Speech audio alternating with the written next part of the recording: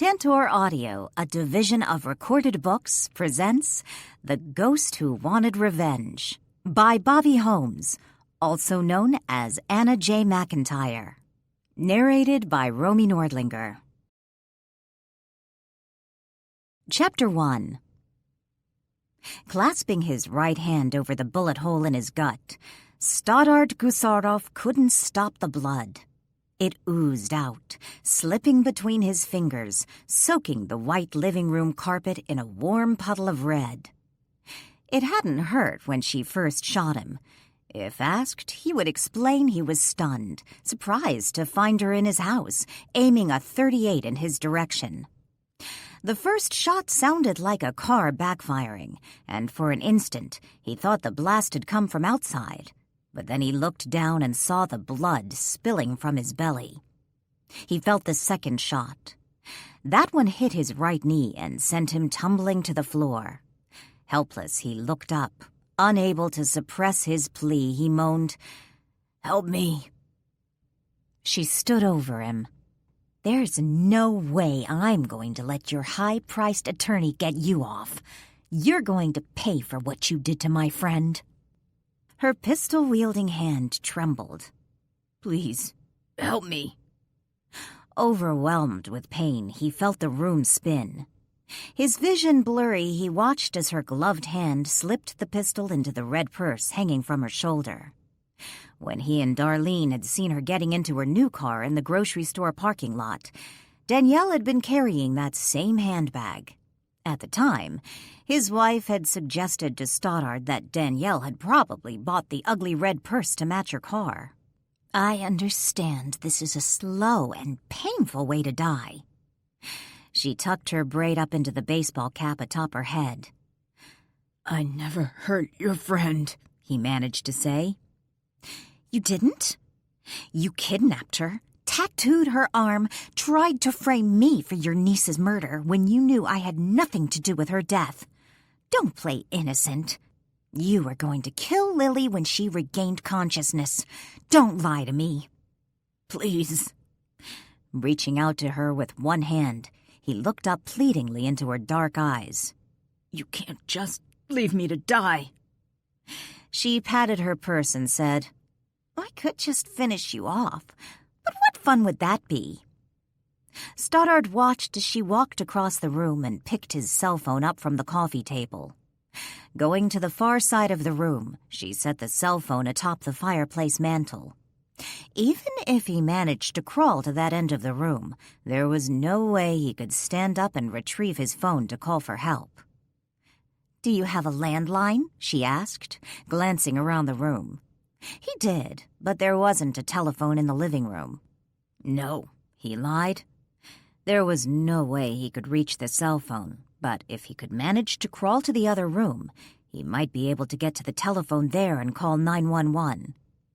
Now standing over him, she said, "Don't worry, you won't be alone for long. Your wife will be joining you shortly." "No," he groaned. Hit by a wave of nausea, he closed his eyes and pulled himself into a fetal position. Searing pain shot through his injured knee. Crying out in misery, he opened his eyes in time to see his attacker slip out the front door, closing it behind her. He was alone. Licking his parched lips, his eyes watering, he looked around the room in a panic. He was going to die, alone and bloodied on his living room floor. But he couldn't die now. He had to protect Darlene. She was carrying his child. He'd waited so long to have a son. It had to be a son. Taking a deep breath, he fought against the pain and stubbornly forced his body to crawl, inch by excruciating inch, from the living room toward the hallway leading to the study and the closest telephone. Random images flashed through his head in rapid succession. There was his niece dead on her sofa, calling Christensen in a panic over Isabella's untimely death. Isabella being carried from her home in the middle of the night to be taken to the cemetery and hidden in the Marlow crypt. Lily Miller, comatose in the upstairs bedroom as the tattoo artist worked on her arm. Darlene, telling him of the baby he had long been waiting for. He had to protect Darlene. He had to protect his child. If he'd only known Isabella had changed her will, none of this would be happening now. Pain ripped through his right leg. Gasping for air, he grabbed his thigh and squeezed tightly. The fabric was wet. Looking down, he expected to find his pant leg covered in blood, yet there was no blood on his thigh. His crotch was soaked, as was the portion of pant leg above the knee. He'd wet himself. Refusing to die in such a humiliating fashion and determined to save his wife, Stoddard dragged himself over the carpet, leaving behind a trail of blood. He made it to the entry hall when he heard what sounded like a disposal truck compacting garbage. It was trash day. If he could only make it to the door, maybe he could open it and get help from the garbage collector. Reaching for the door, he lost consciousness. Darlene Gusarov once dreamed of becoming an actress. In high school, she was a member of the drama club, regularly landing the starring role in school performances. During her senior year in high school, someone told her that if she bleached and cut her hair, she could pass as Marilyn Monroe. Like Marilyn, she had blue eyes and was of a similar height and body type. Darlene promptly made an appointment with a local beauty shop and transformed herself from a slightly overweight brunette into a curvy blonde, partial to snug-fitting clothing and spiky high-heeled shoes. The new look garnered her more attention from the boys and her drama coach. After high school, she landed roles in community theater, yet found it impossible to secure a paying acting job. Darlene met Stoddard Gusarov on her 21st birthday. She was visiting a friend in Portland who had taken her to a local strip club to celebrate. At the time, Darlene was shocked to discover how many strip clubs were in the Portland area and almost refused to go when her friend made the suggestion. But after a couple shots of tequila at another bar, it started to seem like a good idea. Stoddard had come to the club looking for a diversion from his failing marriage. He was much older than the men Darlene typically dated, but he obviously had money. And she was tired of waitressing while waiting for her elusive acting break. The fact that he was already married was a minor obstacle. She didn't intend to remain his mistress indefinitely. Within a year, she became the third Mrs. Gusarov. Everything seemed to be working out for Darlene, but then Isabella unexpectedly died, setting into motion a series of events jeopardizing her comfortable lifestyle. Darlene sat in the passenger seat of the police car, looking out the window as Brian Henderson drove toward the Gusarov estate. Nervously twisting a lock of blonde hair between her fingertips, she glanced over to Brian. "I really appreciate this, especially considering everything," she said. "No problem," Brian shrugged. "I tried calling Todd, but he wasn't answering his phone," she explained. "Yes, you mentioned that." "It will just take a minute to grab my extra set of keys." I said, "No problem." Brian glanced over at Darlene and smiled. "It's been a nightmare. I can't believe Todd would do something like this." Darlene moved restlessly in the seat. "I still don't believe he did." "And you had no idea it wasn't Isabella?" Brian asked. "I really didn't know her that well. She rarely came around. It's not like we had any kind of relationship. After all, even Sergeant Morelli thought it was Isabella, and he's known her for longer than I have." "Stoddard was emphatic that you weren't involved," Brian said. "You don't sound like you believe that." "I suppose it only matters what the DA thinks." "I care about what people in Frederickport think. I have to live here." "So you'll be staying?" "Of course. It's my home, and we don't know if Todd will have to serve any time." Brian glanced over to Darlene and frowned, withholding comment. He pulled up in front of the Gusarov estate and parked. Darlene unbuckled her seatbelt. "It will just take a minute." How are you planning to get inside without a key? Todd's here. He'll let me in. Unless he's skipped town, Brian thought as he watched Darlene run up the walk to her front door. Sitting in the police car, Brian's mind wandered as he absently watched Darlene. She stood on the front porch, ringing the doorbell. When no one answered, she pounded on the door. After a moment, she tried the doorknob. It wasn't locked. She went inside. Her scream jolted him back to reality. Hastily unhooking his seatbelt, Brian bolted from the car and ran up the walkway toward the house. When he reached the front porch, he found the door wide open with Darlene inside, cradling her husband's bloody body. Holding Stoddard's head in her lap, she rocked back and forth, sobbing, "You can't leave me. Todd, I need you." Kneeling down, Brian checked Stoddard's vitals. The injured man was still alive, but barely. Brian immediately called for medical assistance and backup while dashing to the nearby powder room to find a clean washcloth or hand towel. He returned with a washcloth and quickly pressed it against the belly wound. "Wake up!" Darlene's arms tightened around her husband. A moment later, Stoddard opened his eyes and looked up into Darlene's face. "You're alive," Darlene sobbed. "I love you so much. Who did this to you?" "The ambulance is on the way," Brian said, while holding the cloth against the wound, applying pressure.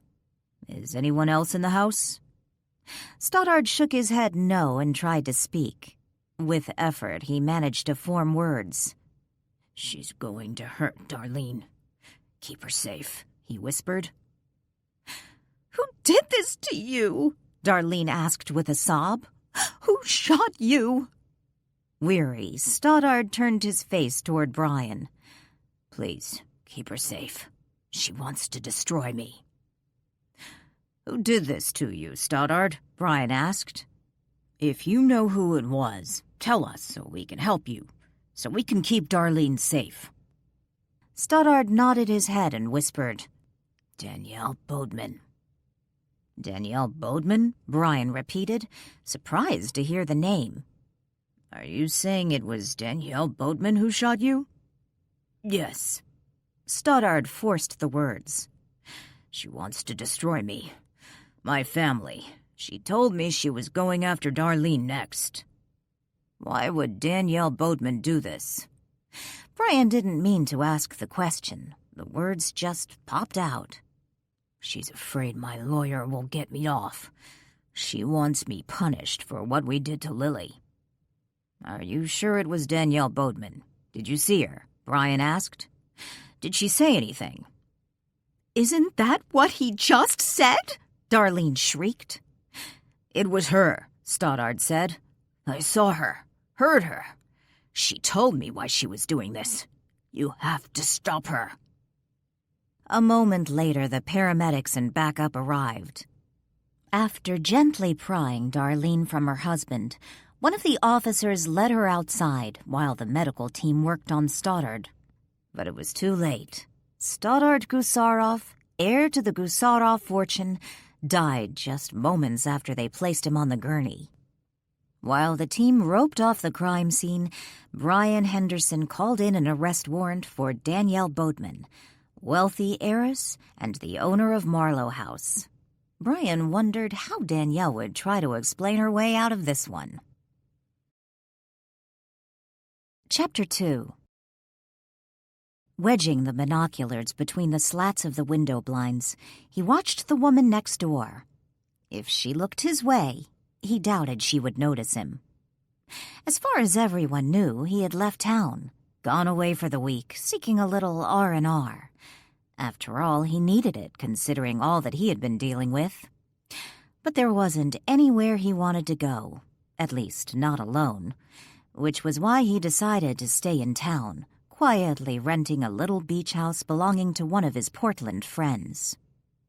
He imagined his co-workers would think him crazy to rent a house just blocks from his own home, but his place wasn't on the beach, and here, at the rental, no one would bother him.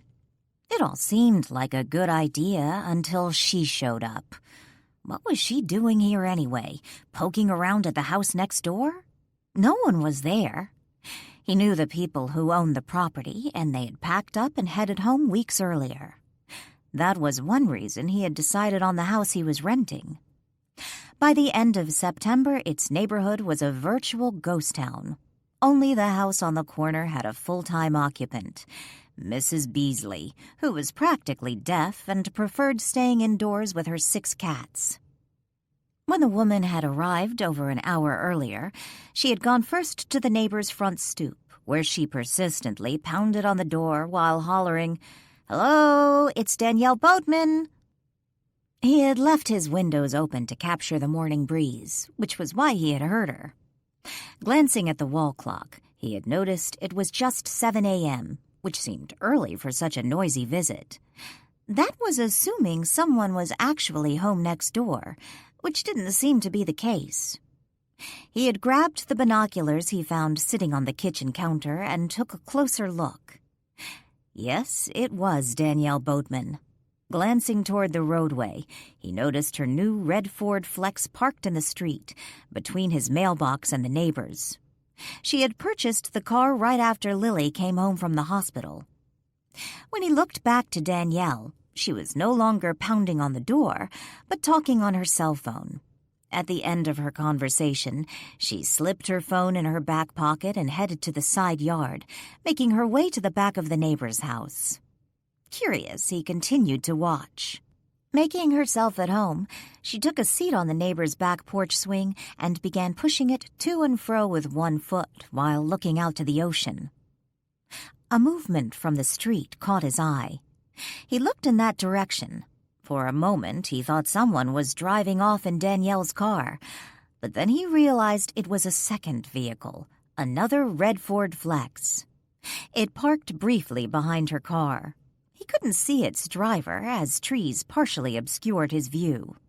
He assumed whoever was driving the car was probably checking out Danielle's Flex, comparing it to his own. A moment later, the second car drove off. Looking back toward Danielle, he found her still sitting in the porch swing, gently swaying back and forth. She had obviously made herself at home. Danielle repeatedly pressed the toe of her shoe against the grassy patch of ground, keeping the porch swing in steady motion. Yawning, she felt lazy, and if her eyes closed, she imagined she could easily fall asleep. Breathing in the early morning beach air, she smiled, content to be alive and living in such a beautiful area. For a brief moment, she wished Marlow House was on Ian's side of the street, looking over the ocean, but she quickly chided herself for being greedy. I have much to be grateful for, Danielle thought. A moment later, her cell phone began to ring. Standing up briefly, she took it from her back pocket and looked to see who was calling. It was Lily. She had hoped it was Mrs. Anderson. Answering the phone, she sat back down on the swing.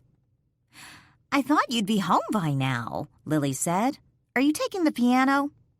"I haven't seen it yet," Danielle said. "You haven't? You left over an hour ago. Where are you?" Lily asked. "I'm at the house. Mrs. Anderson isn't here yet. I guess she had some sort of emergency and didn't leave until early this morning. I'm waiting for her." "Why didn't you just come home?" "She called me, said they were only 20 minutes away. Figured by the time I got home I'd be turning around, coming back over here." "But you've been gone for over an hour." "I know." Danielle watched the waves breaking along the sandy shore. She suggested I wait around back. They have this great swing looking out over the ocean. "We need to get Ian one of these, and I'll go over to his house and use it," Danielle said with a laugh. "I still don't understand why they haven't showed up if they said they were only 20 minutes away. When did they call?" "The first time about 10 minutes after I got here. They called again about 30 minutes later. I guess they had some sort of car trouble, but promised to be here in 20 minutes. I told them not to worry. I'm enjoying their back view. It really is amazing, Lily." Okay, I was just getting worried about you. Are you all right? Walt taking care of you? He brought me some coffee after I first got up. At least I assume he brought it. Watching a cup of coffee float through the air is a little unnerving. I keep wondering what Ian would say if he ever walked into the house and witnessed some of Walt's levitations. He would probably write a book about it, Danielle chuckled. I imagine you're right. Have you heard from Ian? He's coming home in the morning. I'll sure be glad to see him. I'll tell you what. If Mrs. Anderson doesn't show up in the next 15 minutes, I'll give her a call and arrange to see the piano another time. Don't hurry home because of me. I'm fine. I was just worried about you. But you haven't had breakfast yet. Walt didn't make your breakfast, did he? Now, that would be interesting to watch, Lily said with a hearty laugh. Would love to capture that on video and post it on YouTube. Nothing like watching eggs in frying pans floating through the air. Don't get any ideas, Danielle teased. Don't worry. Anyway, Joanne's here now. She's making me breakfast. Wow, I have been here for a while. Must be after 8. Almost 8:30. If Joanne's there, I suppose there's no reason to hurry back. Might as well enjoy the scenery while waiting for Mrs. Anderson. I can't imagine they'll be much longer. Lily had just hobbled from her bedroom into the hallway when she heard someone ring the doorbell. I'll get it, Joanne called out, scurrying from the kitchen down the hall to the front door. I have your breakfast almost ready. Lily followed Joanne to the door, using a crutch to ease the pressure on her bad leg. When Joanne opened the door, it was Brian Henderson standing on the front porch with 2 other officers. Is Danielle Boatman here? Brian asked curtly. Morning, Brian, Joanne returned, frowning at his impersonal tone. No, she's not. Where is she? When did she leave? He asked. She went to look at a piano, Joanne told him. I don't know when she left. She wasn't here when I arrived this morning. What's this about? Lily asked, making her way to the door. She stood by Joanne. Glancing outside, she noticed there were several police cars parked in the street. Where is Danielle, Lily? Brian asked. Like Joanne said, she went to look at a piano. What is this about? What time did she leave? Around 7. Why? Has something happened? Have you heard from her? Brian asked. Yeah, I talked to her a little while ago. Where was she? Waiting to look at the piano. What piano? Where? He asked. Over on the south side of town. What's going on? At Lily's mention of the south side of town, Brian exchanged knowing glances with the officers by his side. What's this about a piano? Brian asked. Danielle wants to get a piano for Marlow House. She went to look at one this morning. Do you want me to call her? Lily asked. Isn't it a little early in the morning to be shopping for pianos? Brian asked. The lady who owns it is from Portland, and she's meeting Danielle over at her house to show her the piano. Should I call her? Lily asked again. No, I don't want you to call her. Do you know where she's going after she looks at the piano? Back here. What is going on, Officer Henderson? Why won't you answer my questions? Lily asked impatiently. I'm not at liberty to say right now, Lily. Do you know when she plans to return here? I imagine within the hour, maybe sooner. You're sort of freaking me out. What the hell is going on? I agree with Lily, Joanne spoke up. What's going on, Brian? Has something happened to Danielle? No, that's impossible. Lily shook her head in denial. I just talked to Danielle 10 minutes ago. There can't be anything wrong. Has there been an accident or something? As far as I know, Danielle is in perfect health. Brian reached into his pocket and removed a piece of paper. I have a warrant to search Marlow House. Lily turned and began hobbling back to her room. Where are you going? Brian asked sharply. to call Danielle and see what in the hell is going on," Lily called back. Brian quickly stepped into the house and grabbed hold of Lily's forearm. She started to stumble, but was saved by the unseen hand of Walt Marlow. "I'm afraid I can't let you do that," Brian said. "I want you ladies to wait in the library with one of my officers." Lily looked down at her forearm, which Brian continued to clutch. "Let go of my arm." Before Brian could respond, he flew backwards, landing on his backside. Immediately, his hand went to his chin.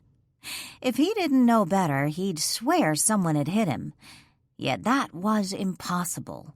The other officers rushed into the entry as he stumbled to his feet. They looked around, yet, like Brian, they didn't see anyone other than Lily or Joanne, and it was clear neither of the women had hit Brian. "Looks like I'm not the only one having a problem walking," Lily quipped. "What the hell just happened?" Brian asked, rubbing his chin. "Looked to me like you just fell backwards," Joanne said. "Are you all right?"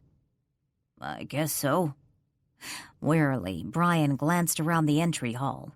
"But I will still need you ladies to go with an officer into the library." "And if we refuse?" Lily asked. "Then I'll have to put you under arrest for obstruction of justice." "Come, Lily." Joanne reached out and took Lily's arm. "Let's just go into the library. I'm sure Danielle will be here any minute and sort this out." "Sort what out?" Lily asked, as she let Joanne lead her down the hall. Just as she and Joanne reached the library door, more officers swarmed into the house, some heading up the stairs. "What in the hell is going on?" Lily muttered. Glancing around, she wondered where Walt was and what he might do to Brian and the other police officers now searching through Marlow House. Chapter 3. Danielle glanced at her cell phone. It was almost 9 a.m. "This is ridiculous," she muttered to herself. Taking a deep breath, she tried calling Mrs. Anderson again. The call went immediately to voicemail. It was a generic recording, not Mrs. Anderson's voice. Since Danielle had redialed the number that had called her earlier, she didn't doubt she had called the correct number. "Hello, this is Danielle Boatman. I hope everything is okay. I have to get going. I've been here all morning and need to go home. When you get this, please call me." When Danielle pulled up her street 10 minutes later, she was surprised to find 4 Frederickport police cars parked near Marlow House. One blocked the entrance into her drive.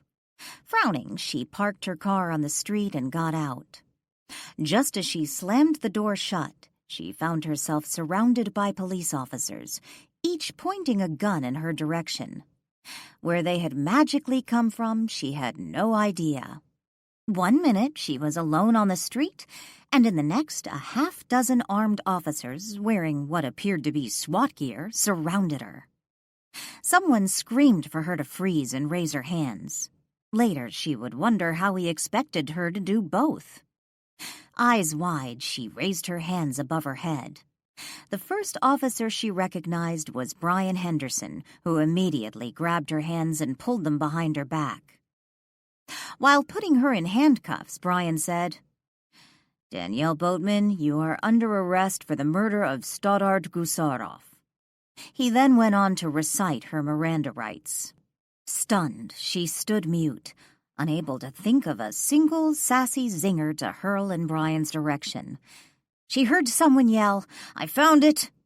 Dazed, she looked toward the voice and saw an officer pull a gun from the back of the flex, clutching it with a glove-covered hand. He raised the gun over his head for all to see before dropping it in an evidence bag.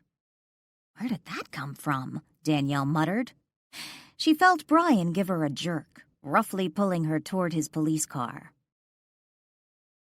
Walt stood helpless at the attic window, watching Officer Henderson load Danielle into the back seat of the police car.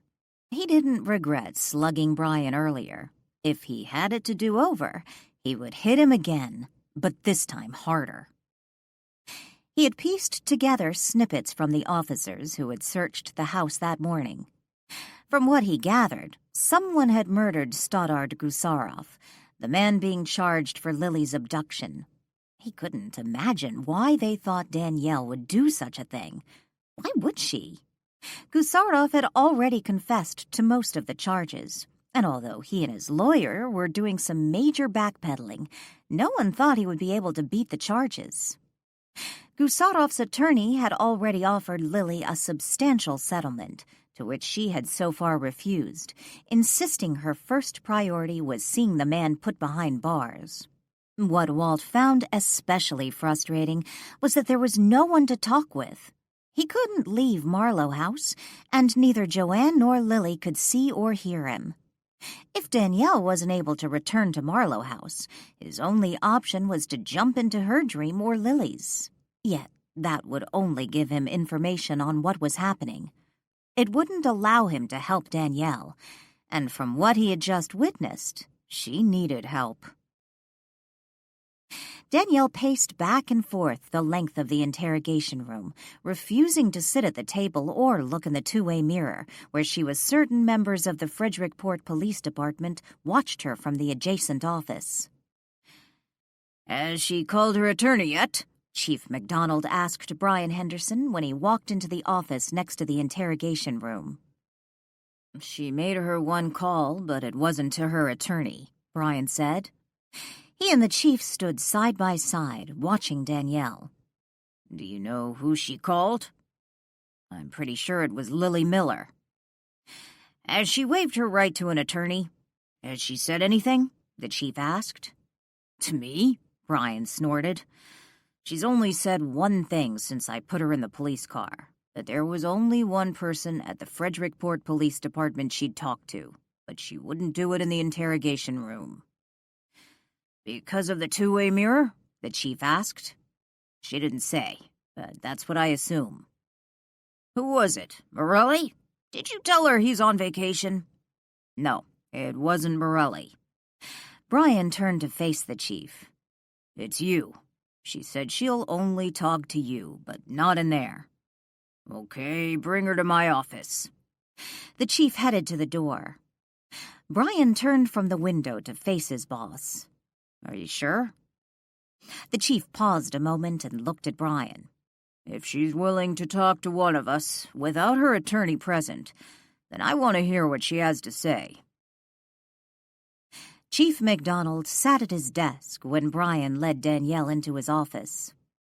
The moment Danielle entered the room, she lifted her hands, now cuffed in front of her body, and asked the chief, "Is this really necessary?"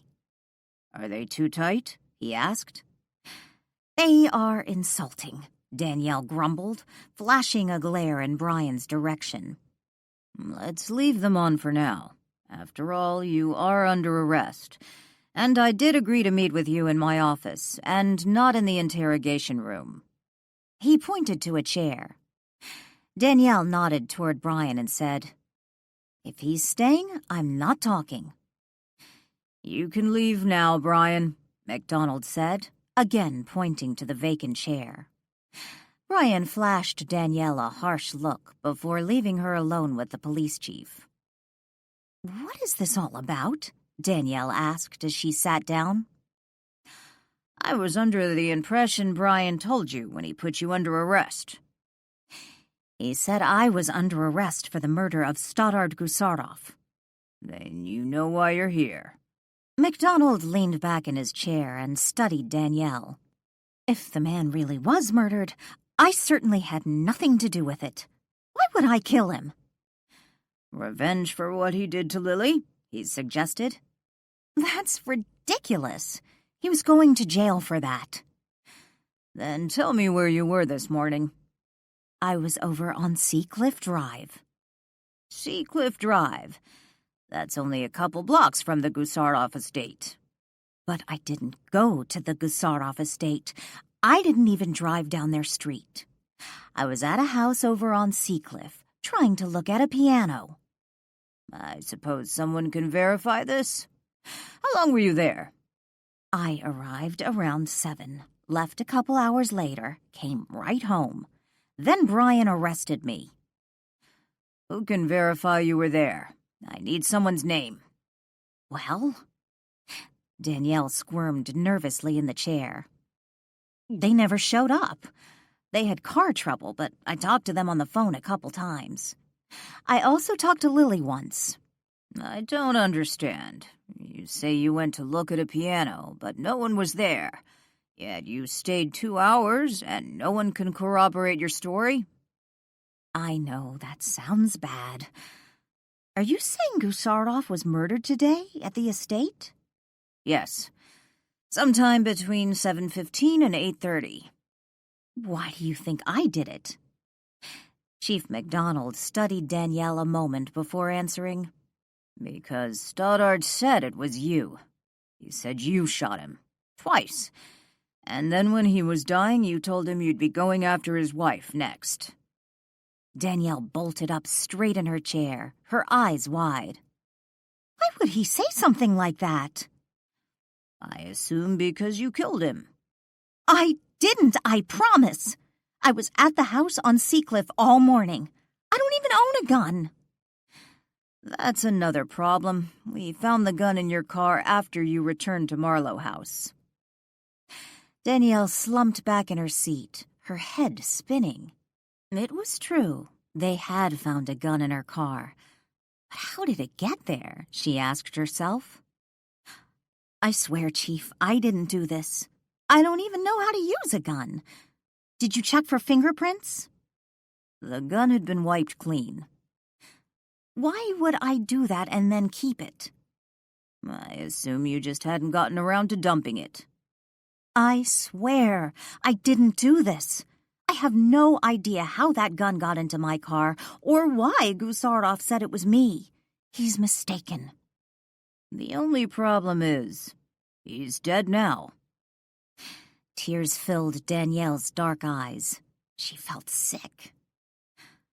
Okay, why don't you tell me about this piano? The chief suggested. Danielle took a deep breath and willed her tears not to fall. I've been thinking about getting a piano for Marlow House, but I wanted an older one, something that would fit in with the decor of the house. So I started asking around, letting people know what I was interested in case they knew of one in the area. The other day, a Mrs. Anderson called me, told me she had a summer house on Seacliff, with an old piano she'd been thinking of getting rid of. She told me she was planning to come in this morning and would be willing to meet me at the house, but only if I could be there at 7, because she had an appointment in Astoria. I agreed. I take it she didn't show up? I got there around 7. No one was at the house. I was there for about 10 minutes when she called. Told me she got a late start, but should be there within 20 minutes. She suggested I wait in the back, make myself comfortable on her swing. Promised she was on her way. I couldn't see the point of going home and coming right back. So you just waited all that time? About 20 minutes later, she called again, said she had car trouble, apologized, said it would be another 20 minutes. It was a nice morning, so I just waited. But when she never showed up, I tried calling her, and when she didn't answer, I decided to come home. And you never saw anyone this morning? No, just Lily at Marlow House. Did you tell anyone about meeting up with Mrs. Anderson to look at her piano? A couple people, but I never mentioned where I was going or whose piano I was looking at, other than Lily. I told her. Was there a reason you didn't mention who had the piano you were considering? Mrs. Anderson asked me not to say anything, said she preferred people in town didn't know her business. I could understand that, so I didn't mention her name to anyone outside of Lily, and Lily didn't know who she was anyway. Did you say anything to Ian? Ian? No, he's been out of town for the week. He left before Mrs. Anderson contacted me. Is there anything else you remember? Anyone who may have seen you? Maybe someone walking their dog, Someone on the beach?"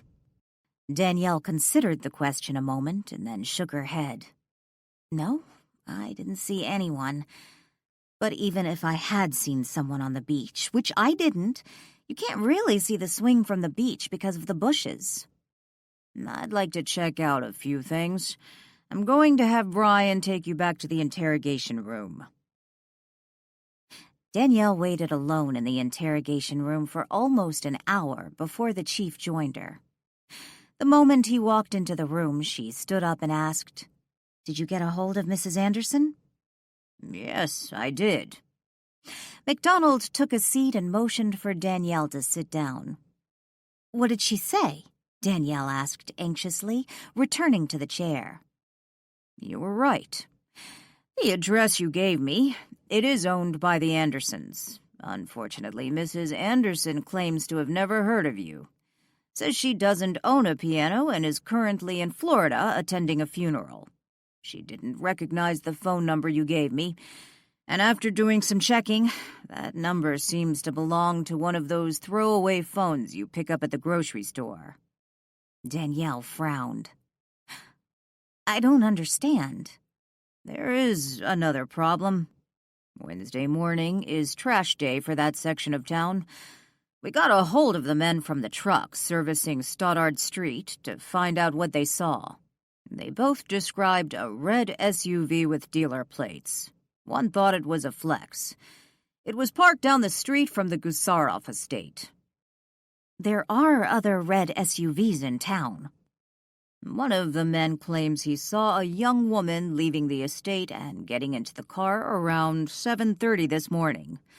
According to his identification, she was in her late 20s or early 30s, about 5 feet 5 inches tall, brunette, wearing a braid." Chapter 4. Danielle sat alone in the dreary jail cell. During her last arrest, they had kept her in the interrogation room. Of course, that time, a murder victim hadn't been the witness against her. She guessed it was close to 3 p.m., and she hadn't had anything to eat all day. Her head throbbed. It was 6:45 a.m. when she had left Marlow House that morning, planning to eat breakfast with Lily when she returned home. But she had missed breakfast and then lunch. Motion from the corner of the jail cell caught her attention. Standing up, she narrowed her eyes and focused on the dark corner. A sphere of light appeared. It twisted and twirled, transforming into a blurred vision of a man. He walked toward her, his face staring down at the floor. She couldn't tell who he was. Stepping backwards, she bumped against the barred walls of the cell, preventing her from putting more distance between her and the impending apparition. Trapped between the bars and the spirit, she held her breath a moment, waiting for him to show himself. When he was just a few feet away, he lifted his head and looked into her face.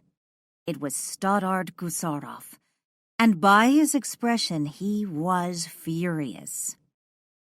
Stoddard reached for Danielle, his hand moving through her wrist. He made a second grab, yet he was still unable to make physical contact. Screwing his face into an angry scowl, he yelled, "I will see you in hell for taking my life." He then disappeared. "Crap," Danielle muttered, glancing around the room. A few minutes later, the chief entered lockup, carrying a white paper sack. "I brought you something to eat," he said, holding up the bag. "How did you know I was starved?" Danielle asked as she reached through the bars to accept the food. "I figured you've been here most of the day and hadn't eaten since breakfast." "I didn't even have breakfast." Danielle opened the sack. Inside she found a soda, a wrapped burger, and fries. She reached in and pulled out the burger. Sitting on a bench, she folded down the paper wrapping. Pausing a moment, she looked up to the chief. "I know now why Gusarov said I killed him," she said, before taking a bite of the burger. MacDonald stepped closer to the barred walls. "What do you mean?" "He was here just a moment ago. You missed him." She took another bite of the burger. You saw Stoddard? Danielle nodded. Did he say anything? Yes. Danielle wiped her mouth with a napkin and looked up into the chief's face. He was pissed. Told me he would send me to hell for taking his life. What are you saying? The chief frowned. For some reason, Stoddard Gusarov believes I killed him. That's why he told Brian I was the shooter. I'm not. I don't know who the trash men saw, but it wasn't me. I didn't drive down his street today. I didn't shoot him, and that gun they found in my car is not mine. Someone is trying to frame me, and they've done one hell of a job considering they've even convinced the victim. Danielle, you know I like you, and I want to help you. But you're really not giving me anything to go with, other than confirming the fact our victim believes you're his killer. I was rather hoping that if I was to run into Stoddard, he'd be telling me the name of his killer and then explain why Brian misunderstood him. Danielle reached into the sack and pulled out a French fry. She popped it into her mouth. I always assumed the spirit of someone who died would instinctively know something like their killer. The chief leaned against the bars, looking down at Danielle. Unfortunately, it doesn't work that way. Look at Walt Marlow, Danielle said. What do you mean? He asked. Walt Marlow didn't know how he died. Everyone thought he killed himself. He didn't. And while he had a good idea it wasn't a suicide, he really didn't know how he had died. What about Cheryl? Did she know her killer? He asked. Danielle shook her head. Not at first. With Cheryl, she couldn't remember everything that had happened to her. It came back in flashes. When she saw Renton talking to me before his attack, she remembered.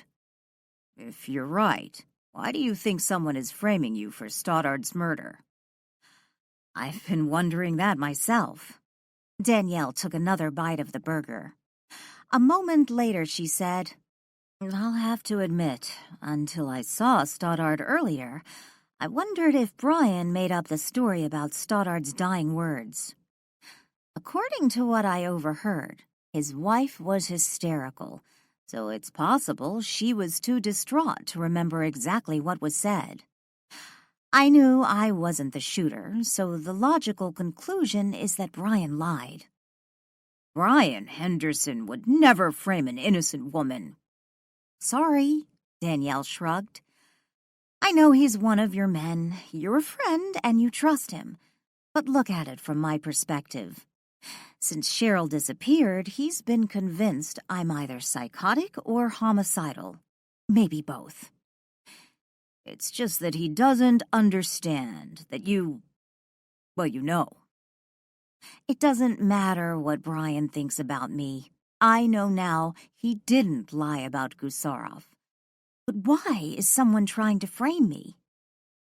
Finished with her burger, she took out the soda and shoved her trash into the bag. Danielle pushed the straw into her soda cup's lid after removing its paper wrapper.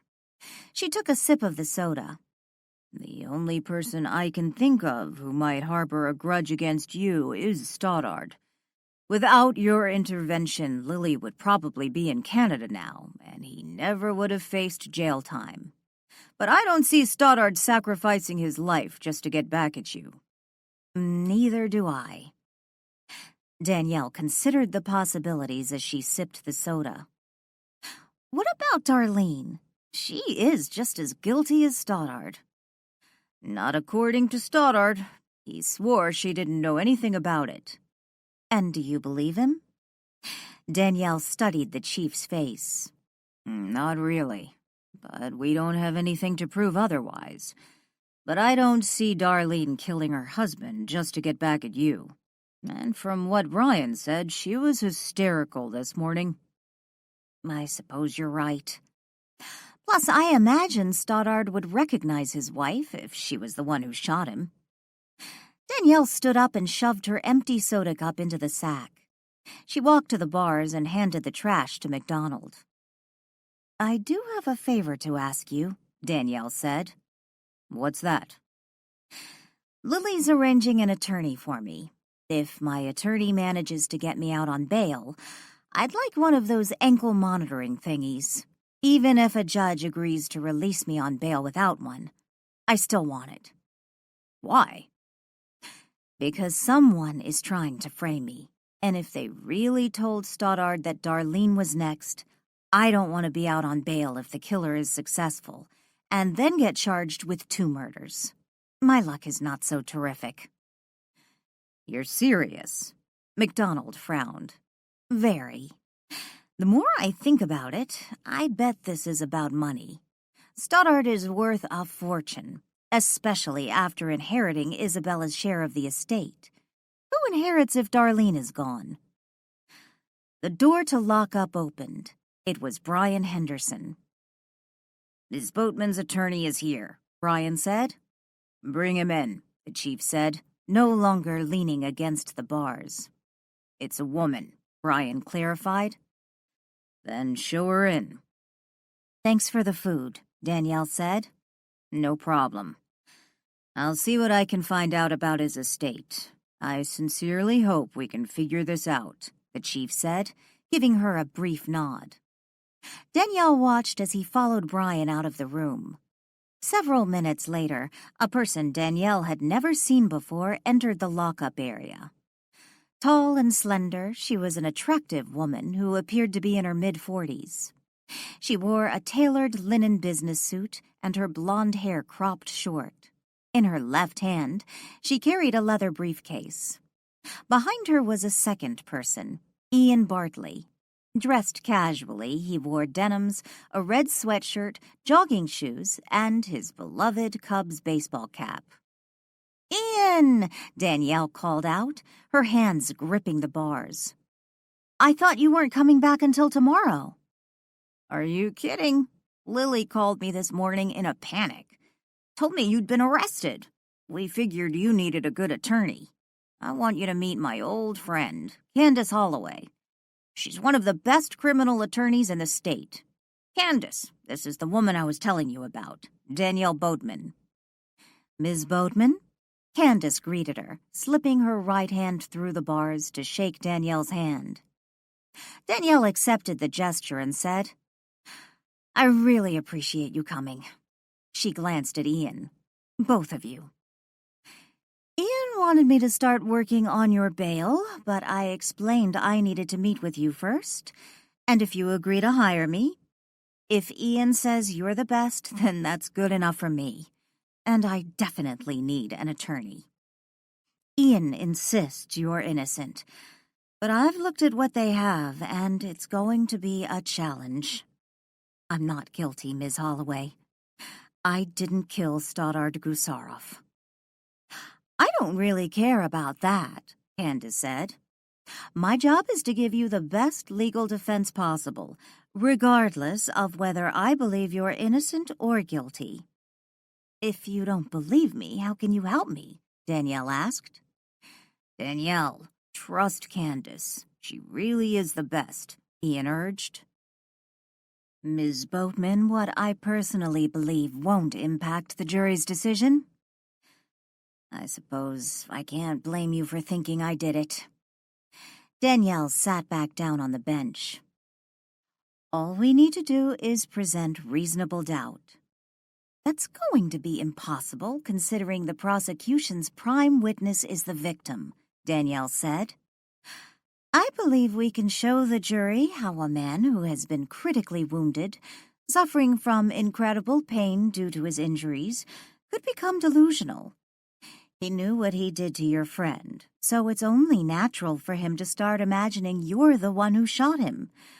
I suspect Mr. Gusarov was out of his head by the time the officer arrived on the scene. What about the gun they found in my car? You've already admitted you were at a house only a block or so away from Mr. Gusarov's home. I assume you parked in the street. Yes? Did you lock your car? The attorney asked. No. Was the car in your sight the entire time you were at the house? No, I was on the back patio, watching the ocean for almost an hour. Then it's possible the killer left Mr. Gusarov's house and put the gun in your car. Wow, you're making me feel better already. Danielle smiled. Hopefully we can get the jury to see it our way. But for now, why don't I go see what I can do to get you home for the night? I'd really appreciate that. Danielle smiled. When Candace left a few minutes later, Danielle looked at Ian and said, "You don't know how much this means to me."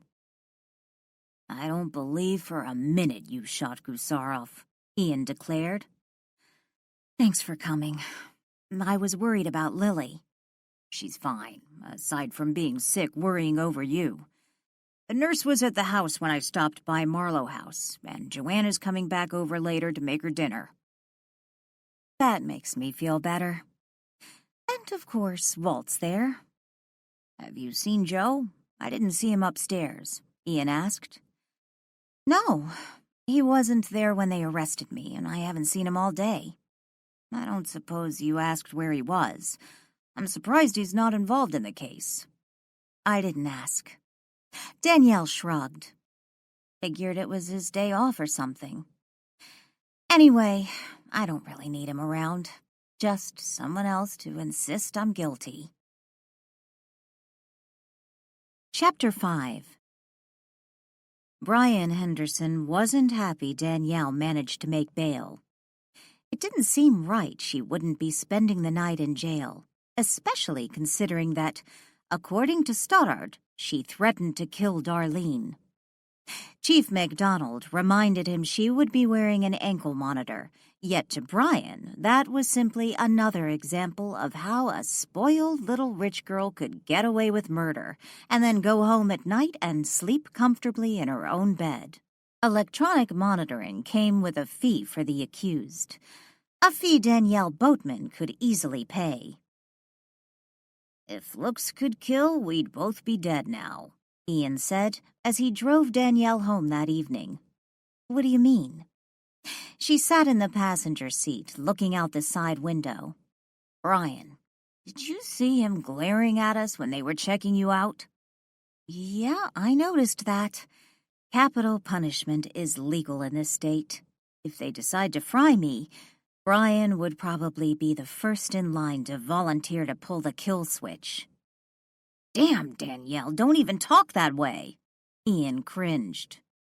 "And whatever you do, don't say something like that to Lily." "Not up to gallows humor?" "Anyway, I think kill switch implies you turn something off. In that case, Brian would be saving you." "Like that would happen," she snorted. "How can you be so flippant?" Ian asked. "I don't know." Danielle murmured. With a shrug, she added, "Defense mechanism, maybe?" They were silent for a few moments, lost in their own thoughts. With a sigh, Danielle glanced over to Ian. To her horror, Stoddard's spirit sat in the driver's seat with him. The two men seemed to blend, with Stoddard's image a ghoulish film-like overlay covering Ian. Eyes wide, she watched in morbid fascination as Ian drove toward Marlow House, unaware of the extra passenger sharing his seat. His lap. Stoddard's hands clutched the steering wheel with Ian's. The dead man turned to look at Danielle, his eyes wild, crazed. He smiled, an unnerving, malicious smile. And then, just as they were about to pass a truck, Stoddard's hands jerked to the left, toward the oncoming vehicle, in an attempt to steer them into disaster. Without thought, Danielle let out a startled yelp. "What?" Ian looked over to Danielle, then back down the road, wondering what she'd seen. "I'm sorry, I guess I'm a little unraveled." Danielle glanced around, wondering where Stoddard had gone. "I understand, but don't do that again." Ian shook his head. "Don't want to get us killed. Lily would never forgive me." When they pulled up to Marlow House a few minutes later, Danielle saw Stoddard again. He stood in the street, in the exact location where Ian intended to park his car. Danielle held her breath as Ian pulled alongside the curb, running the vehicle through Stoddard, who remained standing, stubbornly refusing to move. When Ian parked, the upper half of the ghost's body stuck up over the hood of the car. Stoddard reached for Danielle, his hand moving through the windshield. She leaned back in the seat and quickly unfastened her seatbelt. Stoddard trailed alongside Danielle and Ian as they walked from the parked car up to the front door of Marlow House. "I'll find some way to do it," Stoddard hissed. "You will die and I'll send you to hell." "Maybe I should grab us a pizza after we get you settled," Ian suggested. "Uh-huh." Danielle glanced warily from Ian to Stoddard. "That would be nice." "It should be slow. I want you to suffer like you made me suffer, but 100 times worse," the ghost threatened. When they reached the front door, it was already wide open, with Lily standing inside, Walt behind her, and Sadie sitting between the two, squirming excitedly, her tail wagging. "Danny!" Lily squealed. "I was so worried about you." Sadie started to greet Ian and Danielle, but stopped when she spied Stoddard. Sitting back down, she cocked her head from side to side and then let out a bark. "Hey, girl, what are you barking at?" Ian laughed, giving his dog a pat. "Who's that with you?" Walt asked, eyeing Stoddard. "Lily." Danielle stepped into the house and hugged her friend. Over Lily's shoulder, she looked at Walt and mouthed, "Stoddard's spirit." All of this was new territory for Danielle. She had no idea what would happen when Walt's ghost confronted Stoddard's, or what sort of paranormal activity might be set in motion when the two collided. She would like an opportunity to have a quiet discussion with Stoddard, to try to explain to him he was mistaken. She was not his killer. But as long as Ian was around, that wouldn't be happening. To her surprise, Stoddard did not follow her into the house. Yet it was not for his lack of trying. While Ian was preoccupied with hugging Lily, gently lifting her up and kissing her, Danielle turned to close the door. Stoddard stood at the doorway, attempting to enter Marlow House, but it was as if an invisible shield prevented his entrance. Each time he made an unsuccessful attempt, his anger accelerated. After she closed the door, he moved to the window, pounding on the glass, yet there was no sound coming from the window pane. From the way his lips moved, he was obviously shouting, yet she could not hear his words. "Did you just say that Stoddard Gusarov, the man who was murdered?" Walt asked. Danielle nodded in response. As it turned out, Ian didn't need to go for pizza. Joanne had made a batch of chili, which she had left warming in the crock-pot in the kitchen. 20 minutes after Ian and Danielle arrived at Marlow House, they sat with Lily in the kitchen, eating chili and discussing the day's events. Walt stood nearby, silently listening and smoking his cigar. Outside, Stoddard's frustrated spirit silently pounded on the kitchen window, wanting into the house, his presence a persistent distraction for Danielle and Walt. They had been sitting at the kitchen table for over an hour when Danielle finally stood up. "I hope you guys don't mind, but I'm going to bed. I'm exhausted." "Can we do anything for you?" Lily asked. "No, you've already done so much. Thanks, both of you, for finding me an attorney." Danielle took her bowl to the sink and rinsed it out. "If it wasn't for me, you wouldn't be in this mess," Lily said. Danielle turned from the sink to face Lily. "None of this is your fault, Lily." "I know, but if I hadn't pulled into that stupid rest stop, none of this would be happening." "What is happening isn't the fault of anyone in this room," Ian said angrily. "If I wasn't out of town, I could just have easily been framed for killing Stoddard." "How? I actually thought about it. Ian, Lily gasped, and then smiled. She reached over and patted his hand. Not me, Danielle said with a smile, looking over to Walt. I don't really see death as the ultimate punishment, or like the next adventure. But I would like to have seen Stoddard spend some time in prison. Let him experience a little of what he tried to do to Lily. But death, no. As far as I'm concerned, he's skirted justice. I suppose you're right, Ian said with a sigh. Maybe not kill him, but I would have loved to have beaten the crap out of him. That might have brought a little satisfaction. Slugging Brian made me feel better, Walt noted. Might even give it a second go if he comes back over here. Danielle flashed Walt a smile, yet reserved comment, since she was the only one in the room who was able to hear him. So, what's the plan for tomorrow? Lily asked. I'm meeting with my attorney. After that, I'm not really sure. I'll be doing a little digging, Ian said. How so? Lily asked. Find out who benefits financially with Stoddard dead, Ian said. Wouldn't that be Darlene? Lily asked. Not necessarily. I'm curious to see what happens to the company with him out of the picture, Ian explained. Remember, whoever killed Stoddard also threatened Darlene. What happens with both of them out of the picture? Danielle wondered. But was the threat for real? Ian asked. Lily looked at Ian. What do you mean? Maybe Stoddard's killer was just taunting him. It was obvious they wanted to make the man suffer. After all, they shot him twice. Why not just shoot him a third time and end it for him? Ian asked. That's sick, Lily cringed. No, it wasn't about making him suffer, Danielle blurted out, a new thought coming to her. What do you mean? Ian asked. Think about where they shot him. In his knee. Painful, yes, but it makes it difficult for him to move and is not something that will kill instantly. But a belly wound, aren't those known for being a slow and agonizing death? Yes, they can be, but not always. I don't see your point, Ian frowned. Think about it. With his dying breath, Stoddard tells Brian I killed him. I didn't, but I'm certain Stoddard actually believed that.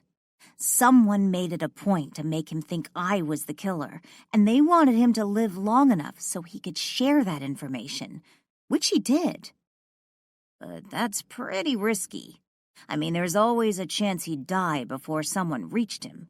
And what are the chances it's a cop that witnesses his final words? Ian asked. But it was a cop, Danielle reminded him. So was that planned or just a lucky coincidence for the killer? Lily asked. If it was planned, then that would seem to point to Darlene as the killer. She's the one who brought the cop with her. If she was involved with the murder, then that means she had an accomplice, Danielle said. Why do you say that? Lily asked. Come on, do you really believe Stoddard wouldn't recognize his own wife? Danielle asked. Maybe they planned for Darlene to find the body, and Brian being there was an unexpected bonus, Ian suggested. After all, they obviously didn't intend to rely solely on Stoddard's dying words. They planted the murder weapon in Danielle's car.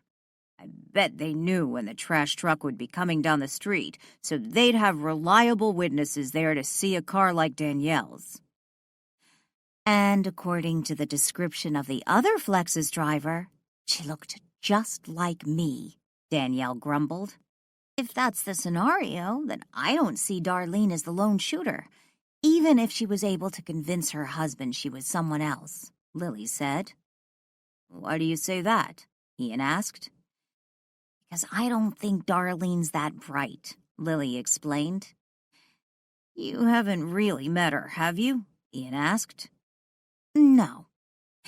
It wasn't entirely true. During her out-of-body experience, Lily had an opportunity to observe Stoddard and Darlene. Darlene was evil enough. She'd wanted her husband to smother Lily with a pillow, yet could she plan and execute such an elaborate scheme? Lily didn't seem to think so. "It's just from what I've heard about her," Lily lied. Chapter 6. Walt appeared in Danielle's bedroom just as she started to crawl under her sheets. Instead of the pajama bottoms and t-shirt combos she typically wore to bed, tonight she had slipped on a pink floral cotton nightgown after her shower. "I bet you're exhausted," he said. I was, but I think I got my second wind. I can't tell you how great that shower felt. Nothing like being put in a jail cell to make you feel grimy. Danielle pulled the covers to her waist and scooted over, making room for Walt to sit on the bed. He accepted her silent invitation. They lay side by side, leaning back against the headboard. Glancing to the window, they startled at an unexpected sight. Stoddard peered into the second-floor window of Danielle's bedroom, his fists furiously pounding against the window pane in a silent tantrum. "What is that all about?" Walt nodded to the window. "I think I'm being haunted." "I thought that was my job," Walt chuckled. "Yes, and I like your way a lot better. Dang, am I going to have to look at that all night?" Walt waved his hand and the curtain closed. They could no longer see Stoddard. "I'm just glad he can't get in here," Danielle grimaced. "Why do you think that is?" Danielle pondered the question a moment. "I don't know. I've been thinking about it all night. For some reason, he seems unable to pass the threshold into Marlow House in the same way you can't leave." "Cheryl's spirit didn't have that problem." "Thankfully, Stoddard's does. I'm just trying to figure out how it all works. You know, he tried to kill us tonight, me and Ian." "What?" Walt looked in horror at Danielle. "We're driving back from the police station, and Stoddard appears in Ian's car, sitting in the driver's seat with him. We pass this truck, and Stoddard tries to take control of the steering wheel and send us careening into the truck." "Good Lord! How did you stop him?" "I didn't. He's not able to harness his energy. If he was, I'd be in a lot of trouble." "What happens if he figures it out?" "I don't think it works that way. It's not possible." Danielle stared at the curtain-covered window. "Why do you say that?" "Think about it. Imagine if all murdered spirits, or any spirit with a grudge, was able to wander around freely with harnessed energy. The universe knows what it's doing. It's not going to allow that. Chaos would ensue." "What about me? I've harnessed my energy. I even hit Brian Henderson this morning. Not to mention I smashed Renton with a bronze statue, pelted Adam and his sidekick with a croquet set. Oh, and I even smacked Cheryl." Danielle turned to Walt. "Yes, we need to address your violent tendencies." She grinned and then added in a serious tone. "Remember, you're trapped in Marlow House, confined to this area until you choose to move on to another level. It's not unusual to hear about paranormal activities in specific, limited locations. Old haunted inns, houses, even graveyards. But I suspect those spirits, the ones who've harnessed their energy, are limited in their abilities. Like I said, the universe knows what it's doing." "What about Isabella? She hit the dog napper over the head with a rock." "Yes, but until she needed to help someone, she hadn't been able to do anything like that. I suspect if she tried to hit an innocent with a rock, let's say some child just walking by, she wouldn't have been able to move it. And look at your wife." "Let's not," Walt grumbled. "Angela apparently has some limited abilities. I believe she was responsible for my car stalling and the cell phone not working when she got me to stop at the cemetery the first time. But she obviously can't move objects like Isabella did when she saved us. So you aren't afraid of Stoddard's ghost? There you go again, using the G word. I told you I don't like it when it's applied to me.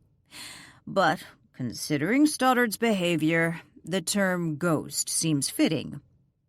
Do you think he's still out there? Danielle asked. Walt waved his hand and the curtain opened. They had their answer. Stoddard hovered persistently at the window, his fists furiously pounding against the glass. I'd like to talk to Stoddard. See if I can make him understand that I didn't kill him. Maybe even figure out who did. I don't like the idea of you going out there. I can't stay in this house indefinitely. And while I don't think he can actually do anything to me, if I have to look at that for the rest of my life, he just might drive me insane. I would feel better if I could go outside with you. Well, you can't. But I'll be okay. Remember, he isn't the first snarky ghost I've encountered. When I was much younger, I had an especially nasty ghost try to invade my space. I suppose you don't have a choice, Walt sighed. Do you know if Ian is still here? He went home when you were in the shower, Walt told her. Is Lily in bed? Yes, but I'm not sure if she's asleep. Why? Danielle started to get out of bed. Because I'm going to go downstairs and see if I can reason with that ghost. Danielle stood on the back porch outside the kitchen door. She hadn't slipped on a robe, and she was barefoot. Her dark hair, still damp from the recent shampooing, fell past her shoulders. The cotton nightgown fluttered in the evening's breeze, and overhead, a crescent moon provided a glimmer of light to the dark night sky. Glancing around, she didn't see Stoddard. She wondered if he was still hovering overhead by her bedroom window, making those ridiculous faces. With a sigh, she walked out into the yard and sat down on the bench, waiting. I'm going to kill you, Stoddard shouted when he appeared a moment later, sitting next to her on the bench. Turning to face him, Danielle said calmly, Good evening, Stoddard. Her greeting startled Stoddard, who jumped up and stared down at her. You really can see me. I can hear you, too. Danielle smiled sweetly. And it's getting awful annoying if you ask me. If you hurt Darlene. I didn't shoot you, and I have no intention of hurting your wife, in spite of what you two did to Lily. Darlene had nothing to do with that, he shouted in outrage. Oh, no? Cocking her head slightly, she lifted her brows and stared into Stoddard's face, challenging him to disagree. She knew nothing about it. She was innocent. She thought that was Isabella. So you're saying it was Isabella she wanted to smother with a pillow? Nice wife you have there. What? What are you talking about? Stoddard shifted nervously from one foot to another. Oh, sit down and talk to me like a respectable ghost. Your wiggling all over the place is almost as annoying as the way you keep peeking in my window. Charming. You die only to spend your eternity as a peeping Tom. I don't know what you're talking about. Darlene would never hurt anyone, Stoddard grumbled as he sat back down on the bench. Oh, stop lying. This isn't the end of the road for you. You've another place to go. Maybe you can temporarily avoid going, but eventually you'll have to move on. If you want to settle into a cooler climate, I suggest you stop your lies. Lily overheard you and your wife talking. When she was in her coma, her spirit was free, in the same way yours is now. She heard Darlene tell you to smother her with a pillow to get rid of her. Of course, at the time, she thought you were talking about Isabella. She didn't realize you both knew it was Lily in that room, not your niece. Is that why you killed me? I didn't kill you. Hey, when it's my time to check out, I really don't want to settle in Flame Flats or wherever those who've made the naughty list end up. If I was you, I'd be a little more concerned about your hereafter. I don't believe you. I saw you. You shot me. You even laughed about it. You, woman, will be going to hell. Maybe I can't send you there, but you will get there. Are you saying you saw my face? Of course not. You wore that ski mask. A ski mask? The person who shot you was wearing a ski mask? Then why assume it was me? She carried a purse just like your red one. You noticed my purse? Danielle frowned. She also wore her brown hair in a braid like yours. You remember my purse? So, I have an excellent memory. Maybe Darlene shot you. She and I are about the same size. I bet she's the one who stands to inherit your money. She could have easily been wearing a wig. Don't be ridiculous. I would recognize my own wife. I looked into your brown eyes when you shot me. My wife has blue eyes. Well, whoever the shooter was, it wasn't me. I don't go around killing people, especially when I think that person is going to jail to pay for his crimes. That's just it. You believed my attorneys would get me off. In your dreams, Danielle snorted. There is no way you wouldn't have had to serve some time. And considering your former lifestyle, even 6 months would have been torturous for you. You're just saying all this because you want me to go away. But I'm not going. If I have to stay by your side every minute for the rest of your life just to repay you for what you took from me, I will. Did the woman who shot you say she was me? You didn't come out and say your name, but you did tell me you were repaying me for what I did to your friend and for trying to frame you for Isabella's murder. Which were especially nasty things for you to do, however, not me. Think about it a moment. Don't you find it a trifle odd that I'm having this conversation with you? Wouldn't you expect a normal woman to, well, let's say, run away hysterically if she thought a dead man, especially one she supposedly killed, started popping up in unexpected places like jail cells, cars, and at the window of her bedroom? Not to mention the fact you tried to get Ian and me into a car accident. And trust me, had that little move worked and you killed us both, you'd be checking into Hades already. I don't know what to make of that. No one else seems to be able to see or hear me. That's just it. I can see ghosts. I've been able to since I was a child. That's how I happened to find out what you did to Lily. By the way, I met your niece after she died. My point being, since I'm rather familiar with how all this afterlife stuff works, well, kinda sorta, I would be the last person to risk going to jail to plot anyone's murder, especially yours. Why do you say, especially mine? He frowned. Because you, Stoddard Gusarov, simply are not worth the trouble.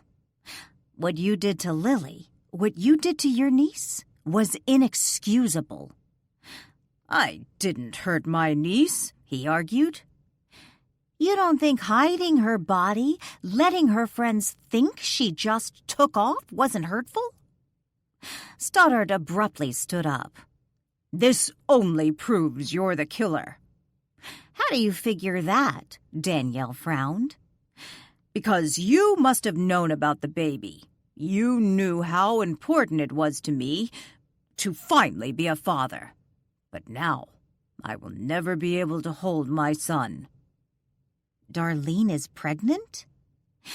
Danielle remembered Adam had once mentioned something about Stoddard's wife being pregnant, yet later heard that wasn't true. Or had it been? "And it's a boy?" "I don't know if it's a son. It may be a daughter, which is another way you hurt me. I no longer have the opportunity to try for a second child if the baby is a girl. Then, not only do I never get to hold my child, I never get my son. Maybe you win now, but mark my words, you will pay for what you did to me. You might think you've won, but you haven't." Stoddard disappeared, leaving Danielle alone in the backyard of Marlow House. Chapter 7. Morning sea breeze sent the bedroom curtains fluttering inward. Before going to bed the night before, Joe Morelli had opened the windows to take full advantage of the beachfront rental. He enjoyed the soothing serenade of the ocean breakers. Awake for almost 30 minutes, only the promise of morning coffee could coax him from bed. Rolling off the mattress, he tossed the sheets aside. Standing up, he stretched lazily, walked to the window, and looked outside. There was no one on the beach, at least not that he could see. Wearing just his boxers, he turned from the window and made his way to the kitchen to make a pot of coffee. When he got there, he flipped on the radio to listen to some music. As he filled the glass pot with water, the news break began. Joe half listened to the news, yet froze when the newscaster mentioned a familiar name. "Marlow House bed and breakfast owner Danielle Boatman has been released on bail after her arrest for the murder of longtime Frederickport resident Stoddard Gusarov." Joe turned abruptly, shot off the water, and faced the radio. "According to an unidentified source, Stoddard Gusarov named Boatman as his killer just moments before his death." "What are you doing here?" Chief McDonald asked Joe Morelli when the young sergeant walked into the break room at the police station 30 minutes later. "I thought you were on vacation for the rest of the week." "I imagine he heard about Boatman," Brian said, following Joe into the break room. "I didn't go out of town," Joe said, as he grabbed a mug from the cupboard and filled it with coffee. "I rented a beach house on the south side. And this is exactly why you need to leave town for vacation," McDonald said. Brian grabbed himself a cup of coffee. He and Joe took a seat at the table with the chief. "What's going on with Danielle?" Joe asked. "I turned on the radio this morning and heard she'd been arrested for Stoddard's murder. Stoddard is dead?" "As a doornail," Brian said, taking a sip of his coffee.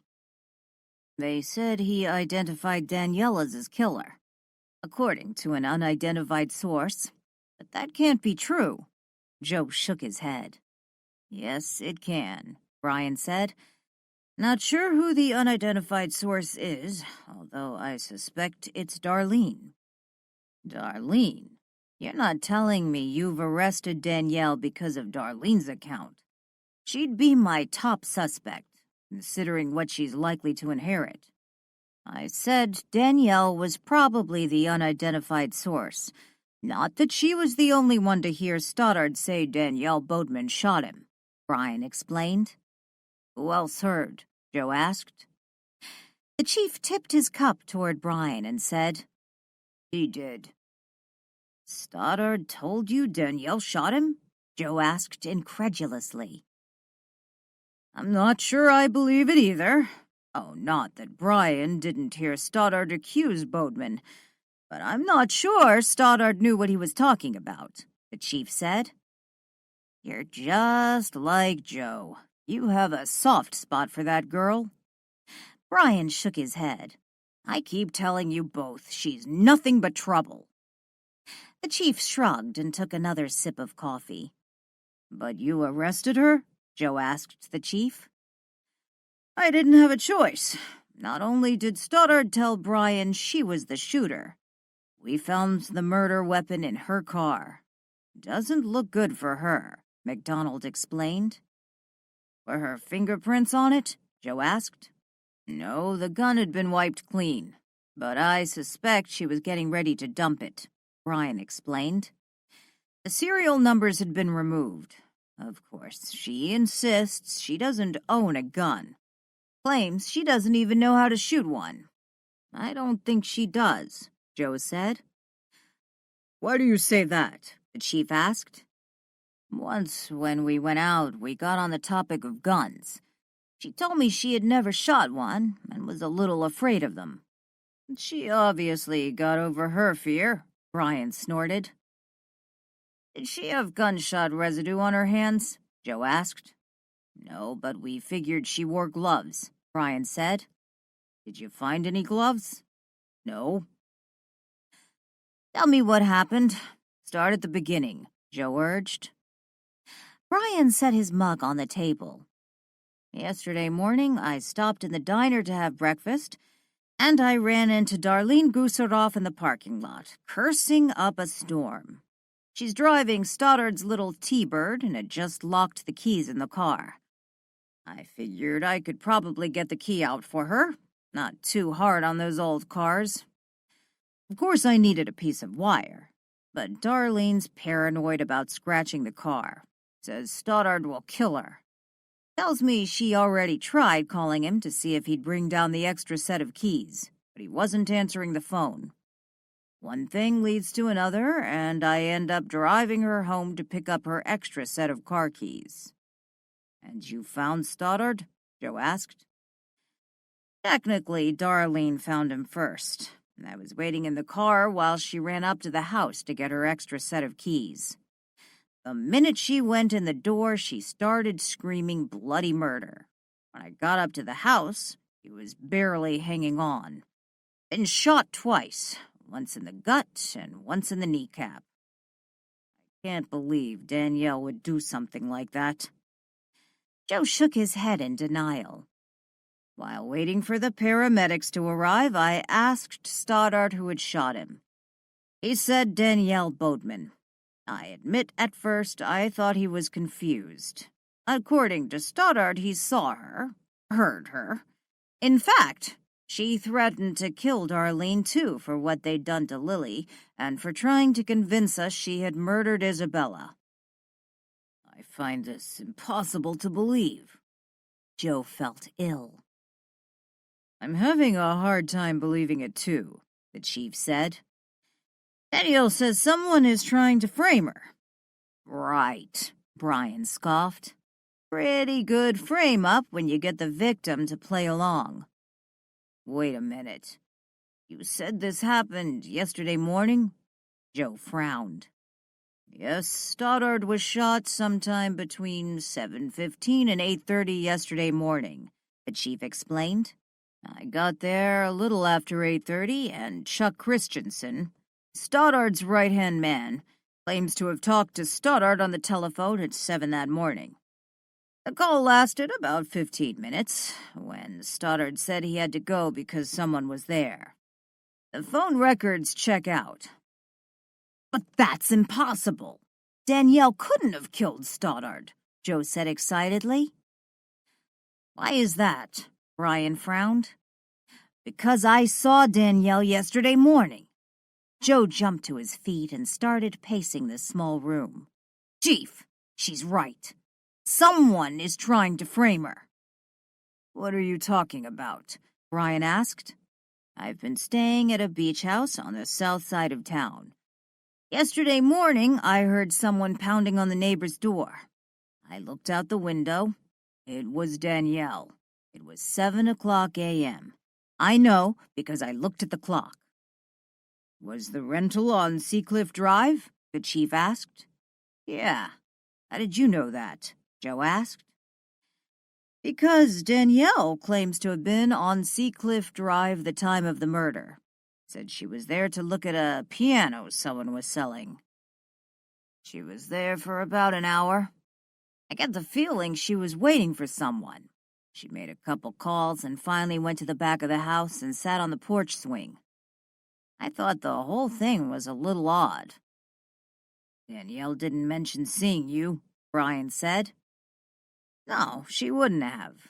I stayed in the house. How can you be sure it was her? Brian asked. Well, Joe shuffled his feet in embarrassment. I was watching her through binoculars. The chief raised his brows. Binoculars? But what about the guy who works for the disposal company saying they saw someone matching Danielle's description leaving the house? In the same model car she drives, Brian asked. The car! Joe combed his fingers through his hair. There was a red car that went down the street when Danielle was sitting on the back swing. She wouldn't have seen it.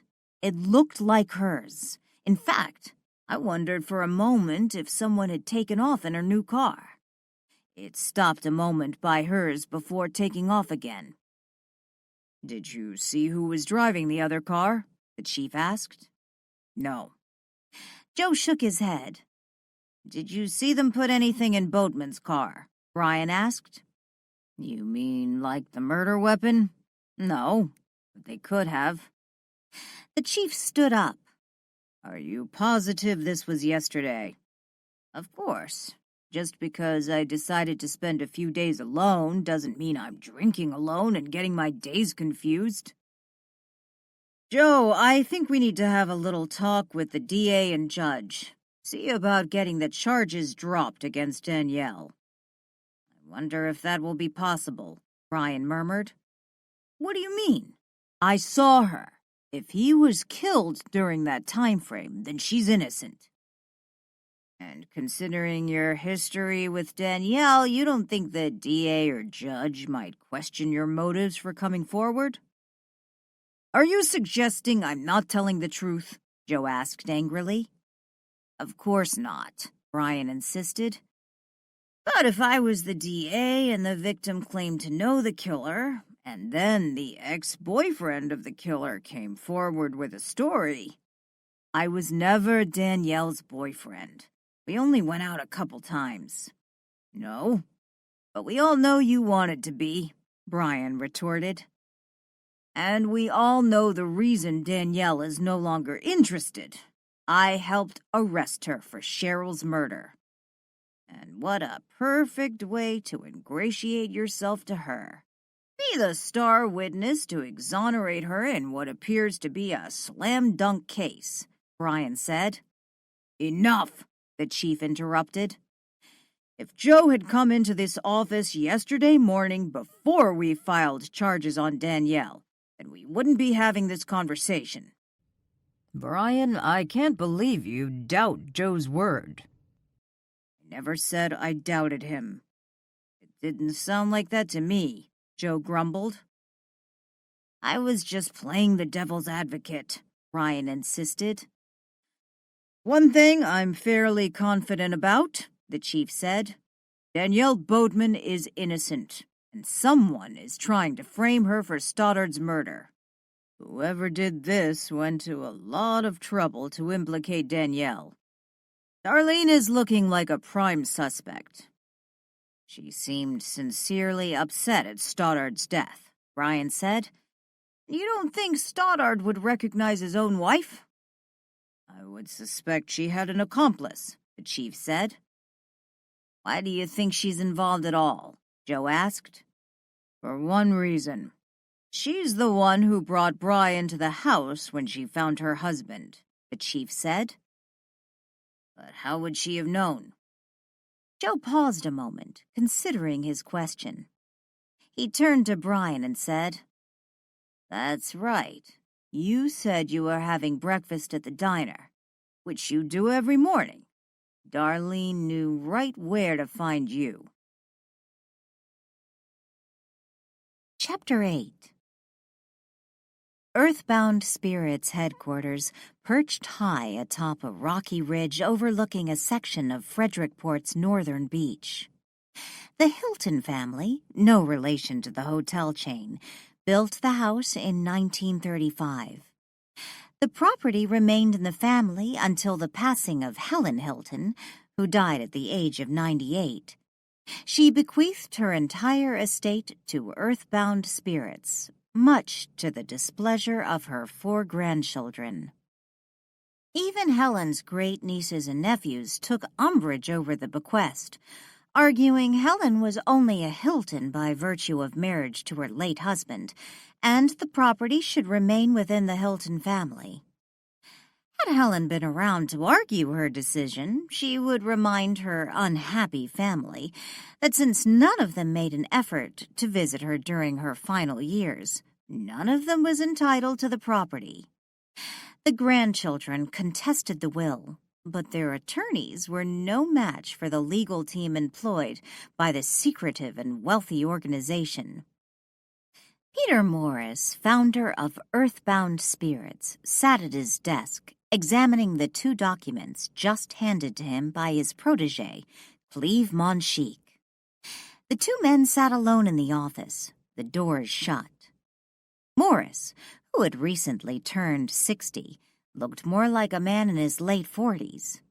Standing just under 6 feet, with a tennis player's physique, his regular manner of dress reflected what a wealthy and cultured CEO might wear at the golf course. He concealed his gray hair under Nice and Easy's natural black, though natural light caramel brown would have been a more flattering shade for his complexion. "You got both wills," Peter murmured. "Impressive." "It answers the question. Did Isabella put Earthbound Spirits in her will as she said? Or was she just telling us what we wanted to hear while trying to annoy her uncle? I much prefer doing it this way instead of creating our own forgery."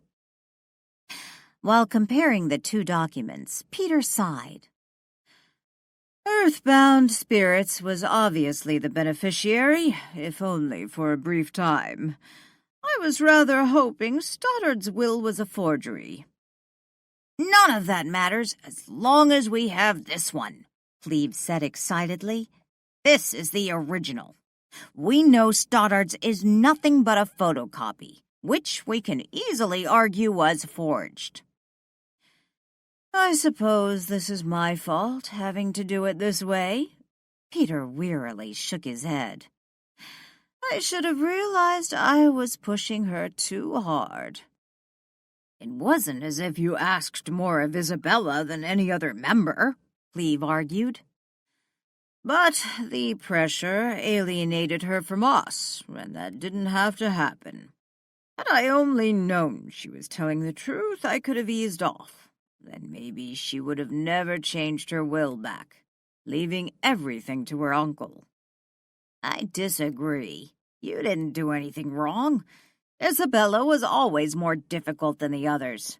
Treating her differently would have set a bad example." "True, Cleve, but at one time she was one of the more dedicated members." "It really doesn't matter now. Isabella is gone. We both have wills, and Stoddard is dead." "And with him gone, easier for us to cry forgery when we hand over Isabella's will, leaving us her estate. And considering what Stoddard did to that woman, trying to pass her off as Isabella shouldn't be too hard to convince the court. This was just another one of his cons." "This is going to work." Cleve smiled with satisfaction. "If Isabella knew what her uncle was capable of doing, she'd thank us for setting this right." "I feel better about it now that you have both originals. And you're sure all other copies have been destroyed?" Peter asked. "Positive." Cleve sat in a chair facing Peter. "Clarence won't be a problem." Peter set the documents on the desk and looked at Cleve. "But what about that woman who worked for him? Gloria Cummings, wasn't that her name?" "Yes, but she moved from the area. Considering what we have, there's no reason for anyone to track her down. All I have left to do is finalize things with Darlene." Peter leaned across the desk and pushed one of the wills toward Cleve. "Shred it. I don't want anyone coming across this." With a nod, Cleve stood up and took the document. He glanced at it briefly, making sure it was the newer will, the one leaving Isabella's estate to her uncle. He smiled and then walked over to the paper shredder. "I'd like you to put it in probate tomorrow," Peter said. "But wait until you hear from me and we know everything is set with Darlene." "Sure." Peter studied the will, leaving Isabella's estate to earthbound spirits as Cleve fed the other document through the paper shredder. "There is one thing that's still bothering me. We all know Stoddard assumed earthbound spirits stood to inherit Isabella's fortune. That's why he took that woman. I can't believe he just stumbled across Isabella's current will in his files. Someone had to have told him where to find it. I suppose we need to be prepared for that possibility. One of Isabella's friends coming forward with a story about how Isabella told her, or him, that she'd changed her will back and put a copy of the revised document in her uncle's file cabinet. One way to handle it will show there was a bribe, a payoff, Peter suggested. If someone comes forward, there is a lot of money at stake. I suppose it wouldn't be too hard to discredit one of Isabella's friends, if one does come forward. But from what I understand, she lost touch with most of her old friends when she got involved with earthbound spirits. I kept a close eye on her when she pulled away from the group. No one stands out as a special confidant." "What about that guy she used to date? Adam Nichols, the one who owns Frederickport Vacation Properties?" Peter asked. "Well, she did see him after he was arrested and released for that woman's murder from Marlow House back in July." Peter nodded with approval. "You really were keeping an eye on her. A lot of money at stake." Cleve shrugged. "I don't know what we'd do without you, Cleve. I hope getting rid of Christensen won't be too much of a problem." "I've been rethinking that. I know we want to bring in our own man, and I'm certain I can convince Darlene to vote with us to get rid of Christensen. But maybe that's not the smartest thing to do." "You don't seriously think we'll be able to work with Christensen?" Cleve asked incredulously. "He's going to be a problem, you know it. But he also knows the company inside out. I don't want to take over a multi-million-dollar business and watch its value plummet. Maybe we'd be smarter to offer Christensen a financial incentive, something to make him want to stay with the company and continue making us money." Cleve shook his head. "I don't know. Christensen thinks of the company as his own." "Even better. Nothing like an employee who takes a personal interest in the company he works for." Peter grinned. "While you aren't worried about Darlene contesting our claim, I am a little concerned about Christensen." "I understand what you're saying. I'm sure Christensen is counting on taking the helm with Stoddard gone. After all, Darlene isn't capable. And from what I understand, Christensen's been virtually running the company for the last few years anyway," Peter said. "If he feels we plan to push him out, he'll undoubtedly jump in and try to contest our will in favor of Stoddard's. After all, Darlene will be much easier to control. But if we let Christensen know we want him on our team, that we don't want to get involved with the management of the company, we could get him on our side. Everything would go much smoother with Christensen on board." "I suppose you might be right," Cleve said reluctantly. "Perhaps offer him a pay increase? That's pretty much what I'm thinking. From what I understand, Christensen has some sort of profit share in the company. Increasing his share would probably seal the deal. I understand Stoddard wasn't the easiest man to work with. If Christensen feels we'll be a silent owner, agreeable to letting him run the business as he sees fit, then why wouldn't he stay? Why would he care if it's Darlene who owns the company, or Darlene and Earthbound Spirits? Just as long as we keep a close eye on the company. Regular audits." "You don't trust Christensen?" Peter asked with a laugh. "I'd trust him more if he was a member of Earthbound Spirits," Cleve grumbled. "Well, maybe we need to work on that conversion. After we get this settled. I've met Christensen.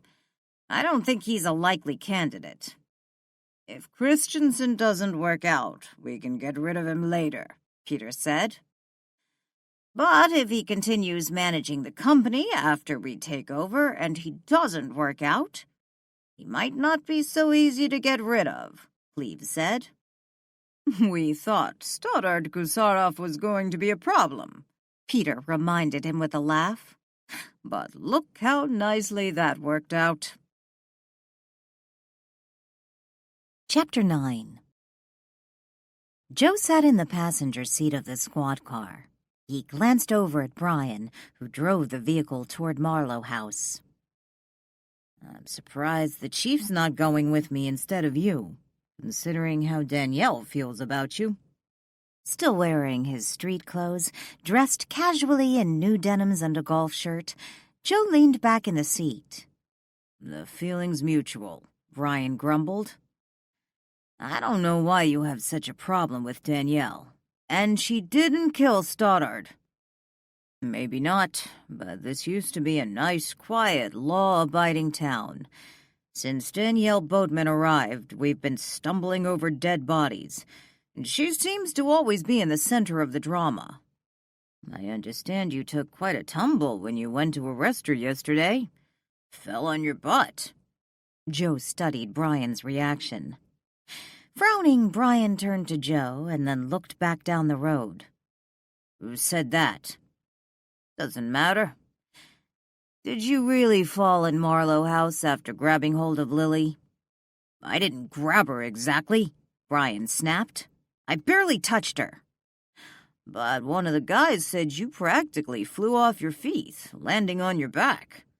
Said the way you got up rubbing your chin, one would think someone had slugged you." "Nobody hit me. I just slipped and fell." "They didn't say anyone hit you.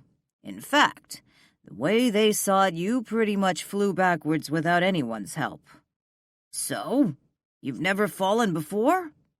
"I was just wondering, why did you get up rubbing your chin when it was your backside you landed on?" "Why do you care?" "When they told me." Instead of finishing his sentence, Joe thought back to another fall he'd witnessed at Marlow House. "They or he? Or she? Who's the chatty gossip we work with?" "Doesn't matter." Joe shrugged. He leaned back in the seat and looked ahead. "But when they described it, it reminded me of Cheryl." "Cheryl?" Brian frowned. "Boatman's cousin?" "Yeah. I remember the day of the open house. Before people started arriving, Cheryl fell in the hallway of Marlow House. No one saw her fall, but she landed on her backside, like you. Her face was bruised. She insisted Danielle shoved her, but Danielle swore she hadn't touched her cousin. At the time, Cheryl was grabbing at Danielle, like you were grabbing at Lily." "Lily didn't shove me. No one touched me, I just fell," Brian insisted. "But isn't it interesting you both fell backwards in the hallway at Marlow House? And in both cases, you felt as if someone hit your face." I never said anyone hit my face. Anyway, it wasn't in the hallway exactly. More like the entry. Close enough. Why were you rubbing your chin? Joe asked. What's the big deal? Brian snapped. Fact is, Boatman probably did smack her cousin. You even saw the bruises. I just slipped. It happens. I don't know why you think one has anything to do with the other. I don't know. Joe shrugged. I'm just trying to understand, Danielle. Make sense of things I've seen or thought I've seen. I wonder what you would be thinking right now if you'd gone somewhere else for your vacation and hadn't seen Boatman yesterday morning. Then maybe you wouldn't be in such a hurry to find an excuse for all her past behaviors. You're right, Joe murmured, looking out the side window.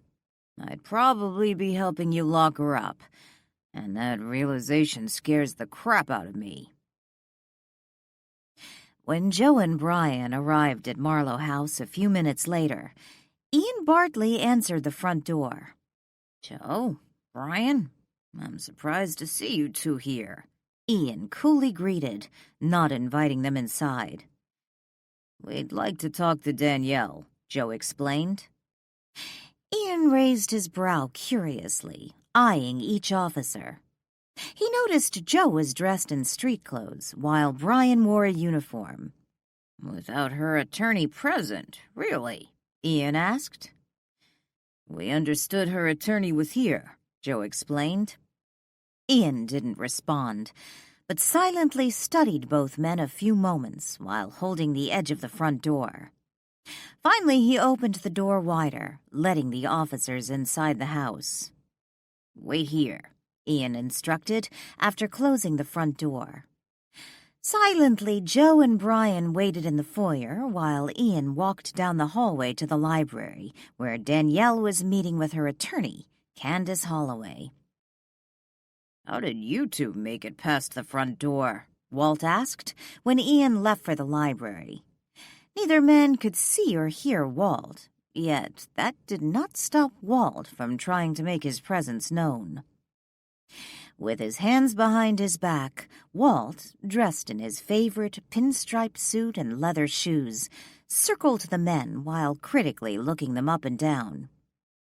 I never understood what she saw in you, he told Joe.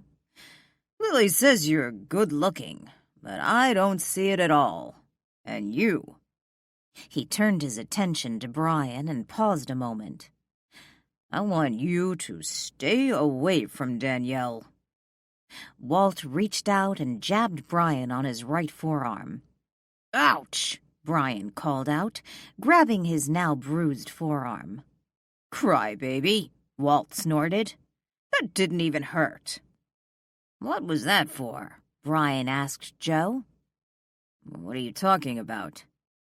You poked me, Brian accused. I didn't poke you. Before Brian could respond, Candace Holloway exited the library and made her way down the hall toward the waiting officers. She looked just as Brian remembered from their brief meeting the day before, yet today she wore a pink linen suit.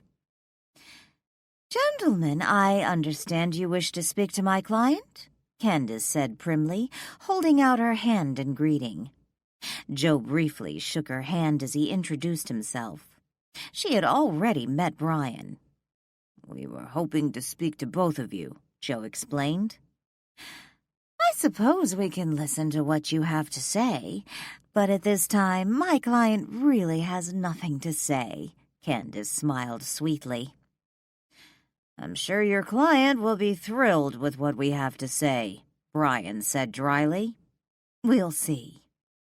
Candace turned and headed toward the library, leaving the officers to trail after her. I wasn't thrilled over the fact Danielle's lawyer is a woman, Walt said as he walked toward the library with the two silent police officers.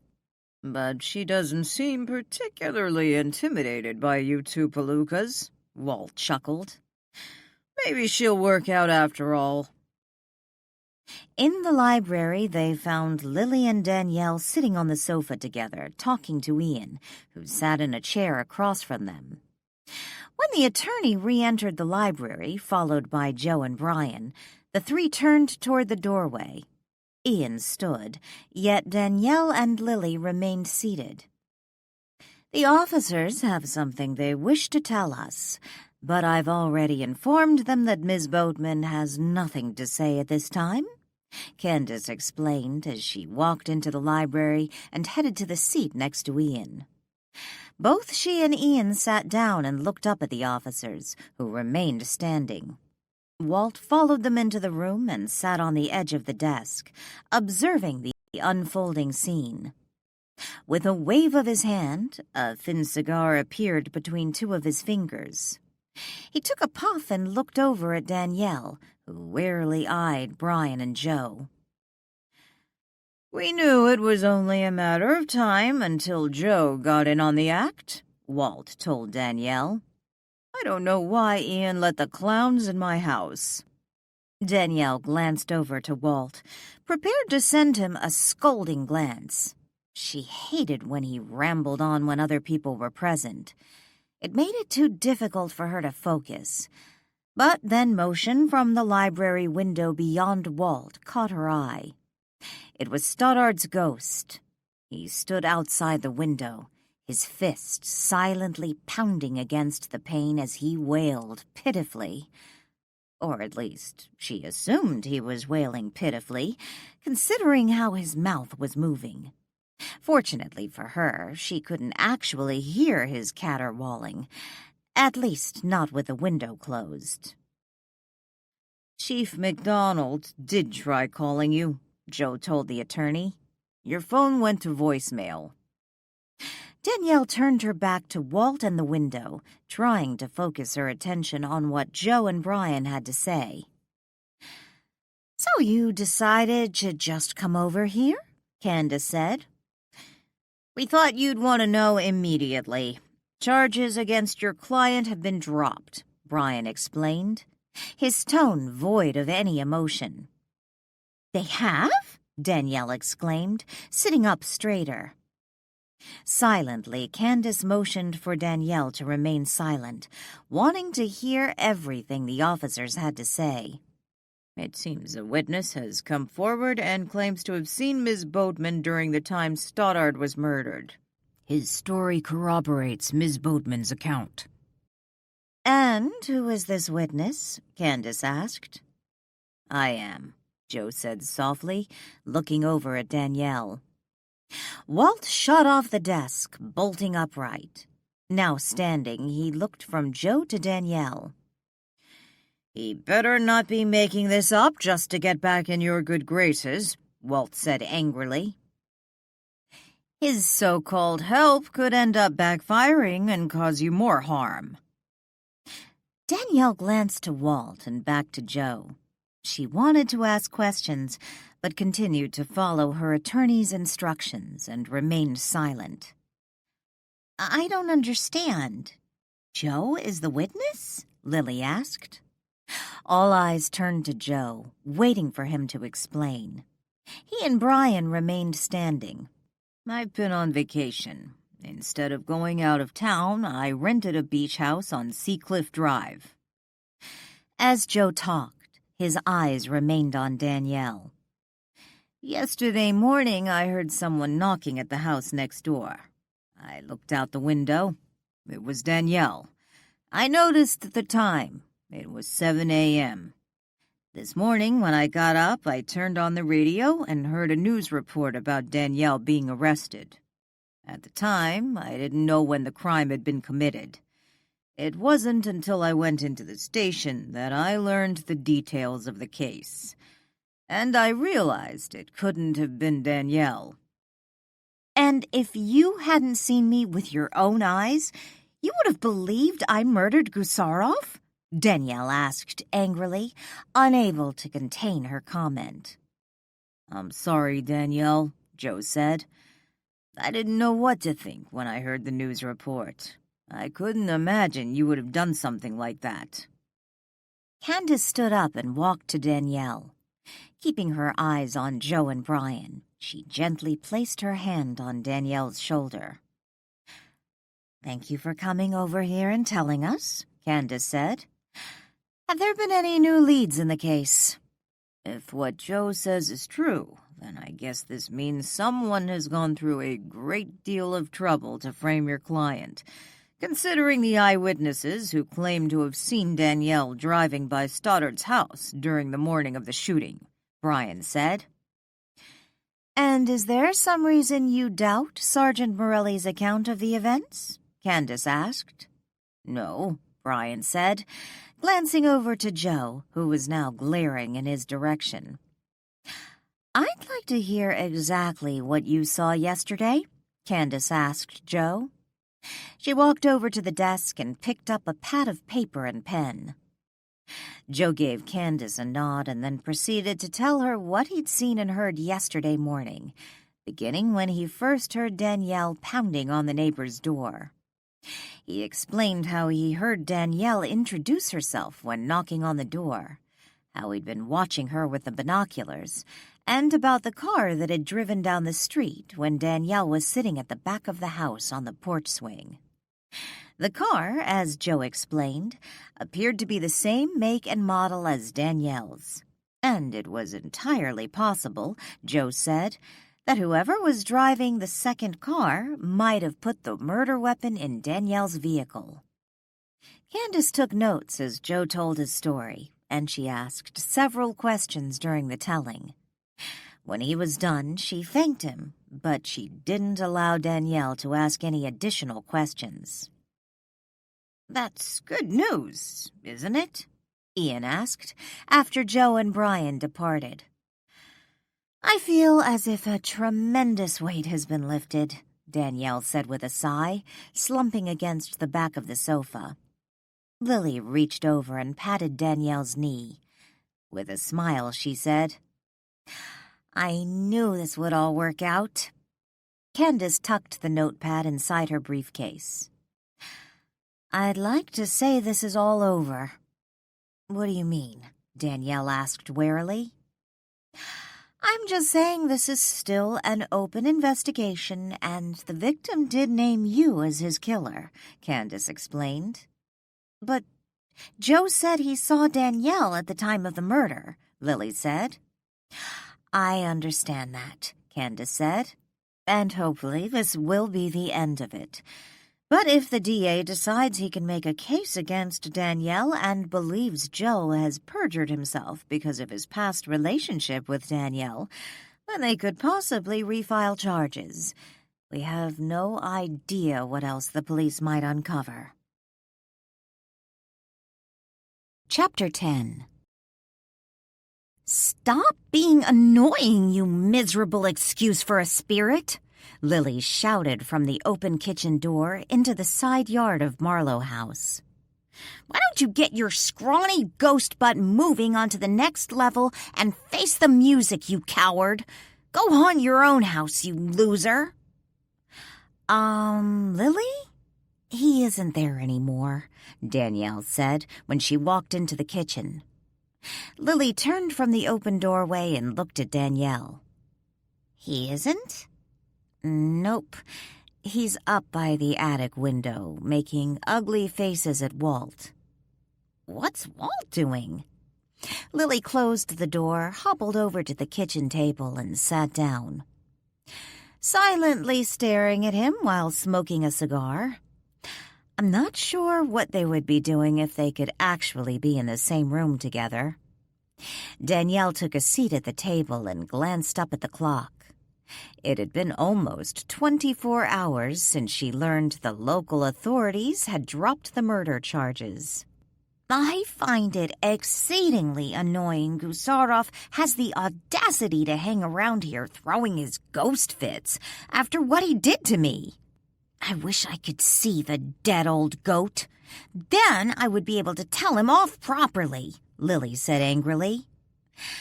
"Consider yourself lucky you can't see him, because trust me, it's getting old having him hang out in the yard. I don't even want to go outside anymore.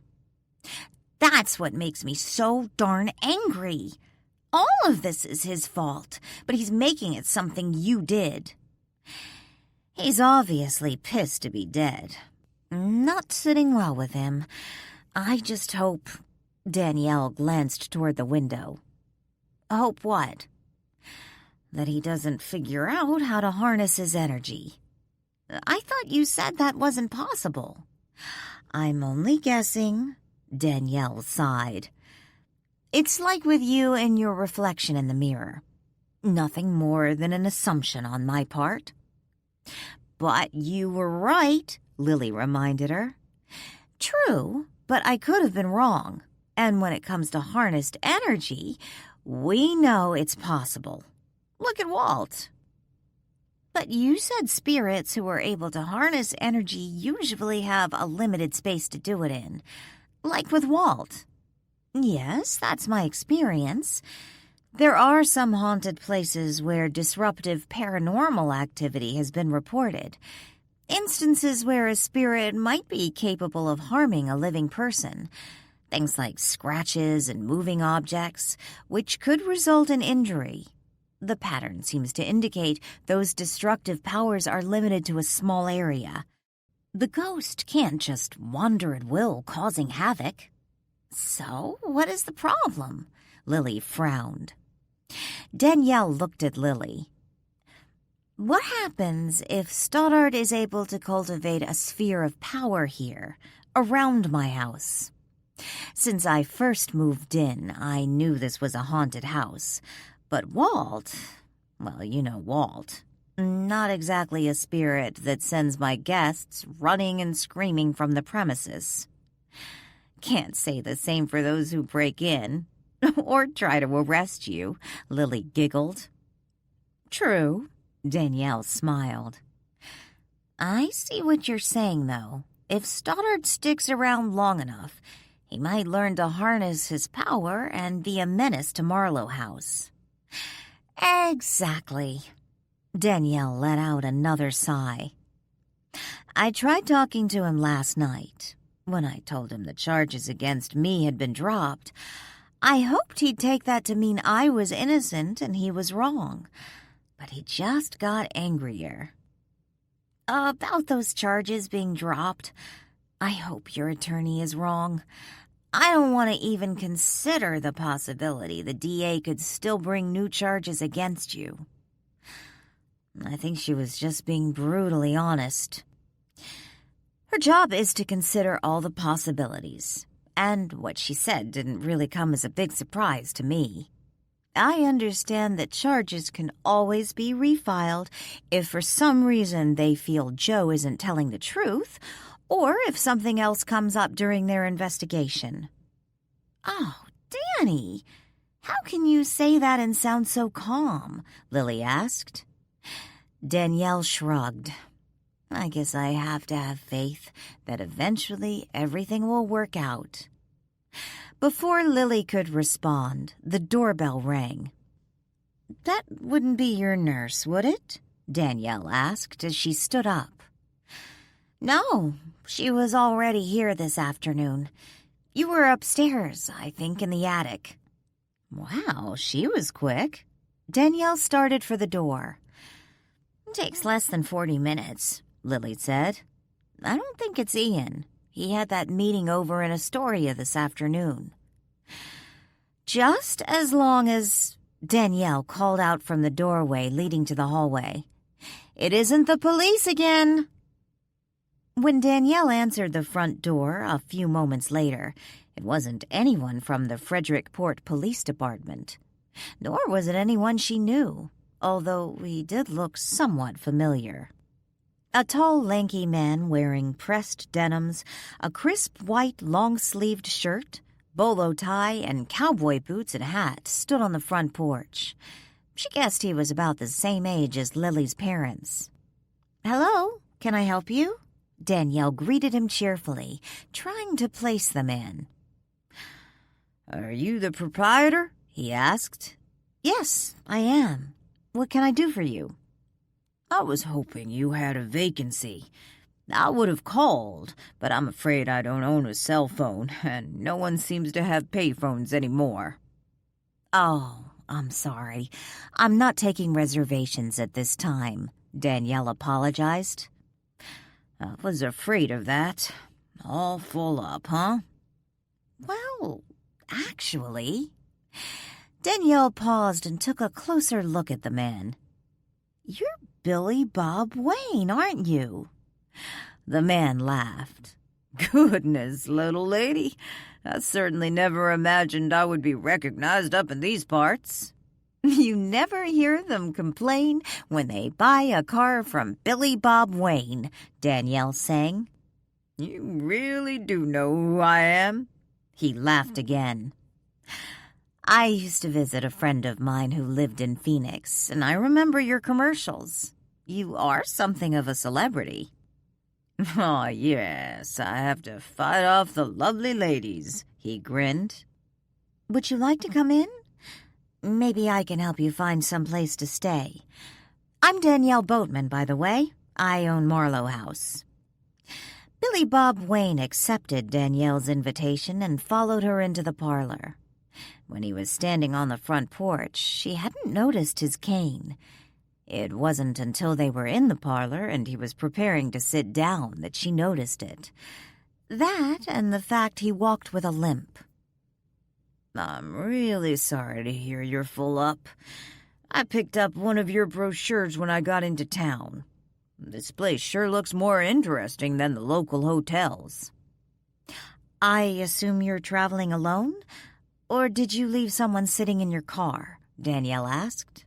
Oh, no, just me, Billy Bob smiled. The Seahorse Motel is nice, and it's right on the ocean, Danielle said. I could call them for you, see if they have any vacancies. Well, I really didn't come here to look at the ocean.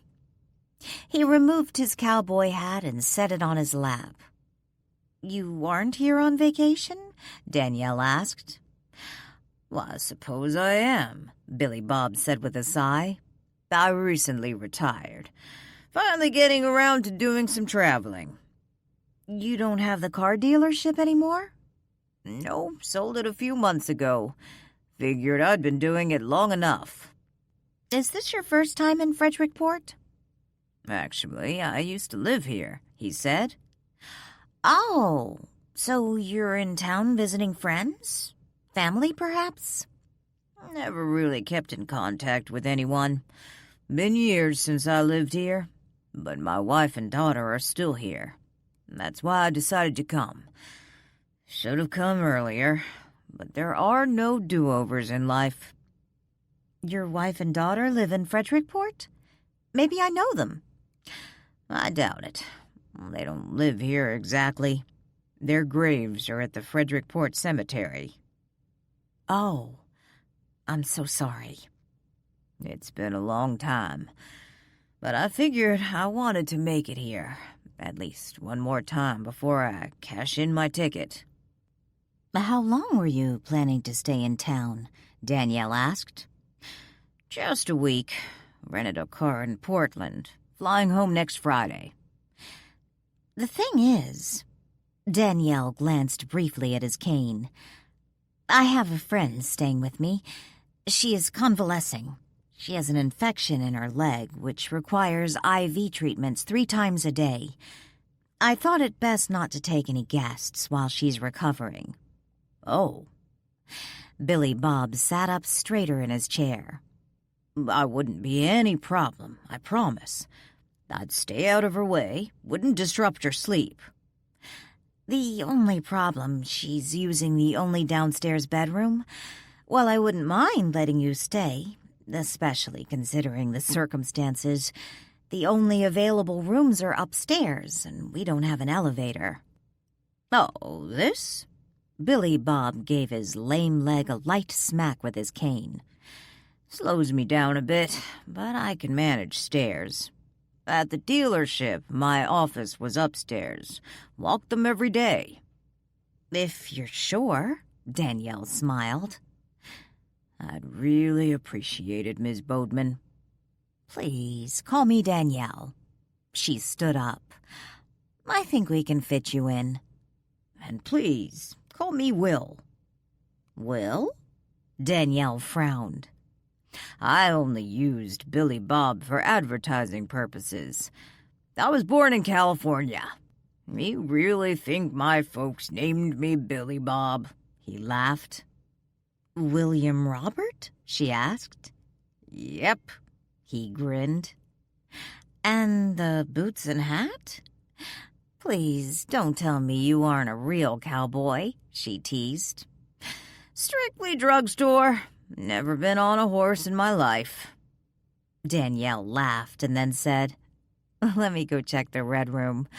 I believe Joanne has it already made up." "Joanne?" "She's our housekeeper, sometimes cook. You'll meet her later." Will stood up. "While you check on the room, I'll go out to the car and grab my suitcase."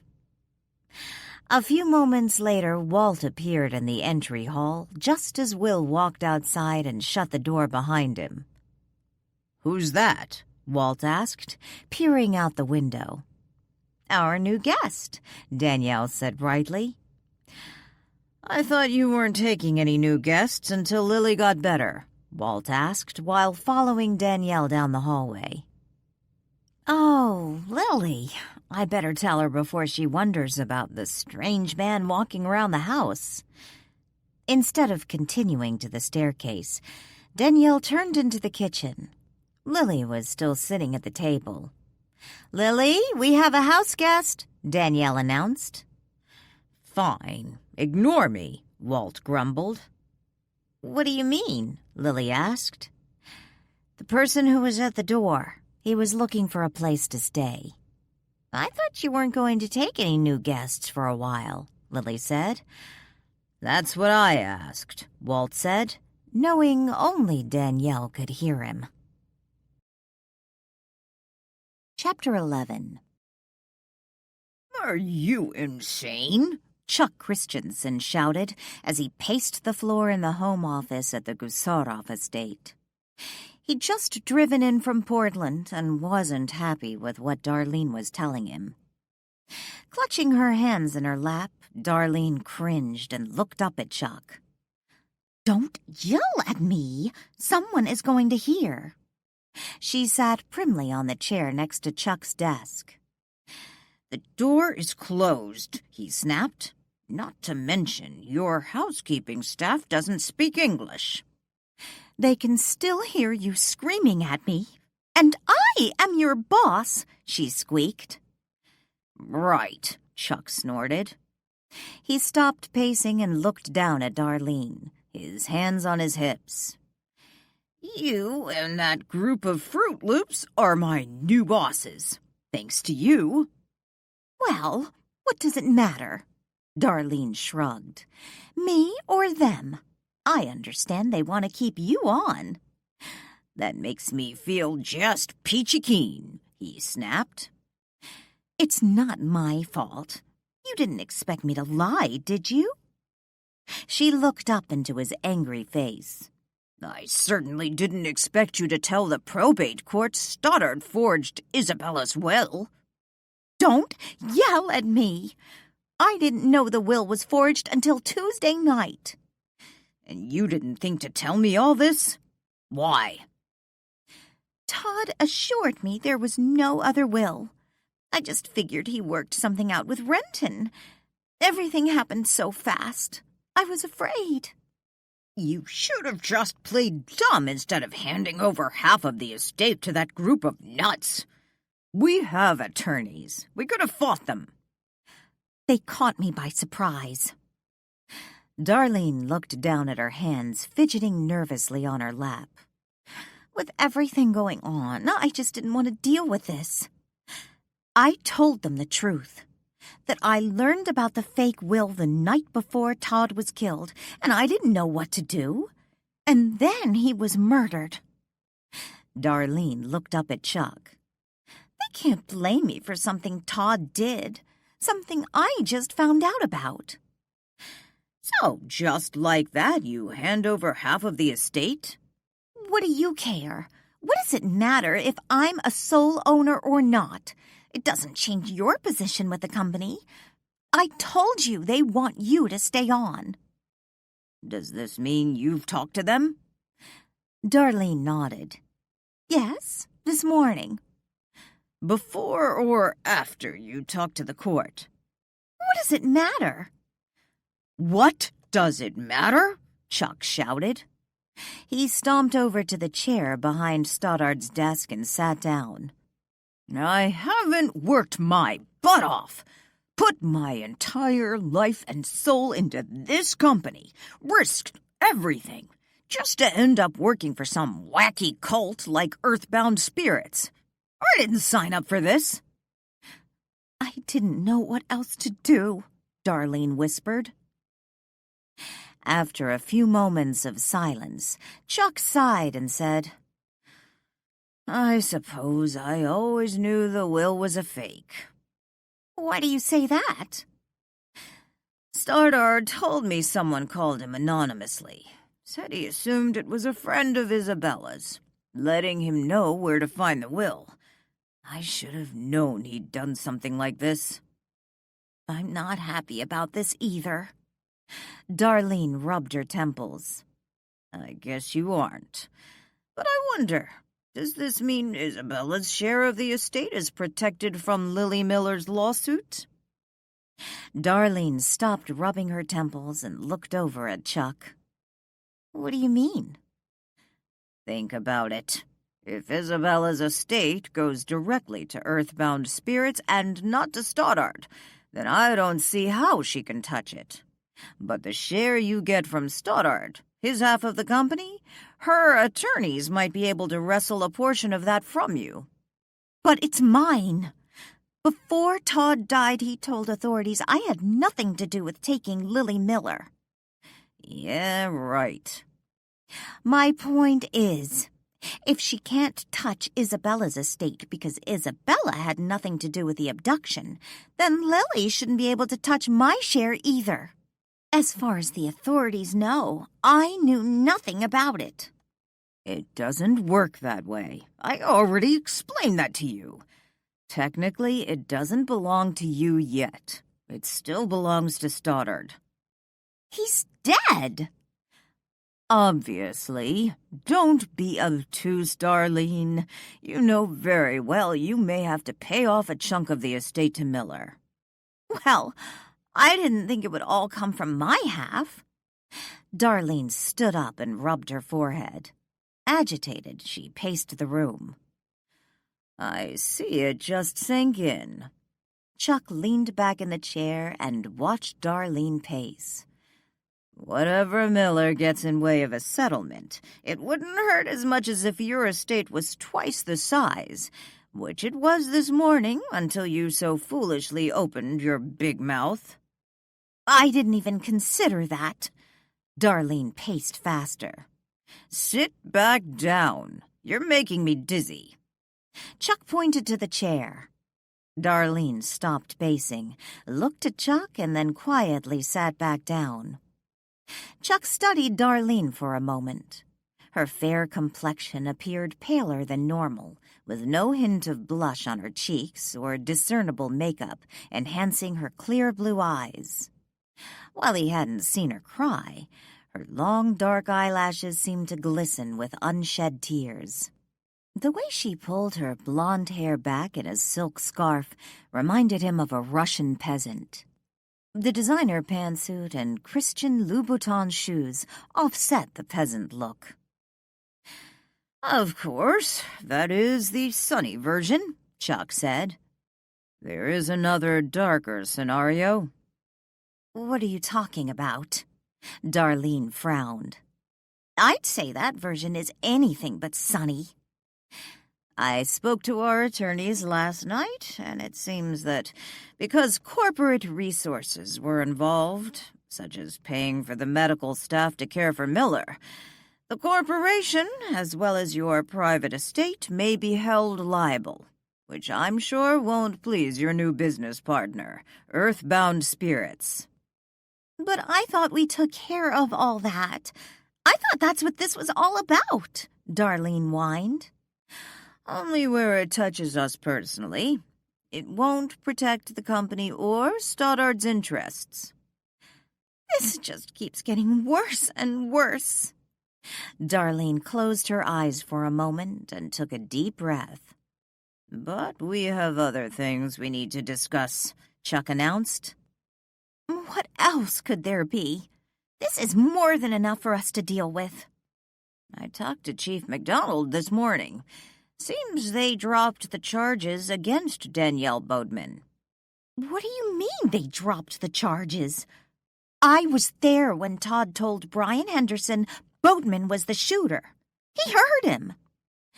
Darlene jumped to her feet and slammed her fist on Stoddard's desk. Chuck shook his head. "Apparently there was a witness who saw Boatman somewhere else during the time Todd was murdered." "That's impossible. Who saw her? Where?" Darlene sat back down. "I don't know. McDonald wouldn't say who it was, but obviously he believes the witness." "That's ridiculous. With Todd's dying breath, he named his killer. Do you know when this so-called witness saw Boatman?"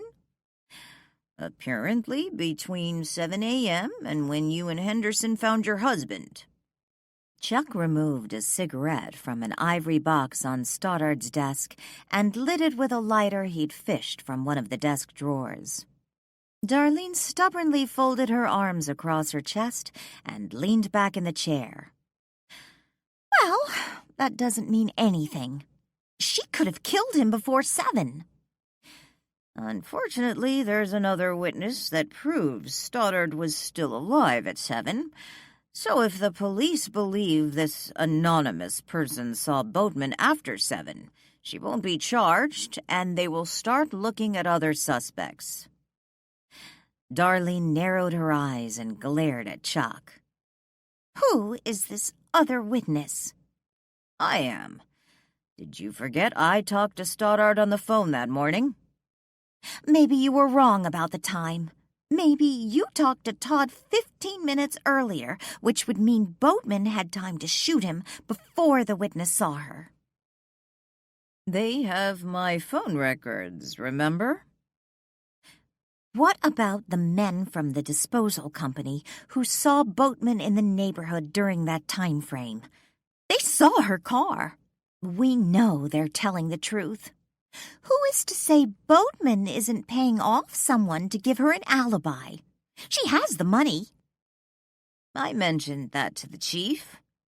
Chuck flicked an ash into a silver bowl on the desktop. "What did he say?"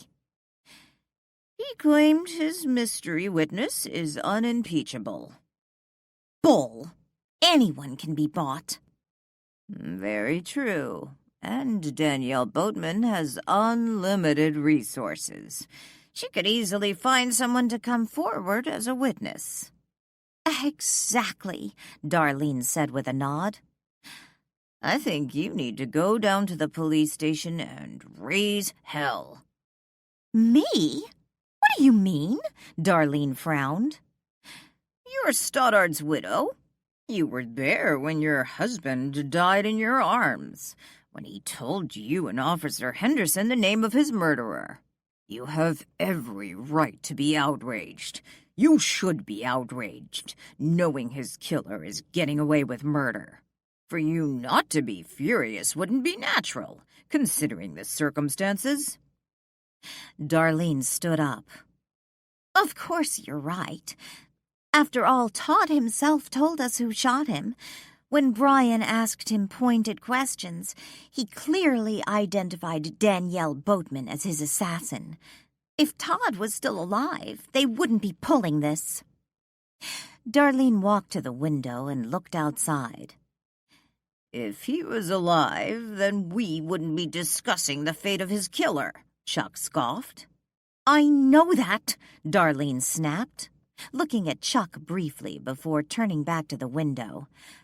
"I just meant people listened to Todd. They respected him. He wouldn't let the police just ignore something like this." "And Stoddard also got himself and others into one hell of a mess by hiding Isabella's body and then taking Lily Miller." Darlene looked over her shoulder at Chuck. "And he's paid dearly for his crime, hasn't he?"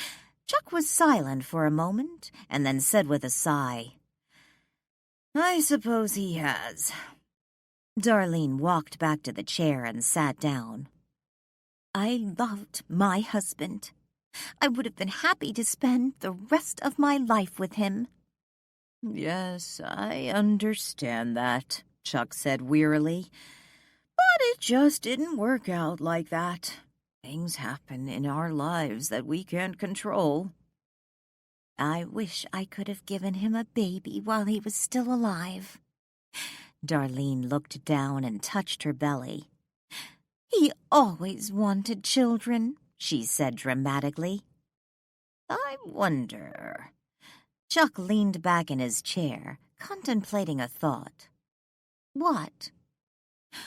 "I wonder if Danielle Boatman plans to go to Stoddard's funeral tomorrow." "Why would she do that?" Darlene frowned. "She went to Isabella's funeral," Chuck reminded her. "Which I thought was ridiculous. She didn't even know Isabella." "But some people feel compelled to attend funerals, even if they barely knew the deceased." Danielle Boatman didn't know Isabella. They never even met. "But Danielle found the body."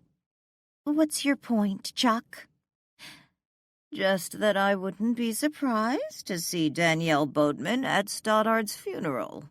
And just in case she's there, you should be prepared." "Prepared? How?" "Think about it. The woman who murdered your husband? Do you really want her at his funeral?" Darlene silently considered Chuck's words. After a few minutes, she screwed up her face in a frown and said, "You're right. That woman, that cold-blooded killer, has no business coming to my husband's funeral. Why is she there? To gloat? To make sure the poor man is actually dead? What kind of woman does that? Just because she fooled the police, paid off some witness with all her money, doesn't make her any more innocent." Chapter 12. "I'm just surprised you took in someone from off the street," Lily said, before taking a bite of chocolate cake. She sat with Danielle and Walt in the parlor. While she couldn't see or hear Walt, she knew he was there. She and Danielle had finished dinner an hour earlier, which they had shared with William Robert Wayne. He was now upstairs in the Red Room. "This is a bed and breakfast. Taking people off the street is what we do." Danielle sat on the sofa with a plate of chocolate cake. She took her first bite and closed her eyes briefly while savoring the taste. "This is darn good cake, if I do say so myself." Danielle took a second bite. "You should consider opening a bakery," Lily teased. "I'm already baking too much and eating what I bake." Danielle grinned and licked off a smudge of chocolate frosting from the corner of her mouth. "I suppose I'll have to take you dancing and work off those calories," Walt teased. Danielle flashed him a grin. "I'd love that, even though it doesn't work on calories." "What are you talking about?" Lily frowned, looking to where she assumed Walt stood. "Oh, nothing. A private joke," Danielle said with a dreamy smile. "Jeez, please, I feel left out enough around you two." Lily speared a bite of chocolate cake. "Sorry, Lily. I guess that was rude."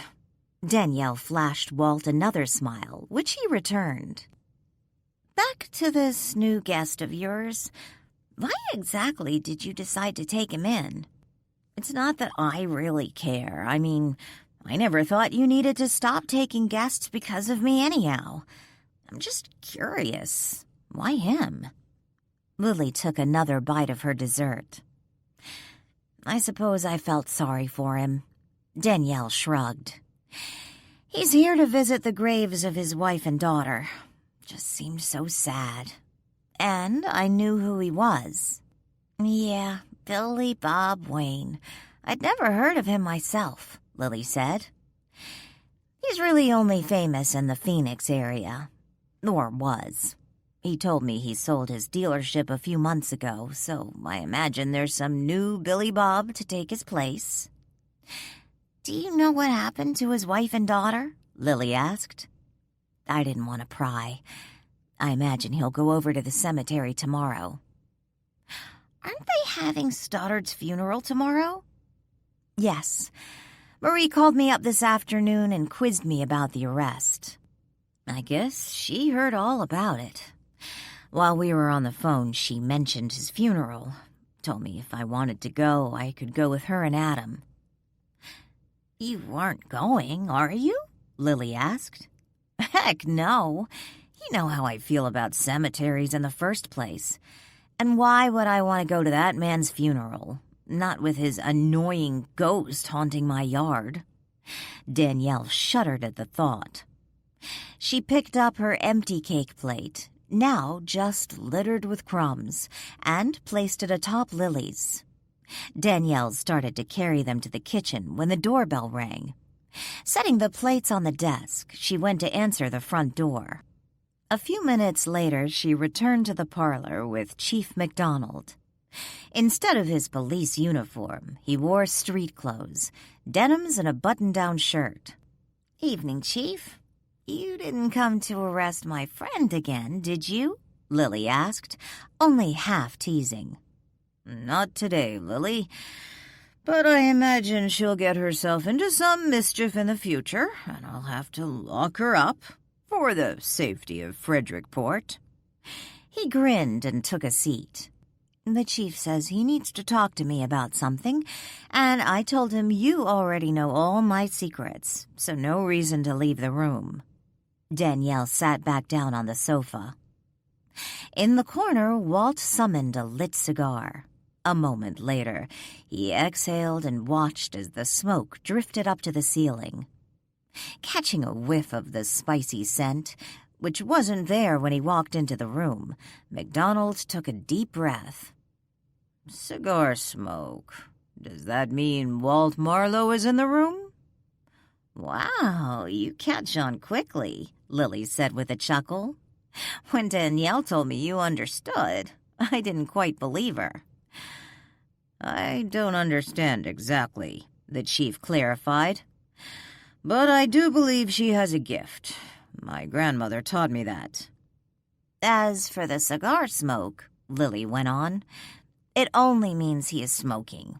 Walt might be in the room when there's no hint of cigar because he doesn't smoke all the time. Fascinating. I'm intrigued that I can smell it. I would expect it would only be something Danielle could smell, the chief said. I believe everyone has some degree of psychic powers, Danielle explained. Should I really wow him? Walt asked mischievously. Danielle flashed Walt a rebuking frown. He ignored her less-than-friendly expression and waved his hand.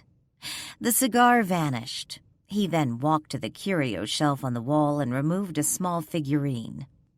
Chief MacDonald sat speechless, his eyes wide as he watched a small porcelain horse float through the air in his direction. It took Danielle a moment to realize what had captured the chief's attention. She frowned and said, "Stop showing off, Walt." The porcelain horse fell into the chief's lap. Holy crap, the chief muttered, picking up the figurine and looking at it. Wearily, he glanced around the room. Ignore Walt, Danielle said, as she stood up and snatched the porcelain horse from his grasp and then placed it back on the shelf. Yeah, like that's possible, the chief said nervously, glancing around. You never let me have any fun, Walt said with an exaggerated pout. See if I take you dancing. So what did you want to talk about? Danielle asked, ignoring Walt. The chief shook his head and then continued. I had an interesting call this afternoon from someone I know over in the probate court. Apparently, Earthbound Spirits has filed a will with the court. Isabella's will, which leaves them her entire estate.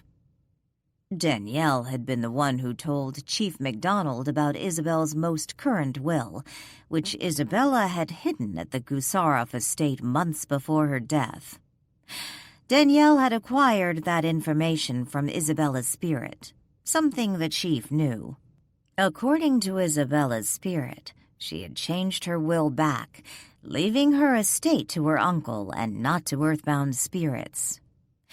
Since MacDonald couldn't very well call Stoddard and tell him where to find his niece's will, he had made an anonymous call to Stoddard, pretending to be one of Isabella's friends. "It's a fake," Danielle said. "We know Stoddard has Isabella's most current will. Not that I care who inherits her estate, but it's a fake." "That's what's interesting," the chief said as he leaned back in the chair. "According to Darlene Gusarov, the night before Stoddard was murdered, he admitted to forging the will and planting it in his house. Darlene's not contesting Earthbound Spirit's claim on Isabella's estate, which should be going to her now, but won't." "While I'm thrilled to know that woman ends up with less money, she's lying," Lily said. "Isabella told Danielle about the new will. Stoddard didn't forget it." The chief nodded. "Exactly. And yet Darlene is telling the court it's a fake, handing over half of the company to Earthbound Spirits. And why?" "It doesn't make any sense," Danielle frowned. "Is it possible Stoddard told her that for some reason?" Lily asked. "I don't know why he would," MacDonald said. Danielle stood up. "There is one way to find out. I'll ask him." "Don't tell me. He's here?" MacDonald asked. Danielle marched from the room to confront Stoddard's spirit, leaving Lily to explain about the unwelcome haunting. As Lily chattered away, Walt turned his attention to MacDonald. Narrowing his eyes, he silently studied the man. Since adjusting to life, or death as a spirit, Walt realized he was no longer adept at judging a person's age. Everyone seemed so much younger than how he remembered from his life in the 1920s. When first seeing Danielle, he guessed she was in her early 20s, never imagining she was 30. The chief was obviously older than Joe and Ian, yet younger than Brian Henderson. Danielle mentioned he had several small boys. How young they actually were, he didn't know. He supposed a woman might consider the tall, stocky man handsome, yet Walt thought he looked rather ordinary, with graying brown hair and blue-gray eyes.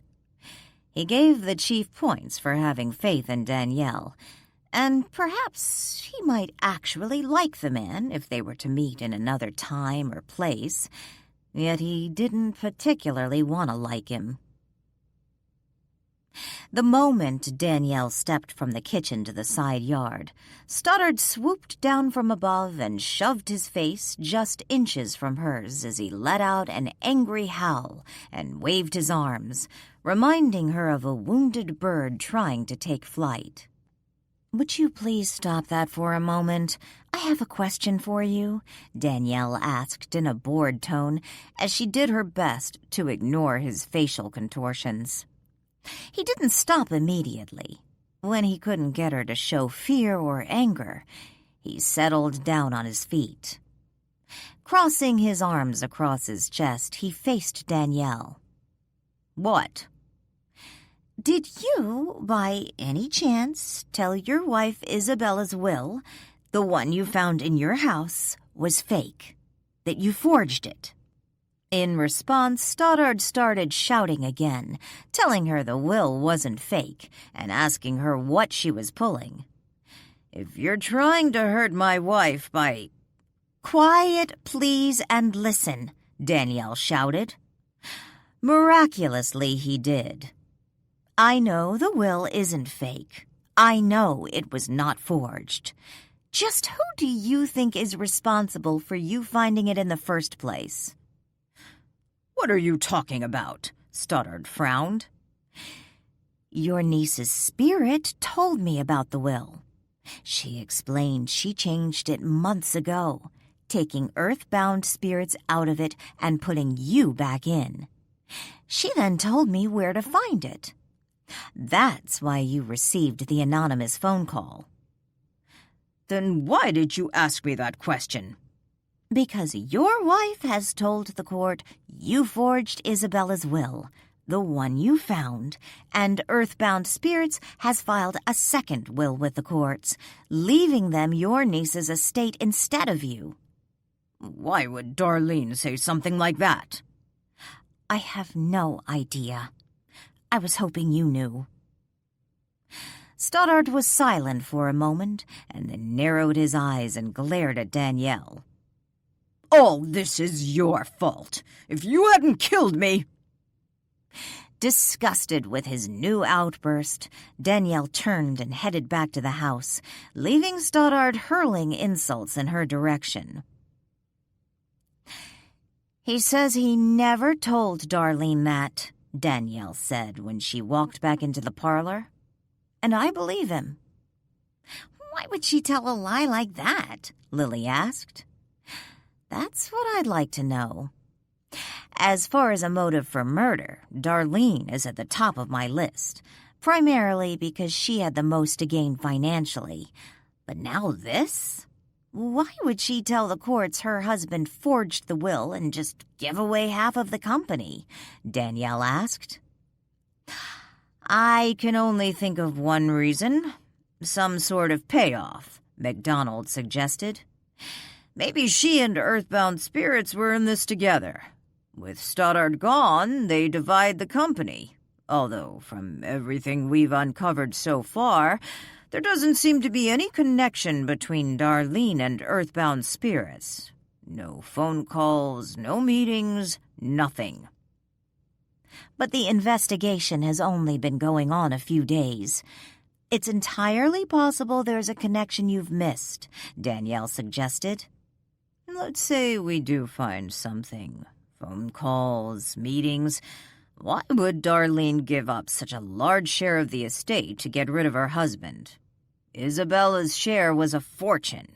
Why wouldn't Darlene just wait and find someone she could pay to do the job for far less money?" MacDonald asked. "I don't know. Maybe hitmen are simply hard to find?" Danielle shrugged. They were silent for a few moments. Finally, the chief asked, "Are you going to Stoddard's funeral?" "I wasn't planning on it. Why?" Danielle frowned. "It might give you a chance to get a closer look at all the players. Maybe you'll pick up something useful," he said. "I told you I just see spirits. I don't read minds or have ESP or anything like that." "I understand, but would you consider going? You're the only ones I can discuss this with. I need someone I trust who I can bounce ideas off, and if you go tomorrow, maybe you'll pick up something I missed. Not because you have any special psychic powers.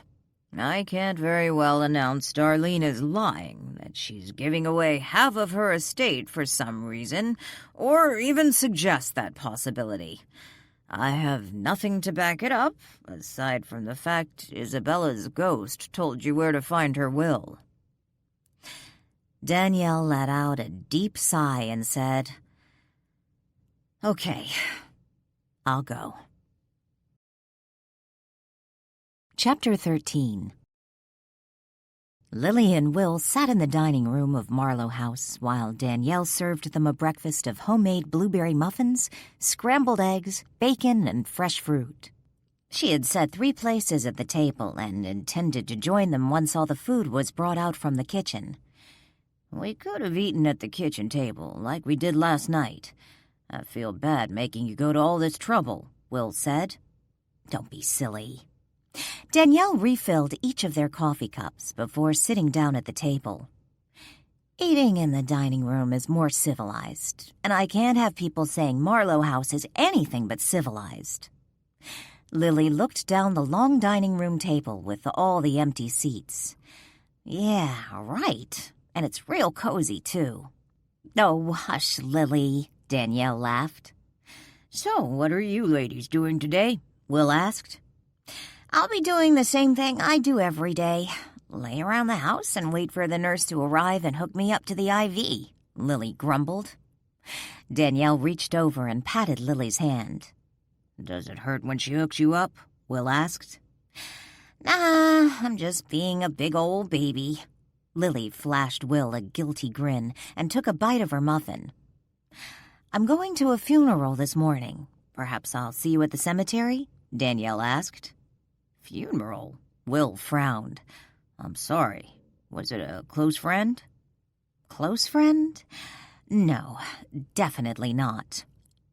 Danielle shook her head and grabbed some bacon. Doesn't sound like you were fond of the departed, Will observed. Stoddard Gusarov. I mentioned him last night. The one who was murdered earlier this week. The one who held Lily? Will glanced from Danielle to Lily. During dinner on Friday night, they had told Will the story of Lily and the Gusarov family and of Danielle's brief arrest for Stoddard's murder. Yes, the SOB who is responsible for this lovely tattoo. Lily looked at her arm and cringed. I don't know if it makes you feel any better, but that's really a beautiful tattoo. Although I don't imagine you can see the beauty since it was forced on you, Will said. Lily looked at her arm again. You really think so? I do. While the tattoo artist totally lacked character and ethics, he's not without talent. The colors, the details are brilliant, and it's not that big. Danielle noticed Billy Bob, or Will as he wanted to be called, didn't sound as countrified in speech as he had been when they first met, although he still dressed the part of the drugstore cowboy. I guess I might as well get used to it. Lily sighed and went back to eating her breakfast. I never thought to ask, but when you lived in Frederickport, did you know Stoddard Gusarov? I knew who he was. The family had money. Will shrugged. I didn't know him well, yet from what I did know about him, his actions toward Lily don't really surprise me. Will I be seeing you at the cemetery this morning? Danielle asked. When is the funeral? He asked. 10:30. They're having a reception at the Gusarov estate afterwards, which I'll definitely be missing. I don't care if MacDonald wants me to go to that too. Not happening. I'll probably be going over there this afternoon when it's quieter. Will looked up at Danielle. I am a little surprised you're going to the man's funeral, considering what he's done. I suppose I'm going more to check out the possible suspects, Danielle confessed. Really? Will raised his brows. I did get arrested for the murder. Someone obviously went to a lot of trouble to frame me. You be careful, young lady. If someone is trying to frame you, remember, they've already killed one man. These are obviously dangerous people. Danielle called Marie and told her she would be going to Stoddard's funeral after all. She didn't want to show up after turning down Marie's offer for a ride without telling her she had changed her mind. Marie immediately reissued an invitation to pick Danielle up for the funeral. In truth, Marie was offering the services of her grandson, Adam, as Marie, at age 90, no longer drove. Danielle declined the offer, explaining she didn't plan to attend the wake after the services at the Gusarov estate. Marie wouldn't take no for an answer and said Adam would be happy to drop Danielle off at Marlow House after the funeral and before the wake. I'm sorry you had to do this, Danielle told Adam as she climbed into his car later that morning. But your grandmother wouldn't take no for an answer. She shut the car door and buckled her seatbelt. Hey, no need to explain. Trust me, I know Grandma. Adam put his car in drive, heading towards Marie's house to pick her up. Yeah, your grandma can be pretty stubborn. Danielle leaned back in the car's seat and looked out the window. Speaking of Grandma, she's been pretty worried about you. What is this about you getting arrested again? I heard something on the radio, but just got the tail end of it. What in the world is going on with you? Danielle gave Adam a quick recap of her arrest and subsequent release. Sounds like someone is going to a lot of effort to frame you. Why do they have to pick on me? Danielle grumbled. That's pretty obvious. Adam glanced over to Danielle, who was now looking at him. He looked back down the road. I doubt it's anything personal. It feels pretty darn personal. They obviously want someone to take the rap for Stoddard's murder, so the cops will stop investigating. You have a good reason to be pissed at the guy, so you make a good target. Unfortunately for them, they didn't figure a witness would come forward as my alibi. You didn't say who that witness was. He glanced briefly at Danielle again. The chief would prefer I not say right now. Danielle shifted uncomfortably in the seat. Let's just hope whoever killed Stoddard doesn't come after your witness, or do something to discredit his testimony. I figure the best thing I can do is try to figure out who killed Stoddard. Is that why you're going to his funeral? I wouldn't be going if it wasn't for Grandma. You never liked him much, did you? Danielle asked. Not much. But I didn't dislike him enough to kill him. Oh, I never even thought... Adam laughed. I didn't think you did. Just thought I'd put it out there anyhow. Truth is, it wasn't as much about me disliking Stoddard. It's that he never cared for me. Figured I was out to marry his niece and then get my hands on his precious company. Your grandmother wanted you to marry Isabella, didn't she? Grandma would be thrilled if I'd settle down with any halfway respectable woman and start giving her great-grandchildren. He glanced over at Danielle and chuckled. After all, why do you think I'm driving you today? Yeah, well, that's not happening, Danielle snorted. I guess I should be insulted. Adam didn't sound insulted. Maybe I'll find you a nice young lady you can't resist, and then Marie will stop trying to play matchmaker. Gee, thanks. What did I ever do to you? Adam frowned. Danielle considered giving him a list, beginning with the time he broke into Marlow House looking for the missing Thorndyke. Instead, she decided to change the subject.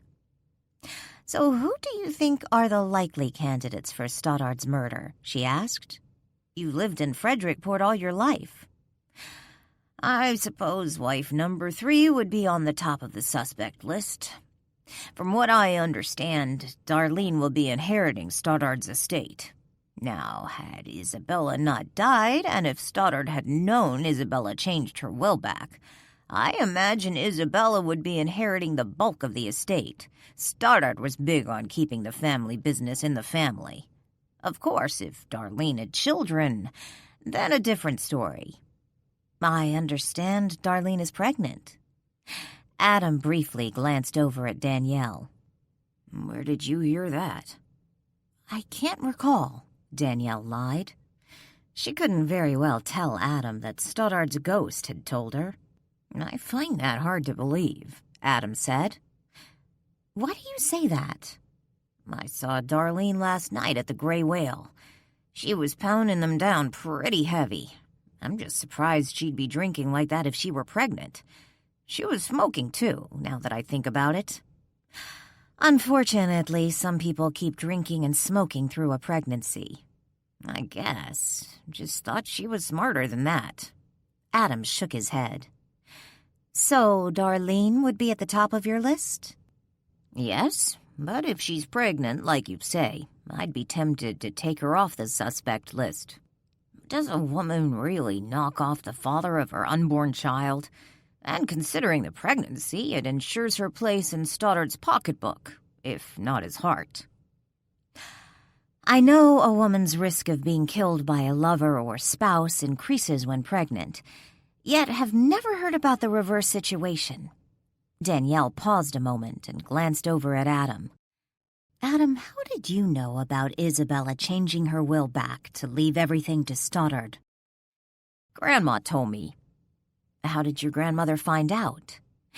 Danielle didn't believe it was common knowledge. Grandma knows everyone in town. She may be 90, but she probably knows more about what goes on in this town than most. I guess she doesn't know the latest. Latest? Adam asked. From what I understand, earthbound spirits produced another will, leaving Isabella's estate to them. I imagine it's the old will. Adam shrugged. Probably will be tossed out. According to Darlene, Stoddard never found Isabella's new will. According to Darlene, there was no new will. Stoddard confessed to forging it. So now Isabella's estate is going to earthbound spirits, not Stoddard's heir. Adam let out a low whistle. Not saying that surprises me. When Grandma told me about the new will Stoddard supposedly found, the thought went through my head that Stoddard forged it. But that doesn't make sense. Why didn't Darlene just play dumb and let the courts sort it out? Could have gone her way. There's a lot of money at stake. Chapter 14. It was late September in Frederickport, and the remnants of summer gave way to autumn. With temperatures in the low 70s, there was a nip in the air, and a beach breeze rustled the skirts of the women attending Stoddard's funeral, those who chose to wear dresses instead of something more casual. One of those women was Marie Hemming Nichols, who had added a floppy straw hat to her mourning ensemble. I don't think I've ever seen this place so crowded, Danielle noted, as they made their way from the parking lot to the chapel, Marie on her arm. Looks like the whole town's here, Marie observed. Stoddard must have had a lot of friends, Danielle said. Marie laughed. Hardly. I've known Stoddard since his family moved to Frederickport, and he was always an annoying little twerp. Only reason for all these people, morbid curiosity, and the fact he's been a member of this community for eons. Plus, he was a prominent local businessman, Danielle added. Oh, pish, Marie spat. If Stoddard's parents hadn't left him the family business, he'd be pumping gas right now. As you can see, my grandmother doesn't have the highest opinion of the dearly departed, Adam said with a chuckle. I assume he must have some business savvy, considering his company is supposedly worth a small fortune, Danielle suggested. Chuck Christensen, Marie said. Chuck Christensen? Isn't that the one they say is, or was, Stoddard's right-hand man? Danielle asked. He pretty much runs the company, Adam explained, although most people don't know that. Stoddard did a good job making everyone think he was at the helm all these years. I imagine the company will continue doing well if Darlene and Earthbound Spirits keep Christensen on. Earthbound Spirits? What do they have to do with it? Marie glanced over to her grandson, who walked next to her. According to Danielle, they've produced another will, the one leaving Isabella's estate to them, and apparently Darlene admitted the will Stoddard found was forged. Marie glanced from Adam to Danielle. You didn't tell me that. I was just telling Adam this morning on the way over to your house. Both of us find it odd Darlene didn't just play dumb and see if the court bought Stoddard's story. There's a lot of money at stake, and considering what she was willing to do to Lily, Darlene Gusarov obviously doesn't have the highest moral character. There she is now, Marie hissed under her breath, pointing toward the chapel, where an intimate group of people gathered around a woman in black. How can you tell? Adam asked. Danielle thought he had a point, considering the woman in question was covered in black, from the stocking feet clad in Louboutin black pumps to the ebony lace dress and veiled black hat obscuring the woman's face, revealing just a hint of blonde hair. "Who else but the widow would dress like that?" Marie said. "True," Danielle agreed. "I didn't know widows still dressed like that."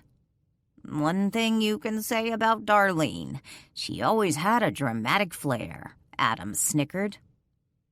They were about to step up on the sidewalk when Stoddard's apparition appeared less than a foot from Danielle, causing her to stumble to a sudden stop. Marie, still on Danielle's arm, found herself jerked back as she too came to an abrupt halt. "How dare you show yourself here?" Stoddard screamed at the top of his lungs.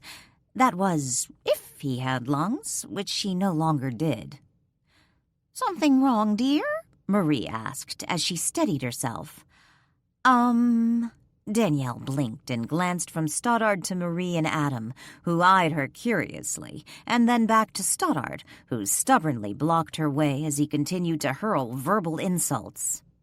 Frantically waving his arms, Stoddard grabbed at Danielle, yet his hands moved through her arms, which only made him more frustrated. He tried again, and this time she felt something. Glancing down, Danielle's eyes widened when she noticed a small scratch on her arm. It began to turn red. In the next instant, Stoddard vanished. "Danielle, are you all right?" Adam asked, when Danielle failed to respond to Marie's question. Blinking her eyes again, Danielle looked over to Adam and Marie. "I'm sorry, I guess I sort of zoned out." Marie patted her arm. "That's okay, dear. These situations can be a little unsettling. And considering all Stoddard has done to you and Lily, well, you're a very good person to even come today." "Yeah, if it was me, I would have stayed home," Adam said as he eyed his grandmother. The only reason he was attending Stoddard's service. As Danielle started to step up on the curb, she spied Chief MacDonald across the way, beyond Darlene and her little group. He was checking out the crowd. She wondered, was Stoddard's killer in the group? Was the person, or persons, who tried to frame her for Stoddard's murder among the people around her? When MacDonald saw her coming in his direction, he waved. Momentarily distracted by the police chief, Danielle failed to notice the small crowd around Darlene had parted and now looked at her. Marie noticed and gave Danielle's arm a little tug. Danielle stopped walking and glanced at Marie. The elderly woman nodded toward Darlene. Danielle saw Darlene staring in her direction. At least she assumed Darlene was staring, considering the black lace veil covered the widow's face. Darlene took a step towards Danielle. "How dare you show yourself here?" Danielle paused again, shocked not so much at the outburst, but the fact Darlene parroted the same exact words her dead husband had used just moments earlier. "Don't make a scene, Darlene," Marie snapped as she clung protectively to Danielle's arm. "Don't make a scene? Don't make a scene?" With each sentence, Darlene's shrill voice increased several octaves. "This woman murdered my Todd. She is a cold-blooded killer." Everyone within hearing distance turned their heads to watch the unfolding drama. Chief MacDonald stepped forward and placed a hand on Darlene's shoulder. Danielle hadn't noticed before, but Officer Brian Henderson was with the chief. She didn't see Joe anywhere in sight. "I understand you're upset, but Danielle had nothing to do with Stoddard's death," the chief said, intentionally speaking loudly and clearly so everyone who'd heard the widow's accusations could hear what he had to say. "How can you say that?" Darlene sobbed. "I heard Todd with my own ears. Just before he died, he named his killer." She turned to Brian. "Didn't he, Brian? You were there. You heard him." Todd didn't deserve to die like that. He was in so much pain. She began to sob uncontrollably. Brian looked over at the chief, who nodded. Tucking his hand under Darlene's arm, Brian led her away from the crowd and into the chapel. "How can you let that woman get away with murder?" Darlene asked Brian after he led her into a private room in the chapel, intended for grieving family members. Closing the door behind them, he said, "You need to pull yourself together, Darlene. Making a scene won't help Stoddard." With a wave of her right hand, Darlene swept the veil from her face and threw it over her hat, revealing her face to Brian. Glaring at him, she hissed, "I don't understand you, Brian. Are you taking her side? I didn't even think you liked her." Brian looked down into Darlene's angry eyes. If he expected to find tears, he was surprised to see there were none. "This isn't about taking sides, but if Boatman didn't kill Stoddard, there really is nothing I can do." "You heard Todd. That woman, that monster, killed my husband in cold blood. With his dying breath, he told us all we needed to know to lock up his killer. But you haven't done that, have you, Brian? You dropped the charges, and now here she is, flaunting herself, attending the funeral of the man she murdered." Brian shook his head.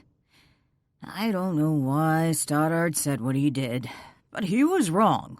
Danielle didn't kill him." Darlene was silent for a moment, staring up into Brian's eyes. Taking a deep breath, she lifted her right hand and caressed his cheek. The gesture startled him, and he stepped back. "Please, Brian, don't shut me out," Darlene whispered, taking a step toward him. She reached up again and touched his face. Before he could respond, she stood on her tiptoes and brushed a kiss over his lips. "What are you doing, Darlene?" Brian snapped, pushing her away. "We were good once, Brian. We could be again." "You made your choice when you decided to stay with Stoddard. Taking second place doesn't appeal to me." "Second place? I always wanted you, Brian. I thought you knew that. I had to stay with Todd. I didn't have a choice. But it was you I wanted. You I always wanted." "What you really wanted was Stoddard's money. That's what you chose over us, not him. And now you have it all. I imagine you're happy now." "I admit I didn't want to give up the security of Todd's money. But it was you I loved. You I always loved." "Why is it so important to see Danielle Boatman go to jail for Stoddard's murder?" Darlene just stared at Brian for a moment before answering. Tilting her head to one side, she said calmly, "Because she killed him. Maybe I was never in love with Todd, but I did love him. He was good to me. I wanted to make him happy. Seeing him die like that, it devastated me. And you saw it too. You watched him practically die in my arms as he named his killer, Danielle Boatman." "And he was wrong." "I don't know how you can say that. You heard him. Help me, Brian. See to it that Danielle Boatman is punished for what she did to my husband. The witness who claims to have seen her during the time Todd was murdered clearly lied. I bet anything Danielle paid the witness to give her an alibi. She can easily afford it. And then, after Danielle Boatman is sent away, we can be together, you and me, like we should have been all along." Brian stared at Darlene. He couldn't find the words to express what he felt. When she reached out to him again, her gloved hands gently cradled his face. He didn't move away, not even when she went up on her tiptoes. Closing his eyes, Brian surrendered to the kiss. Without thought, his arms wrapped tightly around Darlene and pulled her closer. When the kiss ended, their breathing ragged, Darlene went down off her tiptoes, and Brian continued to hold her in his arms. After several moments, Darlene pulled away and looked up into Brian's eyes, her expression pleading. "Will you help me, Brian?" she asked in a whisper. "Will you see that Danielle Boatman is punished for what she did to Todd?" "And then what?" Brian asked, his expression unreadable. "Then we can be together, like we always wanted." Once again she reached up and stroked his face. Grabbing Darlene's hand in his, Brian held it for a moment, giving it a squeeze. Their gazes locked. Pulling her captured hand to his lips, he kissed it. "I'll make sure Stoddard's killer is brought to justice," Brian vowed in a raspy voice. Darlene narrowed her eyes and studied Brian. After a moment, she smiled and said, "I knew I could count on you, Brian." Taking back her hand, she flipped her veil back over her face and straightened her dress. Chapter 15. In the chapel, Danielle sat between Chief MacDonald and Marie. Adam sat on the other side of his grandmother. Moments after sitting down, a couple took the 2 empty spots next to Adam. Marie turned to the new arrivals and immediately recognized them. She and Adam greeted the couple and began making small talk, while Danielle sat silently, contemplating what had just happened outside the chapel. Danielle turned to Chief MacDonald and muttered, "Well, that was embarrassing." "She definitely wanted everyone to know you murdered her husband," the chief whispered. Taken aback by his comment, Danielle frowned. "What is that supposed to mean?" "What I meant, it's obvious she still believes you killed Stoddard, and she wants the world to know." "You honestly think she believes that?" "Don't you?" Her response seemed genuine. She reacted just as I'd imagine a grief-stricken woman might in this situation, attending her husband's funeral and faced with the person who she believes murdered him. "Is this what this was all about? You were testing Darlene, trying to decide if you should keep her on the suspect list or not? Is that why you wanted me to come today?" "The spouse is always the prime suspect, and considering the size of the estate, there is motive. Judging by her reaction to you, I think we need to look in another direction." "Or she's just covering her butt," Danielle grumbled. "You think she had something to do with Stoddard's murder?" "We already know she isn't the nicest person, considering what she intended to do with Lily." "I understand, but that doesn't mean she wanted Stoddard dead. Her grief seems sincere." MacDonald glanced to the front of the chapel and watched as Brian helped Darlene to a seat in the front row, next to Chuck Christensen. Danielle followed the chief's gaze and spied Darlene and Brian. "Who's that Darlene is sitting next to?" "Chuck Christensen. He was Stoddard's right-hand man." "Ah, the man Adam mentioned. The one who is really in charge at Stoddard's company." After Brian helped Darlene to her seat, he looked around the chapel. When he spied the chief, he gave a nod and started walking toward MacDonald and Danielle. "Don't tell me he's sitting with us," Danielle groaned, glancing over to the empty seat next to the chief. "Brian did come with me. He's a good man, Danielle. I wish you two could work out your differences." Danielle and MacDonald continued to watch Brian. En route to the empty seat next to the chief, Brian paused a moment to speak to a man sitting several rows up. "He hates me." "He doesn't hate you." "Maybe he doesn't hate me, but he does seem to delight in seeing me locked up. If you listen to Henderson, you'd assume I'm the cause of all the problems in Frederickport. I don't know, maybe he just has an issue with women." "Well, you may have something there," MacDonald murmured. "What do you mean?" "About women. I admit his attitude toward women is, well, cynical. I guess that's the best way to describe it. What, did he hate his mother? Get dumped by some woman? His wife left him about 5 years ago. Not gossiping, by the way. This is common knowledge. Oh, of course not, Danielle smirked. Men never gossip. He was pretty broken up about it. Were there any kids? Danielle asked. No, it was Brian's second marriage. They were married for quite a while. If I'm not mistaken, it wasn't long after their 25th anniversary that she left him. I remember they had this big party, and not 6 months later they were filing for divorce. So she left him? Danielle asked. That was my understanding. You said it was his second marriage. What happened to the first one? I never met his first wife. Not sure what happened there. They didn't have any kids either. So he has a lousy track record with women. Why take it out on me? I never noticed the cynicism back then, after his last divorce. It wasn't until a little over a year ago that I noticed it. What happened back then? Danielle asked. Not really sure. I know he started seeing someone. Wouldn't say who she was, but he seemed a lot happier. And then he just changed. He never mentioned who he'd been seeing, but when one of the guys asked about his girlfriend, he snapped that there wasn't any girlfriend. From then on, I noticed the change in his attitude. It's not that he dislikes women, exactly.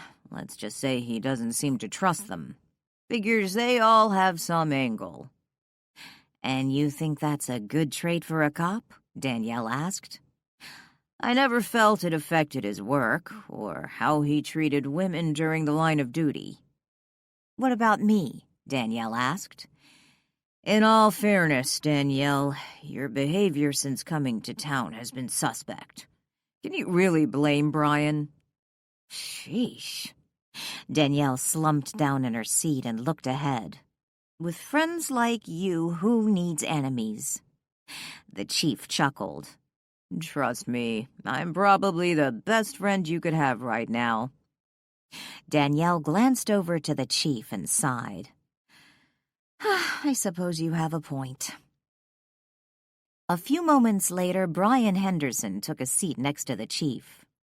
As he sat down, he flashed Danielle a less than friendly look. In return, Danielle looked away from Brian and the chief and stared toward the front of the chapel. Marie noticed Brian's arrival. Leaning forward in her seat, she turned in his direction. Did you get Darlene to settle down and get control of herself? Marie asked Brian in a not-so-quiet voice. Grandma, Adam scolded under his breath. Oh, don't hush me, Adam. I'm not the one that was carrying on like a fool out there in front of everyone. Brian leaned forward and looked down the road to Marie.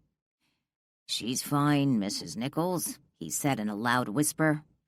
She's just been through a lot, losing Stoddard so unexpectedly, so violently. He glanced over at Danielle. Don't look at Danielle like that, Marie ordered. She had nothing to do with Stoddard's unfortunate death. Yes, I understand that, Mrs. Nichols. Grandma, maybe we could discuss this later. People are starting to stare, Adam said under his breath. Marie glanced around. Sure enough, those sitting near her were staring. What are all you gawking at? She snapped. They quickly diverted their attention back to the front of the chapel. A few moments later, Brian and Marie each settled back in their seats. Music began playing through the chapel speakers. The memorial service was about to begin. Danielle was preparing to daydream once the minister began his portion of the service, when Stoddard appeared in the row ahead of her. He sat backwards in the seat, facing Danielle. The sudden sight caught her by surprise, and she jumped slightly. Worried someone had noticed her reaction, she glanced around. Those around her did not seem to have noticed.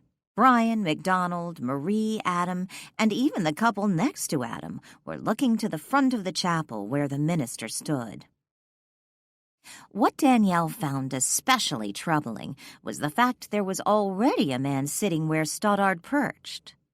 The man and spirit appeared to dissolve into a single two-headed form, the man head looking toward the pulpit, the ghost head staring at Danielle. "You have no right being here," Stoddard shouted. "Murderer!" Danielle wanted to stick her fingers in her ears and block out the noise. He was a loud and persistent ghost who continued chanting in a high-pitched tone, "Murderer, murderer, murderer, murderer." With each chant, Stoddard's frustration accelerated. Danielle tried to ignore his presence, but it was difficult, considering the sound of his voice rang in her ears, blocking out all other noise. If someone spoke to her now, she doubted she would be able to hear. Stoddard's hand moved through the back of the pew and through the hymnal holder. Mesmerized, Danielle watched as Stoddard's ghostly hand repeatedly punched through the back of the pew, moving through the hymnal holder and the book held there. Each time his hand moved in her direction, he spread wide his fingers and tried snatching hold of her skirt's hem. She scooted back in her seat, adding distance between herself and the angry spirit. MacDonald heard Danielle rustling in her seat. He glanced toward her and noticed her attention was not focused at the front of the chapel, where the minister stood, but at the back of the man's head, sitting in the next row, directly in front of her. Frowning, he looked at her face and noted her peculiar expression. "Are you okay?" he asked in a whisper. She didn't respond, so he leaned forward and asked again. When she still did not answer, he reached over and touched her shoulder. Danielle lurched back from the unexpected touch, and then looked over to MacDonald, her eyes wide. "Are you all right?" he asked again. Danielle couldn't hear his words, yet she had no problem reading his lips. Shaking her head, she whispered, "It's Stoddard."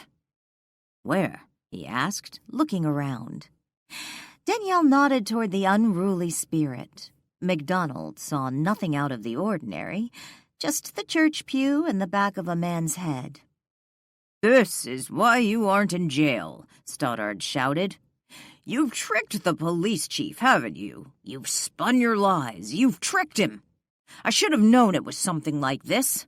I told Henderson it was you." Stoddard spied Brian Henderson sitting next to the chief. "Do something, Henderson. Do your job. I told you what you needed to know." When Brian failed to notice Stoddard's antics, Stoddard refocused his attention on Danielle. "If they won't do anything, I will," he said angrily. Without conscious thought, Danielle glanced down at her arm, which Stoddard had scratched earlier. The visible mark was angry and bright red. Stoddard noticed where she was looking and glanced down at her arm. He smiled when he spied the red scratch mark. "I did that, didn't I?" Stoddard began to laugh. Danielle took a deep, calming breath. "Don't give him power," she told herself. With renewed vigor, Stoddard reached through the pew again, this time knocking the hymnal book up and out of its holder. It landed on the floor with a loud thud. Those around Danielle looked in her direction. Their gazes dropped to the floor where the hymnal landed. MacDonald had witnessed the book's apparent launch from its holder. Marie, now looking down at the book on the floor, frowned, confused at how it got there, since Danielle had been leaning back in her seat. While Marie tried to figure it all out, MacDonald leaned down and calmly picked up the book. Instead of placing it back in the rack, he set it on his lap and looked over at Danielle, whose complexion had lost all color. Those around Danielle who had looked her way were now turning their attention back to the minister. Marie did as well, although she did so with a look of confusion on her face. Only MacDonald continued to study Danielle. Gleeful over his accomplishment, Stoddard laughed wildly. The menacing sound filled Danielle's head. He continued to laugh, louder and louder. Taking a deep breath, Danielle closed her eyes. Dear Lord, thank you for my many blessings. Protect me from this troubled spirit. Keep me and those around me safe. Help Stoddard find his way home. The laughter stopped. The only sound came from the minister standing at the pulpit. Danielle opened her eyes. Stoddard was gone. Chapter 16. Danielle didn't see Stoddard again until she returned to Marlow House after the funeral service. She found him waiting for her on the front porch. Instead of hurling insults, he silently glared at her as she made her way up the front walk. Inwardly seething, his arms by his sides, he balled his hands into tight fists. How did you do that? He demanded. Do what? Danielle asked, trying her best to maintain an appearance of calm.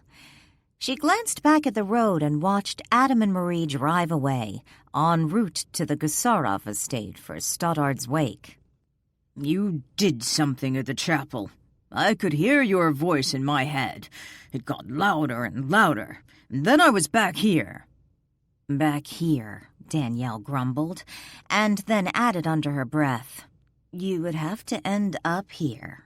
Annoyed, she continued on her way to the front door, walking past Stoddard. When she reached the door, she turned and faced him. I would think you'd have gone home for your wake. You'd like that, wouldn't you? You aren't getting rid of me, Danielle Boatman. But don't you want to see your wife? All your friends? Danielle forced a smile. It might be the last time you see them all together. I suppose you could have seen them at the funeral service if you hadn't been obsessing on me. Don't try to act like you care. You're the one who did this to me. I don't really care. I just want you gone. I told you, I was not the one who shot you. You admit you didn't see the face of your killer. It was you. I heard your voice. With a sigh, Danielle opened the front door and walked inside Marlow House, leaving Stoddard alone on the front porch. How was the funeral? Walt greeted her. Closing the door behind her, Danielle flashed Walt a weary smile. I should have stayed home. It was horrible. Horrible? How? Walt asked. First, Danielle glanced around. Where is everyone? She walked over to the entry table and set her purse on the tabletop. Your guest left about an hour after you did. Lily's nurse is here. Danielle glanced over at Lily's closed bedroom door. Ah, IV time. Let's take this up to my room. I really don't want the nurse overhearing me talking to myself, Danielle whispered. She picked her purse back up off the table and walked over to Lily's door. Opening it, she peeked inside. Lily sat up on the bed, the IV tube hooked up to the PICC line in her arm, as the nurse sat in the corner, jotting down notes in a journal. Hi, I'm back, Danielle greeted her. Lily waved her in. Come, tell me about the funeral. The nurse glanced up from the journal and smiled at Danielle. I'll talk to you later. I'm going to run upstairs and change my clothes. Yeah, sure, Lily sighed. Say hi to Walt for me. Once in her bedroom, Danielle tossed her purse on the bed and kicked off her shoes. Taking a seat by the fireplace, Walt leaned back and studied Danielle. So, what was so horrible? Raising her brows, she asked. Aside from the fact it was a funeral? It's not like it was a funeral of someone you even liked. Danielle pointed to the bedroom window. It was horrible because of that. Walt glanced over to the window where Stoddard hovered outside, silently beating against the glass pane. He's getting annoying." With a wave of Walt's hand, the curtains closed, blocking Stoddard's ghost from view. I can't live my life with the windows always covered. Plus, I'm afraid he's learning to harness his energy. Walt frowned. "How so?" Danielle walked over to Walt and showed him the scratch on her arm. "This." Narrowing his eyes, Walt studied the red mark. "Are you saying Stoddard did this?" Danielle noted the abrupt change in Walt's demeanor. If he had been a cartoon character, she imagined there would be smoke coming out of his ears about now. "Yes, at the funeral. He was grabbing at me. He wasn't making contact, his hands just moved through me. And then I felt something. When I looked down, I saw the scratch. For just an instant, he managed to harness his energy enough that he scratched my skin." "Did he do anything else?" Walt glanced over to the closed window. He imagined Stoddard was still outside, trying to get into Marlow House. "This happened at the cemetery while we were still outside. When we were in the chapel, he planted himself in front of me during the service and did his best to harness his energy."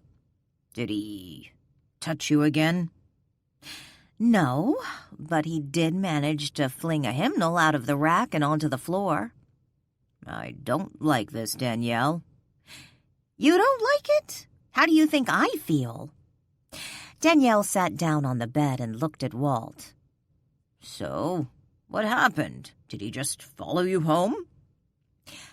I was afraid he was going to do more than just toss a book on the floor, so I started to pray." "You prayed?"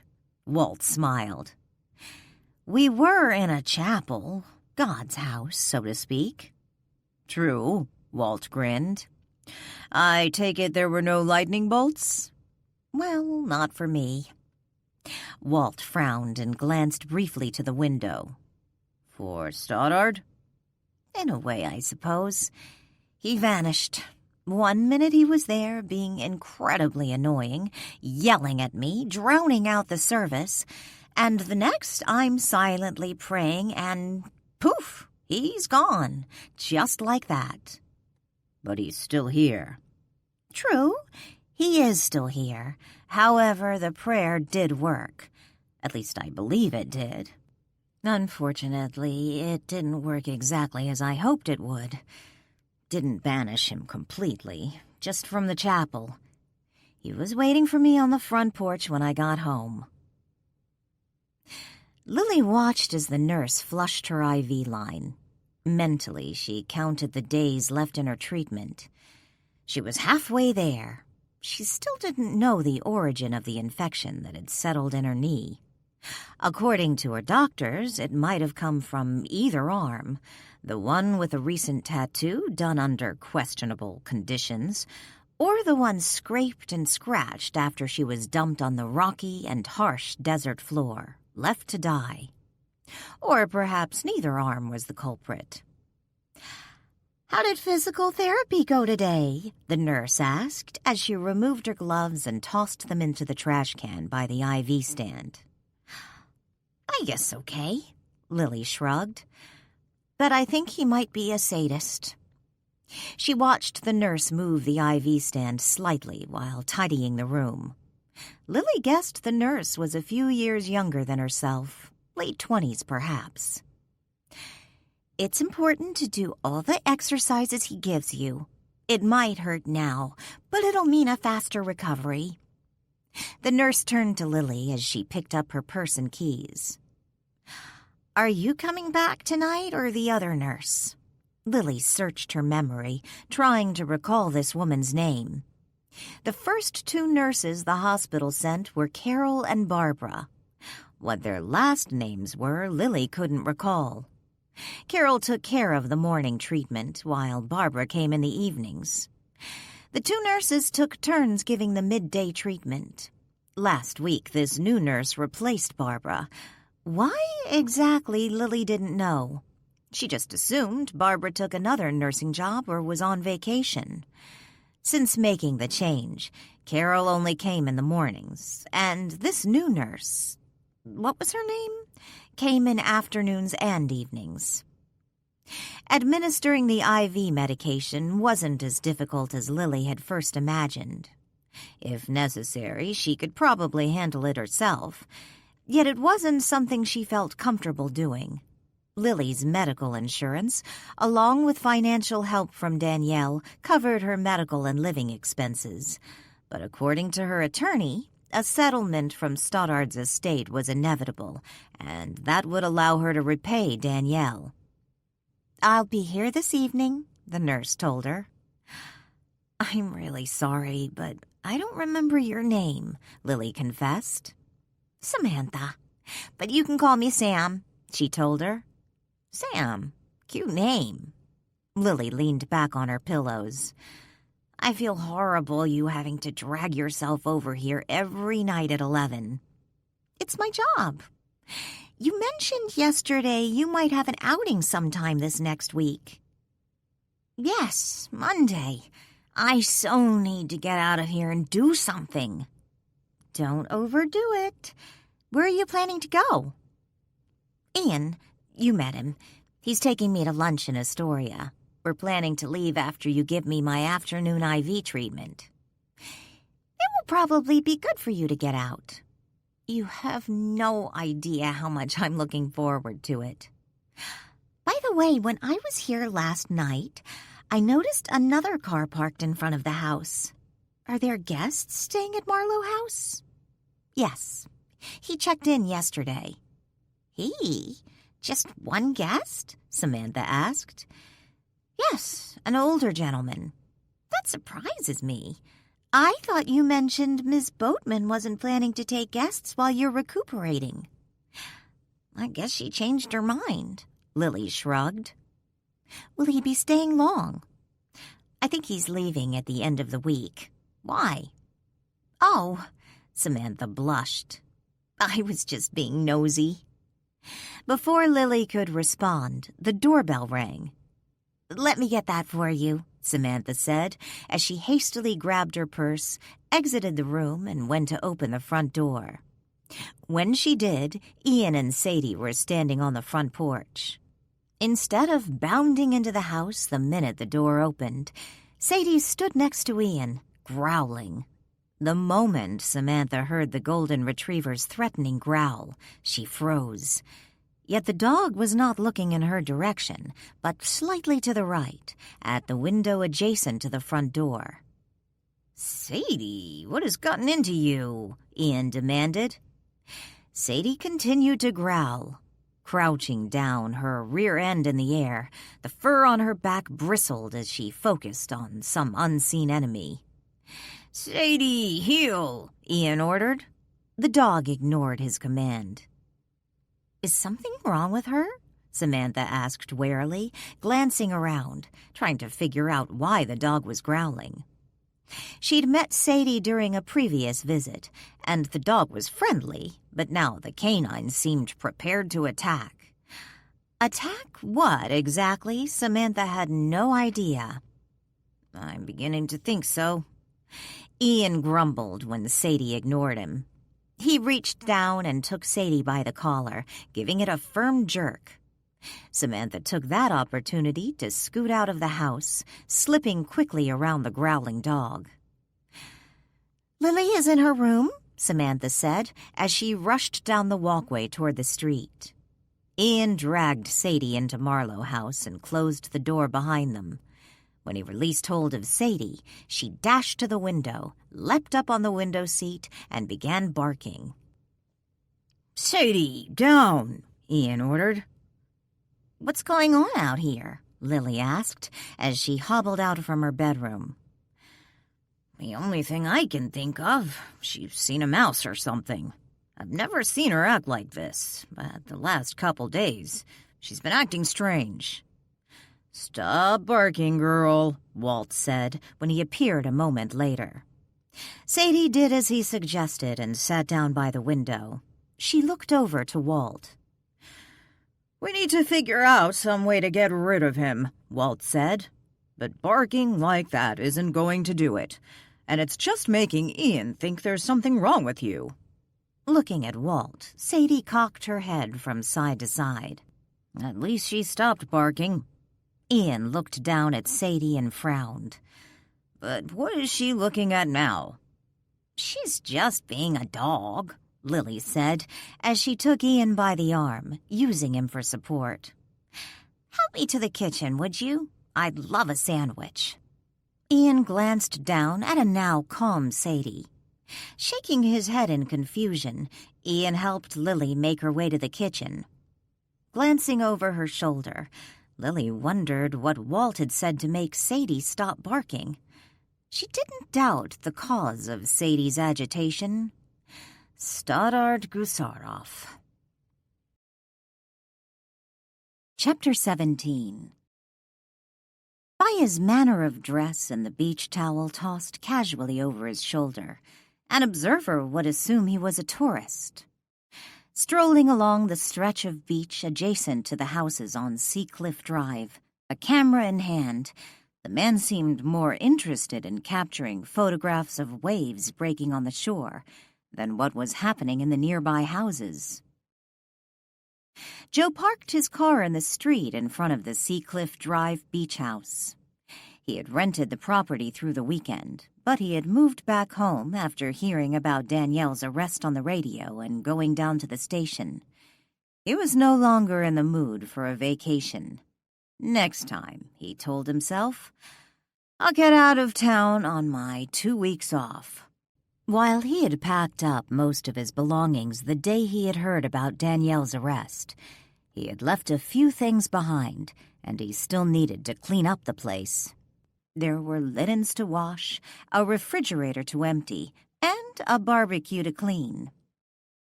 Joe was in the beach rental for 15 minutes before he headed to the back patio. He didn't notice the tourist with a camera in his hand and a beach towel slung casually over one shoulder. The man paused in front of the house next to Joe's rental. Hanging the camera by its strap over one shoulder, he spread the towel out on the beach. Glancing around, he brought the camera to his face and looked through the eyepiece, staring in the direction of the ocean.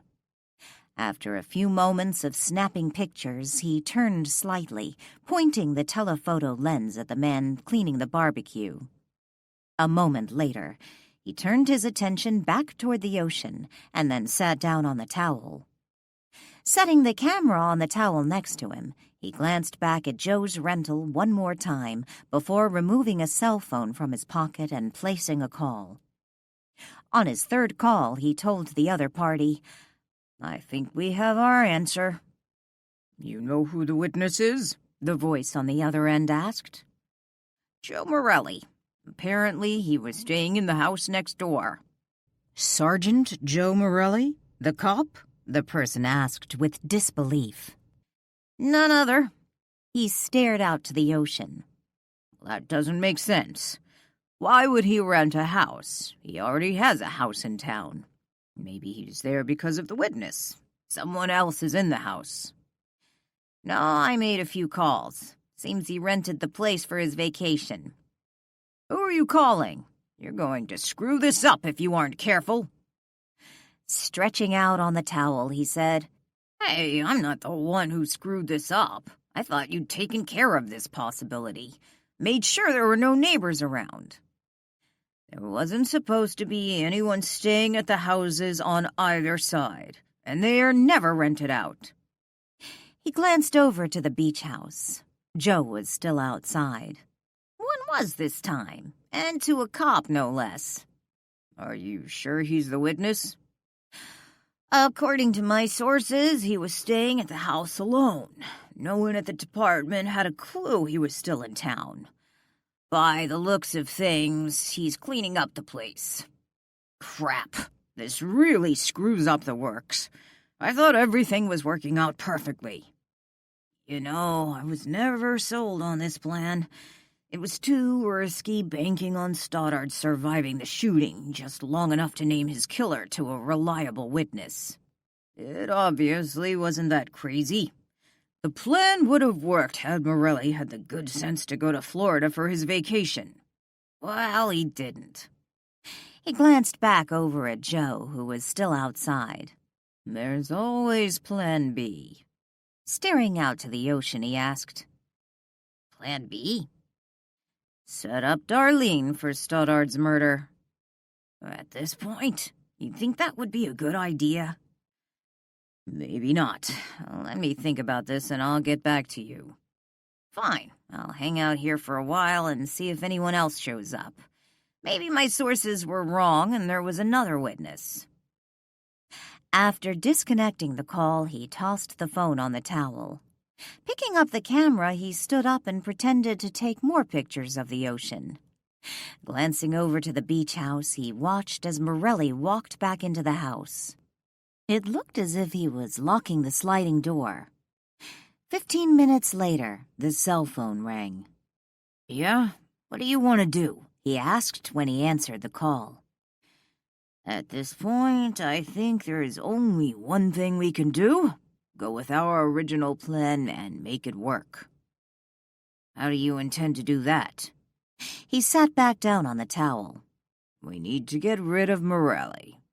He's the only witness that alibis Boatman. This is getting out of hand. We can't kill a cop. He glanced over to the rental. Do we have a choice? How do we turn back now? We're in too deep. It'll just make the police more suspicious. Morelli is one of their own.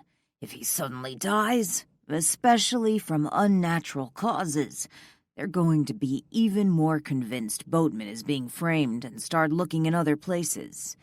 And you know what that means. We did this to draw attention away from us. Killing Morelli only brings the spotlight back in our direction. Did you know Boatman and Morelli have a history? The person on the phone asked. What do you mean? They dated briefly when she first moved to town. So, what does that mean? It means he had a motive to lie for her. We know he didn't lie, the man on the beach reminded them. We know that, but no one else does. He was one of the arresting officers when that all came down with Renton. Must have cut their dating short, he snorted. Rumor has it he still has a sweet spot for Boatman. He's been trying to get back in her good graces. Everyone knows Morelli is a straight arrow. If you're trying to pitch the angle, he fabricated an alibi for the woman just to get close to her again. Men do all sorts of stupid things for women, the person on the phone insisted. True, but how does killing Morelli convince the cops he lied? If it looks like Boatman is the one who killed Morelli. And why would Boatman kill her alibi? Standing back up, he picked up the camera and hooked its strap over his shoulder. What are you thinking? Reaching down, he grabbed the beach towel and gave it a shake. Slinging the towel around his neck, he started walking back down the beach to where he had parked his car. If we just get rid of the witness, you're right. That'll only reinforce the cops' belief Morelli was telling the truth and someone wanted to shut him up. But if they think Boatman killed him because he was going to come forward and admit he never saw her, then that changes everything. Walking down the beach, he glanced back at the rental house. I don't see how you're going to get rid of Morelli and frame Boatman for it. At least not how you're going to make it believable. How do you plan to do that? We need a professional to handle this one. Someone who can do the job at Marlow House. He readjusted the camera strap hanging over his shoulder. Stoddard didn't leave us any choice. We had to kill him. It was his own fault. I'm not thrilled about killing a cop, but if it has to be done, then I guess we do it. Not sure how killing him at Marlow House will convince the cops Boatman did it. Boatman's going to have to be sacrificed too. The man on the beach stopped walking. Wait a minute. Now you're talking about killing Boatman too? Hey, you didn't seem to have a problem when we decided to frame her for Stoddard's murder. He started walking again. Yeah, but that isn't the same thing as killing her. She's got money. I figured her attorneys would get her off with a light sentence, or off altogether. It wasn't about sending her to prison, just convincing the authorities she was guilty even if the jury disagreed. Well, that isn't going to work now. We need to set it up to look like she panicked and killed Morelli when she thought he was going to retract his story, and then broke her neck while falling down the stairs. He stepped from the beach onto the boardwalk leading to his parked car. What about the other people at Marlow House? Too many people around. Don't worry about them. We'll make sure everyone is out of the house but Boatman when we take care of Morelli. He reached his car and unlocked the passenger door. I don't like this. I don't like this at all. He tossed the towel in the back seat and set the camera on the passenger seat before closing the door and walking to the driver's side of the vehicle. Do you want to go to jail for Stoddard's murder? No, but I didn't kill him. He opened the driver's door and got into the car. You're an accessory to murder. We all are. None of us likes this, but we don't have a choice. Are you with us? We really don't have a choice, do we? He asked with a heavy sigh. Unfortunately, we don't. I suppose I can deal with Boatman and Morelli being collateral damage, but it has to stop there. Don't worry, this won't work if anyone else at Marlow House gets hurt. It will just be Boatman and Morelli. Then you better make sure everyone is out of the house before it's done. Don't worry, we'll make sure there aren't any witnesses like there was the last time. A few minutes later, the call ended. Tossing the cell phone on the seat with the camera, he closed his eyes and leaned back. Sitting quietly in the car, his hands holding onto the steering wheel, he asked himself how everything had spun so wildly out of control. Yet it was too late to turn back now. The only way to salvage his life, all of their lives, was to give the authorities Stoddard's killer. Once they had that, no one would be looking into Stoddard's life, or the lives of those around him. Taking a deep breath, he opened his eyes and put the key into the ignition. Hopefully, this will all be over soon, he thought. Chapter 18. Danielle found Lily staring into the hall mirror on Monday morning. The petite redhead was already dressed for her lunch date with Ian. She wore a green cotton dress her mother had purchased for her when replacing her wardrobe. I hate my hair, Lily announced when she heard Danielle walk into the hallway. She continued to stare at her reflection. I think you look cute with short hair. Shows off your green eyes. Danielle stepped up to the mirror and looked at Lily's reflection. Makes me look like a boy, Lily grumbled. You don't look like a boy. Danielle wasn't saying it just to make Lily feel better.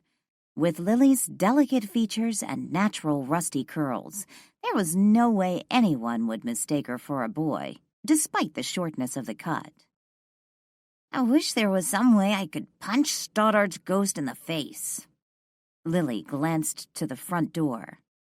Is he still hanging around? Unfortunately, yes. He seems to spend most of his time hovering outside my bedroom window. Pervert. How can you even sleep knowing he's out there? Lily fussed with her hair, fluffing up her short curls as she stared into the mirror. Danielle still by her side.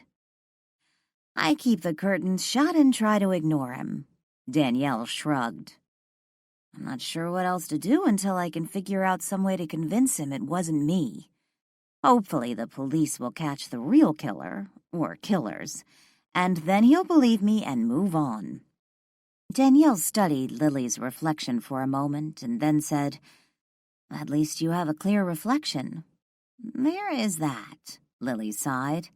A misty reflection is better than no reflection, but a clear reflection is way better than a misty one. Are you telling Lily to count her blessings? Walt asked when he appeared in the hallway. Walt's here, Lily, Danielle said. Good morning, Walt, Lily chirped, sounding more cheerful than she had been when Danielle first joined her by the mirror. Thanks for teaching me how to play cribbage. Danielle glanced from Lily to Walt. Cribbage? Lily was a little restless last night, so I did a... Walt visited me in my dream last night. Raising her brows, Danielle asked, And you played cribbage? Just one game, Lily said. I'd never played before. It was fun. I should get a cribbage board and teach Ian. Ask Lily when she's leaving for her lunch date with Ian.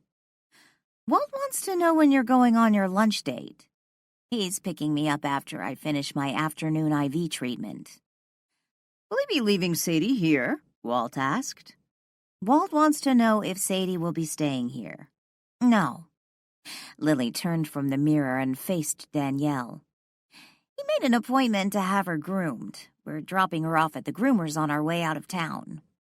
I don't imagine Sadie will be thrilled with that, Walt chuckled. Hey, did you know Samantha has a date with Will this afternoon? Lily asked. Samantha? Danielle frowned. My nurse, the afternoon and evening one, Lily explained. What do you mean a date? Isn't she young enough to be his daughter? Danielle asked. Men often find that the ideal age, more trainable, Walt teased. Danielle flashed Walt a dirty look, then turned her attention back to Lily. Some men find that the perfect age, easier for them to train, Lily said. Walt began to laugh. Oh, hush, Danielle told Walt as she tried not to smile. What did I miss? Lily asked. Oh, nothing. Other than the fact you and Walt may be spending too much time together. What do you mean? I can't even see or hear him. At least not when you're awake, Danielle reminded her. So tell me, how did this date come about? I'm not sure, but last night after my IV treatment, I went to the kitchen to get something to drink, and Samantha was still here. She was sitting at the table with Will having a glass of wine. When was that, about midnight? Danielle asked. At least. I thought it was odd. But I feel a little bad about her having to come over here so late each night, so I didn't say anything. And I got the impression Will asked her to join him for a glass of wine. Didn't look like your wine, but something he picked up. Oh, I don't care about that. Just seems like an unlikely pair. So they told you they were going on a date? No. After I got my water, I just left them in the kitchen together. This morning when I saw Will, he told me Samantha was taking him sightseeing this afternoon after my IV treatment. Sightseeing? Danielle frowned. Will used to live in Frederickport. Can't imagine he needs someone to take him sightseeing. Walt laughed. I don't imagine Will really cares about seeing the sights. At least not of the town, Lily said. I suppose you're right, Danielle muttered. Looks like this afternoon it's just me and you, kid, Walt told Danielle with a grin. Later that afternoon, Walt found Danielle in the parlor, dialing a number on the landline. Who are you calling? Walt took a seat on the small sofa. Myself. Danielle glanced around the room, holding the landline's receiver in one hand. Yourself? Walt frowned. Dang, it isn't in here. Danielle hung up the phone and looked at Walt. Have you seen my cell phone? Did you check the charger in the kitchen? Walt asked. Yes, but it's not there. I must have taken it off the charger without thinking about it. I hate when I do that. Danielle stomped a foot in frustration. I'll help you look for it. Walt stood up. Let me try calling it again. Just listen for the ringer. Joe Morelli sat alone in his office, eating a pastrami sandwich while reviewing the files on the Gusarov case, when his cell phone began to ring. Picking up the phone from his desk, he looked to see who was calling. Danielle Boatman. Setting his sandwich on a napkin, he answered the call. Danny, hello. Joe, are you alone? Alone? Yeah, I'm in my office. What's wrong? Why are you whispering? Is your door closed? I don't want anyone to hear you talking to me. You're the only one I trust. Is someone there? Joe asked. No, I'm alone. I'm okay for now, but I need to talk to you. Can anyone hear you? No, my office door's shut. What's wrong? Can you come over to Marlow House right now? Alone, but you can't tell anyone. I don't trust anyone. Are you in danger? I'm safe right now, but I won't be for long if you don't help me. I'll explain everything when you get here. But please, I beg you, come alone and don't tell anyone you're coming over here. Someone at the police department is part of this. Are you saying someone I work with was involved in Stoddard's murder? Please, Joe, come over here now. I'll explain everything when you get here, but hurry. Okay, Danny, calm down. I'll be right there. Thank you, Joe. I knew I could count on you. Did you find it? Danielle asked Walt when he returned from the second floor. No, I take it you didn't either. Maybe I forgot to charge it. I could have sworn I put it on the charger this morning. Yet that wouldn't explain why it isn't ringing. Maybe Lily grabbed it by mistake, Walt suggested. I can't believe she'd do that. Her phone's cover is a different color than mine. She was also excited to get out of the house. Maybe she grabbed it without thinking, Walt suggested. I suppose it's possible. Hey, I know. I bet it's in the attic. The attic? Walt frowned. Yeah, I was in the kitchen this morning, straightening things up after breakfast, and came across that box with the extra linens that I shoved in the pantry. I've been meaning to take them up to the attic, but kept forgetting. I bet I grabbed my phone without thinking and stuck it in the box when I was taking the linens up to the attic. I bet anything my cell phone is in that box. Danielle started to head up the stairs when the doorbell rang. You answer that. I'll go up to the attic and see if I can find your cell phone. Thanks. And if it's not in the box, look around the attic. I put the linens in the cherry wood cabinet up there. And who knows where I might have dropped my phone. Dang, I hate it when I do stuff like that. Danielle was surprised to find Joe Morelli standing on her front porch when she answered the door a few moments later. She wasn't particularly surprised to find Stoddard standing next to him, shouting angry threats in her direction. Not wanting to listen to Stoddard, she hurriedly ushered Joe into the house without asking why he was there. She was in no mood to listen to another one of Stoddard's tantrums. "What can I do for you, Joe?" Danielle asked when she shut the front door, leaving Stoddard on the porch. "What can I do for you?" Joe frowned. "You're the one who wanted to see me." "What are you talking about?" "Is this some kind of joke?" Joe asked angrily. "Joke?" Danielle frowned. "Danielle, you called me up not 15 minutes ago demanding I come right over here, that you had something you had to tell me. Made it sound like life or death." "I'm sorry, Joe. It wasn't me. Someone's punking you." "I know it was you. It was your cell phone." "My cell phone? What do you mean?" "Caller ID. The call came from your cell phone," Joe explained. "Wait a minute. You said this was 15 minutes ago?" 15, maybe less. I came right over." "Joe, I've been looking for my cell phone all morning," Danielle explained. "I can't find it. That call didn't come from me." Before Joe could respond, the front door flew open. Danielle and Joe turned around simultaneously and found themselves face to face with a man neither had ever seen before. A man pointing a .38 in their direction. With chilling calm, the man shut the door behind him, locked it, and said, "Put your hands up above your head and don't do anything stupid." Without hesitation, Joe and Danielle raised their hands. The man pointed his gun at Danielle and told Joe, I want you to very slowly with your left hand remove your gun and slide it on the floor to me. If you do anything stupid, she gets it straight between her eyes. And trust me, I won't miss, and I won't hesitate to shoot her." "What's this about?" Danielle asked, silently wondering what was taking Walt so long. The man leaned down, his gun still pointed at Danielle, and picked up the firearm Joe had just slid across the wood floor in his direction. "I'll explain everything. Just don't do anything stupid and you'll both be able to walk out of here in one piece." He checked Joe's gun and then tucked his own firearm in his belt and pointed Joe's gun at Danielle and Joe. "Right now, I want you two to keep your hands up in the air and very slowly walk toward the library." He nodded down the hall. "I believe it's in that direction."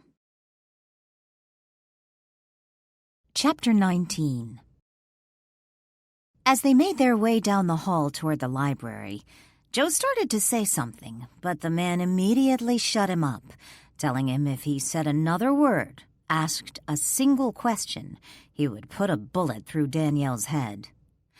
Silently, the three entered the library. The intruder pulled a piece of rope from his pocket and tossed it toward Joe. "I want you to tie her hands behind her back. Do a good job, or you'll put a bullet through my head," Danielle finished for him. The man looked at her and laughed. "Smart girl. Now sit your butt down on that chair and put your hands behind your back so your cop friend can do a good job." Obediently, Danielle sat on the chair and put her hands behind her back, making it easier for Joe to tie her hands together. And then to the back of the chair, as per their kidnapper's instructions. As Joe silently tied her hands, Danielle kept glancing to the doorway, looking for Walt. She was tempted to call out his name, but was afraid the man with the gun might then make good his threat and put the bullet through her head. When Joe was finished tying Danielle's hands to the chair, the man ordered him to sit on the floor a few feet away. After Joe sat down, the man said, "Put your hands on your head." Joe complied. The man walked over to Danielle and checked the ties. "Good job," he told Joe. "Ropes are all nice and snug. We'll keep her out of my way while I finish what I came here for." "What did you come here for?" Danielle asked. The man pointed the gun at Joe. "To begin with, kill your friend here." "Wait a minute," Danielle cried out. "You said if we did what you told us to, we'd both get out of here alive." "I lied," the man laughed. "You don't have to do this," Joe said from his place on the floor. "Sure I do," the man said cheerfully, sitting on the edge of the desk. "Of course, no one will know I killed you, both." The man laughed again. "The least you can do," Danielle said, desperate to stall him until Walt showed up, "is tell us why you're doing this." "Technically speaking, I'm not doing this. You are," he told Danielle. "Me?" Danielle frowned. The man pulled something out of his pocket and tossed it on the floor in front of Danielle. She glanced down. It was her cell phone. "You see, this poor chump." He pointed the gun at Joe. "He was so crazy over you that he lied about seeing you when you killed Gusarov. Gave you an alibi, but being the basically honest and upstanding guy he is, you were starting to worry that he might recant his story, so you called him up and begged him to come over here so you two could talk." "How did you get my phone?" Danielle asked numbly. "Doesn't really matter," the man laughed. "Do you want to hear the rest of the story, or should I just finish up so I can get out of here?" "You aren't going to get away with this," Joe said. Danielle glanced over to Joe, who looked as if he was preparing to do something stupid, like make a sudden jump for the armed man, which could get them both killed. The way Joe was sitting on the ground, there was no way he could stand up and successfully disarm the intruder. They needed to wait for Walt. Where is Walt? I want to know why you intend to kill us. Tell us the rest of the story, Danielle said calmly. But what I'd really like to know, who killed Stoddard? Who killed Stoddard? I really don't know or care, the man laughed. But I can tell you the rest of the story. Now, where was I? Oh, I know. When your cop friend shows up, you realize you're losing your alibi. He lets his guard down, you get upset, and you manage to shoot the poor schmuck with his own gun. Then you panic and run up the stairs and tragically fall down the stairs, breaking your neck. What happened to originality? Walt asked with disgust when he appeared to Danielle the next moment. First, my brother-in-law gets the bright idea to toss me down a flight of stairs, which didn't work out too well for me or him. And Renton decides to toss you down the stairs, which didn't work out too well for Renton. Now this guy, he wants to pick up where Renton left off. Walt paused a moment and looked at Danielle. Who is this guy, anyway? I have no idea, Danielle said. You have no idea about what? The man with the gun asked. Walt wanted to know who you were. I told him I had no idea, Danielle said with a smile. Who's Walt?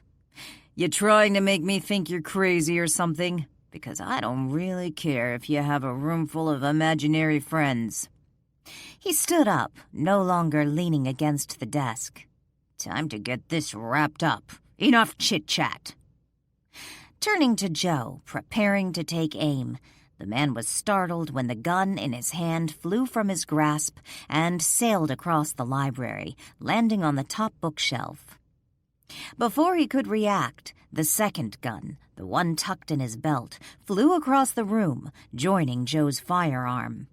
Joe didn't pause to question how the guns seemingly moved across the room on their own volition. All he knew was that the man was now unarmed, and he needed to move swiftly. Leaping to his feet, Joe attacked the intruder, knocking him to the floor. The man was slightly larger than Joe, but a few years older. The two rolled around on the library floor like wrestlers determined to win the match, while breaking all rules of sportsmanlike conduct. Are you going to do something? Danielle asked Walt, who now sat on the desk smoking a cigar while watching the spectacle rolling around on the floor. Joe seems to be handling it. Would you at least untie me? Danielle snapped. Oh, sorry, Walt said sheepishly. The rope securing Danielle fell to the ground. Now free, she stood up and rubbed her wrists.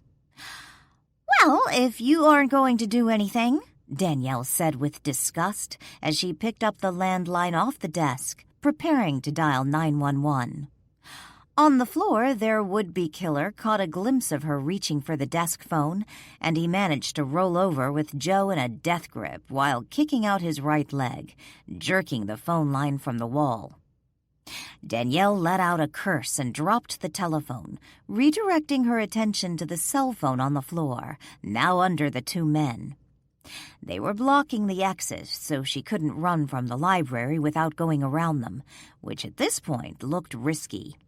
She glanced to Walt. He seemed amused and unwilling to help.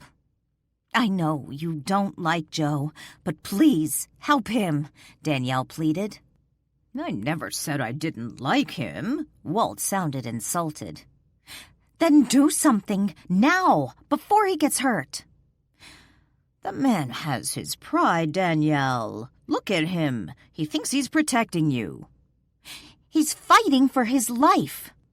Danielle was tempted to grab something heavy to hit their would-be killer over the head. But the way he and Joe were rolling around on the floor, she was afraid her aim would miss, and she would end up knocking out Joe.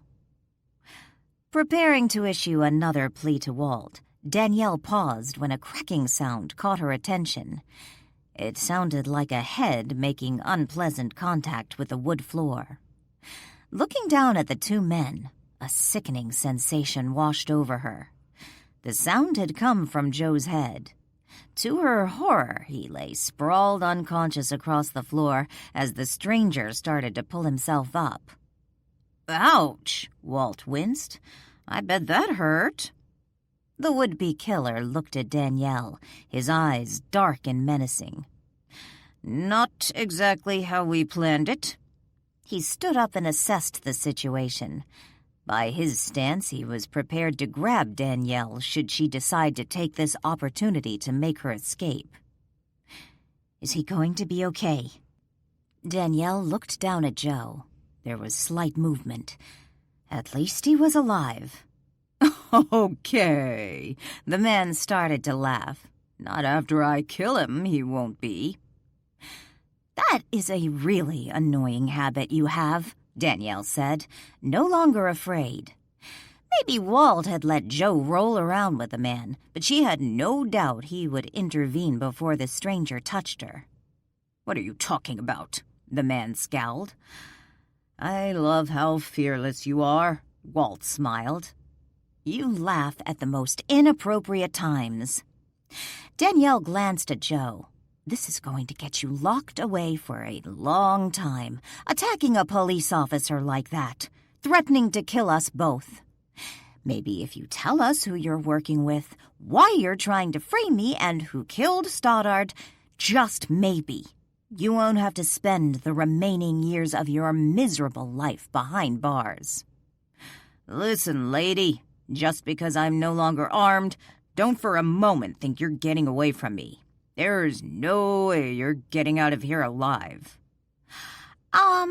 About that, aren't you just a teensy bit curious as to how the guns just, flew across the room on their own? Or how I got untied?"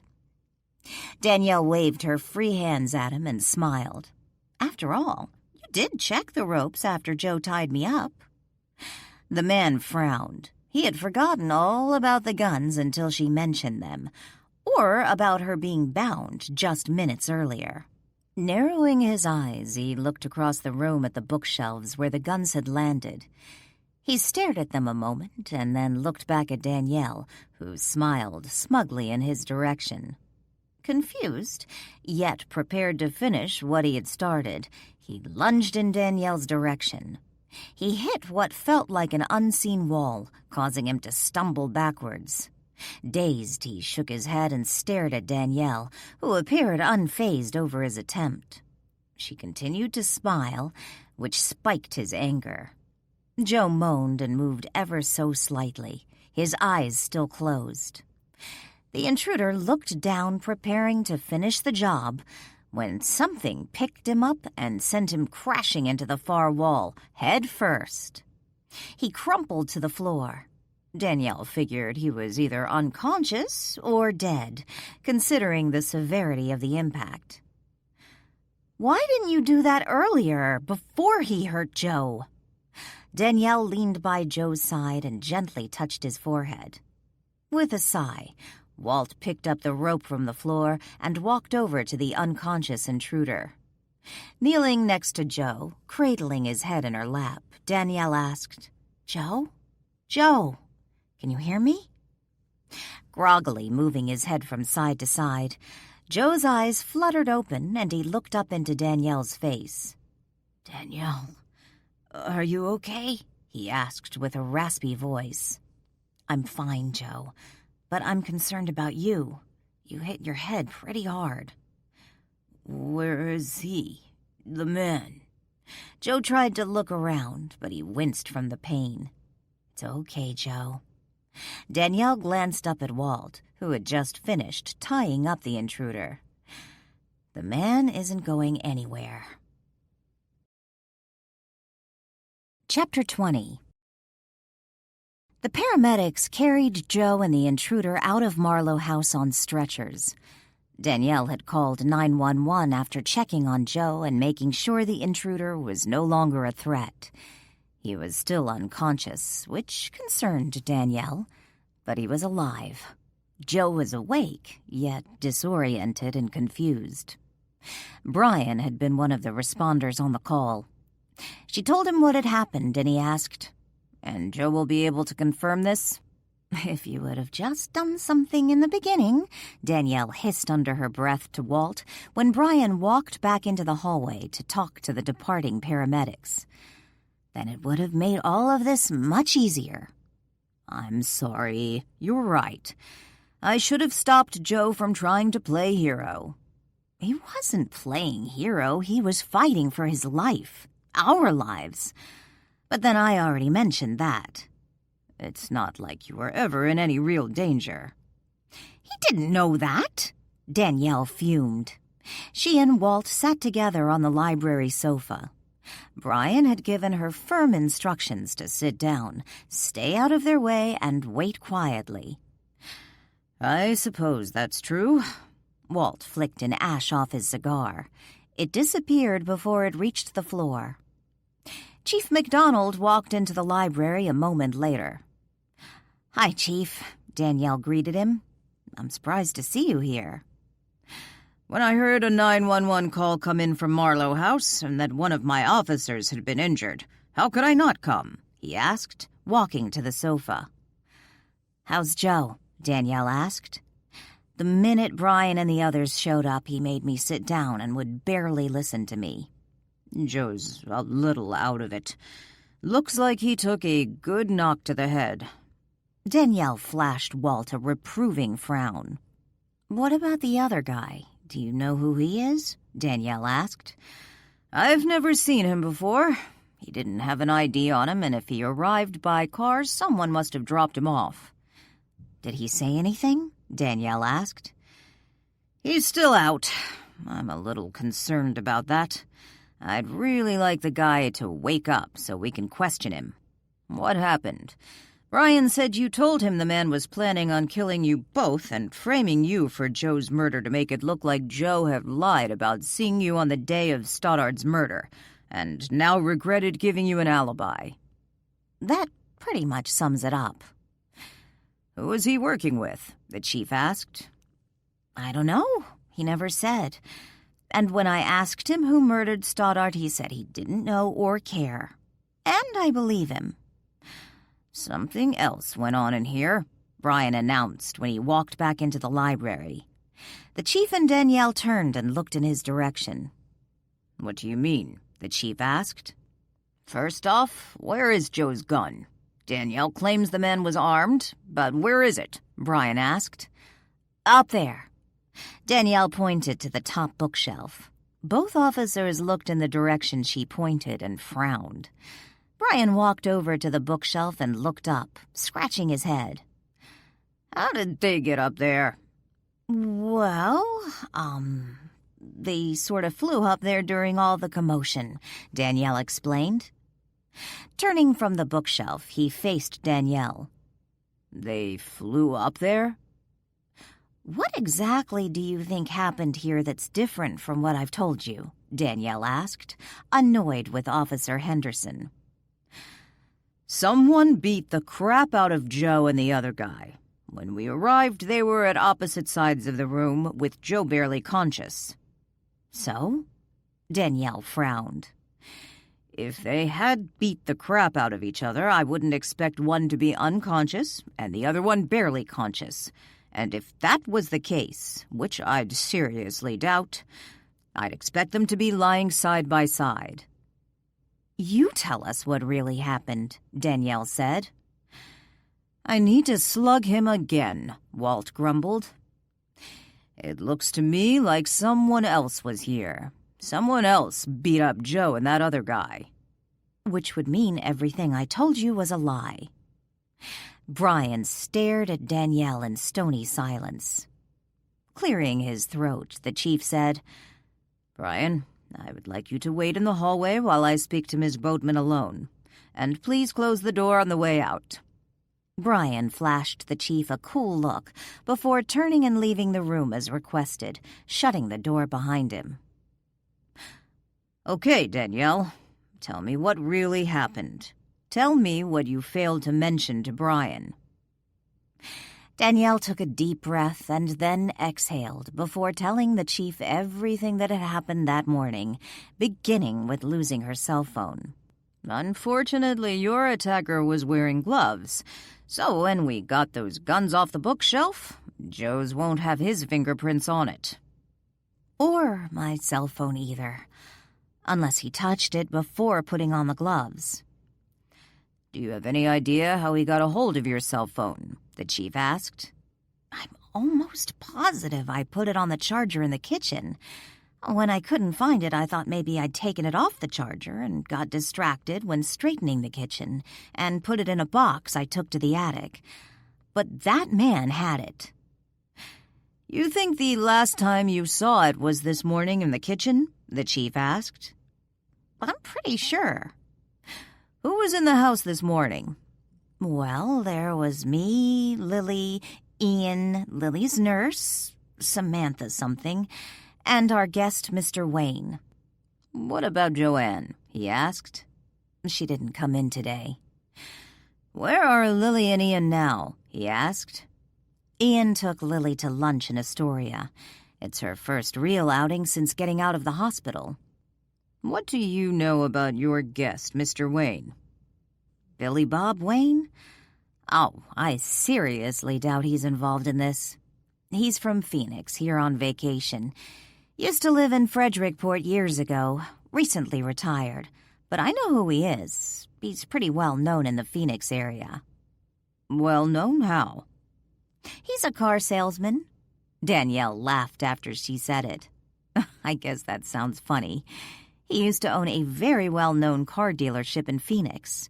He did a lot of advertising on TV as Billy Bob Wayne, sort of a corny, hokey cowboy angle. He was something of a celebrity. I recognized him immediately when he showed up on our doorstep. I used to see his commercials when I visited my friend in Phoenix. "He would have had access to your cell phone?" Yeah, but they all would have. I think everyone was in the kitchen this morning. Of course, I already know it wasn't Lily or Ian. "So you think it was the nurse?" he asked. The nurse? Danielle considered the suggestion. I really don't know much about her. She administers Lily's afternoon and evening IVs. Although now that I think about it, there is one thing that is a little odd. Danielle frowned. "What?"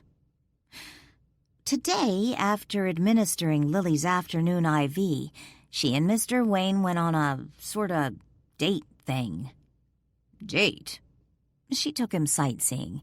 But she's probably in her 20s, and he's old enough to be my father, and he dresses, well, like a cowboy. Not like a Kevin Costner type of cowboy, more along the lines of Roy Rogers. You think maybe she took your cell phone and then made sure your guest was out of the way for the rest of the afternoon? I suppose it's possible. Did she know Lily and Ian would be in Astoria? Yes, it's all Lily could talk about. She was so excited. "You need to get me the name of this nurse. But for now, don't say anything to anyone, even Lily, that we suspect she might be involved in this." I can't very well do that. How can I have her coming back into my home twice a day and take care of Lily? If she's part of this, I don't want her anywhere near us. You have a point. But you have to remember you can't be 100% certain your guest isn't in some way involved. You did say he used to live here. Perhaps he has some connection to Stoddard. But maybe it wasn't any of those people, Danielle suggested. You mean someone else took your cell phone? It was in the kitchen on the counter. I don't always lock the kitchen door during the day. It's entirely possible someone slipped in from the side yard and took the phone off the counter sometime this morning. I would have seen someone break in, Walt interjected. Are you so sure about that? Danielle asked. You didn't know Joe and I were being held downstairs at gunpoint. You aren't talking to me right now, are you? The chief asked. No, I'm talking to Walt. Over an hour later, Danielle sat alone in the hospital waiting room, glancing at the nearby wall clock. She wondered what was going on. Restless, she stood up, preparing to look for a vending machine when the chief walked into the room. "How is he?" Danielle asked. "His tests look good, but they want to hold him overnight for observation." "Does he remember what happened? He was pretty loopy when he came to." "Come on, I'll take you to him and you can see for yourself." "Is he still in the ER?" Danielle asked. "No, they put him in a room." The chief motioned toward the elevator. "Do you know anything about the other guy yet?" Danielle asked as she stepped into the elevator with the chief. "He's in the ICU. Your Walt did a number on him." "He isn't my Walt, exactly. Any idea who he is?" "We got an ID back from his fingerprints. He has quite an impressive rap sheet, including one for a contract hit, which didn't stick." "When you say it didn't stick, do you mean he didn't kill the person?" Danielle asked. "No, someone was killed. This was in Vancouver. The authorities there were certain they had their man, but the case fell apart." "What's his name?" Danielle asked. "John Smith." "Seriously? His name is John Smith?" The chief nodded. "Seriously." "Do you think someone hired John Smith to kill us, or was he involved with Stoddard's murder?" "You told me he said he didn't know who killed Stoddard and that you believed him," he reminded her. "What do you think?" The elevator door opened. "Sounds like a contract hit," Danielle said dully. "Does to me too," the chief agreed, ushering Danielle off the elevator. "You said he's in the ICU. How serious is it exactly?" "He's still unconscious. They're running tests. I put a guard on his door." Danielle paused a moment and looked at the chief. "Guard?" "I don't think whoever hired him will be thrilled to know he botched the job, and his only chance now is to tell us what he knows and hope for a lighter sentence." "Maybe they'll wait to see how serious he is." "Perhaps, but if you wanted to keep someone from talking, wouldn't it be best to get rid of them before they had a chance to say anything?" "I suppose. Do you think Joe and I are still in danger?" "I suspect John Smith has more to be worried about from whoever hired him than either you or Joe do. If they wanted you both dead to discredit the alibi so we wouldn't keep looking for Stoddard's killer, that's now a moot point, especially after today. Killing you both now won't make us stop looking for Stoddard's killer." "I hope you're right." Chapter 21. Danielle peeked inside the hospital room. Joe sat in the bed wearing a hospital gown with the sheets pulled up to his waist. Brian sat in a chair next to him. The two men quietly discussed something. What, exactly, Danielle couldn't hear. She stood with the chief in the open doorway, hesitating a moment before entering. MacDonald cleared his throat. Joe looked in their direction and grinned. "You don't know how relieved I am to see you standing there, unharmed." Joe greeted her with a warm smile when Danielle and MacDonald walked into the room. "You are relieved. You scared the crap out of me." Danielle walked to Joe's side and reached out, giving one of his hands a brief squeeze.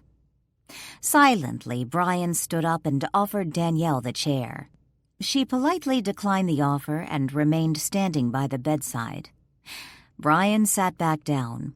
The chief's cell phone began to ring. He excused himself and stepped back out into the hallway, leaving Danielle alone in the room with Brian and Joe. "He tells me it was just the three of you at Marlow House." Brian didn't sound as if he believed it. "You remember what happened?" Danielle asked Joe. "When you came to, you were really confused. Had me worried." "I don't remember everything, but I remember most of it." He doesn't remember how the guns got on the bookshelf, Brian said, or throwing Smith against the wall. Danielle looked at Brian. It all happened rather fast, and does it really matter?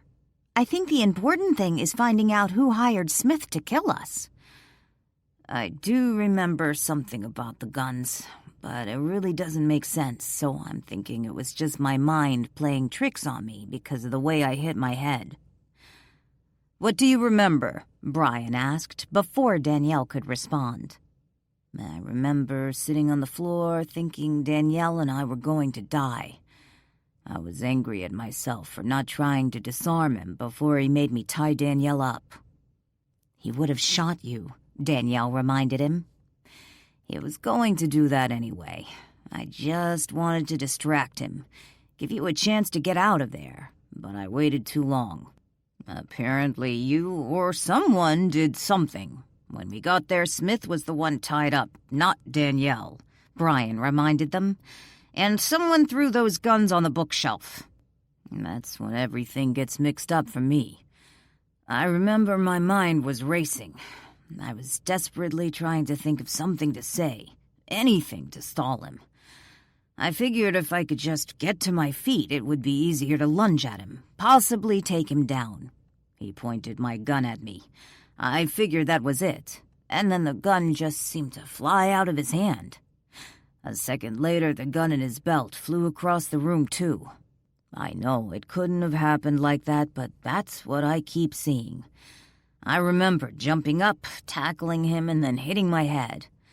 When I came to, Danielle was there talking to me, and he was tied up in the corner. I know it couldn't have happened like that. My mind is obviously playing tricks on me. Brian looked at Danielle. What do you remember? She took a deep breath and glanced from Brian to Joe. Joe was a hero. When Smith pointed that gun at him, he just leapt from the floor as if he had a burst of energy. He surprised Smith.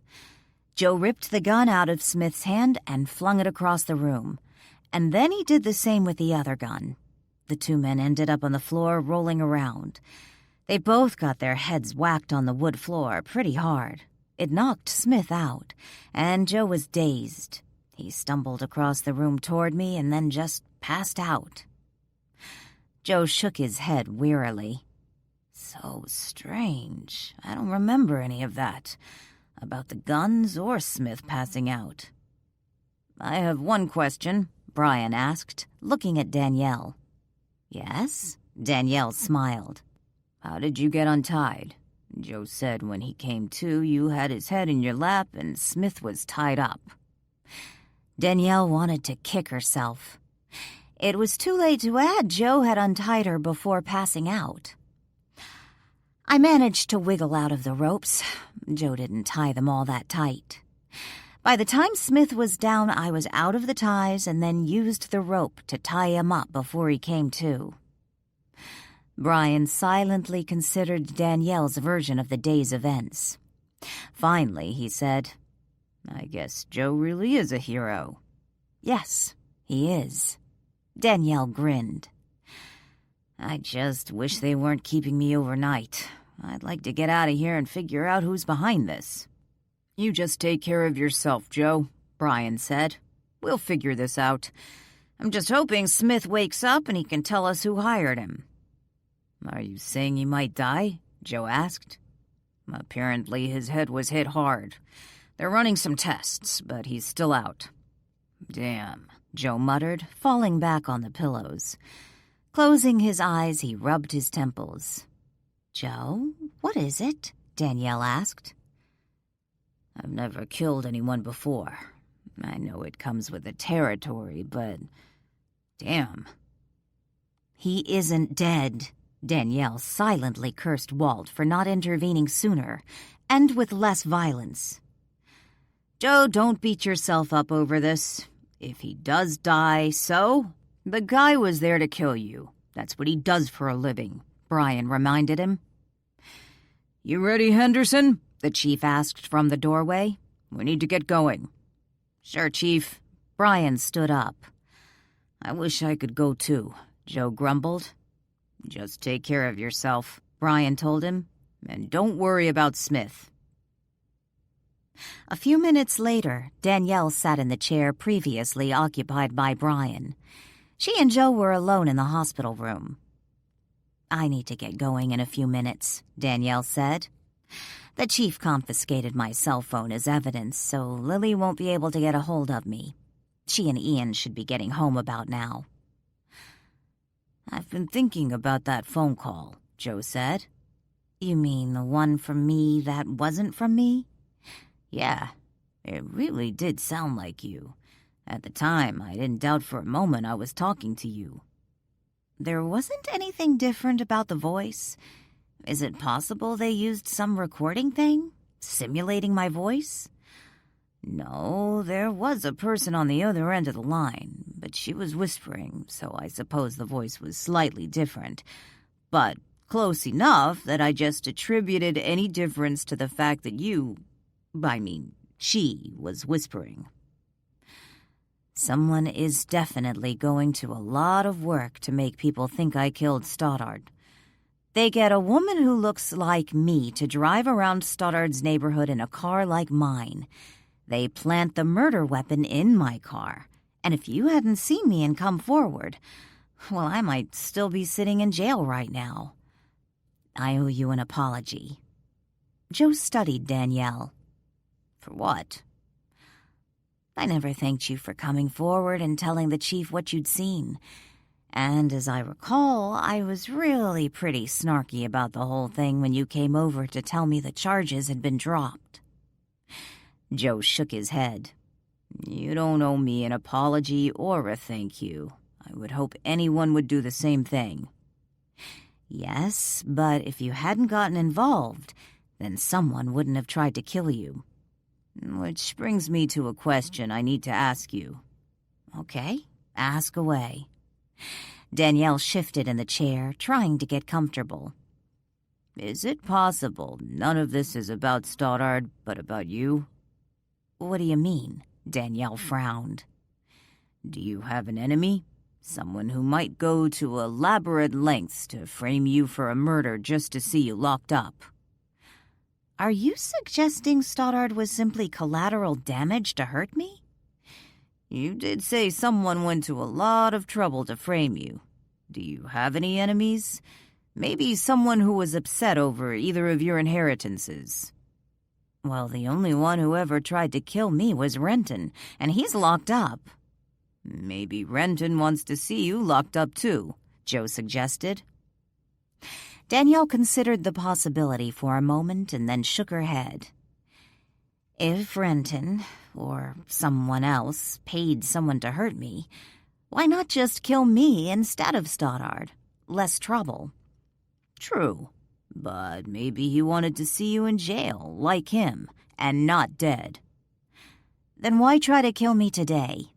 "Maybe he figured he missed his chance to see you go to jail, so he'd have you killed instead." "Then why kill you, too? According to Smith, he was going to toss me down the stairs to break my neck. He didn't need you to do that. It would have been much easier if he had come to the house when I was alone today, without you there. No, that doesn't make any sense." Joe let out a sigh and leaned back in the bed. "I suppose you're right." "Your brain is just working overtime since you're stuck here and can't go back to work with Brian and McDonald." "I suppose." Joe lifted his head and studied Danielle. "And can I ask you one more question?" "What?" "How did you really get your hands untied? Smith checked them. I know they were tight." "I guess not tight enough." Danielle shrugged. "I also know how to get out of duct tape. I'll show you that trick sometime." "Yeah, I think I've seen that YouTube video," Joe said with a chuckle. "I really need to go." Danielle stood up, reached to Joe, and took one of his hands in hers. She gave it a little squeeze. When she started to let go, he grabbed it with his other hand and held it for a moment. Joe looked up into Danielle's eyes. "At least one good thing came out of this." "What's that?" Danielle asked nervously. He continued to hold her hand. This feels like it used to be, after we first met. Danielle patted Joe's hand and gently pulled away. Yeah, I suppose it does. In a way. I like you, Joe. I hope we can be friends. I was sort of hoping... We've talked about this before, Joe, Danielle interrupted. I'm not mad anymore, honest. I'm over it. I understand why you had to do certain things and how some things must have looked to you. And while I'm no longer angry, we really can't go back. But I would like to go forward as friends. Are you seeing someone? Seeing someone? Not unless you consider midnight dances with a charming spirit seeing someone. No. And frankly, I'm not really looking for a relationship. I just want to get on with my new life here, and hopefully things will finally settle down for me, and I'll be able to do that. I wondered if maybe, well, you and Adam, Joe shrugged. Adam Nichols? Danielle practically choked. Well, I heard he took you to Stoddard's funeral, and he did pick you up at the police station after you were released for breaking into Stoddard's house. I wouldn't really call attending the funeral of a man I dislike to date. Danielle cringed. But no, I'm good friends with Marie. And I suppose Adam. Well, I guess we have become friends. But no, not that kind of friend. Chapter 22. It was almost dinner time when Danielle returned to Marlow House on Monday. She pulled into the drive alongside the house and found Will Wayne sitting on the bench under the shade trees, sipping a glass of wine. Unseen to Will was Stoddard's ghost, who seemed more agitated than normal. Yet this time, he directed his anger at Will and not at Danielle. After parking her car and turning off the ignition, Danielle sat in the vehicle a few moments, watching Will and Stoddard. Will looked in her direction and raised his glass in greeting before taking another sip. He was oblivious to the ghost, who repeatedly shook a fist in his direction and paced back and forth not 3 feet from the bench. "What is this all about?" Danielle muttered to herself before getting out of the car. Reluctantly, she walked to Will and Stoddard. "Beautiful day, wasn't it?" Will greeted her. "I forgot how lovely the weather is here. So different from Phoenix." "What is he doing here?" Stoddard demanded. "Is this the real reason you killed me? It wasn't about Lily after all, was it?" "Did you have a nice afternoon?" she asked with forced cheerfulness. What is Stoddard talking about? And how much do I tell Will about what happened today at Marlow House? There's sure to be something about it on the radio tomorrow, if not tonight. "Yes, it was a most pleasant afternoon. The area has really changed since I was last here." Will lifted his glass to Danielle. "Would you like some wine? I've more in the kitchen." "He's just here for my money," Stoddard shouted. "Oh, no thanks." Danielle forced a smile. Will wants Stoddard's money? "He shouldn't be here," Stoddard shouted before abruptly disappearing. Danielle glanced around the side yard, looking for some sign of Stoddard. She wondered where he had gone.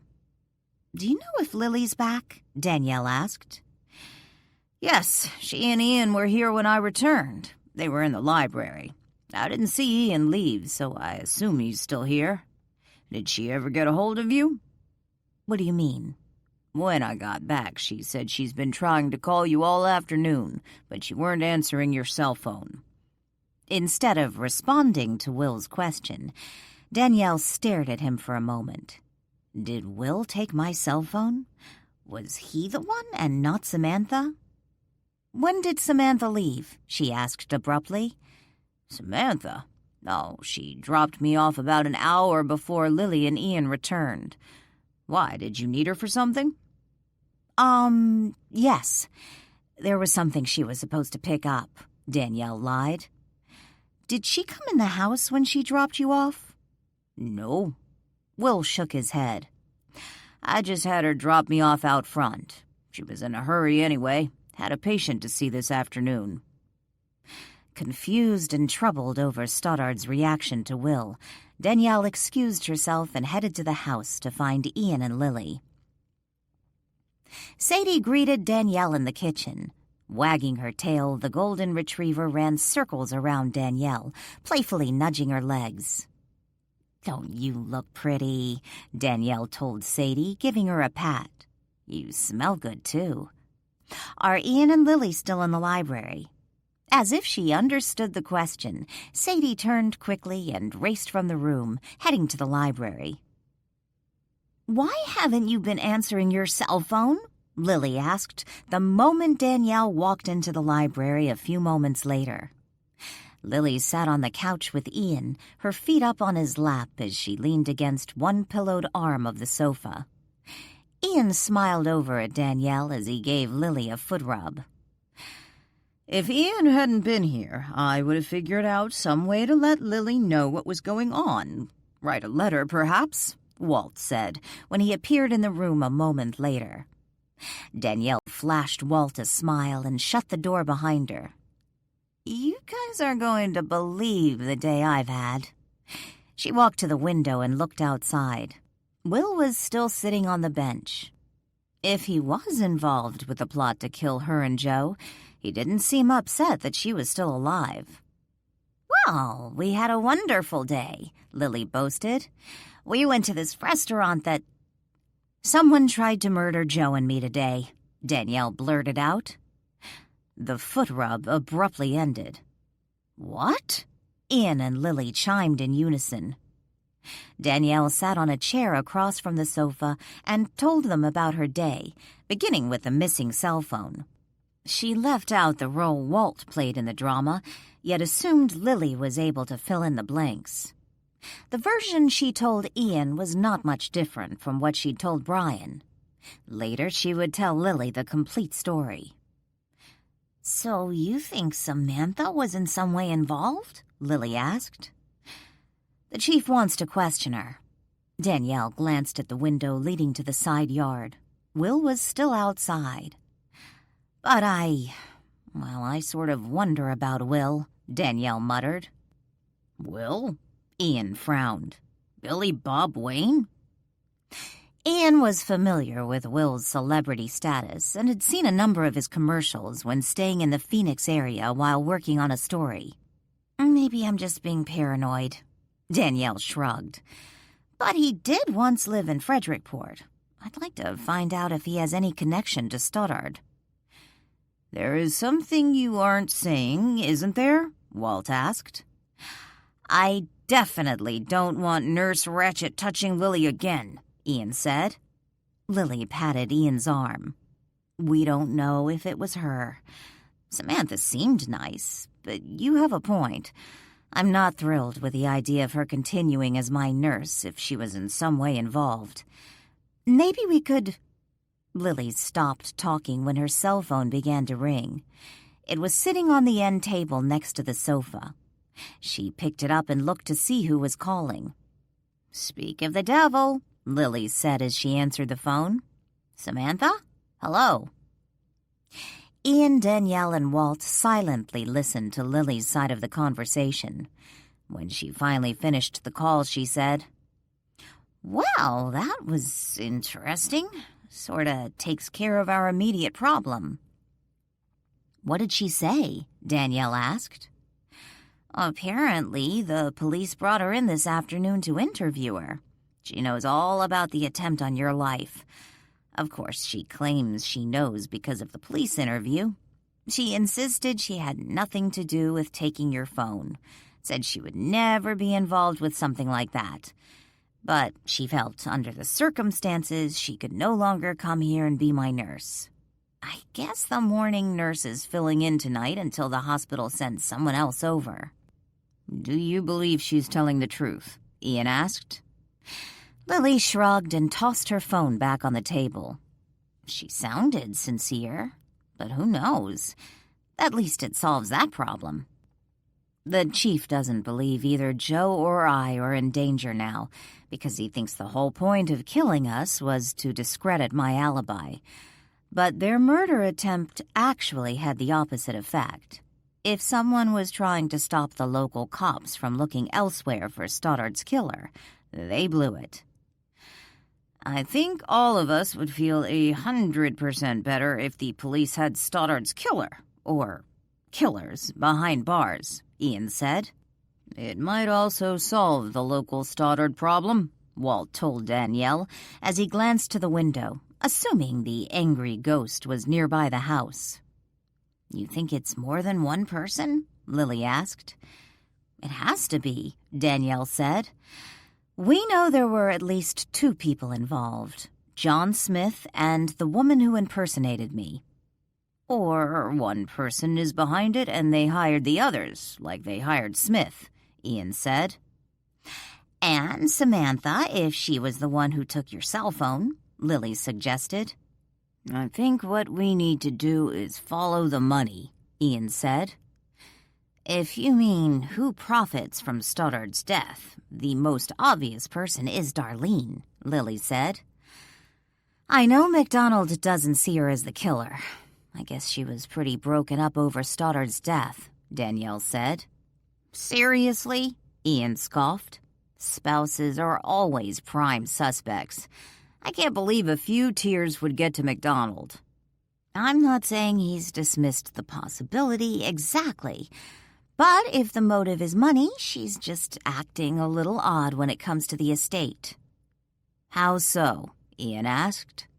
Danielle started to explain about Earthbound Spirit's claim to Isabella's estate, and how Darlene made no attempt to contest the will.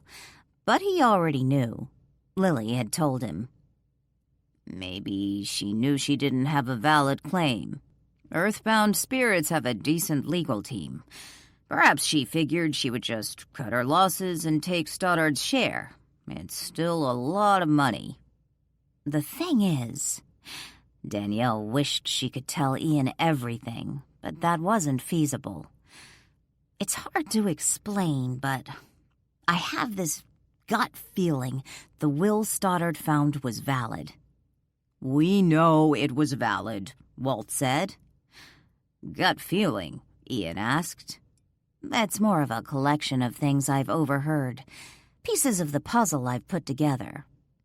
Maybe what we need to do is have a closer look at Stoddard's will. Isabella's will, the estate, and Earthbound Spirits, Ian suggested. I know Clarence Renton was the one who wrote Isabella's will. I bet he would know which one is the most current, Danielle said. If Darlene was walking away from all that money when she was legally entitled to it, that would definitely put a different spin on this, Ian said.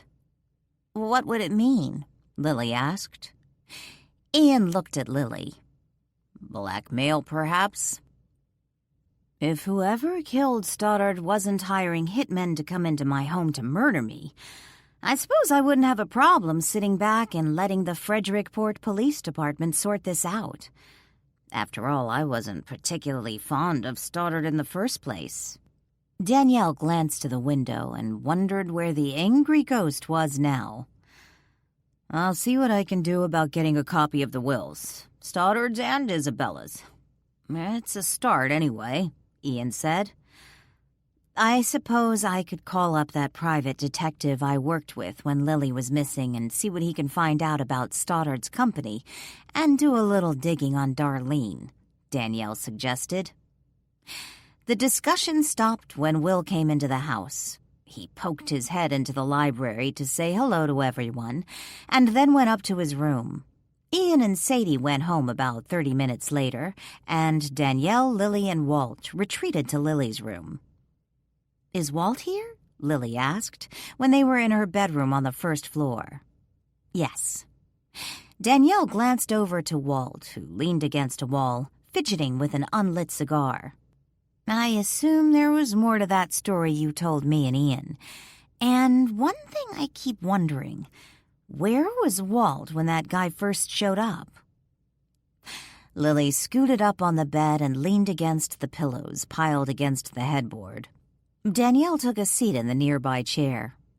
She told Lily, while Walt silently listened, the unabridged version of the day's events, ending with Stoddard's reaction to Will. "Are you saying nice Will Wayne is in some way involved in all this?" Lily asked. "I have no idea, but Stoddard was definitely upset. Of course, I couldn't ask him any questions with Will there." "I know what I need to do," Walt announced. "What?" Danielle asked. "I'm going to keep a closer eye on your guest." Walt disappeared. Chapter 23. Late Monday evening, Danielle went outside to find Stoddard. She wanted to know why Will's presence angered him. Unfortunately, the bitter ghost refused to discuss Will Wayne, aside from accusing Danielle of plotting with Wayne to destroy his family. On Tuesday morning, she tried again before Will came down from his room for breakfast. Stoddard remained uncooperative. Danielle wondered if there might be someone else in Frederickport similar with Stoddard's family history who might know of Wayne's connection to Stoddard. Danielle arrived unannounced at Marie Nichols's house shortly before 9, Tuesday morning. She dressed casually for the visit, wearing cuffed faded denims and a white lace blouse, with her hair pulled back into a tidy fishtail braid. Marie cheerfully welcomed Danielle and invited her into her sitting room for a cup of coffee. "You must have been terrified," Marie said as she poured the coffee. Danielle had just filled her in on yesterday's drama. "I'm surprised it hasn't been on the radio yet." What Danielle really meant was she was surprised Marie hadn't already heard about the attempt on her and Joe's life. Marie seemed to know what was happening in town before the local newspaper or radio. "There might have been something in the morning paper, but I'm afraid the sprinkler got to it first." Marie sat down on a chair across from Danielle. "I didn't look at the paper this morning either. I was too busy trying to reason with a stubborn ghost." "And Joe is going to be all right?" Marie asked. "Yes, they just wanted to keep him over for observation. I called over there this morning and talked to him. Looks like they're releasing him today." Marie shook her head. "Quite shocking. 2 murders in our little town, and now this attempt on you and Joe. This used to be such a safe place." Danielle didn't remind Marie of Walt's murder or the fact Marie's own father had found the body. In fairness, that had happened almost a century before. "Are they certain you're out of danger?" Marie asked. "We don't believe it was ever about killing Joe or me, but about deflecting attention off Stoddard's real killers." "I hope they catch them quick. We don't need those kinds of people in our town," Marie said. "I did have a question for you," Danielle asked. "Something to do with the murder?" Marie sipped her coffee. "No, not really," Danielle lied. She would rather Marie assume her interest in Will was more casual. "I'll let you ask me anyway," Marie said with a chuckle as she set her coffee cup on its saucer. "We have a guest staying at Marlow House." "I thought you weren't going to take anyone until Lily was finished with her treatments." "I guess we sort of changed our minds." Danielle picked up her purse and pulled out a piece of paper. It was a picture of Will, which she had printed off from the internet. While Billy Bob Wayne had a web presence with photographs, it listed no information on his personal or family life. She handed the picture to Marie. "What is this?" Marie looked down at the picture in her hand. "He's the one staying at Marlow House this week. His name is Will Wayne. He used to live in Frederickport. I was wondering if you knew him." Marie shook her head. "Will Wayne?" "He owned a large car dealership in Phoenix. Actually, he was something of a local celebrity there.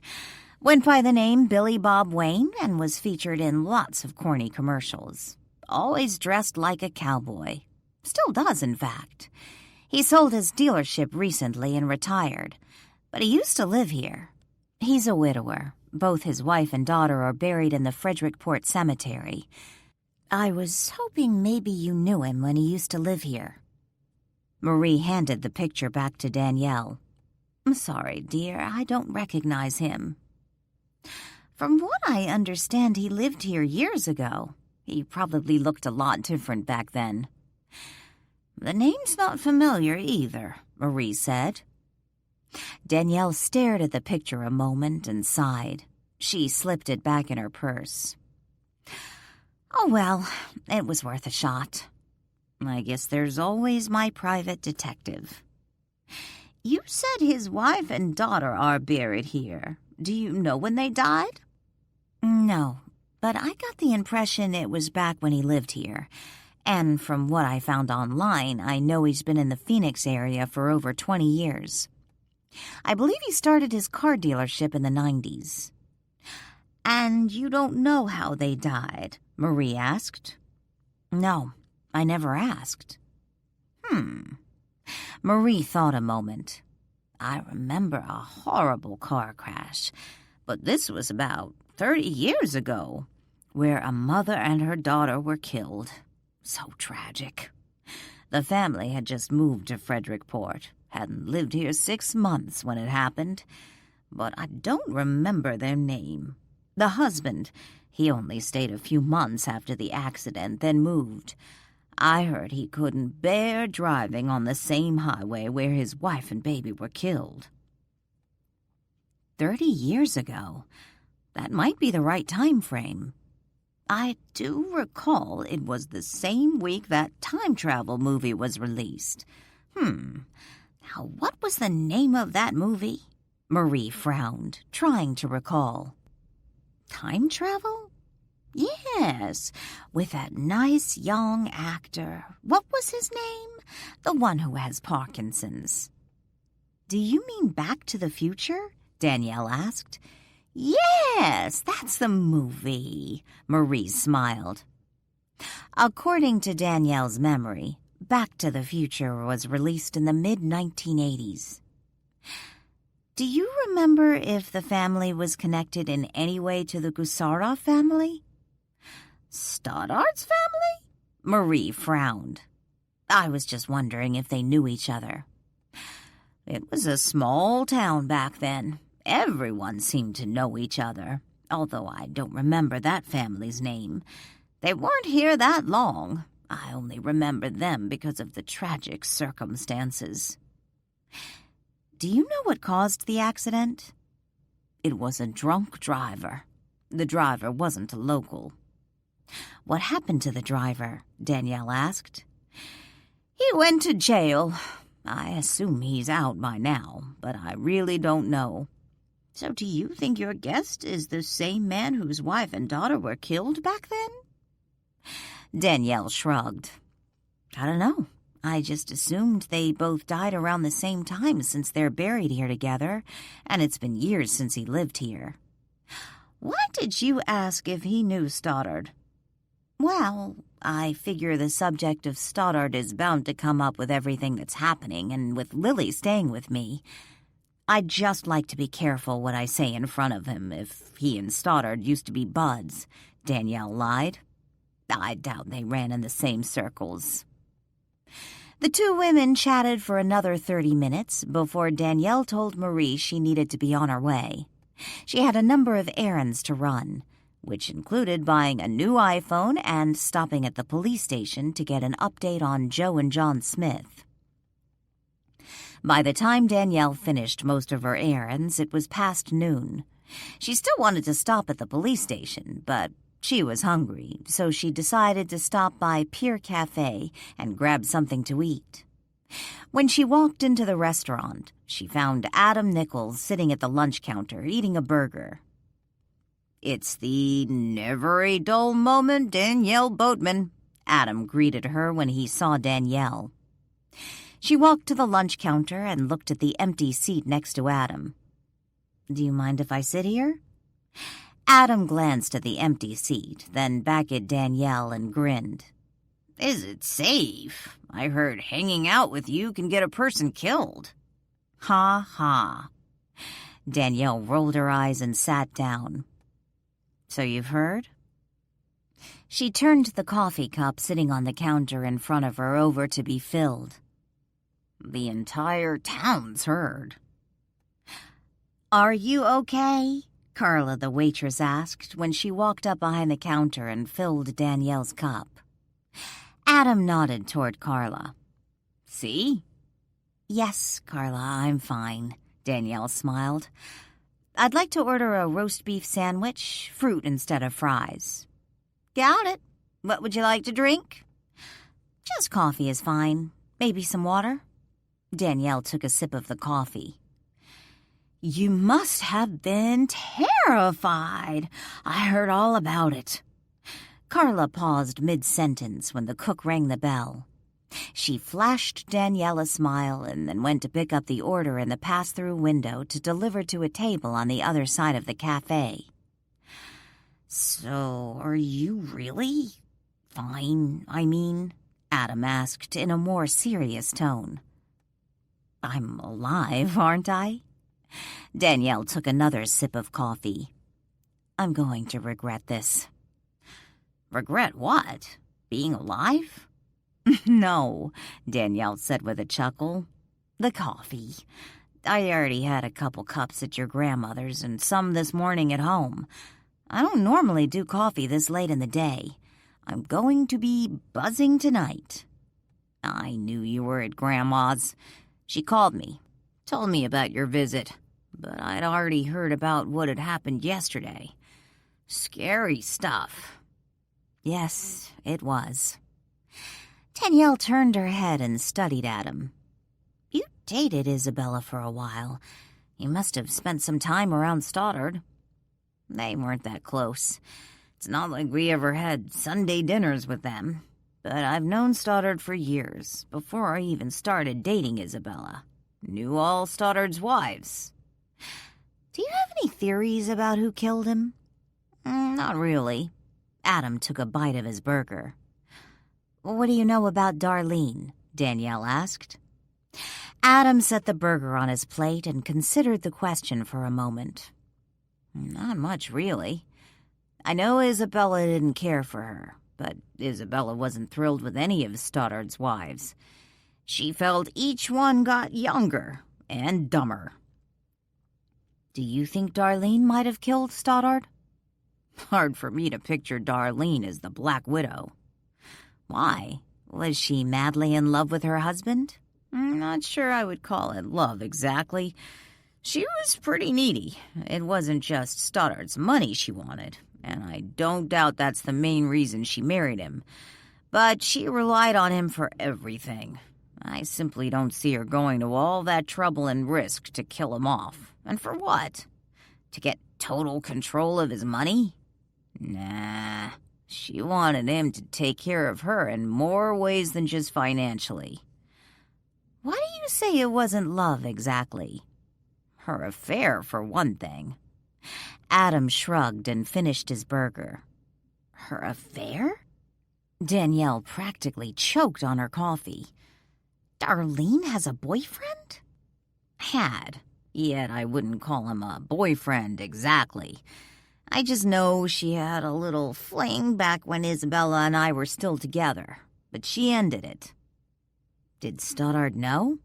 "I have no idea." Adam took a sip of his soda and pushed his plate to the far edge of the counter. "How did you know about it?" "Isabella saw her go into a hotel with some guy over in Astoria. Would never tell me who it was.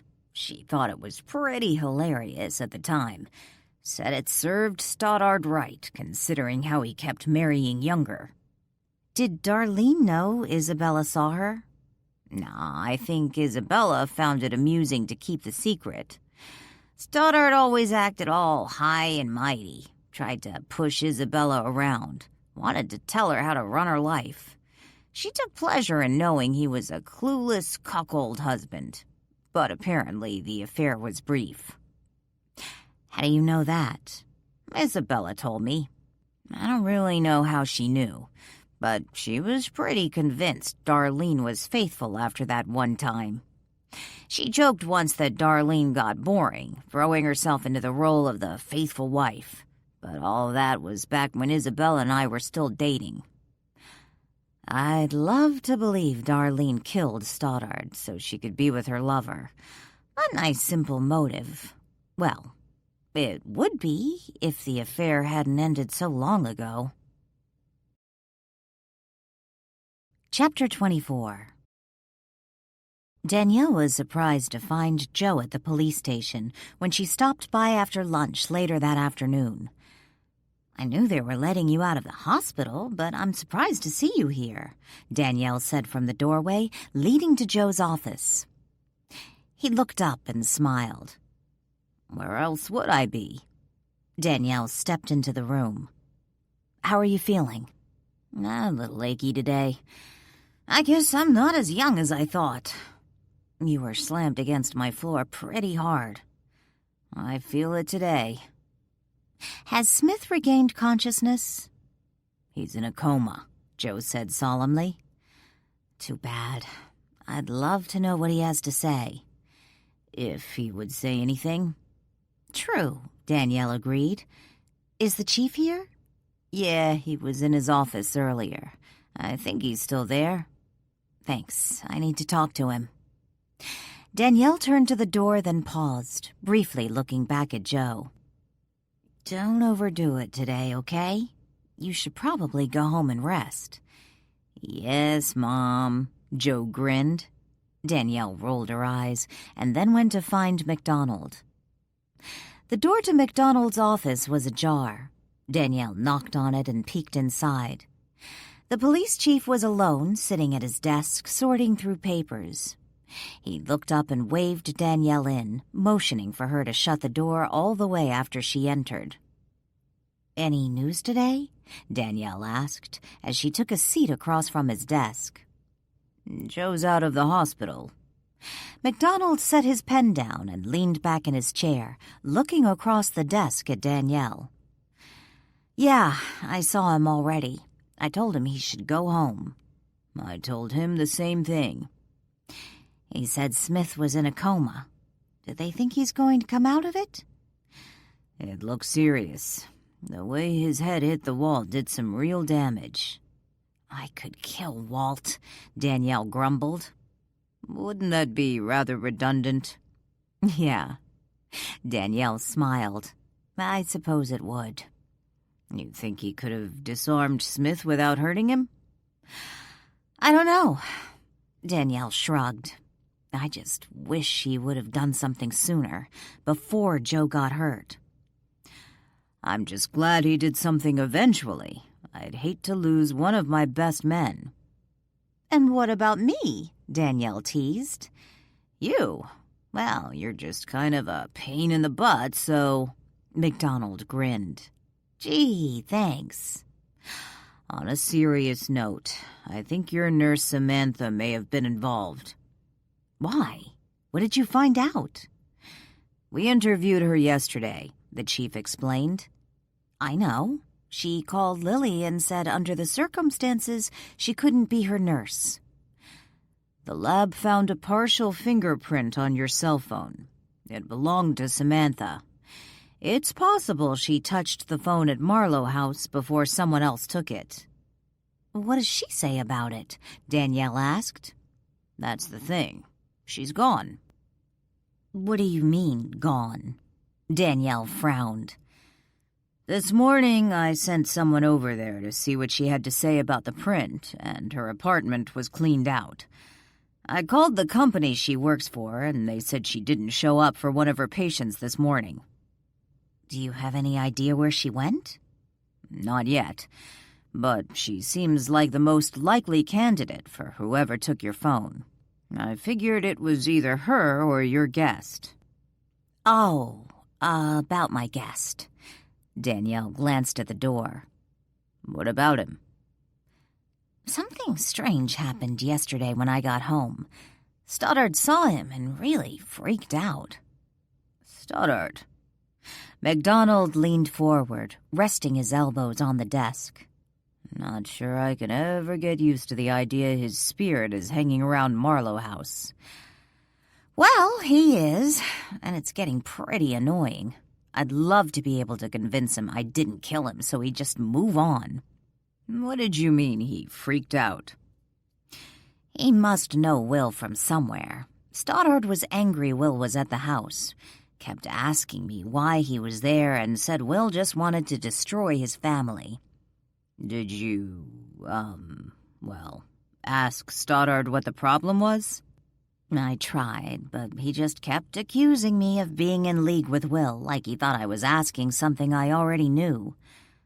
What did Will say when you told him about what happened yesterday? You did tell him, right? I told him this morning at breakfast.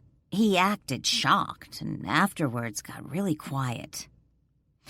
I could see some people checking out after hearing something like that. I don't see how that kind of publicity would be good for business.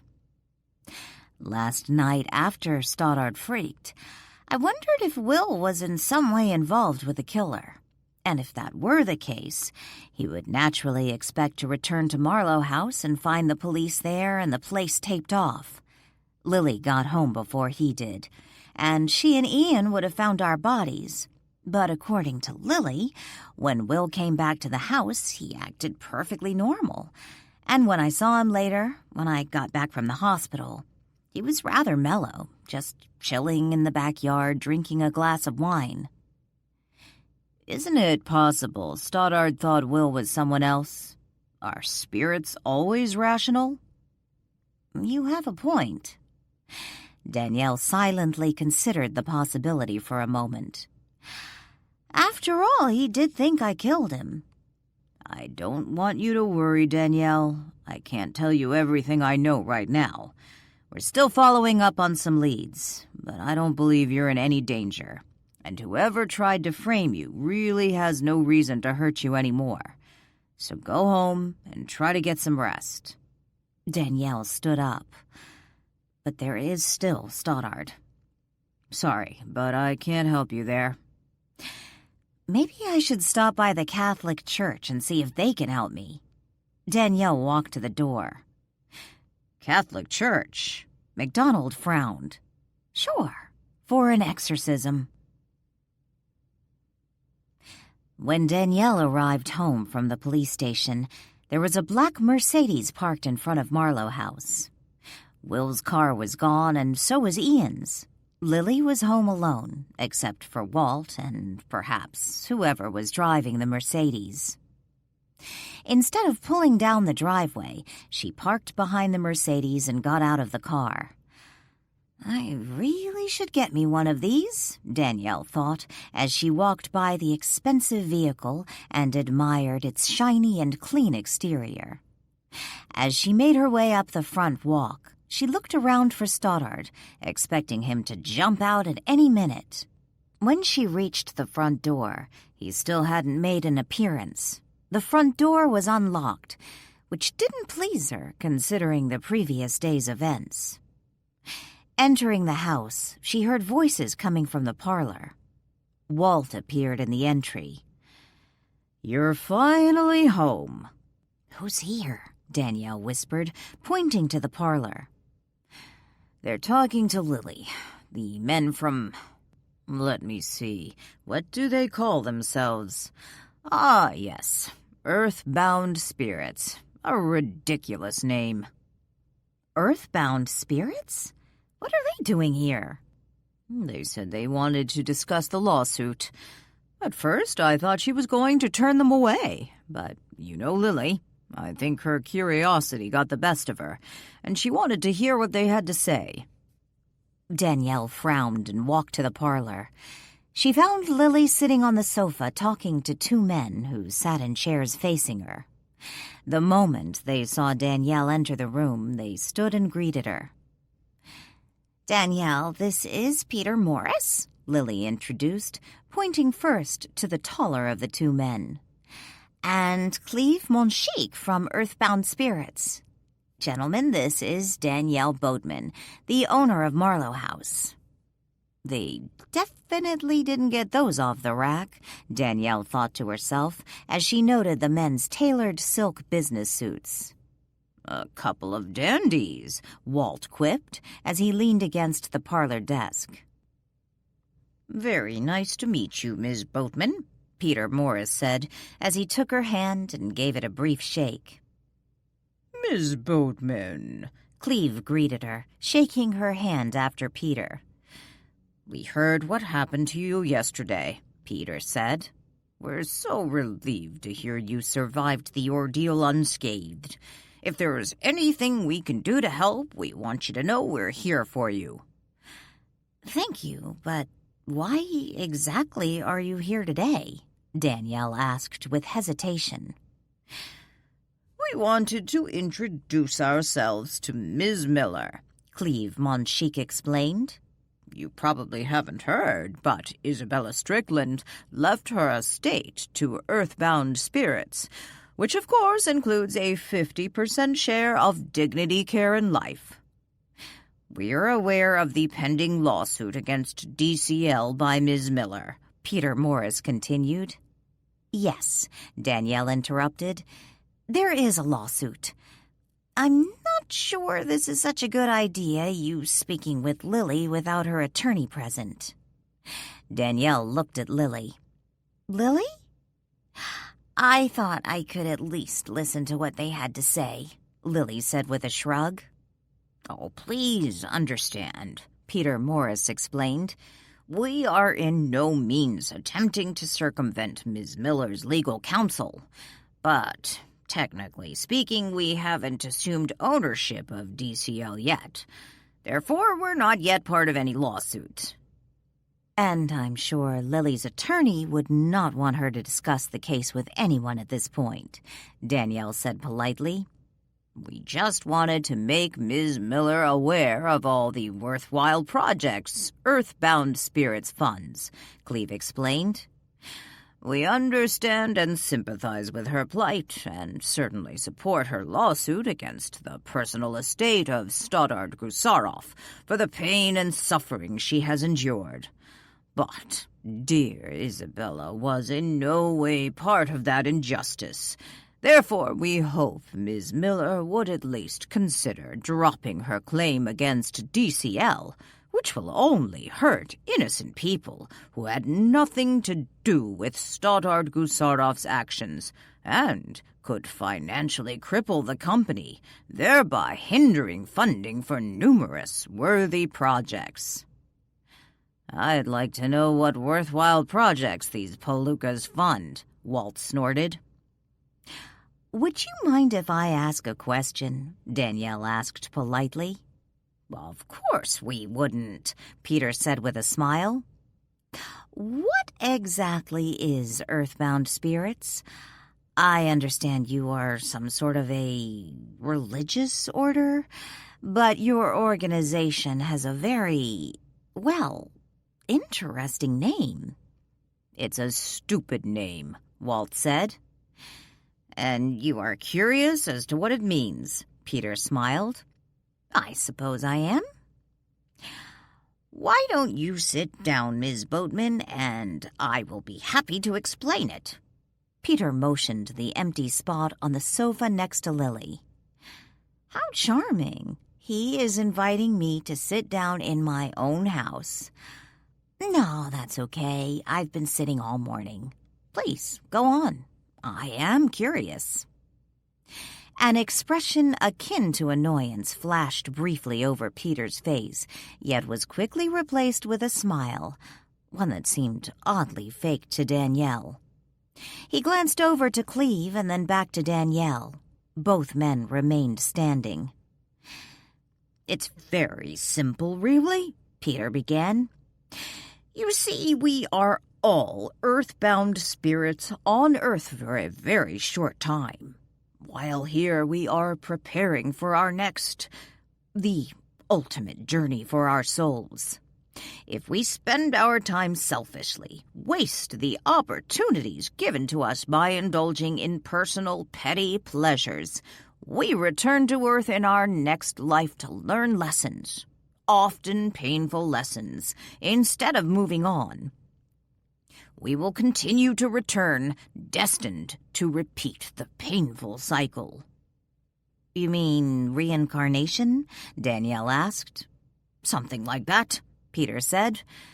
This is my last life on Earth. When I die, I'll finally be able to move on, to truly embrace the wonders waiting for me. How do you know that? Danielle asked. Lily remained quiet, sitting back in the sofa, curious to see how Danielle would react to what Peter had to say. She had already heard it all before Danielle arrived home. I had a vision, saw my past lives, and I finally understood. My mission in this life is to show others how they can move on to their ultimate destination. By dedicating my life to the earthbound spirit's calling, I am not only helping myself, but also others. I want to help you, Danielle Boatman, like I helped Isabella, and I want to help Ms. Miller. You mean you want Lily to drop the suit against DCL, which will inadvertently be a suit against earthbound spirits' assets? Yes, but not for just earthbound spirits, for her own spiritual health. Oh, bourgeois, Walt spat. Tell it to Sweeney. Chapter 25. Darlene sat alone on the boardwalk park bench overlooking the ocean. Glancing down at her watch, she wondered what was taking Brian so long. He had promised to meet her at 4 p.m. sharp, and it was already 5 minutes after the hour. "You're late," Darlene said when Brian showed up 5 minutes later. I had things to do. He took a seat next to her. "I heard what happened at Marlow House yesterday." Darlene stared out at the ocean, not looking at Brian. Oh, yeah? What do you know about it? Darlene briefly glanced at Brian. "What is that supposed to mean?" Just that. What do you know about it? Fairly straightforward question. Darlene gazed out at the ocean. "Just what I heard on the news. Do they know who hired that man?" Why do you think someone hired him? Brian asked. Maybe he just wanted to kill Boatman and Joe. "Because, according to the news, he's a hitman." Then that must be what happened. Brian sat back on the bench. Why did you want to see me? "What are you doing about Danielle Boatman? You promised you'd help me." Do about her? That was when you were convinced she killed Stoddard. "When? I still think she killed my husband. I heard him," she said stubbornly. I don't know why Stoddard said what he did, Darlene, but it's fairly obvious to everyone Danielle Boatman didn't kill your husband. Just because of what happened yesterday? Darlene, someone hired that man to kill Joe, to make it look like Danielle did it because he was retracting his alibi. "So she says," Darlene snapped. So Joe says. "Then they're in this together." Are you listening to yourself? What do you think happened? Danielle hired the hitman? "It's possible." Oh yeah, that makes a lot of sense, Brian scoffed. Right, the hitman was in on it too? Agreed to be part of a bungled contract hit? Obviously, he didn't plan that part. They tricked him. That way it looks like poor Danielle Boatman is being framed. Darlene, I've known Joe for a long time. He's one of the most honest men I know. If he thought Danielle was guilty, he wouldn't hesitate arresting her. He had done it before. I just know what I heard. They sat in silence for a few moments. Finally, Brian asked, Darlene, do you know anyone who would have wanted Stoddard dead? You mean aside from Danielle Boatman? Obviously. No one. Everyone loved my husband. Stop it, Darlene. It's me you're talking to. And I knew Stoddard. You do know you're now on the top of the suspect list. I didn't kill my husband. I never said you did. Brian studied Darlene's profile. Tears filled her eyes as she continued to stare out to sea. I didn't know all my husband's acquaintances. As far as I know, he had no enemies. I heard Earthbound Spirits is inheriting Isabella's estate. Darlene glanced briefly at Brian. Yes. So the will Stoddard claimed to have found was fake. Todd wasn't a perfect man. Maybe someone from Earthbound Spirits killed Stoddard. Darlene frowned at Brian. They didn't have a motive. Didn't they? After all, Stoddard tried to circumvent their inheritance with a fake will. They had nothing to do with Stoddard's death. It's not fair to start pointing the finger at them when Stoddard was the one who did something wrong by putting that fake will in probate. But all that has been straightened out. You're not helping if you start accusing innocent people. I didn't know you had a relationship with the people at Earthbound Spirits. I don't, Darlene snapped. I've never even met any of those people over there. You never met any of them when Isabella was involved with the group? No. Stoddard wanted nothing to do with Earthbound Spirits. And you still say they didn't have a motive to kill him?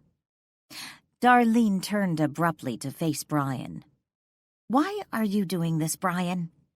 I just want to see the person responsible for killing my husband behind bars. I don't want to chase after innocent people just because Todd disliked them. Someone killed Stoddard, and it wasn't Danielle Boatman. You need to come to terms with that. Darlene took a deep breath and looked down the beach.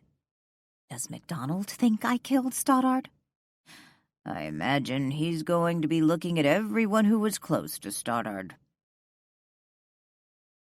Ian and Sadie arrived at Marlow House just as the men from Earthbound Spirits drove off in the Mercedes. Desperate for a little fresh air to clear her mind, Danielle offered to take Sadie for a walk along the beach while Lily filled Ian in on the visit from Earthbound Spirits. Leaving by the front door, Danielle glanced around for Stoddard. She hadn't seen him for a while and wondered if he had finally moved on. Not wanting him to follow her to the beach, should he suddenly appear, Danielle jogged with Sadie by her side across the street and down to the portion of the beach that allowed dogs. Wagging her tail, Sadie walked with Danielle along the boardwalk.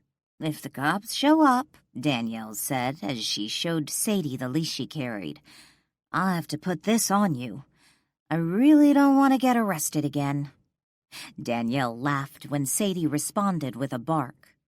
She had no idea if the dog understood what she was saying, but she found it hilarious that Sadie often responded as if she did.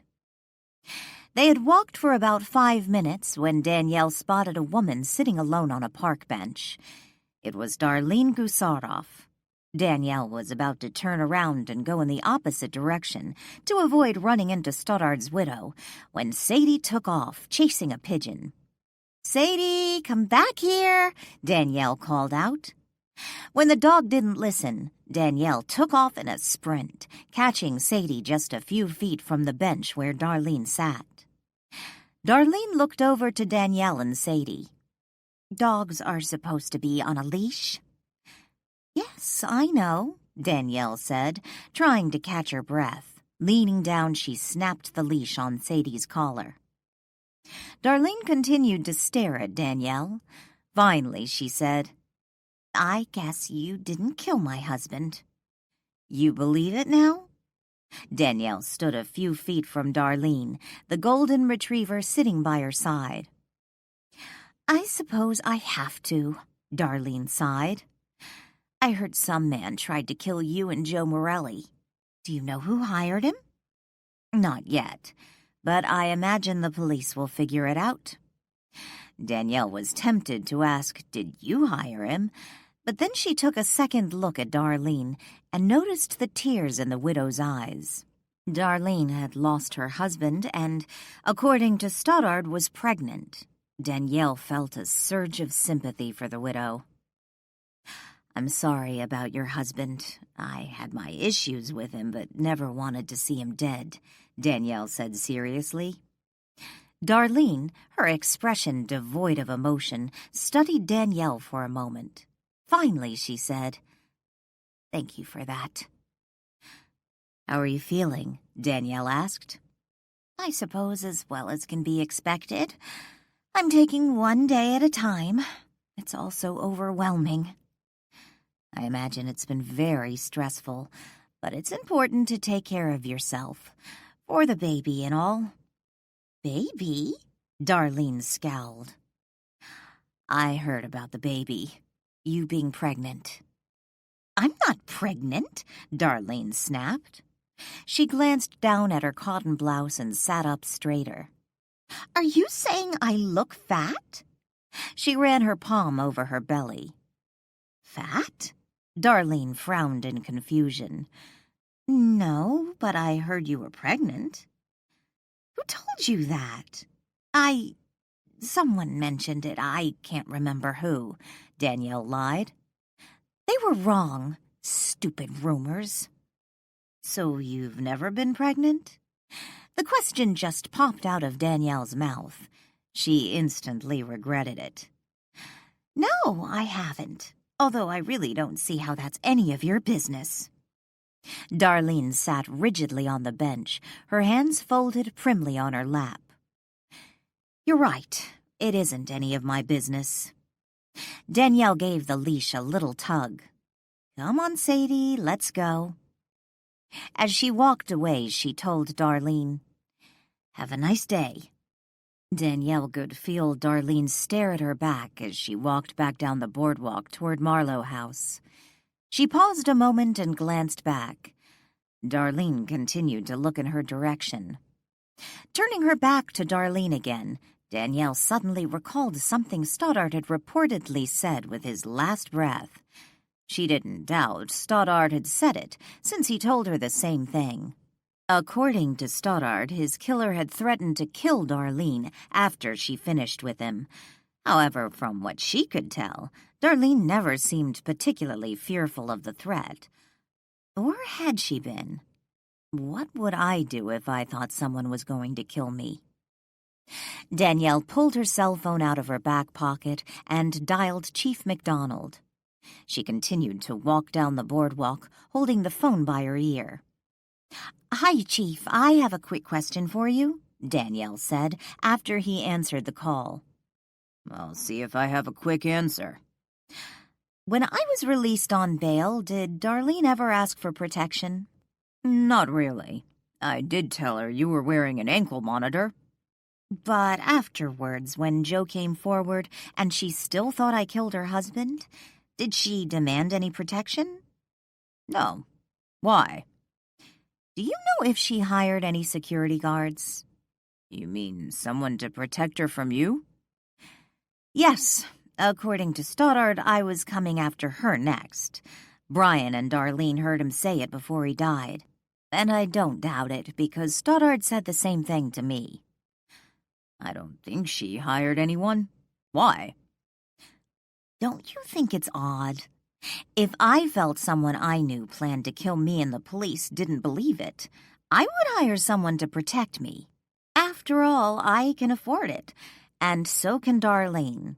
If she didn't hire someone to keep me from killing her, why didn't she?" "You think Darlene killed her husband?" "Someone killed Stoddard, and the only thing I do know, it wasn't me. There's something else odd about Darlene." "What's that?" "According to Stoddard, Darlene was pregnant." "Darlene's pregnant?"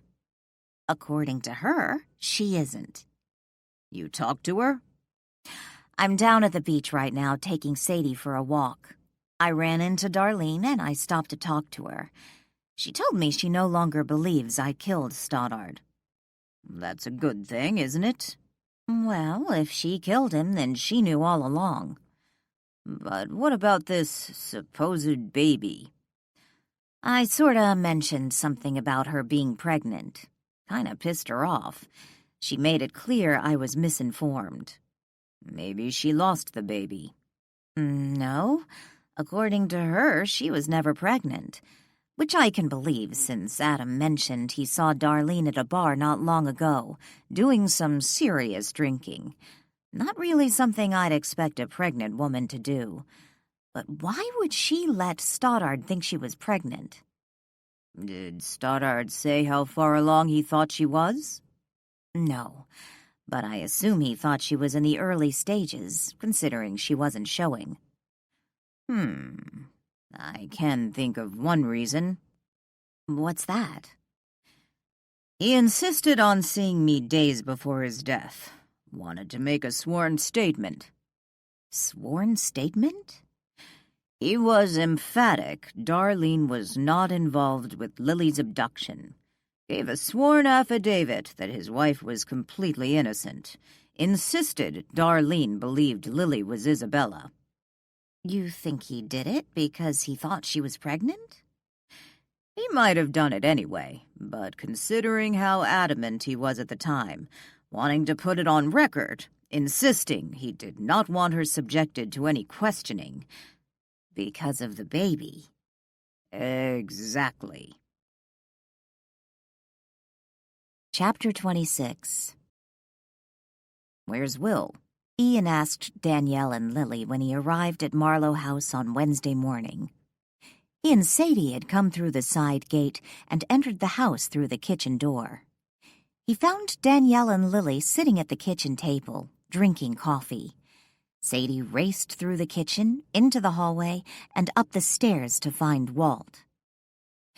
He told us he was driving into Portland for the afternoon and would be back later this evening, Lily told Ian as he kissed her cheek on his way over to the counter to pour himself a cup of coffee. I saw your nurse leaving. Figured it was safe to come over with this. Ian waved a large envelope in the air. Danielle hadn't noticed he was carrying anything when he first walked into the house. What is it? Copies of Isabella's 2 wills. Very interesting. Ian tossed the envelope on the table and sat down. Danielle picked up the envelope. Where did she get them? The magic of the internet. Ian sipped his coffee. So why did Will go to Portland? He didn't say, and we didn't ask, Lily said. He seems like a nice guy, even though I'm not big on cowboy hats. Ian grinned. That's only because they don't make Cubs cowboy hats, Lily teased. They don't? Grabbing the bill of his Cubs baseball cap, Ian removed it from his head and tossed it on the empty chair next to him. Danielle sat quietly thinking of Will. Hiring someone to look for a connection between Will and Stoddard no longer seemed critical. She was fairly certain Samantha was the one who had taken her cell phone. Will was a respected businessman who hadn't been to Frederickport in years. She suspected MacDonald was correct. Stoddard was confused about Will. It was entirely possible, after all, Stoddard had been confused about her. She had planned to hire the investigator she had used to look for Lily, yet changed her mind when she realized he was probably not the ideal choice for digging into Stoddard and Darlene's past, considering his locale and expertise. She wondered if Ian might have a recommendation. "What did you find that was interesting?" Danielle asked, as she removed the documents from the envelope. By just looking at them, one would assume they are both Isabella's wills, with the earthbound spirit's will being an older version and Stoddard's the newer, revised one. By appearances, they were both prepared by Renton. Danielle shuffled through the pages. "You have 3 wills here." "Yes, I ran off a copy of Isabella's 2 wills and Stoddard's will, the one Darlene filed." "I assume Darlene gets everything," Lily said. "That one had an interesting provision. Ian said as he took Stoddard's will from the pile of papers in Danielle's hands. How so? Lily asked. Stoddard has a provision in his will that if Darlene ever cheated on him during their marriage, she is disinherited. Danielle looked up from the papers. You're kidding me.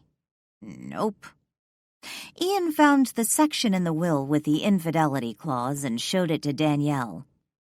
That's interesting because Darlene cheated on Stoddard during their marriage, Danielle said. How do you know? Ian asked. Adam told me.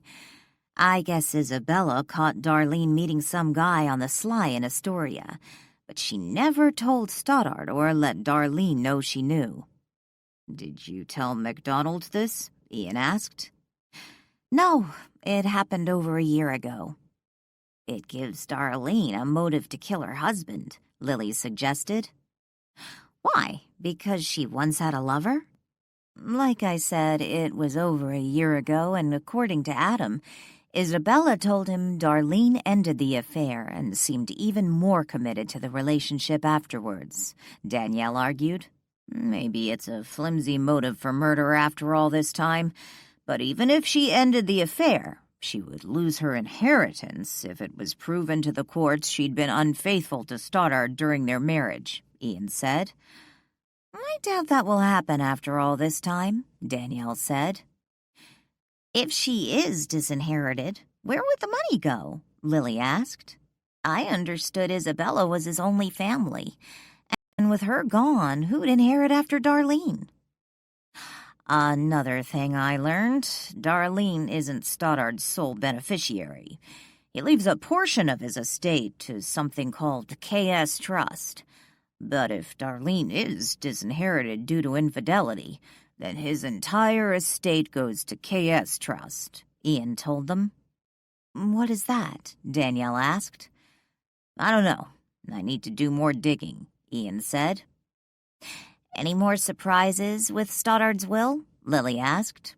Not really. Basically, he leaves everything to Darlene and the trust, with a lion's share going to Darlene.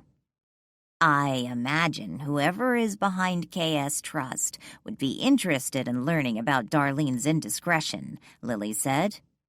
And considering what she tried to do to me, I'd be happy to tell them. Telling them about the affair wouldn't get her disinherited, Ian said. You'd have to have some sort of proof. He looked at Danielle. Do you know who she had an affair with? No, Adam didn't know either. Isabella never told him. So what about Isabella's wills? Learn anything interesting there? Lily asked. In the will where she leaves everything to her uncle, she named a second beneficiary should Stoddard predecease her. Who did she name? Lily asked. Her father. Her father? Didn't you once tell me he skipped out on her mother before she was ever born? Danielle asked. Yes, I always assumed he was dead since he never came forward after Isabella's mother died. Figured he might try to get his hands on some of the Gusarov money through Isabella. It's interesting. It doesn't actually give his name. In the will, it simply refers to the alternate beneficiary as Isabella's biological father. Isn't that a little odd to state it that way? Lily asked. What I find odd, if that will is forged, as Darlene claims, why would Stoddard stick something in the will like that? Obviously, there was no love between Isabella's father and the Gusarov family, so what was the point of putting that in the will? I told you I don't believe the will is fake, Danielle said. Maybe Isabella's father is the one who killed Stoddard, Lily suggested. And the motive? Ian asked. Let's assume the will isn't a fake. If he knew Isabella named him as a beneficiary in the will after Stoddard, maybe he bumped off Stoddard so he could inherit Isabella's estate, Lily suggested. It doesn't work that way, Danielle said. What do you mean? Lily frowned. Danielle's right. Assuming the will Stoddard filed isn't fake, then the only way Isabella's father would have inherited her estate would be if Stoddard died before Isabella, not after. Ah, that's right, Lily said with a sigh. Because it hadn't gone through probate yet. My brain was looking at it as if Stoddard died before Isabella. That was stupid of me. Maybe it doesn't give us an extra suspect, but it does give me more reason to question Darlene's story that the will was fake, Ian said. I imagine the only one who can straighten this out would be Clarence Renton. And I sure don't want to talk to him, considering the man killed my cousin and tried to kill me. Danielle downed the rest of her coffee. I'll talk to him. They sent him to Oregon State Penitentiary, didn't they? Ian asked. If that's the one in Salem, yes, Danielle said. That's about 2 hours from here. I could drive down there and talk to him, see what he has to say, Ian said. Lily picked up her iPhone and began surfing the web. What are you looking for? Ian asked. Visiting hours. Lily glanced up at Ian and then looked back at her phone. According to this site, you can visit inmates daily from 7:15 a.m. to 10:15 a.m., and then again from 12:30 p.m. to 3:45 p.m. If I left now, I could get there in time to make the afternoon visiting hours. I'd have to leave Sadie here. You should probably call first, just to make sure. Who knows, maybe Clarence got into some mischief and they threw him into the hole, Danielle suggested. Do they still do that? Lily asked. In his case, I hope so, Danielle grumbled. I wish I could go with you, Lily said. Sorry, babe. By the time I get in to see Renton, you'll probably be hooked up to the IV again. I lead an exciting life, Lily sighed. I hope you understand why I don't want to go, Danielle asked. Absolutely. I wouldn't even suggest it. Do you think Renton will even talk to you? Lily asked. All I can do is try. Ian arrived in Salem a few minutes past 2 in the afternoon. By the time he was brought to the waiting area, it was almost 3. It had been almost 2 months since he had seen Danielle's ex-attorney, Clarence Renton, the man who had embezzled from Brianna Boatman's estate, murdered Danielle's cousin Cheryl, and tried to murder Danielle. When they brought Renton into the visiting area, Ian's first thought was that the man had lost weight, something he could afford to do. Danielle had once described Renton as a clean-shaven Santa Claus. Later, she retracted her description, insisting that comparing a man of Clarence Renton's caliber to St. Nick was blasphemy. Ian thought he looked like a short, stout, defeated man. When they said you were here to see me, I was surprised. What would the famous John Alter want with me? To write a story on me, perhaps? I just want to ask you a few questions about one of your clients. You know I can't talk to you about my clients. Client confidentiality and all. Clarence smiled. It's Isabella Strickland. She's dead, so I don't think it will be an issue. Isabella. I heard about her death. Clarence leaned back in the chair. All that money, and she never appreciated what she had. I wanted to ask you about her will. I know you prepared it for her. I prepared several wills for Isabella. She kept changing her mind. Clarence laughed. Ian wondered what Clarence thought was so funny. I need to know, which is her most current will? The wills are dated. The one with the most current date, of course. That's not what I mean. Stoddard put a will into probate, and so did Earthbound Spirits. I wanted to know if you prepared the will Stoddard put into probate. I prepared hundreds of wills for various clients. You can't expect me to remember them all. Ian removed a document from an envelope and handed it to Clarence. This is the will Stoddard put into probate. Clarence took the document and flipped through its pages. Looks like one of mine. He handed it back to Ian. Stoddard's widow is saying her husband forged the will, that it's fake. I need you to verify it isn't forged, that you wrote it for Isabella. Well, if she says Stoddard forged the will, he must have. I can't really remember every will I prepared, and this is only a photocopy. Please, try to remember. In one will, Isabella left her estate to earthbound spirits. But about 6 months ago, she went to you and had you prepare a new will, leaving everything to her uncle. Clarence smiled. Earthbound spirits gives me a lot of comfort. Excuse me? Ian frowned.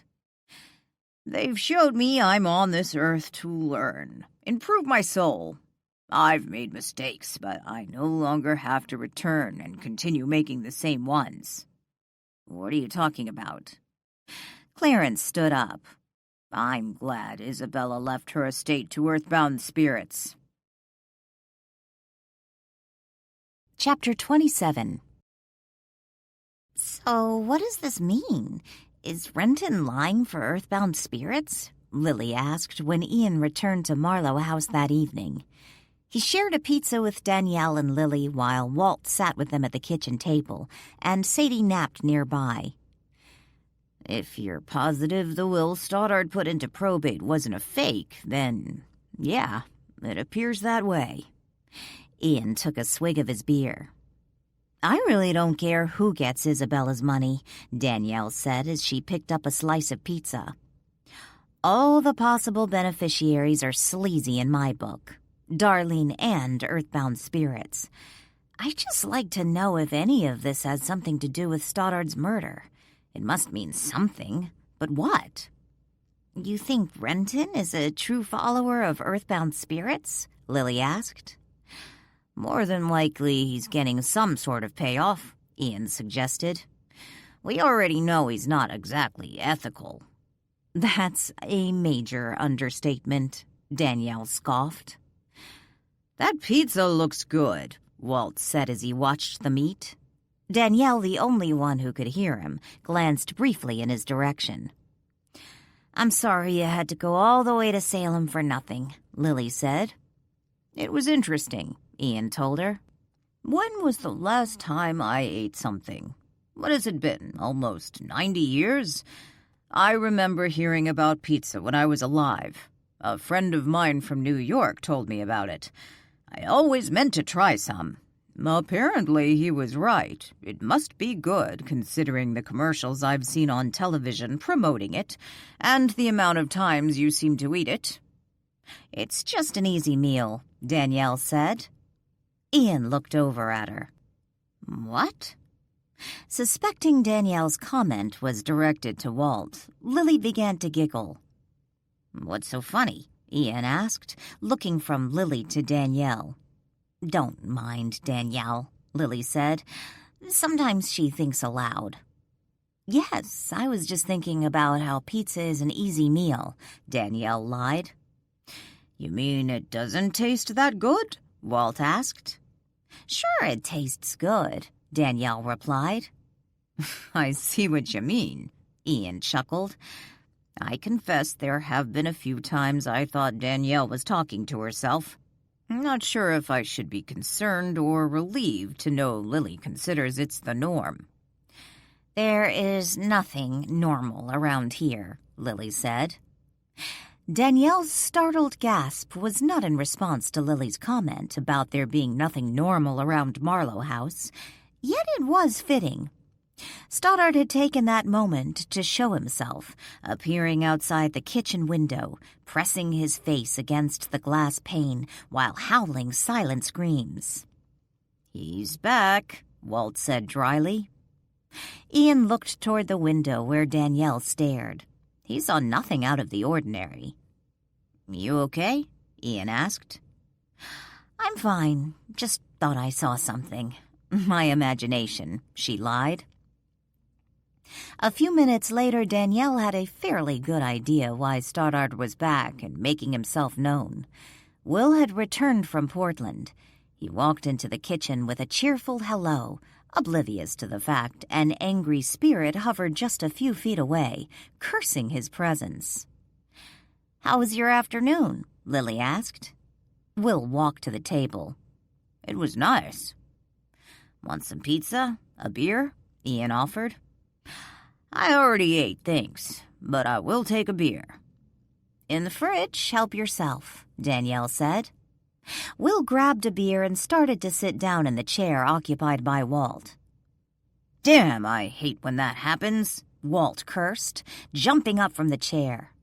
Annoyed, he walked toward the window. Danielle and Lily exchanged glances, both aware the spirit of Marlow House had just lost his seat at the table. "What are you looking at?" Walt asked of Stoddard. They stood just a foot from each other, the glass windows separating them. Stoddard pointed to Will. Walt glanced to Will and then back to Stoddard. "So, what's the deal? You don't like cowboys?" Walt asked. Stoddard responded by shaking a fist at Walt. "Idiot," Walt muttered, and then closed the blinds. Ian jerked his head up and looked to the window. "That blind just closed." "It does that sometimes," Lily said, taking a bite of her pizza, trying to suppress her giggles. Ian stood up from the table and walked to the window. "I guess I shouldn't have done that," Walt said with a sigh. He watched as Ian toyed with the window blind. Ian reopened the blinds and then fidgeted with a pull to see if the blind would fall down again. Sadie woke up and lifted her head. She spied Stoddard standing outside the window, looking in the house, making contorted facial expressions while pounding on the glass. She jumped up and raced to the window, barking. "Sadie!" Ian shouted. She continued to bark. "Sadie, enough!" Walt snapped. The dog stopped barking and sat down, still looking out the window. She began to growl. "Maybe you did see something out there." Ian scratched his head. "Why don't you shut the blind?" Lily suggested. "Something outside is bothering Sadie." "Maybe I should go out there and see what it is," Ian said, "considering what happened the other day." "I'll go with you." Will stood up. "Guys, sit down," Danielle said. "It's nothing." "I'm going to check," Ian said stubbornly. He and Will went out to the side yard, taking Sadie with them. The sun was just starting to set. Will and Ian stood in the side yard of Marlow House with Sadie. They glanced around the yard, trying to determine what had upset the dog, yet Sadie no longer seemed agitated and sat quietly by their side. "Go back to where you came from, Bobby!" Stoddard shouted at Will. Instead of barking or growling, Sadie stood up and walked to Stoddard, giving him a little sniff. Neither Will nor Ian paid attention to what Sadie was doing. "Get away from me, you stupid dog!" Stoddard ordered. Sadie walked to where he stood. Stoddard looked down. The golden retriever appeared to be standing in his legs. "Get out of there!" Instead of abiding by Stoddard's command, Sadie squatted and started to pee. Danielle stood at the window and started to laugh. "What is it?" Lily asked. Sadie just peed on Stoddard. Well, not on him exactly, but as close as possible considering he no longer has a body. Walt took a drag off his cigar and then exhaled. "Smart dog." Danielle continued to look outside. Until Sadie peed on him, looked like Stoddard was still railing against Will. "Do you still think Stoddard is confusing Will with someone else?" Lily asked. "Stoddard thinks I'm the one who shot him, so he's not exactly a reliable witness." Walt stood by Danielle and looked out the window. "He definitely thinks Will is someone he knows," Walt said. "But who?" Danielle asked. "But who what?" Lily asked with a frown. "We were wondering who Stoddard thinks Will is. It's obviously not some old friend." "Looks like they're coming in," Walt said. Danielle returned to the table with Lily and sat down. Will, Ian, and Sadie walked back into the kitchen. Before Ian shut the door, Danielle could hear Stoddard shouting at Will, telling him to leave Frederickport. "I guess she just needed to go out," Ian said when he sat back down. If Stoddard were looking in the window again, Sadie wouldn't be able to see him since Danielle had shut the blinds. "So you guys didn't find anything out there?" Lily asked, glancing over at Danielle with a grin. "No, but I have to admit, something about your backyard makes me feel uneasy," Will confessed. "It's probably just because of what happened in here the other day," Ian suggested. "Maybe." Will glanced over at Danielle. "Has that man come out of his coma yet?" "No, and he may not." Danielle looked at Walt. "What?" Walt asked, slightly offended at the scowl Danielle flashed his way. "The man was going to kill you. A thank you would be nice." "I can't believe Samantha was involved in all that."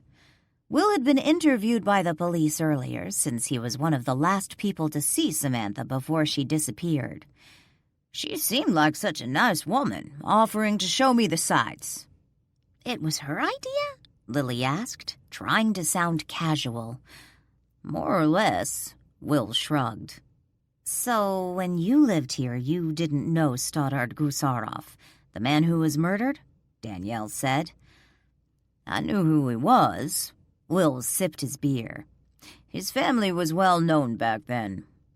"Did you know Stoddard's niece Isabella or Stoddard's sister?" Lily asked. Will set his beer can on the table and looked over at Lily. "I knew his sister, but I never met his niece." "Did you ever meet Isabella's father? His last name was Strickland," Lily asked. Will shook his head. "I never met a Strickland. So why all this interest in what appears to be ancient history?" "Someone killed Stoddard and tried to frame Danielle, and then tried to kill Danielle and Joe," Ian said. "We're just trying to figure out who in Stoddard's life would want him dead." "I imagine anyone who ever met him," Will said. "Why do you say that?" Danielle asked. Will shrugged. "I just remember from when I lived here. I didn't know him well, but when I talked to people who did, they all seemed to agree on one thing. He was a jerk." "Someone thought he was enough of a jerk that they wanted him dead," Danielle said. "Who runs the company now?" Will asked. "Stoddard's right-hand man, Chuck Christensen." "Christensen is still with the company?" Will laughed. "What's so funny?" Lily asked. "Christensen was such a little weasel back then." "So you knew Christensen?" Danielle asked. "Sure. Not well, but enough to know he was always looking out for himself. He's actually running the company now?" "From what I understand," Danielle said, "he has been for a long time." "While I really didn't know Stoddard, I knew his parents. They started the company. Even back then, Christensen was trying to worm his way into management. I guess he got everything he always wanted." Will downed the last of his beer. "Do you think Christensen would have a motive to kill Stoddard?" Danielle asked. "If he's as conniving as you say." Will set his beer can on the table and looked at Danielle. "Did he stand to inherit anything if Stoddard is out of the picture?" "No," Ian said. "We've looked at the wills, and Stoddard left his estate to his wife and a trust with his wife getting the lion's share." "Then no, I can't see why he'd kill him if he weren't in line to inherit anything. I'd assume he'd want to maintain his status quo," Will said. "But then I've been away for years. My money would be on the wife." "You mean for the killer?" Lily asked. "Yes. If she's the one who inherits Stoddard's estate, sounds like she's the one with the best motive." "I agree. Unfortunately, Darlene seems genuinely devastated over losing her husband." "Over losing Stoddard? Will shook his head in disbelief. This Darlene is either a very stupid woman or a very good actress. Chapter 28. Look who just walked in, Cleve Monchique told Peter Morris. The two men sat in a back booth of the Pearl Cove restaurant. Sipping his Merlot, Peter glanced in the direction of Cleve's gaze. It was Darlene Gusarov. She was alone. Do you think we should go over and introduce ourselves? Cleve laughed at the suggestion. That would be interesting. Darlene admired her recent manicure. Black nail polish has a certain dramatic flair, especially for a widow. Smiling, she sipped the apple martini and glanced at her watch. Chuck would probably be angry that she had already started drinking, especially if he found out this was her second cocktail. When he had called her an hour earlier, asking her to meet at the restaurant so they could discuss business, he sounded serious. While he would want her sober for such a discussion, she preferred conversing with Chuck while slightly buzzed. Drinking alone? A male voice asked. Darlene looked up to find Brian Henderson standing over her. Instead of his uniform, he wore dark slacks and a dark gray shirt. She wondered if he was at the restaurant with a date. No, I'm waiting for someone. Darlene ran a finger over the rim of her martini glass. Brian looked down at her black nail polish. I never figured you'd go for the goth look. It's not goth. I'm in mourning. Darlene picked up her drink and took a sip. I can see that, he said dryly. Without asking, Brian sat down at Darlene's booth. What are you doing? Darlene glanced around. I'm sitting down talking to an old friend. After all, you're the one who started this. I didn't start anything. But you have to leave. Chuck Christensen is meeting me here. Christensen? Brian raised a brow. It isn't like that. Get your mind out of the gutter. He does run my business. We have important things to discuss. You have to leave. Now. I never pictured you as a corporate head. More like someone who needed a man to take care of her. Or is that it? Is Christensen taking Stoddard's place? Don't be crude. Chuck is my employee, nothing more. He works for me. I call the shots. Is that why you're so anxious for me to leave? Why do you keep looking around as if Christensen might appear at any moment? So afraid to have your employee see you with me? Darlene leaned toward Brian and hissed under her breath. That isn't it, and you know it. People can't see us together. Why not? What does it matter now? It's complicated, Brian. It may be complicated, but it was just the other day you begged for my help. I didn't beg. Darlene glared at Brian. What would you call it? You even tried resurrecting those old feelings. I was distraught, vulnerable. I thought that woman had murdered my husband, but I guess I was wrong. And you needed me to make sure she was punished for the crime. You are a police officer. It's your job. I should have known that's all it really was. Hell, I did know. Brian sat there a moment, staring at Darlene. Why are you looking at me like that? Darlene shifted nervously in the booth seat. I'm just always amazed how a woman can be one thing one moment and then transform into something entirely different the next. I suppose it's just in a woman's DNA to be manipulative. I don't know what you're talking about, but I need you to leave. Darlene gulped the rest of her martini. Brian leaned across the table and snatched Darlene's right hand, holding it tightly. He glared at her. You're hurting me, Darlene hissed under her breath. She looked around to see if anyone was watching. Did you kill Stoddard? Brian refused to release her hand. Of course not. With a quick jerk, she pulled her hand from his grip. Pouting, she began to rub her free hand. Darlene glared at Brian. I've done a lot of thinking these last few days. I didn't want to believe you could do something like that. That I could be such a damn fool. Again. Brian leaned back in the booth and studied Darlene. You know me, Brian.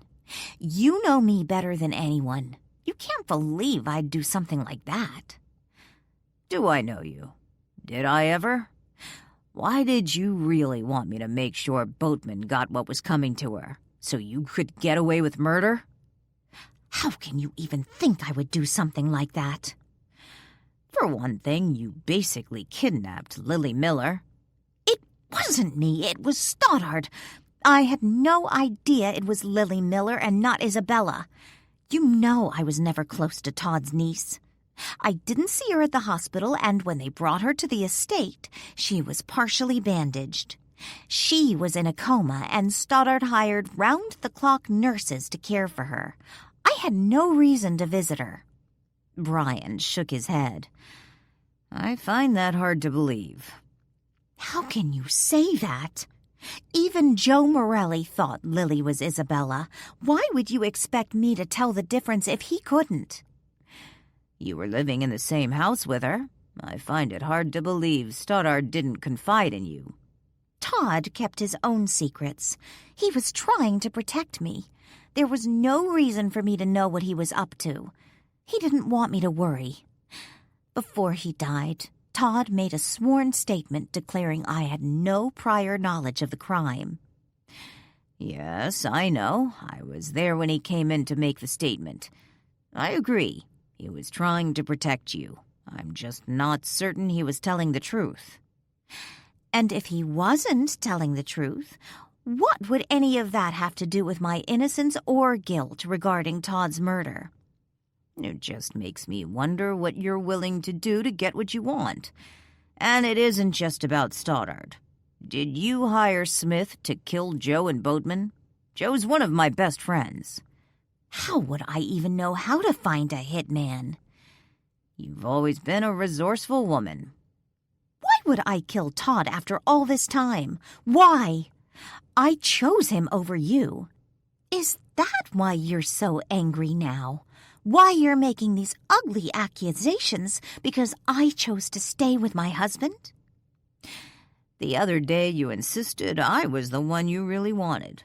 Of course, at the time you wanted something from me. Yet now, well, now you don't even want to be seen with me. It isn't that, Brian. Can't you see? I could lose everything. Yes, I suppose you would lose everything if you went to prison for Stoddard's murder. That's not what I mean. What did you mean? Darlene glanced around nervously. Us. People can't know about us, Darlene whispered. There is no us, Darlene. There used to be. I don't want people to start asking questions about us. What do you care? It's not like Stoddard will divorce you. You've got everything you ever wanted. I just don't want anyone to ever know I was unfaithful to Todd. I never thought you murdered your husband for me. You worried others will think that? Brian, have you told anyone about us? Like I said, there is no us. You know what I mean. When we were together, did you ever tell anyone about us? Joe, perhaps? I don't tell people my personal business, not even my partner. So you never told anyone, not even afterwards? No, never. But why does it matter now? Hell, now we can shout it to the world if we want. Brian started to stand, pretending he was going to shout to the world of their affair. Darlene let out a horrified gasp. Carla stood at the hostess station, trying to memorize the menu. She had taken a night job as hostess, hoping it would turn into a waitress position.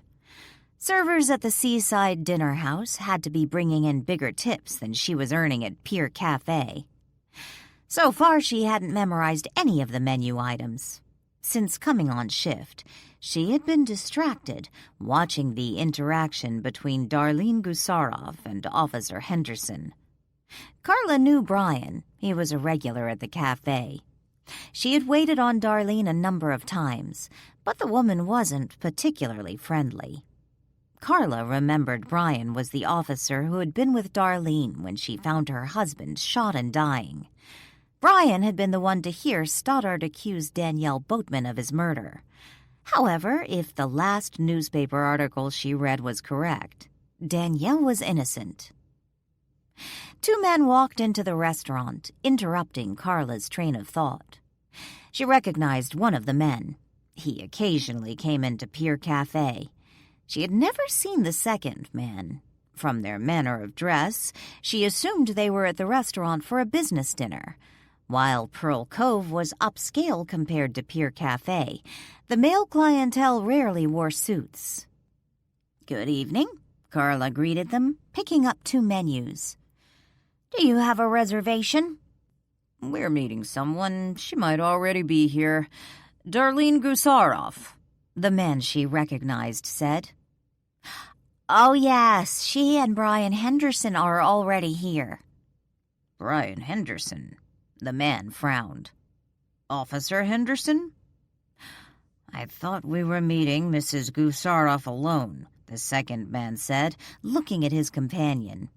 Carla dropped her voice to a whisper. "Brian was at the bar when Mrs. Gusarov came in.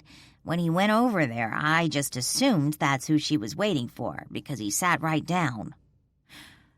"We're running a little late. I suppose we should be grateful she had someone to keep her company," the man she recognized said. "Well, frankly, I think she'll probably be relieved when you get to the table, so she'll have an excuse to get rid of him." "Really? Why do you say that?" the second man asked, glancing over at the man Carla recognized. "They seem to be having some sort of argument. She didn't look happy, and he seemed angry. He even grabbed her." "Grabbed her?" the men said in unison. "Well, just her wrist, but it did seem to upset her. Of course, he let it go. Brian is a police officer. Maybe it had something to do with her husband's murder investigation." Carla's mind spun. She could imagine a dozen titillating scenarios for the display at Darlene's table. "How so?" one of the men asked. "Considering how Officer Henderson was the one to find her husband after the man had been shot, and how Mr. Gusarov practically died in their arms, I know there's that ongoing investigation, what with Danielle Boatman being arrested for Mr. Gusarov's murder and then released, and then that man getting arrested for trying to kill Danielle Boatman and Joe Morelli, and someone trying to frame Danielle for the murder." Carla stopped talking and tried to catch her breath. Her heart pounded. Maybe they are discussing the murder. "Please, Brian, leave. Chuck is here," Darlene pleaded. Brian glanced up to the front of the restaurant. "Who's that with him?" "Just someone else who works for DCL. Please, Brian." Without saying another word, Brian stood up and walked from the table. Chapter 29. "What's wrong with Carla?" Bill Jones asked Adam as they sat at the Pier Cafe lunch counter eating breakfast. Adam glanced over to Carla, who stood at the waitress station, her palms resting on the counter and her head bent down. If Adam didn't know better, he'd swear she was sleeping standing up. "I heard she took a night job at Pearl Cove. By the looks of it, I'd say she worked last night." Adam took a sip of coffee and resumed eating his breakfast. "So what's going on with the Boatman woman? She's been in the paper all week. First she gets arrested, then they drop the charges, and now I hear someone tried to kill her," Bill asked. "Yeah, her and Morelli." "I heard that. So what's the deal?" "Looks like someone's trying to frame her for Stoddard's murder." "She does know how to get herself in trouble," Bill chuckled. "You should have seen Darlene tear into her at Stoddard's funeral." "I'm surprised you went," Bill said. "Gusarov was a jerk." "Grandma wanted to go. Danielle went with us." "You two getting kind of chummy?" Bill snickered. "She's all right," Adam shrugged. "Yeah, all right to look at if you can get past the ditzy." "Whatever." Adam took a bite of toast. "When you say someone's trying to frame her, what do you mean?" Bill asked. "The murder weapon was planted in her car, and around the time Stoddard was killed, the trash truck was on the street, and the guys on the truck claim they saw a car like hers in the neighborhood and a woman matching Danielle's description leaving Stoddard's house. But Morelli claims it couldn't have been her. He saw her over on Sea Cliff Drive at the time of the murder." "So they think they were lying?" "Nah. The cops think whoever killed Stoddard had someone dress up to look like Danielle and then drive through the neighborhood around the time of the murder." "Doesn't she drive something like a Focus? I know at least half a dozen people in town with the same car and color." "No, she recently got a new car. A red Flex." Can't recall seeing any of those in town. Of course, when I leave here, I'll probably see a dozen today," Bill said. "Yeah, that's usually how it works." Adam downed the rest of his coffee. "According to the article in the paper, there's only one red Ford Flex registered to an owner in Frederickport, Danielle Bodeman." Adam popped his last bite of food in his mouth and then pushed his now empty plate to the other side of the counter. "I'm trying to remember what a Flex looks like. I don't know. A short Suburban, maybe? Although Danielle sort of reminds me of a Woody with its grooved side panels and the white top." "Thought you said her car was red." "It is, with a white top." Bill looked up at Joe. "I've seen a car like that in town, but I can't remember where." "It was probably Danielle's." "No." Bill shook his head. "It wasn't. So I take it they haven't figured out who was in that car, if it wasn't Boatman." "As far as I know, no." "This is really going to bug me." Bill tossed his napkin on his plate. "Why?" "Trying to remember where I saw that car. It was just the other day. Damn." "They say the memory is one of the first things to go," Adam snickered. "Oh, shut up." Bill stood up to get his wallet. "I'll get it." "You sure?" Bill asked. "Yeah, anyway, I can write it off on my taxes." Bill was gone when Carla returned to the counter to pick up the empty plates and drop off the ticket. "You paying for bills?" Carla asked between yawns. "Nah, he said since you took so long to get back here, you could pick up his tab." "What?" Panicked Carla looked to the door. For a moment, Adam thought she was going to run after the handyman. Adam started to laugh. "I'm just kidding. Simmer down. What's with you today?" Carla let out a sigh and leaned against the counter. "I'm just tired. I got home so late last night and had to be up before 5 this morning. These hours are going to kill me." "Is the other job worth it?" Adam asked. "Hard to tell. They just have me hostessing right now." Carla then grinned and said, "But I must say my first night was very interesting." "How so?" Adam asked.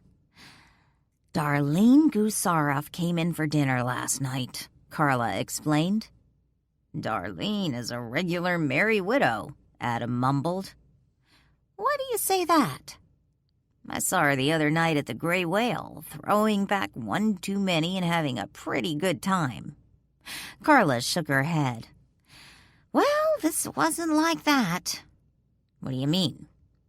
"She was alone at the table, waiting for the rest of her party, when Brian Henderson joined her. They got into a fight. It got nasty. At one point, he even grabbed her. I thought they were going to start throwing punches." "Brian Henderson? As in Brian Henderson, the cop?" "None other." "What were they arguing about?" "I don't know, but it seemed pretty intense and personal." "I heard Darlene tore into Danielle at her husband's funeral. Really made a scene. But I don't know if it's true," Carla whispered. "It is. I was there. Danielle went to the funeral with Grandma and me. Darlene lit into her." Adam paused for a moment, as if remembering something. "What?" Adam shrugged. "When Darlene was pitching her fit, Brian Henderson intervened.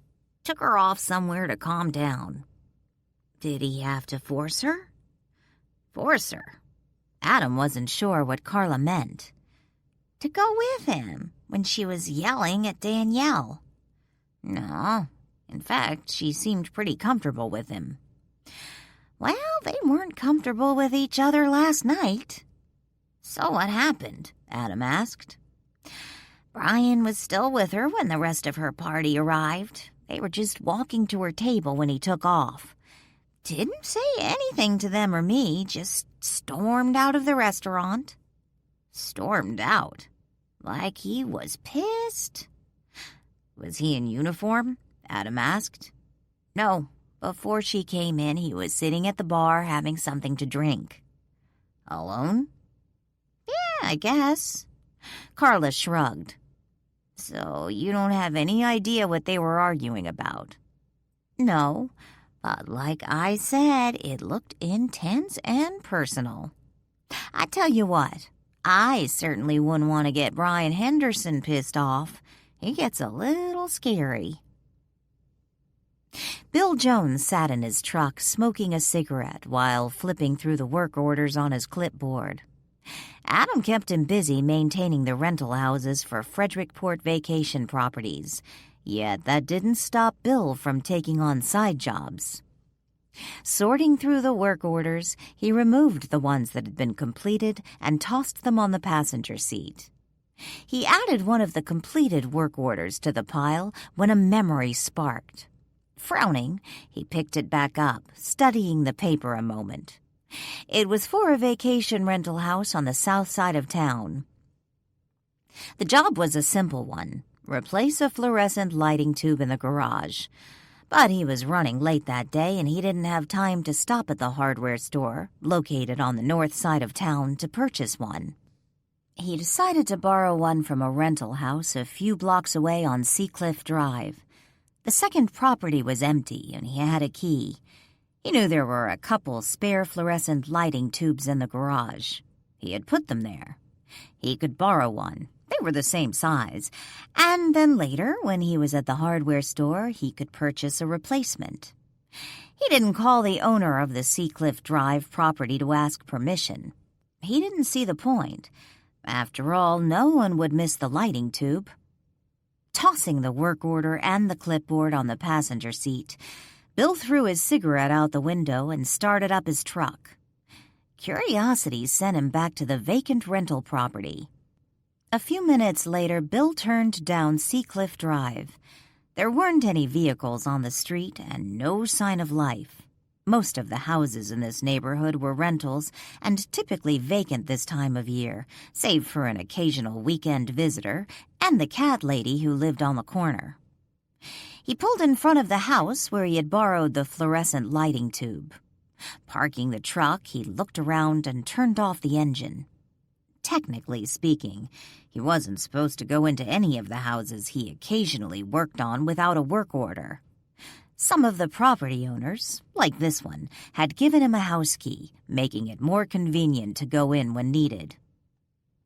Rummaging through his glove compartment, he looked for the right key. Once he found it, he got out of the truck and sprinted up to the house. Standing at the front door, he glanced around, looking for any nosy neighbors. It took him just a moment to get into the house and make his way to the door leading to the garage. Once in the garage, he turned on the light. There it was, a red Ford Flex. "Damn," Bill said aloud, walking toward the vehicle. When he had been here the other day, he was in and out and paid little attention to the red car. Yet he had seen it. The owner of the house had half a dozen vehicles, if not more. It wasn't uncommon for one of them to be parked in the garage during the off-season when the house wasn't being rented. Bill remembered what Adam had told him. No one in Frederickport other than Danielle Boatman owned a red Ford Flex. But the owner of this house lived in Frederickport, so who was the car's registered owner? Was this the car the trashman had claimed to see on the day Stoddard was murdered? Curious to check out the vehicle's registration, Bill walked around to the passenger side and opened the door. Leaning into the car, preparing to open the glove compartment, he froze. There on the passenger seat was what looked like a long brown braid. He almost picked it up, yet thought better of it. There was something on the seat next to it. A red purse, a knit cap, and gloves. Looking closer, yet not touching, he could see there was also something sitting on the middle console. A ski mask? Backing away from the car, he closed the passenger door. "Crap," he muttered, heading to the door leading to the house. As he exited the garage, he turned off the light and hastily made his way to the front door. With his heart pumping, he locked up the house and returned to his vehicle. Once in the truck, he grabbed his cell phone off the dashboard. He was already driving down the street when he reached the person he was calling. "It's Bill Jones. I think I found something you might be interested in." Chapter 30. Using the remote control, he opened the gate leading to the Gusarov estate's private drive. After entering, he closed the gate behind him and parked the car at the side of the house, where it wasn't visible from the street. Darlene had let the household staff go the day before. He wondered if it had been a shock to them. They had worked for Stoddard since before Darlene arrived. Yet, unlike Stoddard, Darlene could not speak Russian. It was never an issue when Stoddard was alive, and Darlene was more than content letting Stoddard direct the domestic help. As long as things were clean, laundry done, and food on the table, life was good. Unfortunately, being unable to communicate with the household staff proved frustrating. The new help would not be starting until next week, but by then Darlene wouldn't need them. Using the key given to him, he let himself into the house. Killing Darlene was never the plan, yet they had known it might be necessary should things start falling apart. Things were falling apart. Darlene didn't know why he couldn't just explain on the phone, but he insisted he needed to show her. It had something to do with Isabella's estate. She drove Stoddard's little T-Bird. He had rarely let her drive it when he was alive, yet since his death it was the only vehicle she drove. Of course now she, owned a half-dozen other cars, but the T-Bird was fun to drive, especially on windy roads like this one. Just as she was about to keep driving, she saw him. She almost passed him by. Darlene didn't recognize the vehicle. He must have gotten a new car. Pulling off the road, she looked in the rearview mirror, backed up and parked. Grabbing her purse, she got out of the car. It was sunny and in the high 70s. She wondered why he was wearing gloves and a bulky jacket on such a lovely day. "Thanks for coming," he greeted her, giving her a friendly wave when she walked toward him. I really don't see why we couldn't have done this on the phone, she said, making no attempt to conceal her annoyance. You'll understand when I show you. He pointed to the viewpoint along the nearby bluff. With a sigh, Darlene walked alongside him toward the viewpoint. Glancing over to him, she asked, "Are you cold?" No, but sometimes it's a little cool up here. I suppose I overdressed, he laughed. When they reached the edge of the bluff, she looked at him again, waiting for his explanation. Be careful, he warned. It's a little precarious up here, but I need to show you the land Isabella purchased and explain why it might be a concern. Here? What did she think she was going to do with this? No way to build anything, it's so steep. Maybe you'll understand when you see what someone built along the shore. I don't see anything. Darlene squinted as she peered over the cliff. Watch where you're stepping. Some of the rocks might be loose. Darlene glanced down to her feet. Something sparkling caught her eye. There, wedged between some rocks, was what appeared to be a diamond ring. "Look at this!" Darlene said excitedly as she kneeled and reached for the ring. Sometimes Darlene could be so predictable. He watched as she eagerly knelt down, oblivious to any possible danger.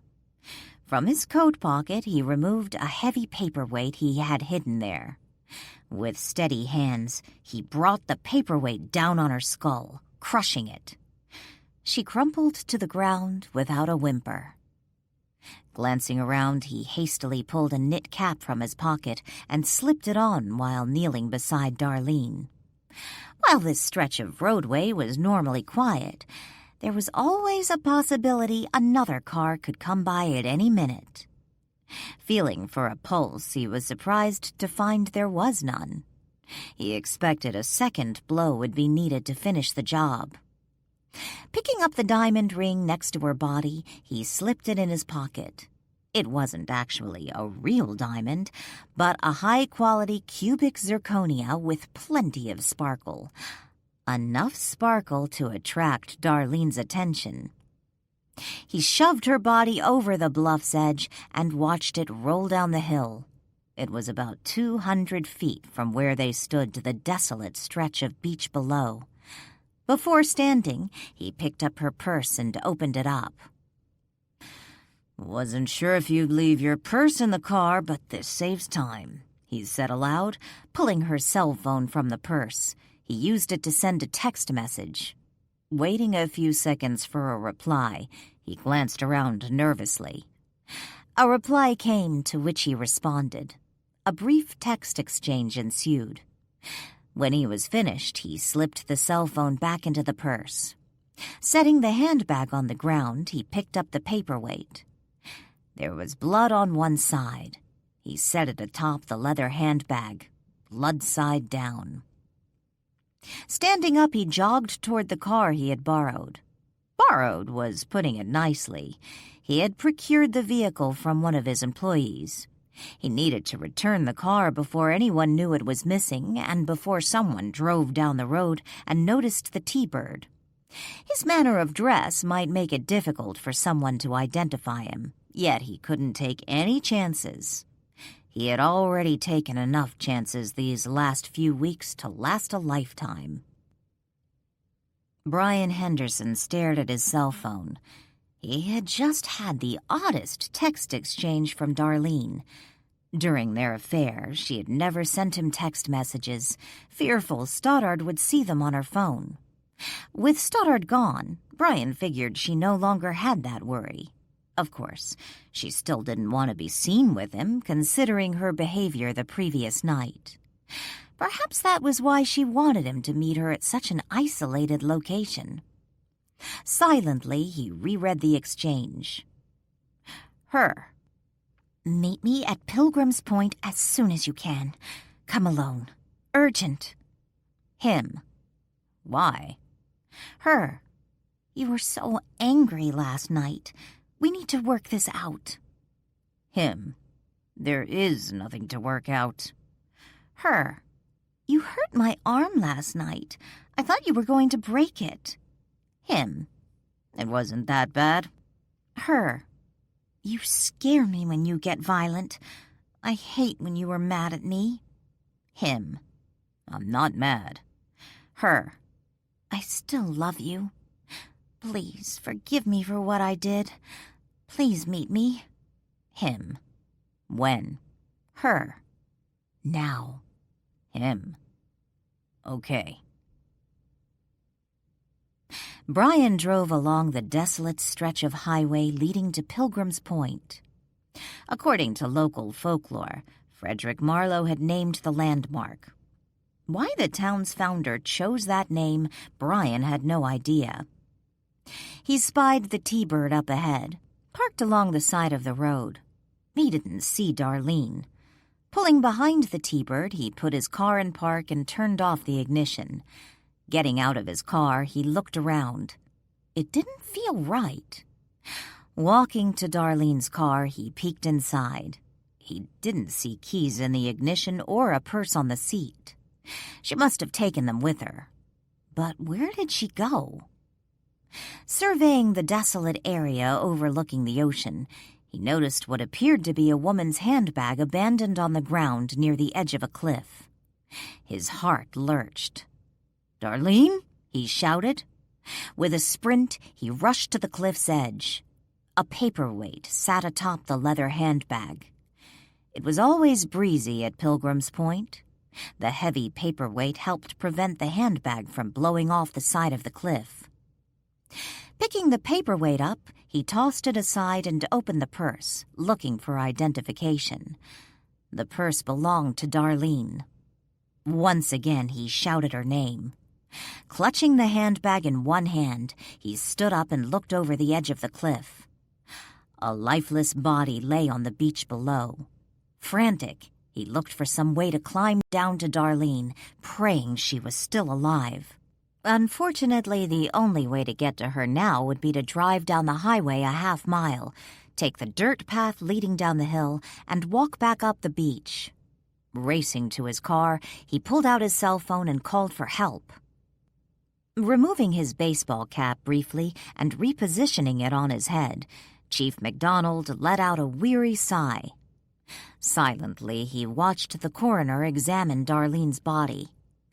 It had been one hell of a day, and for once, Danielle Boatman wasn't in the center of the drama. "What was she doing up there so close to the edge?" McDonald asked as he looked up the sheer cliff to the roadway. The T-Bird remained parked along the side of the road. He couldn't see it from his position on the beach, but he knew it was still there. Brian stood with Joe next to McDonald. The three looked up to where the fatal fall had probably taken place. Trying to wrap his head around the tragic event, Brian remained silent after McDonald asked the question. "She didn't just fall," the coroner said as he stood up and turned to face the three officers. "What do you mean?" McDonald said. "By her injuries, I'd say someone hit her over the head first, with something hard, and then just pushed her over the cliff. She rolled down that hill. Judging by her injuries, I'd say the hit to the head is what killed her. But I'll know more when I give her a thorough exam." The coroner turned his back to the police officers and instructed his men to move the body. McDonald got on his radio and relayed the coroner's information to the officers up on the road by the T-Bird. "I wonder if this has something to do with what Bill Jones found in a rental," McDonald murmured. "What are you talking about?" Brian asked. "When you were out of the office this morning, we got a call from Bill Jones. He found a Ford Flex, one that looks just like Danielle's, parked in the garage of a rental house owned by Darlene." "What was Bill Jones doing in the garage?" Brian asked. "He does repair work for the rental," Joe explained. "Are you saying Darlene was the one framing Boatman?" Brian asked. "It sure looks that way," Joe said.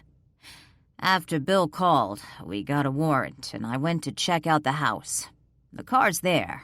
Looks just like Danielle's. I don't understand. When we checked registrations for Ford Flexes, similar to Boatman's, no one in town owned one that color aside from Boatman. Who does the car belong to? Brian asked. It's registered to some guy who lives in Washington, McDonald said. According to him, a woman approached him at the supermarket parking lot in Vancouver and offered to pay cash for his car. She was offering about $5,000 more than what the car was worth, so I guess he didn't question it. By the description he gave of the woman, it might be Darlene if she was wearing a red wig. I also found a hairpiece, a braided ponytail in the car, Joe said, along with a hat, gloves, red purse, and ski mask. Plus, the Washington license plate had been covered with paper, making it look like a temporary dealer plate, like the one on Danielle's car. Even the numbers matched Danielle's. I think we found something, Chief, a voice called over the radio. What is it? McDonald asked. Both Joe and Brian could hear the conversation. Maybe the murder weapon. It looks like blood. We may have a fingerprint, the voice over the radio told him. Chapter 31. Danielle sat with Marie in a booth at Lucy's diner. They had just ordered lunch. "This is nice. It was sweet of you to invite me," Marie said as she unfolded her napkin, placing it on her lap. "How is Lily doing?" "Much better, although she's going stir-crazy. She's counting the days. Can't wait to be done with the IV treatments. It really is confining." "She has been able to get out a little, hasn't she?" Marie asked. "Just once. Remember, she was out with Ian the day the hitman tried to kill Joe and me." "Shocking." Marie shook her head. "I understand he's still in a coma." Before Danielle could respond, the waitress arrived with their beverages. They resumed their conversation when they were alone again. "I wanted to ask you something," Danielle said. "Ian got copies of Stoddard's and Isabella's wills. We figure whoever killed Stoddard might have done it for the inheritance." "I would assume Stoddard left his estate to Darlene, since he doesn't really have any other family." "He did leave most of it to Darlene, but he also left a portion to something called KS Trust. Do you have any idea what that might be?" "KS Trust?" Marie frowned. "No, sorry, I've never heard of it before." "I've tried to play detective online, but from what I've learned, trust information is private. I doubt Stoddard's attorney would share that information with me." "Do you know who Stoddard's attorney is?" Marie asked. "Some guy in Portland. Never heard of him before. But his name was on the will Darlene filed with probate." "Perhaps it's some charity," Marie suggested, "although I never knew Stoddard to be very charitable." "I figure KS is an acronym or someone's initials." "Initials? Those were his sister's initials." "Isabella's mother?" Danielle asked. "Yes, Karen Strickland." "Her married name," Danielle murmured. "Yes and no," Marie chuckled. "What do you mean?" "Strickland wasn't Bobby's last name, and it obviously wasn't her maiden name." "Who's Bobby?" Danielle asked. "Isabella's father, Karen's husband." "Who was Strickland?" "Some name they grabbed out of a hat, I suppose." Marie sipped her iced tea. "I don't understand." "After they ran Bobby off and then found out Karen was pregnant, they really didn't want her going by her maiden name. How would that look? But Stoddard's father was not about to have his daughter use Bobby's name." "Now I'm really confused. What do you mean they ran him off?" "According to Ian, Isabella's father only married her mother for the Gusarov money, and when they disinherited her and she got pregnant, he abandoned her. I imagine that's the story Ian dug up when he did his research. Some folks believe if you repeat a falsehood often enough, others will start accepting it as a fact. Are you saying that story wasn't true? It's the version Karen's father wanted the world to believe. The only problem, that's not what happened, Marie said. I was there when Karen and Bobby eloped. I remember how furious Karen's father was. Considering poor Karen's mental state, it didn't take much to break them up. Mental state? Karen was always fragile and a bit of a scatterbrain, like her mother. Needy might be one way to describe her. She seemed to adore Bobby, and he her, but she also adored her father, and his fury over the elopement was too much for her. Once they ran Bobby off, old man Gusarov couldn't wait to erase all memory of him from their lives. Unfortunately, Karen was with child by that time, so having Karen take a new surname was how he was able to erase Bobby without making his daughter look like an unmarried mother. Is that why Isabella didn't mention her father by name? Danielle murmured. Didn't she know it? What do you mean? I told you Ian got copies of the wills. Isabella's will, the one Stoddard put into probate, left everything to her father should Stoddard predecease her. Yet she doesn't mention him by name, just refers to him as her biological father. Interesting. Marie sipped her tea. That would mean she found out Strickland wasn't the name of her father. I think it's bizarre Karen would take some random name. You'd think she'd want her child to carry the name of the man she loved. Poor Karen never had much of a backbone. And frankly, I don't think she was all there. All there? Danielle frowned.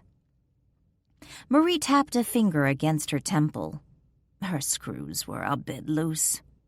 I suspect a few more missing. After Isabella was born, she seemed to unravel completely. According to rumors around town, she was addicted to pain medication. She was in and out of rehab. I remember the last time she was in rehab, she ran away. It was quite a scandal at the time, but then they found her, and not long after that, she died. So do you think this KS Trust is some sort of charity? Perhaps in the memory of Karen? It's possible. Marie shrugged. So what do you remember about Isabella's father? I met him a few times. I found him rather charming. Unfortunately, he was as poor as a church mouse. From what I recall, his parents died when he was quite young, and he was raised by some distant relative who promptly showed him to the door when he turned 18. Were Bobby and Karen teenagers when they started dating? He moved to town not long after he turned 18. He and Karen met right after that. They secretly dated for a few months. I suppose Karen always knew her father wouldn't approve. I wonder why he moved to Frederickport. There used to be a little used car lot on the south side of town. The man who owned it was a friend of mine. He passed away about 15 years ago. He's the one who told me about Bobby's family situation. Apparently, he'd met Bobby through some mutual friends, heard his story, felt sorry for him, and offered him a job washing cars. Within 6 months, Bobby was a car salesman. He was quite industrious, as I recall. But not quite good enough for Karen. Her parents didn't think so. Marie looked up as the server brought their food to the table. She moved her glass of iced tea to one side to make room for her plate of food. I'm curious, Danielle said after the server left their table. When Adam was dating Isabella, did she ever discuss her father with you? You said something a moment ago that Isabella thought her father's name was Strickland. No, I never discussed her parents' situation with her, but I always assumed she thought her father's surname was Strickland. I'm sure there are others in town, those who were around back then, who are aware of what really happened, but no one would ever say anything, at least not openly. Some found the Gusarov family quite intimidating, and they didn't want to cross them, so they remained quiet. Of course, the family never intimidated me. I just felt, what was the point after all this time? Perhaps if Isabella had shown some interest in finding her father, I would have said something. It's interesting she mentioned him in her will. If it is her will, since the people at Earthbound Spirits now claim to be the true beneficiaries. It's complicated. Danielle took a bite of her burger.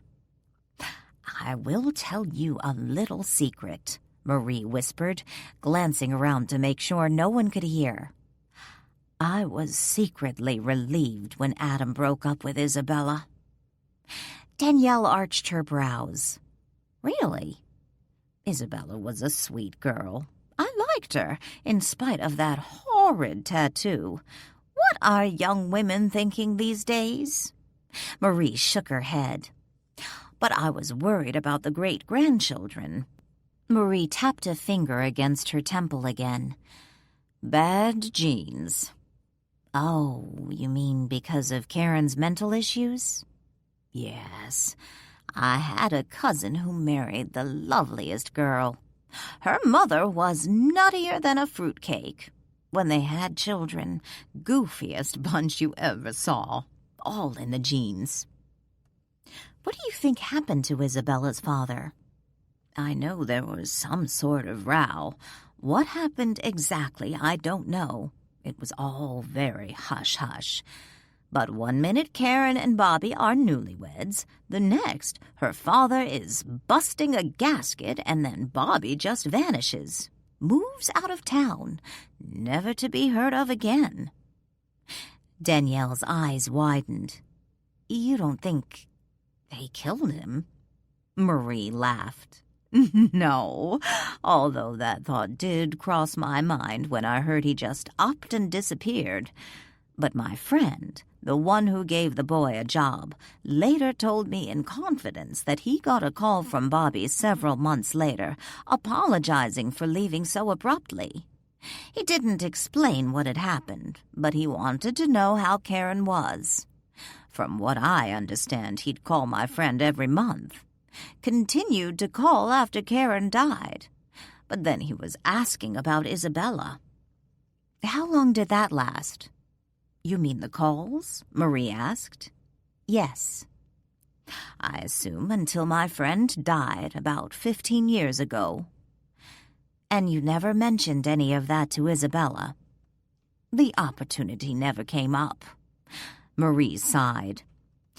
But now that I think about it, I probably should have said something to her. Do you remember Bobby's last name? So this is why you aren't answering your phone. A male voice interrupted their conversation. The two women looked up. It was Marie's grandson, Adam. Adam, dear, what a nice surprise. Adam leaned down and kissed his grandmother's cheek. She scooted over, making room for him to sit down. Hi, Adam. Danielle greeted him. I noticed your car out front, he told Danielle as he sat down.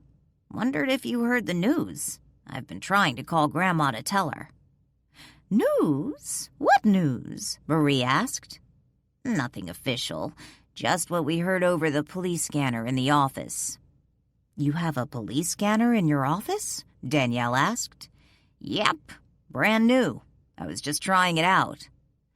Is that legal? Should you be eavesdropping on the police? Marie scolded. Adam laughed. It's okay, Grandma. You want to know what I heard or not? Is it about Stoddard's murder? Danielle asked. Did that horrid hitman finally wake up? Marie asked. Darlene Gusarov is dead. Looks like murder, Adam announced. Are you serious? What happened? Danielle remembered the killer had told Stoddard Darlene was next.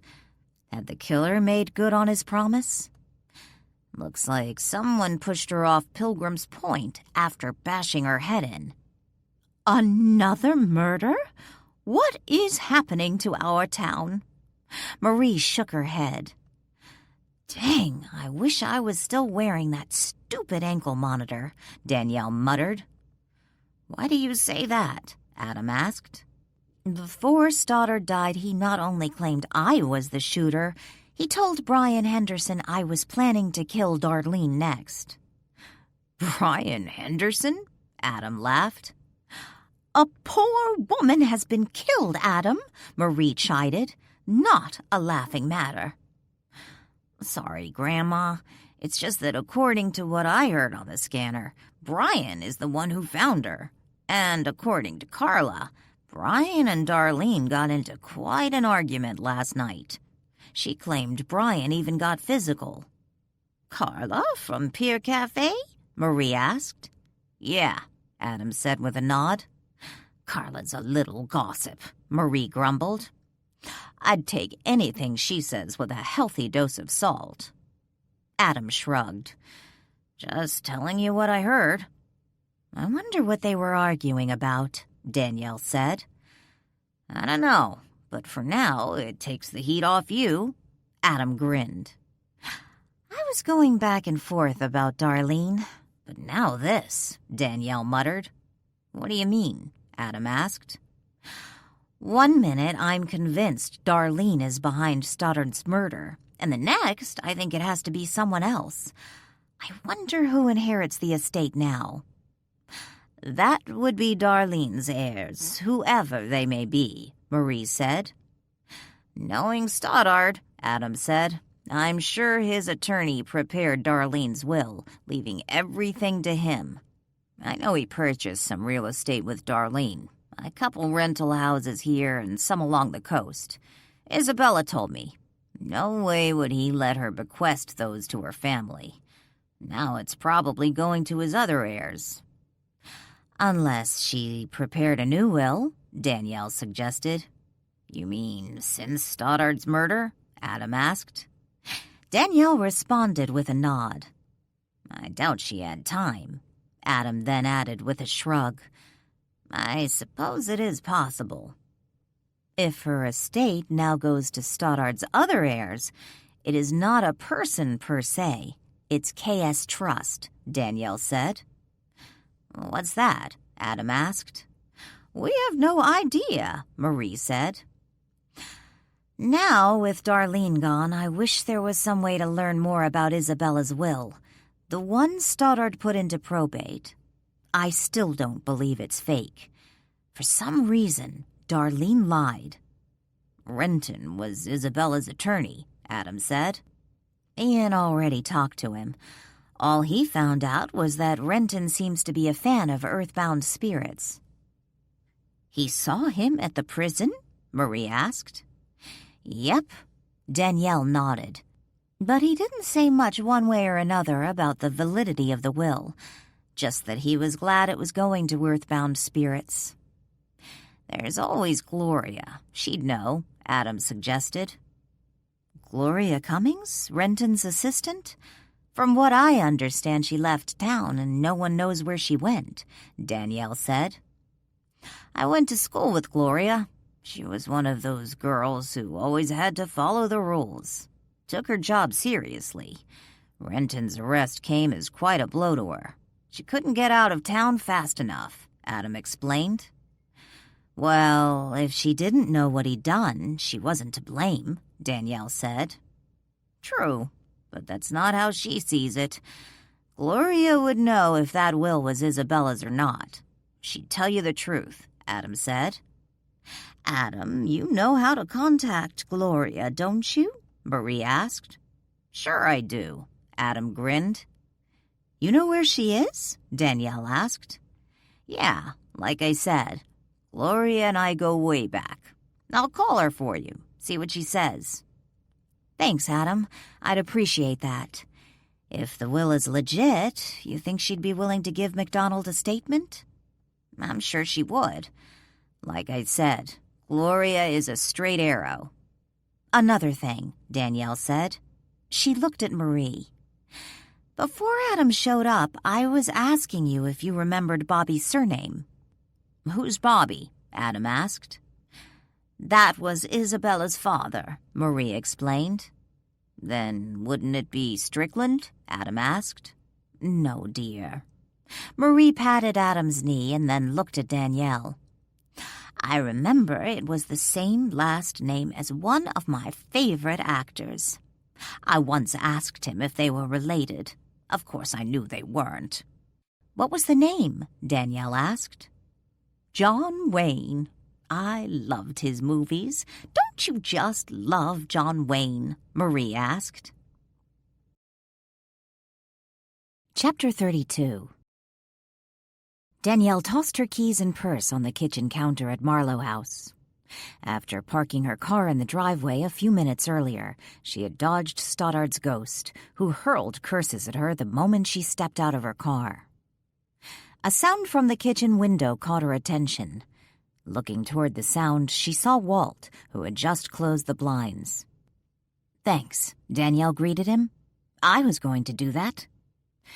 The police need to solve his murder so we can get rid of him. I prefer the windows open so I can smell the sea air.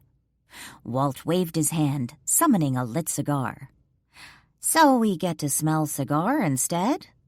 Walt shrugged and took a puff. Is Lily sleeping? Danielle asked. No, she went out with Ian. They took Sadie to the beach for a walk. Danielle glanced to the corner of the kitchen where Lily had parked her walker. She didn't take it?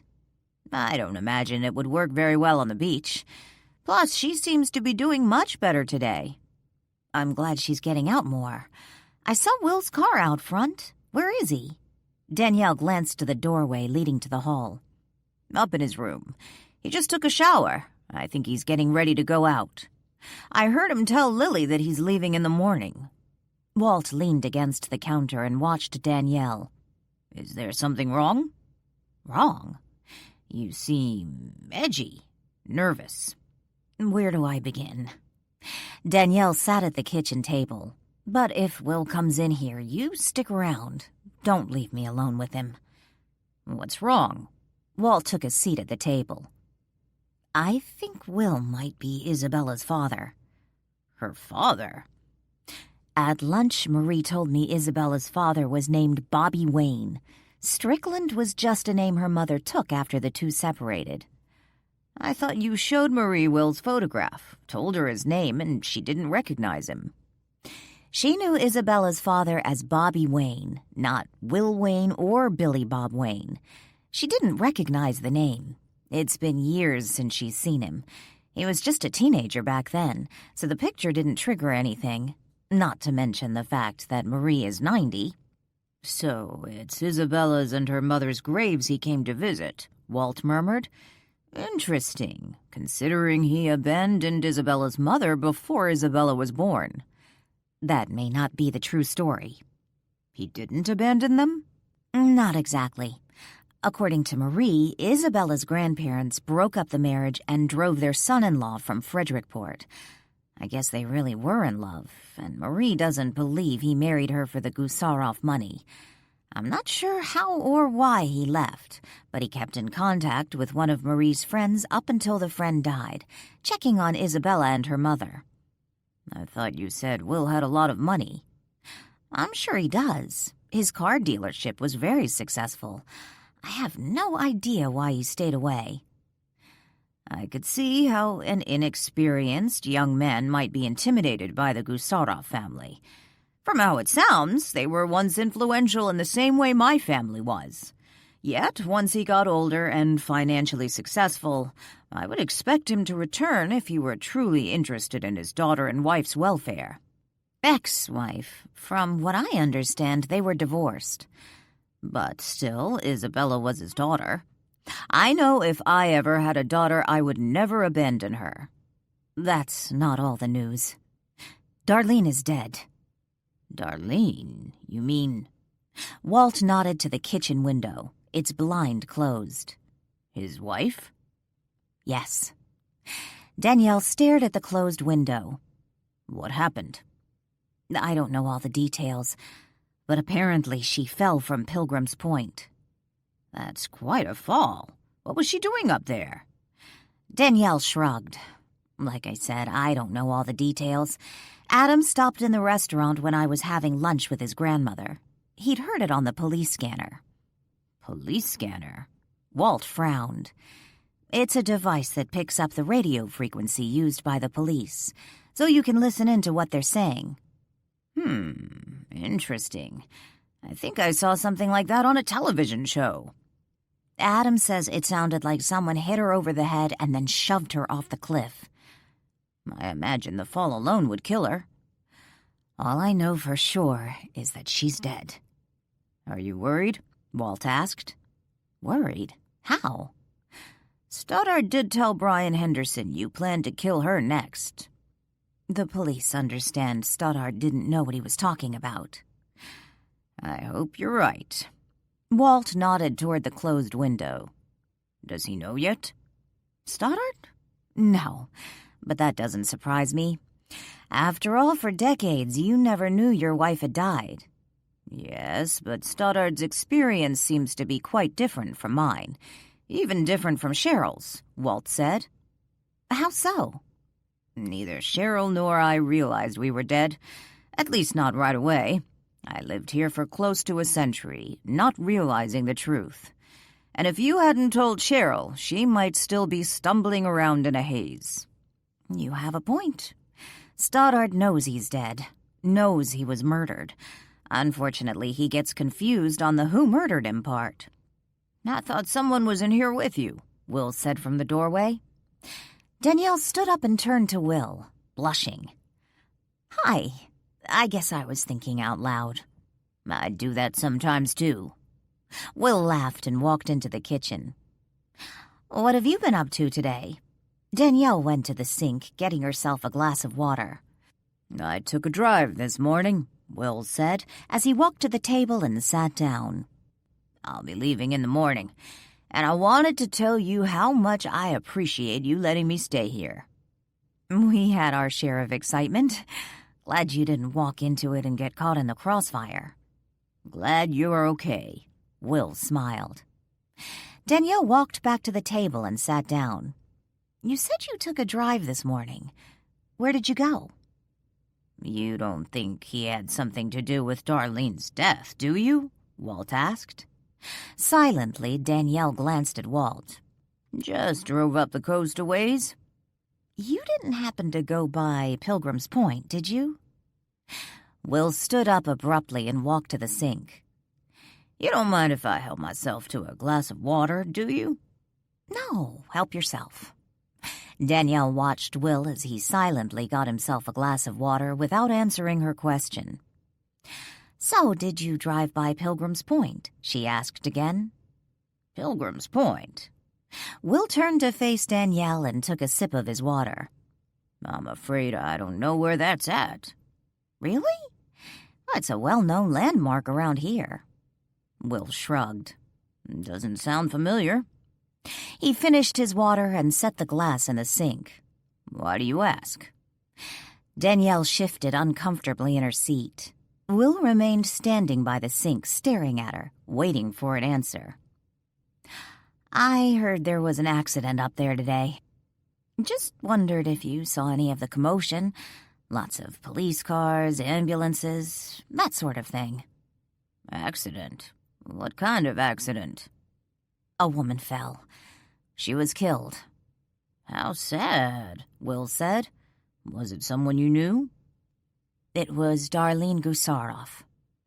Danielle watched for his reaction. Isn't her husband the one who was murdered? Yes, the one they arrested me for. Did they know what happened? He asked. I don't know. I just heard about the fall. I don't know any of the details. She failed to mention Darlene's fatal head injury. Too bad. Will stood up. What are you doing this afternoon? Danielle asked. I'm going to visit my girls one last time, then grab something to eat and get to bed early. I have a long drive ahead of me." "Do you still think he's Isabella's father?" Walt asked when Will left the room. "I don't know, but there is one way to find out." "What's that?" "I could go down to the cemetery and see whose grave he visits." "You would do that? You hate cemeteries." "Considering how it's been in my own backyard since Stoddard died, I think I can handle a cemetery." "Does it really matter if Will is Isabella's father?" Walt asked. "I don't know. Maybe. What if he's in some way involved with Stoddard's murder? And Darlene's?" "What's his motive?" Walt asked. "I don't know. Revenge, maybe?" "Why take his revenge out on Stoddard? Sounds like his parents were the ones who interfered with the marriage. As for Darlene, she wasn't even around back then. Why kill her?" "I don't know." Danielle stood up and started pacing the room. She paused a moment and looked at Walt. "Don't you think it's a strange coincidence he showed up now, right after the murder?" Walt shrugged. "And maybe he's not Isabella's father." "Why are you finding excuses for Will? Not long ago you seemed to be suspicious of him. You said you were going to keep an eye on him." "I did, but from what I've seen, he just seems like a nice guy. I simply like him. I thought you did too." Danielle sighed. I do." She sat back down. "But still, if he is Isabella's father, it seems odd he showed up now and wanted to stay here. You have to admit, wouldn't most people check out after a murder attempt on the premises?" "Then follow him to the cemetery. See what graves he visits. If you're worried he's in some way involved in the murders, don't let him see you. You can always question him later when he returns to Marlow House." "So you can protect me? Like you did with Smith?" "Are you ever going to let me live that down?" "Live that down? Not the best idiom considering your state," Danielle smirked. "I promise I won't put the guy in a coma if he gets out of hand. And I promise to intervene before things get too out of hand."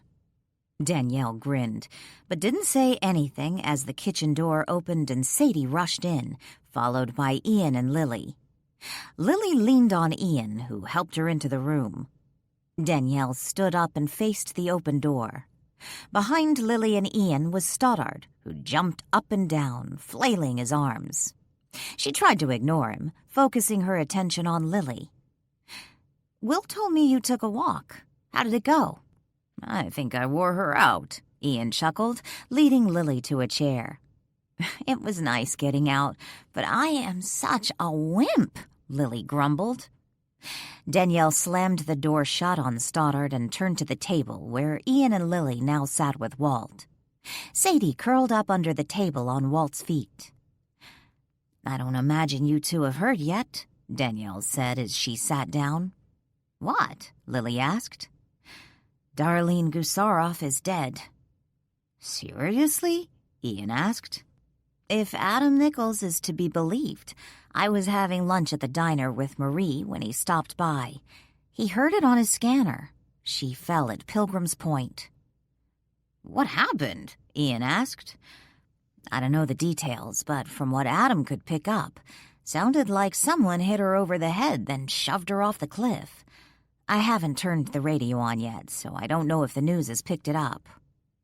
"Wow, dead? Darlene?" Lily glanced to the kitchen window. She knew why the blinds were closed. "Then there's something else, too." Danielle stood up and shut the door leading to the hallway. When she returned to the table, she told them what Marie had said about Bobby Wayne. "I'm a little curious, too," Ian said. "Are you serious about following him when he goes down to the cemetery?" "Yeah, considering everything that's happened. I'd like to know if he's in some way connected with the family." "I'll go with you," Ian said. "I don't think it's a good idea for you to go alone." "You think Will is dangerous?" Danielle asked, glancing from Ian to Walt. He's been staying here almost a week, Lily said. I really like him. I do too, Ian said, but it wouldn't hurt us to proceed with caution. I'm not planning on letting him see me, and if we both go, it'll be more difficult to stay out of sight. I'll be okay. What Danielle didn't want was Ian by her side should spirits from the cemetery start vying for her attention. Chapter 33. I can explain, Chief. Brian sat at the table in the interrogation room. He had never been on this side of the interview before. Your fingerprints were on the murder weapon, the chief said as he sat down at the table. You think I would just leave it there if I'd used it to kill Darlene? I told you it was sitting on her purse. I thought Darlene had put it there to weigh it down so it wouldn't blow away. You're telling me you thought she just set her purse on the side of the road and left it with a paperweight to keep it safe? No. Brian combed his fingers through his hair. That's not what I meant. Everything happened so fast. When I saw her car, the purse, and she wasn't there, I got worried. I checked to make sure it was her purse. I didn't even notice the blood. The killer must have left it. Explain again why you were there. Darlene asked me to meet her. You said she called you. What did she say exactly? Why did she want you to meet her there? I don't know. Brian shook his head. You said you talked to her on the phone. She must have said something. Brian looked up into the chief's eyes. It wasn't exactly a phone call. What was it, a carrier pigeon? It was a text message. MacDonald extended his hand, waiting for Brian to hand him his phone. With a reluctant sigh, Brian handed over the phone. Quietly, MacDonald read the text messages. When he finished, he looked up and stared at Brian as if seeing a stranger. I can explain, Chief. It isn't as bad as it seems. Go ahead. MacDonald set the cell phone on the table. Darlene and I had an affair. It was brief, ended over a year ago. She said you almost broke her arm. She was exaggerating. I grabbed her wrist. It was at Pearl Cove. I was there having a drink. She came in to have dinner. I went over to her table and we got into an argument. I swear, I never got violent with Darlene. What were you arguing about? She wanted me to make sure Boatman went to jail for killing Stoddard, but after Smith attacked Joe and Boatman, I knew Danielle hadn't killed him, and I started wondering if maybe it was Darlene all along. I wanted to know if she'd sent a hitman after one of my best friends, and by what Joe found in Darlene's rental, it looks like I was right. Are you still in love with her? No. Brian shifted nervously in his seat. Are you sure? Okay. I have some unresolved feelings for her, but we aren't seeing each other, and I didn't kill her. I just wanted to know what she had to say. Why did she accuse you of getting violent? I don't know, but ask Carla. She saw the entire thing. She'll tell you it was no big deal. Carla, the waitress from Pier Cafe. She's working part-time at Pearl Cove as a hostess. She was there last night. I noticed she kept looking over at us. Did you see anyone else there? I wasn't really looking. I was pretty focused on Darlene, wondering if she was behind Smith. Why didn't you say anything to me? I was going to, honest, but first I wanted to be sure. You have to understand I really didn't want to go public about my affair with Darlene, but I would have. She kept begging me not to say anything to anyone about it. I'm not surprised. Why do you say that?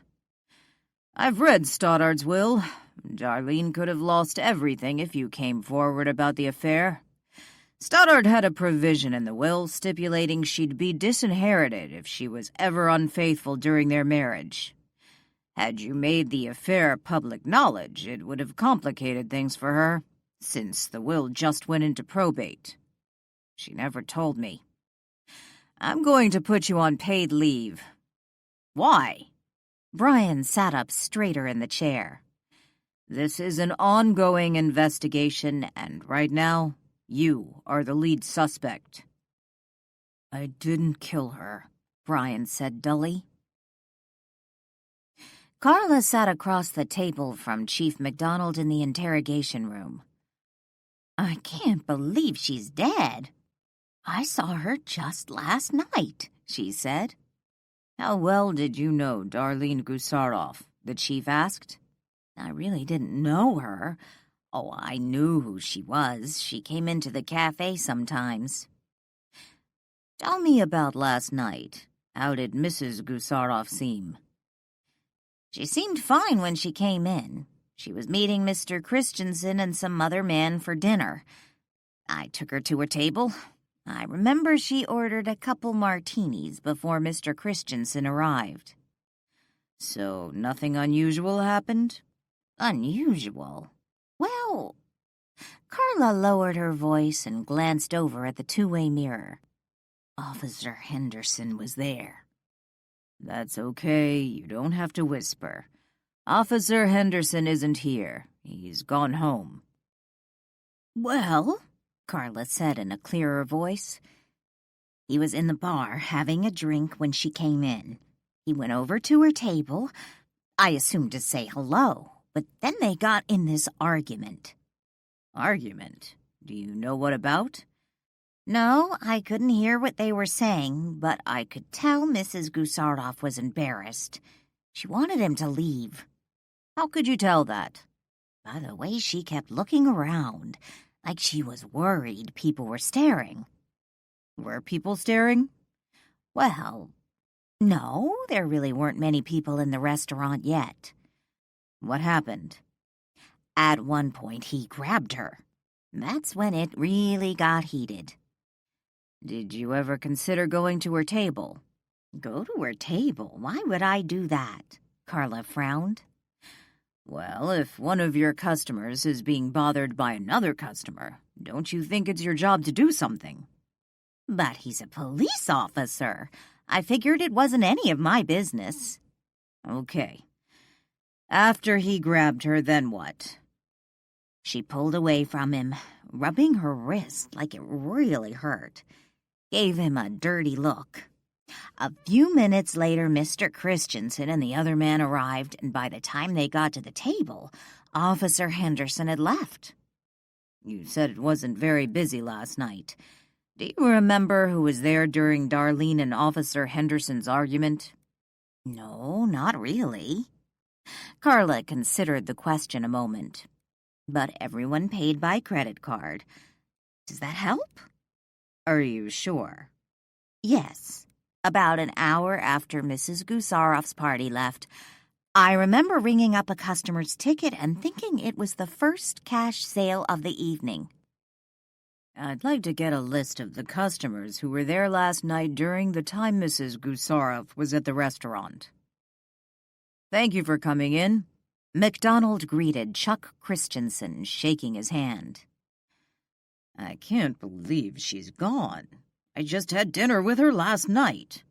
Chuck sighed wearily. He followed McDonald down the hall to the interrogation room. I hope you don't mind if we talk in here, McDonald said, opening the door for Chuck. It's more private.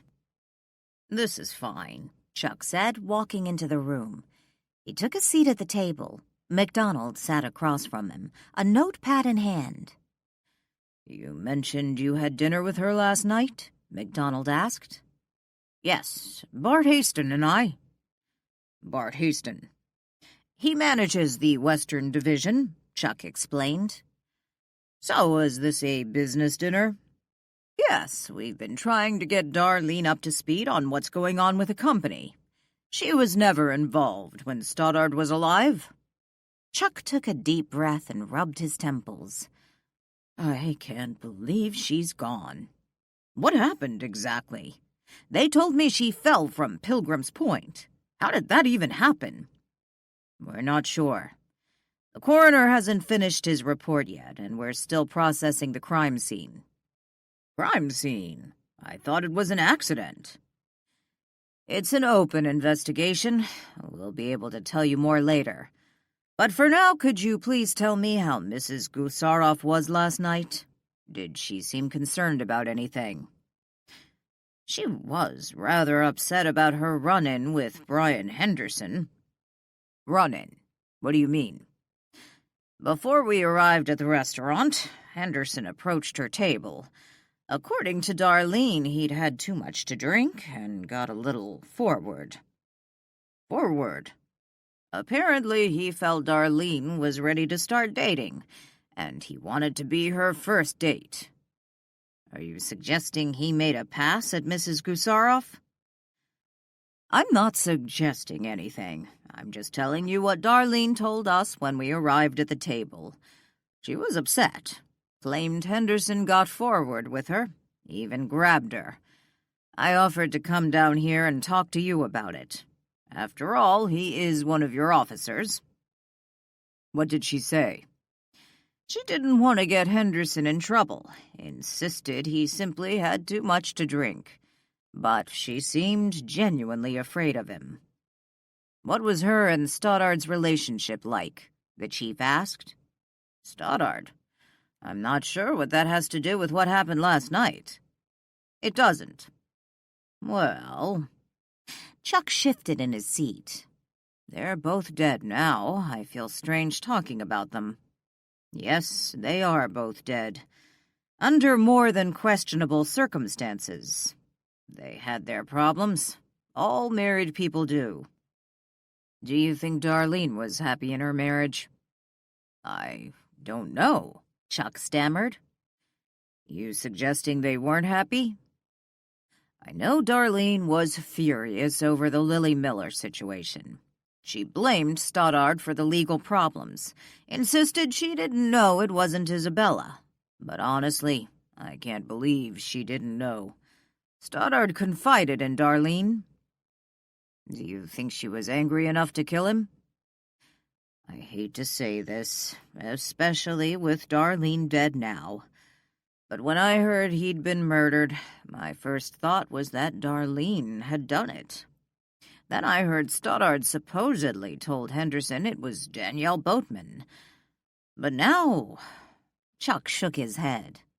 "Now what?" "Now I have to wonder. Were Henderson and Darlene in this together? I read about Sergeant Morelli seeing Danielle Boatman at the time of the murder. She couldn't have killed Stoddard. Henderson must have lied about what Stoddard said, which means they had to be in this together. After all, Darlene was there too when he supposedly accused Boatman."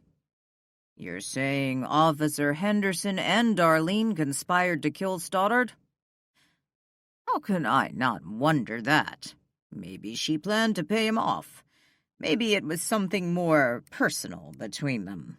All I know is they had a fight last night, and today Darlene is dead." Chapter 34. Ian didn't insist on accompanying Danielle to the cemetery, providing she agreed to send him regular text messages to let him know everything was okay. When Danielle arrived at the cemetery, she parked by the chapel. There were more cars in that area, and she felt Will would be less likely to notice the red Ford Flex there, as he had parked around the corner. After locking her car, she stood in the parking lot a moment, mustering her courage. It wasn't Will who made her apprehensive, but the spirits lingering nearby. Before leaving home, Danielle had changed into denims, a gray t-shirt, and a dark gray hoodie. The late afternoon sea breeze cooled the air. Standing by her car, she pulled the hood of her jacket up over the back of her head, covering her braid. She had left her purse under the driver's seat and tucked her car keys and cell phone into the hoodie's pocket, along with her hands. Making her way to the walkway leading to Karen's and Isabella's grave sites, Danielle watched for Will. If necessary, she would duck behind a tree. There were plenty in this section of the cemetery. Passing a number of grave markers, Danielle rounded a corner and almost stumbled over an elderly woman who knelt by a grave. Coming to an abrupt stop, Danielle looked down. The woman turned her head and smiled up at Danielle. "You again. I was hoping you'd stop by." It was Chief MacDonald's grandmother. The woman had died a year earlier. "Hello, Kathy," Danielle greeted her. "By any chance, did a man wearing a cowboy hat pass by this way?" "Why, yes. He was carrying some lovely flowers. Roses. Red roses. I love when they bring flowers." Kathy stood up and pointed in the direction of the Strickland graves. "He took them down there. When he came back, he didn't have the flowers anymore." "So he's already been there?" Danielle said under her breath. "Where did he go when he came back?" "Down there." Kathy pointed in the direction of the walkway leading to the side street where Will had parked his car. "That was quick. He didn't stay long." Danielle said more to herself than Kathy. "I see you didn't bring flowers." Kathy sounded disappointed. "No, but I will next time. I promise." "How is my grandson?" "He's doing well. I understand he's seeing a lovely woman who his boys like." "I was rather hoping he was seeing you." "Me?" Kathy shrugged and knelt back down by the grave and began brushing imaginary leaves from the marker. "Perhaps later when the other one doesn't work out." Kathy disappeared. Danielle smiled and shook her head before hurrying down the walkway toward the Strickland graves. At least now she didn't have to worry about running into Will, since he had already made his visit. If she found flowers on Isabella's and Karen's graves, she would have her answer. Danielle stopped a moment and pulled her cell phone from her pocket to send a quick text message to Ian. "No worries, Will has already left." Slipping her cell phone back in her hoodie pocket, she headed down the path leading toward Isabella's and Karen's grave sites. Off in the distance, she spied a couple going in the opposite direction. Aside from the two people, the cemetery seemed deserted. She wondered who belonged to all the cars parked by the chapel. Perhaps they were attending a funeral, yet she thought it seemed rather late in the day for a service. She came to Stoddard's grave first. His marker hadn't yet been set. Next to his side was an empty plot, which she assumed was intended for Darlene someday. Who would have thought that day would be so soon? Danielle wasn't surprised that Stoddard or Darlene weren't lurking around. She knew Stoddard was busy haunting the grounds of Marlow House, while Darlene probably wouldn't show up at the cemetery until her funeral. Or maybe not at all. As far as Danielle knew, Stoddard's murdered wife might have already moved on. Walking past Stoddard's grave and then his parents', Danielle came to the grave sites of Isabella and Karen. "Oh, my," Danielle gasped when she spied the red roses on Isabella's grave. For some reason, she expected to be wrong. Expected to learn that Will Wayne was not Bobby Wayne. But he was. Kneeling down to Isabella's grave, her fingertips brushed gently over the red buds. She noticed Isabella's marker had been set. It wasn't here the last time she had been at the cemetery. Glancing at Karen's grave, she noticed there were no flowers. Frowning, Danielle wondered why Will hadn't divided the roses between the two graves. There were no wilted and dying blossoms scattered about, which either meant this was the first time Will brought flowers, or someone from the cemetery's landscape crew had already removed them. She couldn't feel Isabella's presence and had never felt Karen's. Both women had probably moved on to their next destination, wherever that might be. She thought briefly of Kathy MacDonald and wondered why she remained at the cemetery. Perhaps Kathy was waiting until her grandson remarried. I didn't expect to find you here. A male voice broke the silence. Startled, Danielle turned and looked up into the face of Will Wayne, who stood over her, cowboy hat in hand. "Will!" Danielle greeted him nervously, stumbling to her feet. With his cowboy hat, he motioned to Isabella's grave. A friend of yours? I suppose. I feel like she's a friend, even though we never met. Well, not until after she died. I was admiring the roses someone left. Will cocked his brows. Were you? I was just heading back to Marlow House. She glanced to the walkway leading back to the chapel. Through the cemetery? I could swear you were just at Marlow House 30 minutes ago. I come down here sometimes and walk. It's peaceful, Danielle lied. How long have you known? Will asked. Excuse me? Don't play dumb, Danielle. It doesn't suit you. Danielle let out a sigh. I had no idea. Not until I had lunch with Marie Nichols today. I remember Marie. Will tapped the brim of the hat against his thigh. He stepped closer to Danielle and looked down at the grave. Why didn't you just tell us? Why all the secrecy? I really didn't expect to arrive in the midst of my brother-in-law's murder investigation. So it's just a coincidence you came now? Danielle asked without thinking. He looked in Danielle's eyes. You think I was involved in Stoddard's murder? Of course not, Danielle said too quickly. I just meant... What did I mean? I'm a private person, Danielle. Maybe you don't believe that, considering all the Billy Bob Wayne crap. But he wasn't me. Just a persona to help me sell cars. But you should know about that. I understand you were something of a marketing guru. Danielle didn't comment. She watched Will, who stared off into the distance. I never met her, you know. Will looked down at the grave. Isabella, your daughter? Will nodded. Why not? Danielle continued to study Will. I shouldn't have left in the first place. I was young and dumb. Karen was fragile. I had no idea how fragile, or how easy it was for the old man to manipulate her. Old man? Her father? Yes. The story Ian heard was that you left Karen after she was disinherited, and you found out she was pregnant. I didn't leave Karen. Her father convinced her to annul the marriage. I was so devastated at the time.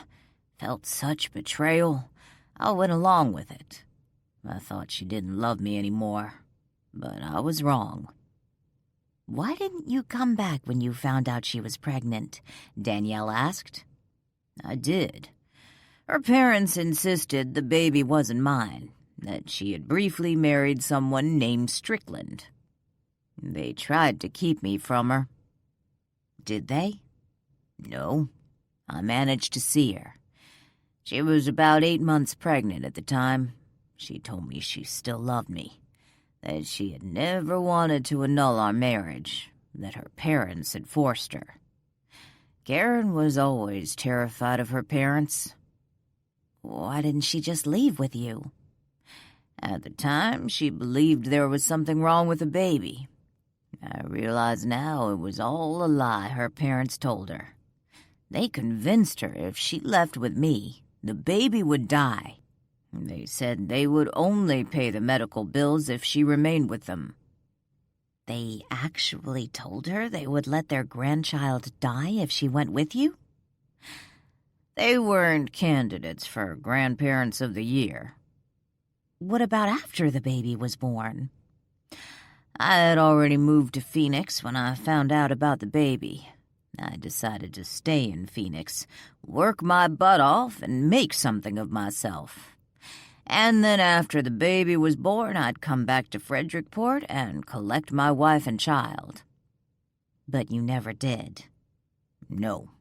Time has a way of moving along quickly. I kept track of them through my old employer. When I found out Karen's mental state had deteriorated, I began questioning how equipped I was to take care of a child, much less a mentally ill woman who was no longer my wife. So you forgot about them? Shifting his gaze to Danielle, Will narrowed his eyes. I never forgot them. I knew Isabella was thriving. She didn't seem to have her mother's mental problems. I'm surprised you didn't return after Karen's parents were both gone. Why? And have everyone think I only returned to cash in on my daughter's inheritance? I wanted to return at a time when Isabella wouldn't question my motives, when I had my own fortune behind me that she would one day inherit. I had no idea she wouldn't be here when that time came. You were planning to come after you sold your dealership, before she died? Yes. Obviously, I was too late. Holding his hat by its crown, he fitted it on his head. Can I ask you a question? Danielle said after a moment of silence. Not sure I'll answer, but go ahead. What about when Isabella was supposedly in a coma? Why didn't you come back then? I didn't know about the accident. It wasn't in the Phoenix News. Danielle remembered Marie telling her about Will's former employer, the one who Will had used to keep tabs on Isabella and Karen. According to Marie, the man had died over a decade earlier. She wondered if Will had ever bothered to check on Isabella during all that time. Are you going to tell Chief McDonald? Will asked. Tell him what? Danielle shifted nervously. Who I really am? You're still Will Wayne, aren't you? You know what I mean. I don't know. Danielle shrugged. I suppose it doesn't matter. I can't see where you'd have a motive anyway. I'm not sure what you'd have to gain by seeing your ex-brother-in-law dead. Stoddard was a jerk. He was the one who told his parents about our elopement. If it wasn't for him, we would have been able to get out of Frederickport without his father manipulating Karen into going for an annulment. Gee, Will, are you trying to get hauled in for questioning? Why would they haul me in for questioning if they don't know I was Stoddard's brother-in-law? What time are you leaving tomorrow? Changing the subject, Will laughed. No, I was just wondering. Danielle glanced at Karen's grave. I thought you were bringing them both flowers. I did. Danielle glanced from the roses on Isabella's grave to Will. You left them all on Isabella's grave. No, I took Karen her flowers. Confused, Danielle looked back to Karen's grave, void of flowers. Karen's not buried there, Danielle. She's not dead. Chapter 35. Danielle sat in her car at the cemetery parking lot, the engine running. She replayed Will's parting comment back in her mind. She had stood there like an idiot, saying nothing. Why didn't I ask him what he meant? She said aloud. Annoyed with herself for not asking him to explain, she put her car in reverse and backed out of the parking space. When she got home, she would have some questions for Will Wayne. Turning down her street a few minutes later, she didn't see Will's car. He hadn't returned to Marlow House. Earlier, he had mentioned going out to dinner. This was probably better, she told herself. It would give her time to discuss the situation with Ian and Lily before talking to Will again. The gate was closed, so she decided to park in front of the house. Just as she turned off the ignition, a police car pulled in behind her. Looking up into the rearview mirror, she saw it was Chief MacDonald.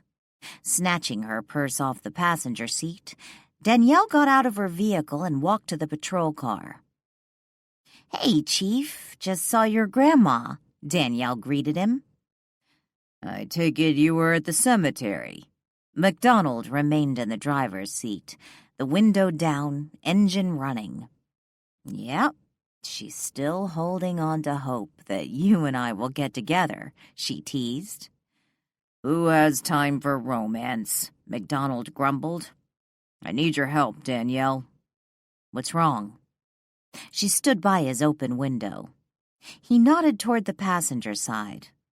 "Get in." "Are you arresting me?" "Not today." Danielle walked to the passenger side of the car and opened the door. Peeking inside, she asked, "Are you sure you aren't arresting me?" Not turning to look at Danielle, MacDonald stared down the road, his hands gripping the steering wheel. "Get in."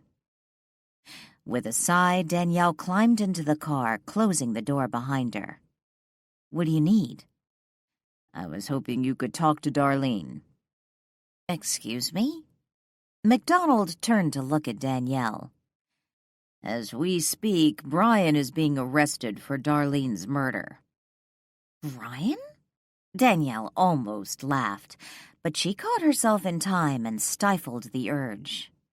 After all the times Brian had delighted in her unfortunate situations, she couldn't help but think it was karma. However, she genuinely liked Chief MacDonald. He had always been fair with her. Arresting one of his officers, someone he considered a friend, was obviously painful for the police chief.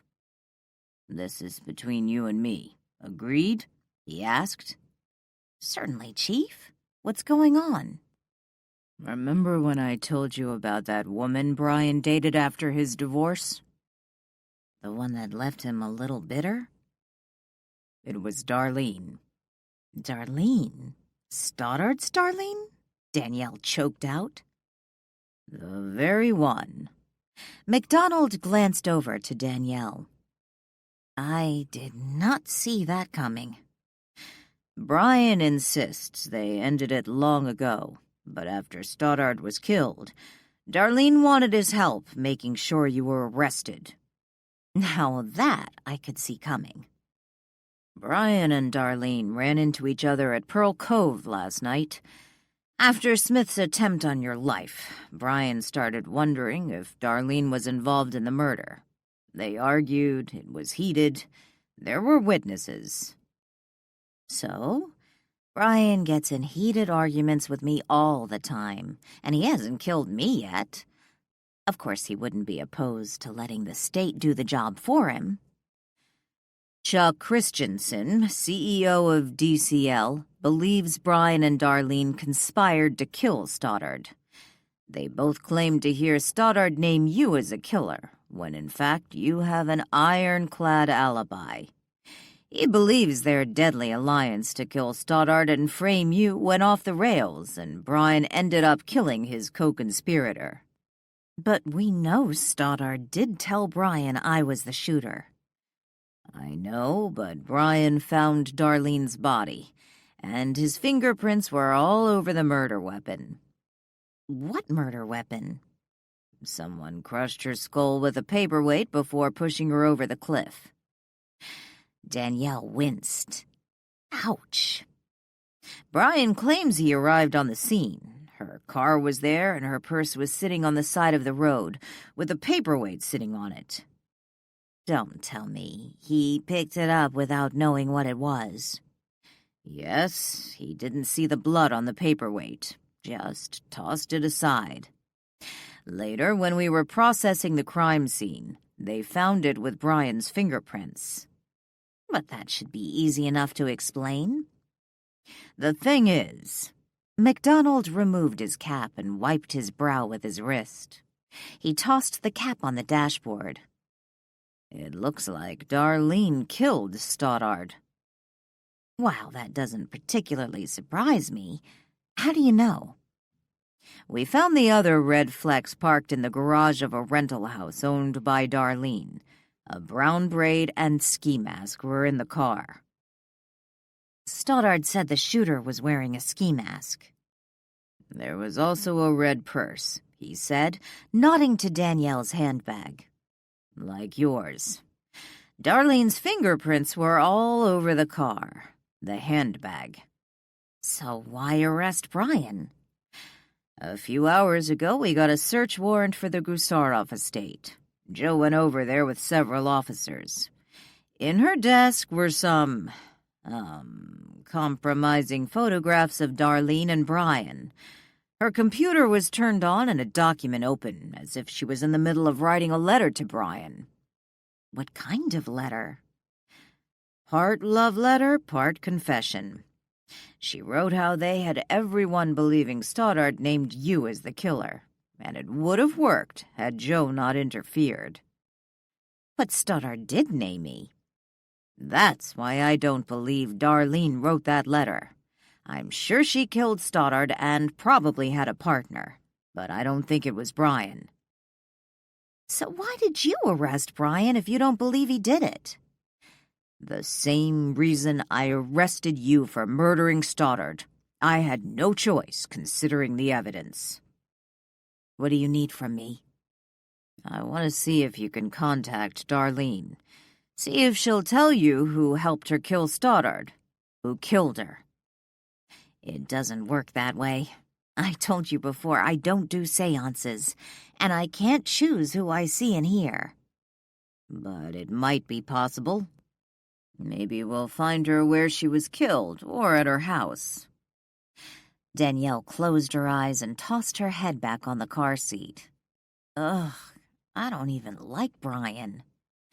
But you can't let an innocent man go to jail for a crime he didn't commit. He was prepared to let me go to jail for a crime I didn't commit multiple times. Yeah, but in all fairness to Brian, he actually thought you did those crimes. Lifting her head and opening her eyes, Danielle glared at MacDonald. Oh, come on, Danielle, please. You don't want the people who tried to frame you, who tried to have you and Joe killed, go free, do you? Danielle considered his request for a moment. Finally, she said, "You know what really irritates me?" "What?" "If this works and I do help Brian, you won't even know I saved his sorry butt." "Danielle, you don't seem the type of woman who does things just for a pat on the back. You're better than that." "Oh, stop trying to flatter me, Chief. I'll try to help you, because you're right. I do want to see the people who tried to kill me arrested." "So, where should we go? To the beach where we found Darlene's body or her house?" "I don't see Darlene lingering on the beach. It's possible, but if she didn't realize she was dead, she might have gone home. Of course, she might have already moved on." "Moved on? Where?" "I'm not sure exactly. In Darlene's case, probably somewhere with a warmer climate." "But she has the choice to stay. Stoddard hasn't moved on." "It seems some spirits can linger for a while, but I don't think indefinitely." She glanced at Marlow House and thought about Walt. He seemed to be lingering indefinitely, yet from what she understood, once he was weary of his confinement to Marlow House, he would move on. Danielle pulled out her cell phone. "Who are you calling?" "I'm going to let Lily know I'll be gone for a while. I don't want her looking outside and seeing my car and wondering where I went." MacDonald put the car in gear and pulled out into the street as Danielle called Lily. Driving away from Marlow House, they passed Will Wayne's car going in the opposite direction. "That was your guest?" MacDonald asked when Danielle got off the phone. "Yeah." Danielle shoved her phone in her purse and stared out the side window. "What's wrong?" MacDonald asked after several minutes of silence. I discovered something today. I don't think it has anything to do with Stoddard's murder, but it's a strange coincidence.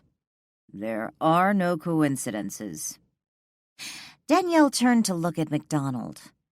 Do you really believe that? Pretty much. So what did you learn? Let me be the judge of whether it has anything to do with the murder. If I have to vote who gets nailed for Stoddard's murder, Brian or Will, I vote Brian. Will, your guest? The cowboy car dealer? He used to be known as Bobby Wayne, moved to Frederickport after he turned 18, married Karen Gusaroff. Stoddard's sister? Yep. He's Isabella's father. I thought Isabella's father's name was Strickland. No, actually, it was Marie that told me about it. I guess the story about Isabella's father taking off after her mother was disinherited was a fiction created by Stoddard's father. After they got Karen to have the marriage annulled and they found out she was pregnant, they had her take another surname. Why? Danielle shrugged. Stoddard's dad was a jerk. What reason does Wayne give for being in Frederickport? He's retired now. Sold his dealership a few months back. Initially, the plan was to finally meet his daughter, and then he found out she had died. Why did he wait so long? Even if his in-laws broke up the marriage, they've been dead for years. Who knows? Danielle leaned back in the seat and looked ahead. He's not the first man who made excuses for abandoning his child. You think he abandoned her? I don't think he wanted to at first. But as time went by, I think he made excuses for why he didn't come back to see her. Did he say why he came back now? What's the point now that she's dead? To visit her grave. Danielle glanced over to the chief.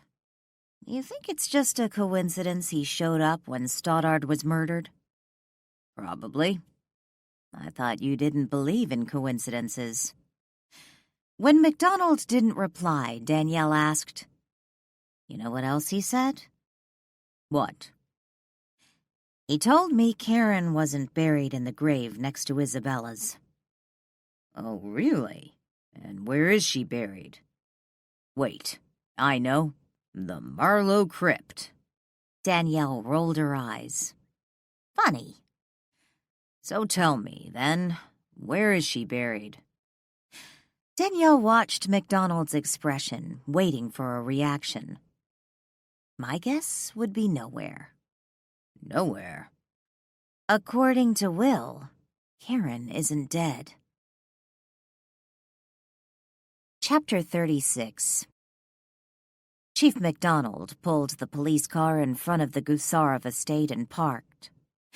Turning off the ignition, he faced Danielle. What do you mean she isn't dead? That's just what he said. Danielle shrugged. Did you ask him to explain what he meant? He sort of caught me by surprise. It was when we were at the cemetery. Why were you at the cemetery? I wanted to see whose graves he was putting flowers on. And did you? Yeah, Isabella's. But he didn't put any on Karen's. And when I asked him why, he said because she wasn't there. She was still alive. And you just walked away after he said that? No, actually, he walked away. I was kind of speechless, but then I figured I'd quiz him about it when we got back to Marlow House. So what happened? You. Danielle smiled. Me? Yeah. Oh. MacDonald sighed. He opened the door and got out of the car. When we're done here, I'd like to find out what Wayne meant. Fine, but you have to let me talk to him. I don't want you coming into Marlow House and interrogating him. Danielle got out of the car and slammed the door. No, Danielle, I'm going to talk to him. Danielle opened the car door and climbed back in. Sitting on the passenger seat, she slammed the door shut. "What are you doing?" MacDonald asked. Stubbornly folding her arms across her chest, she said, "I told you about Will because I thought you should know. But I really don't want him to think I went tattling to you the first chance I got. If you don't let me talk to Will without you, then you can talk to Darlene without me." Shaking his head, he walked to her side of the car and opened the door. "Fine, you talk to him. Just let me know what he says. But if I've good reason to believe he's in some way involved in Stoddard or Darlene's murder, deal's off." Fair enough. Danielle stepped from the car. Together they made their way up the walkway to the massive front door. The mansion looked more industrial than residential in design, a sterile blending of metal and glass. "I wonder what's going to happen to this monstrosity now?" Danielle asked. "I suppose that's up to Darlene's heirs." "Which is probably K.S. Trust, whoever they are," Danielle murmured. MacDonald stopped walking and looked at Danielle. "What do you know of K.S. Trust?" Stopping in her tracks, Danielle looked back at the chief. "Nothing really. Just that Stoddard made a stipulation in his will that should Darlene ever be unfaithful during their marriage, his estate would go to K.S. Trust. And considering what you told me, looks like that's going to happen." "I know about K.S. Trust, but how do you?" "Ian got us copies of the will." "So what is K.S. Trust?" "We're still looking into that." They started walking again. I asked Marie if she ever heard of it before. She hadn't, but she noted K.S. are Karen Strickland's initials. The moment the words left Danielle's mouth, she and MacDonald froze. They faced each other. Is it possible? Was Will serious when he said Karen was still alive? Danielle asked. "I think we need to see what you can find here and then get back to Marlow House so I can talk to Will Wayne." "I thought you were going to let me do that," Danielle grumbled. "Sorry, bet's off." "Fine," Danielle said with a sigh and started walking toward the front door again. "You mean you're still going to do this for me?" "Yeah, why not? But if I help Brian before you let him go, you have to first let me visit him in lockup so I can laugh at him." "Sounds fair." When they reached the front porch, MacDonald paused again and faced Danielle. "Before we go in, there's more you need to know, so if you do see Darlene, you can ask for her side of the story." "If she'll tell me. But sure, go on." MacDonald took a few minutes filling Danielle in on the facts of the case. When he was done, he unlocked the front door. "The alarm wasn't on?" Danielle asked. "It wasn't on when we came over earlier." MacDonald opened the door. "You have a key? Did you have to call a locksmith?" Danielle walked through the doorway ahead of MacDonald. "No. When Chuck Christensen came into the office, he told me he had a key to the estate and offered to give it to me," MacDonald told her as he shut the door behind them. It was still daylight outside. With all the high windows and skylights in the mansion, it wasn't necessary to turn on the interior lights. Danielle had been in the mansion before, back when Stoddard had held Lily upstairs, telling the world the comatose girl was his niece, Isabella. Danielle walked through the entry to the living room. The moment she stepped onto the carpet from the tile floor, she heard it. Muffled sobs. Turning toward the sound, she found Darlene curled up on the sofa, her arms wrapped around her legs as she cried. "Oh, crap," Danielle groaned. "What is it?" MacDonald asked, glancing around the room. He didn't see anything out of the ordinary.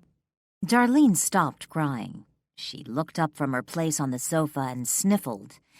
Instead of standing up or saying anything, she silently watched Danielle and the police chief walk into the room. "Darlene, she's on the couch," Danielle explained. Darlene sat up straight and put her feet on the floor. "You can see me?" "Yes, but the chief can't." "Why can you see me and no one else can?" she asked. "Sergeant Morelli was here with some other cops. They just came right in. Didn't even ring the bell. They went through my things. They all ignored me. It was so frustrating." "They went through your things because they found your Ford Flex. Looks just like mine. Imagine that." Darlene pulled her feet back on the sofa and scooted back, retreating into the cushions. "You killed your husband, didn't you?" "I don't want to talk about it. Please leave my house." Darlene wrapped her arms around her legs again. "And you tried to frame me."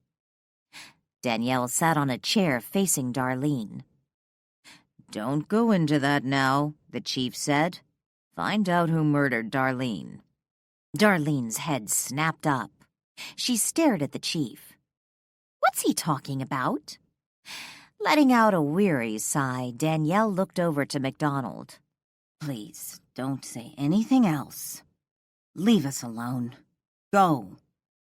Danielle pointed to the hallway. "But I'm serious, Chief. Trust me." "I'll go in the kitchen and wait," he grumbled, leaving the room. "When you're in the kitchen, pour me a glass of wine," Darlene called out. "I think a glass of wine will help." "He can't hear you." "Why? I don't understand." "Why do you think?" Danielle asked. "I didn't write that letter," Darlene said. "What letter?" "That disgusting letter Sergeant Morelli was reading on my computer. I don't even know how to type." "What do you mean you don't type?" "Just that. If I wanted to write a letter, I'd use a pen and paper. I don't even have a printer hooked up to my computer, so why would I use it to write a letter?" "Email the letter to Brian," Danielle suggested. "Who sends emails? It's faster to call or text." "Do you have an email account?" Danielle asked. "Of course. I need one when I shop online, but I don't use it to send people letters." "Did Brian have anything to do with Stoddard's murder?" Danielle asked. "Brian? Are you serious?" Darlene laughed.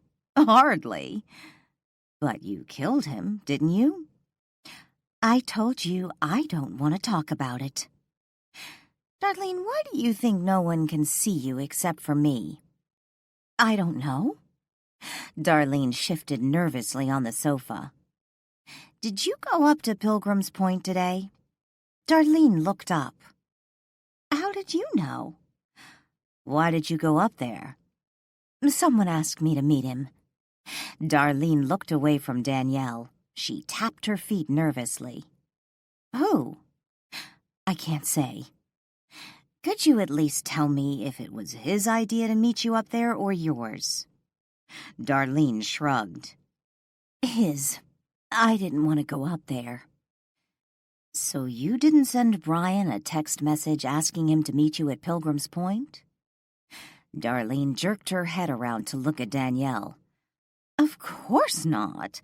I don't do text messages." "Just a minute ago, you said you'd send a text message instead of an email." "So? It just meant if I had to do one or the other, I would choose to send a text. It doesn't mean I'm going to start text messaging people." "So you didn't send Brian a text message asking him to meet you?" "Didn't I just say that?" Darlene snapped. "I'm curious about something. I know your husband really told Brian I shot him. I was there, remember? What I can't figure out is, how did you pull that one off?" "I said I don't want to talk about it," Darlene said stubbornly. "They found the braid and ski mask the shooter wore. I know the shooter wore a ski mask. Stoddard told me. Darlene narrowed her eyes. You talked to Todd? How? He was convinced the person in the ski mask wearing the fake braid was me. How is that possible? How did you find someone who sounded just like me? It couldn't have been you. Your husband would have recognized your voice. Darlene began to laugh. Todd always underestimated me. He didn't appreciate my talent. I don't understand. Explain it to me. I'm an actress. Actress? Well, I could have been. My drama teacher said I was the most talented student he ever had. Impersonating voices always came easy to me. I suppose I could have done something with my talent. But then I married Todd, and I thought, why bother? I didn't need to work anymore. No more tedious casting calls. I liked being married to Todd. Then why did he have to die? I didn't want to go to jail over Lily. It's not like we were the ones who hurt her. We were paying her medical bills. She should have been grateful. I still don't understand why your husband had to die. Just days before the murder, he went to the police station and swore out an affidavit that he was solely responsible for kidnapping Lily, that you weren't involved. They weren't going to charge you with anything. And what would have happened when Todd realized I wasn't pregnant? He would have been furious. He would have blamed everything on me. So that's why you told him you were pregnant? It's what he wanted to hear. He died happy. Danielle didn't know how to respond to that, so she changed the subject. Those photographs Joe found today of you and Brian. I knew I should have destroyed those, Darlene groaned. They didn't look like something you took. While Danielle hadn't actually seen the photographs, MacDonald had described them. Of course not. Do you actually think we'd take pictures like that? Then who took them? Darlene stared at Danielle a moment before answering. I suppose there's no reason to keep it a secret now. After all, Sergeant Morelli already took the pictures with him. Anyway, it would serve them right. Serve who right? Earthbound spirits. They were blackmailing me. Earthbound spirits, Danielle repeated. Then she remembered. Isabella's will. You knew it wasn't a fake. Of course I knew, but it was either lie about Isabella's will or risk losing everything. But it looks like everything will now be going to KS Trust anyway. If only Morelli hadn't found those pictures. Darlene, what's KS Trust? I have no idea, Darlene said, before disappearing. Chapter 37. Danielle sat with MacDonald in the police car outside of the Gusarov estate. The sun was starting to set. She didn't say who she met at Pilgrim's Point? The chief asked. He hadn't yet turned on the engine. Just that it wasn't Brian, but it was a he, and whoever he was, it was his idea to meet up there, not hers. She confirmed she was the shooter, yet I suspect she didn't do it alone. And I bet whoever pushed her off that cliff was her accomplice. That's what I'm thinking. He studied Danielle's profile as she looked out the window. Why did you make me leave the room? Because Darlene is in that hazy period between life and death. Part of her realizes she's no longer alive, yet she hasn't embraced the fact she's dead. I didn't want to upset her. Sounded to me you were already asking questions that could upset her. No, it's different. A spirit might be reluctant to admit certain things, yet they seem to innately know confessing to a crime isn't going to get them into deeper trouble. After all, they're already dead. However, this doesn't mean they've actually accepted their death or acknowledged it. I know that sounds a little contradictory, but that's how it is. Yes, it is contradictory. If she already knows confession won't get her in deeper trouble because she's dead, how can she not recognize the fact she's dead? It doesn't make sense. Danielle laughed. Whoever said death made sense? Once a spirit is forced to face his new state, I never know how he or she is going to respond. Cheryl threw a tantrum and cried for hours when it was her time. Walt, he was pretty mellow about it, yet he'd had almost a century to get used to the idea. So all we really know, it wasn't Brian. Did she give you anything that might clear him? A couple things, but I'm not sure how it will help. According to Darlene, she didn't write the letter Joe found on her computer. In fact, she insists she doesn't type. I imagine you might be able to somewhat confirm that by checking out her computer. The same with the text message. She claims she never sends text messages. Oh, and a biggie. She was being blackmailed by earthbound spirits. What? Yep. Those racy pictures Joe found were blackmail pictures sent to Darlene. It's what got her to lie about Stoddard forging that will. She figured it was better to lose Isabella's portion of the estate than all of it. That really doesn't surprise me. I suspected it might be something like that. Let's head back to your place so I can have a little chat with Will Wayne. See what he knows about KS Trust, the one entity who'll definitely benefit from this turn of events.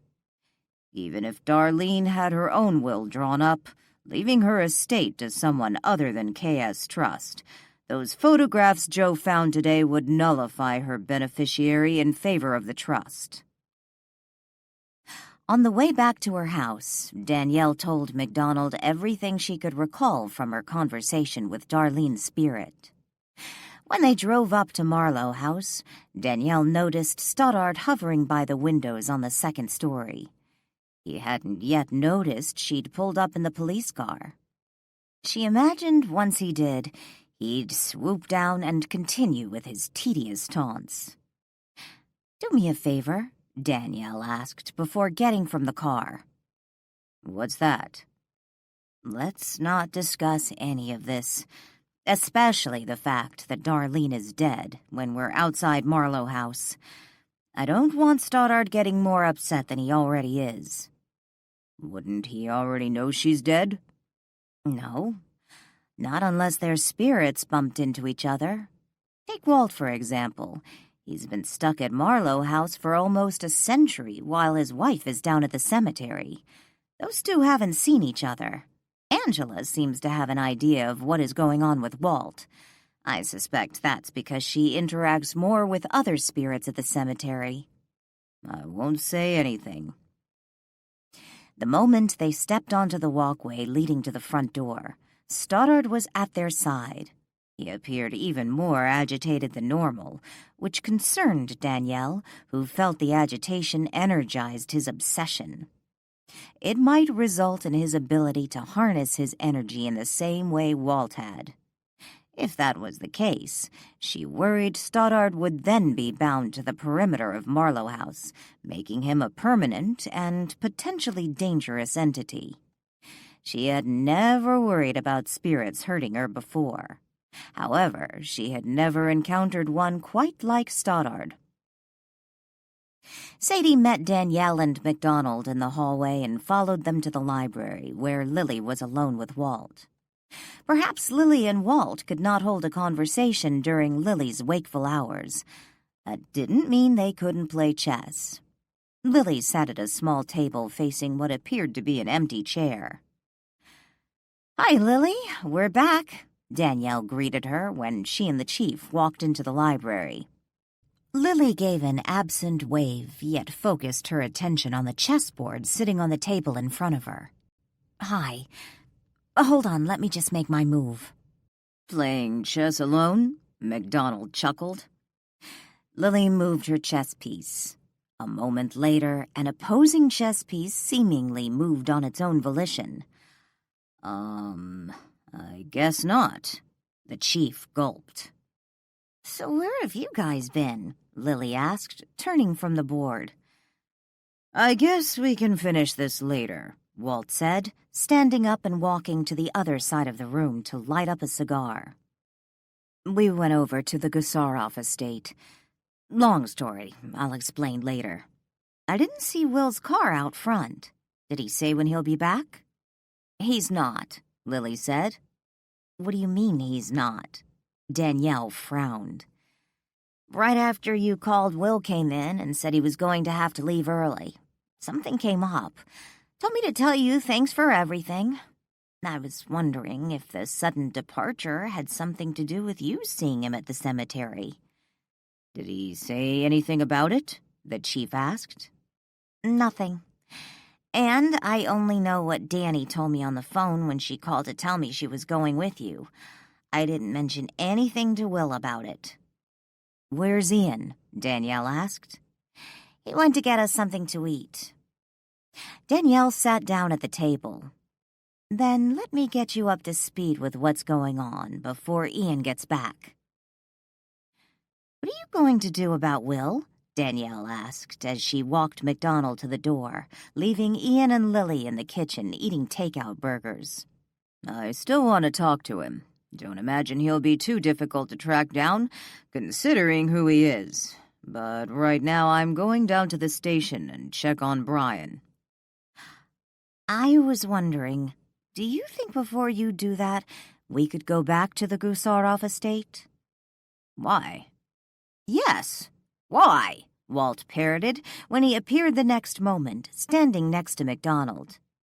I want to give it another try. See if she'll tell me who she met up with at Pilgrim's Point. There's really nothing holding Darlene here. Once she leaves, we may never get our answers. And you said you didn't like Brian? The chief smiled. This has nothing to do with Brian. It's about him. She pointed to the window next to the front door. MacDonald glanced in the direction she pointed. Stoddard is standing outside the window, isn't he? Yes, he is. And it's becoming more difficult each day to put up with him. I need some way to convince him I wasn't involved in his murder. The chief went into the Gusarov house first, turning on the lights. He sat alone in the living room as Danielle wandered through the house searching for Darlene. She found the spirit in the master bedroom, sitting on the edge of the king-size bed. You're back? Darlene didn't bother standing up. I was hoping we could talk again. You should have at least knocked. Rather presumptuous, just coming and going whenever you feel like it. I wasn't sure you'd hear me. Well, no one seems to hear me, except you, of course. Do you know why people can't hear you? Danielle asked gently. She stood at the side of the bed next to Darlene. Yes, but I can't figure out why you can hear me. Tell me, why can't people hear you? Good grief, must you address me as if I'm an idiot? Darlene snapped. I'm dead, not stupid.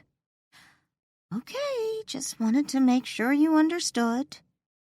Danielle glanced at the chair sitting next to the vanity. Do you mind if I sit down? Whatever. Darlene shrugged indifferently. Danielle sat down. I'm here to help you. Help me? How can you help me? You have a magic potion that will bring me back to life? No, but I can see that whoever murdered you is punished.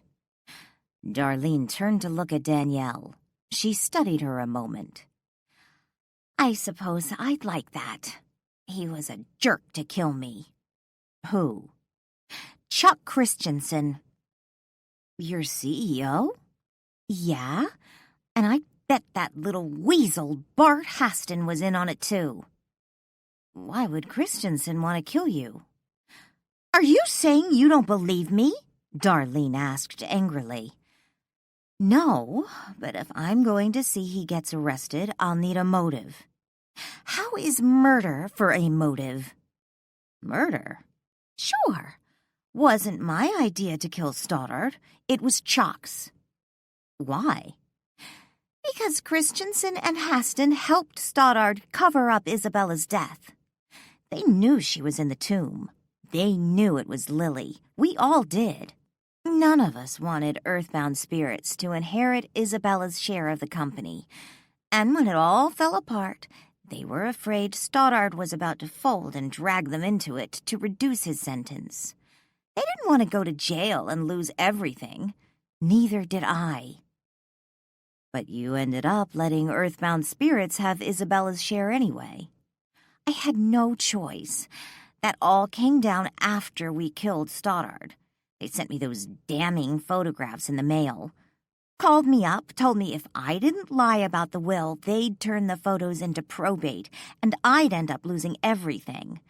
Chuck was furious. He knew about the blackmail?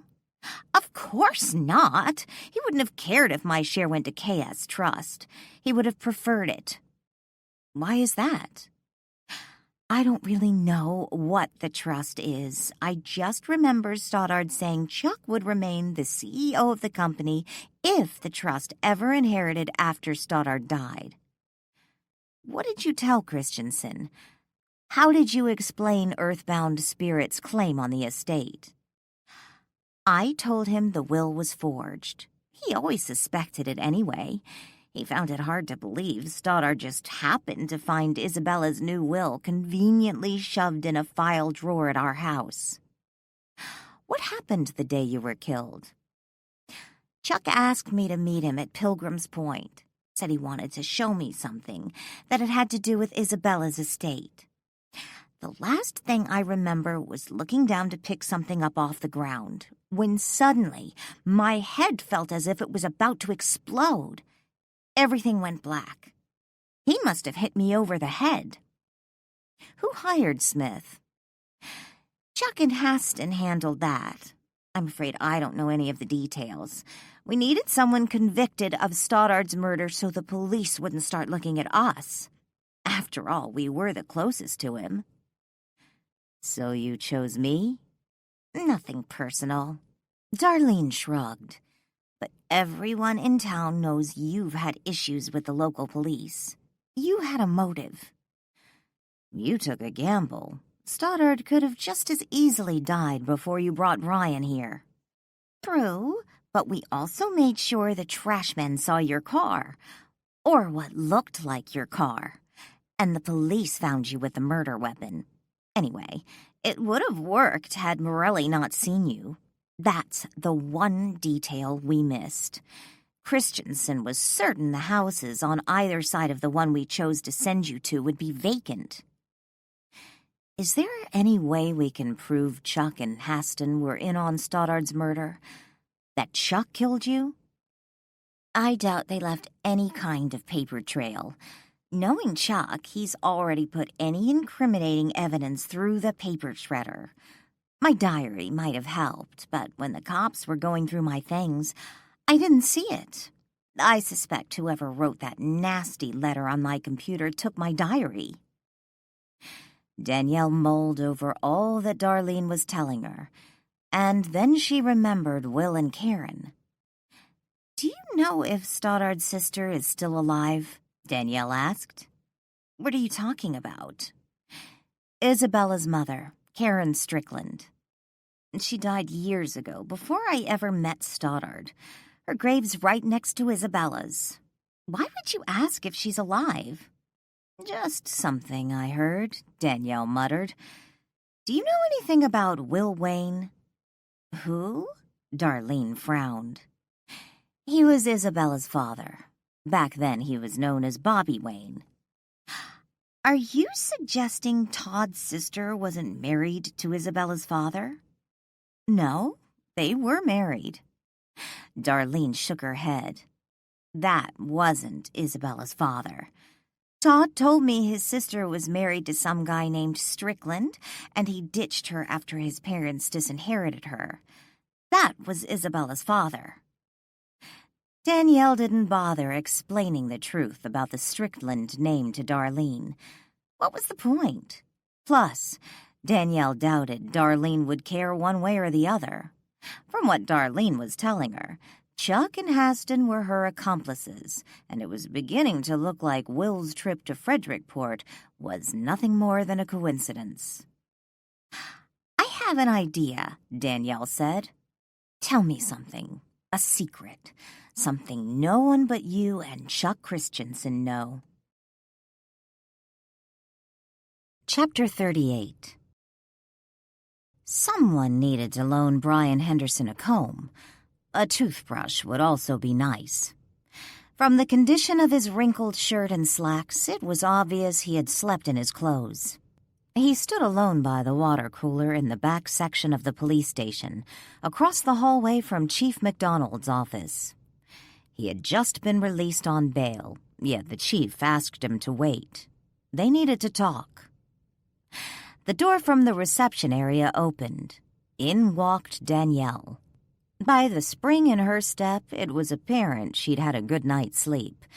Something he'd had missed. She wore a crisply pressed lavender blouse and denim slacks. She was the last person he wanted to see. "Did you have a good night's rest?" Danielle asked with a cheeky grin. Stepping up to Brian, she looked him up and down. "That bed and lockup really sucks, doesn't it?" "I bet this makes you happy," Brian grumbled. "Happy? Oh, not happy exactly. Karma comes to mind." "I didn't kill Darlene, but I don't expect you to believe that." He glared at Danielle. "I don't care what you believe." "Really? Sheesh, you're even a jerk when you're on that side of the law." "What are you doing here? Did you just come to gloat?" "No. Actually, I'm here to get your sorry butt out of this mess." As if on cue, Chief McDonald opened the door to his office. "Danielle, good, you're here. Come on in." "I thought you wanted to talk to me," Brian stammered as he watched Danielle practically skip into the chief's office. "I do. Stay there. But first, I need to talk to Danielle." "I think you're enjoying this too much," the chief said when he closed the office door, leaving Brian alone in the hallway. McDonald sat at his desk while Danielle took a seat across from him. "Just a little. Although he looks so miserable, it sort of takes the fun out of it for me." "This is serious, Danielle. I understand your issues with Brian, but we both know he didn't murder Darlene." "I know." Danielle leaned toward the desk. "But considering I may have a way to help Brian, don't be too annoyed with me." "Help him? How?" "When I was talking with Darlene, I had an idea. I didn't want to say anything to you about it last night until I could work it out in my head. But I think I've come up with a way that will allow you to arrest Chuck and Haston, get the charges against Brian dropped, and convince Stoddard I had nothing to do with his murder." "What's your idea?" Danielle sat on the park bench in the side yard of Marlow House, sipping a tall glass of iced tea. Stoddard stood a few feet away, glaring at her in stony silence. Since she had come into the yard, he had hurled repeated threats at her, yet she failed to respond. He was beginning to wonder if she could no longer see him. When he heard the side gate open, he turned to see who was entering the yard. "What are they doing here?" he asked. It was Chuck Christensen and Bart Haston. Lifting her glass while remaining seated, she said, "Thank you for coming, gentlemen." "You said you wanted to discuss an out-of-court settlement for Lily Miller, although I don't know why you insisted Haston be here. Where is she?" "Oh, Lily? She went to Astoria today with Ian. I'm the only one here." Danielle smiled.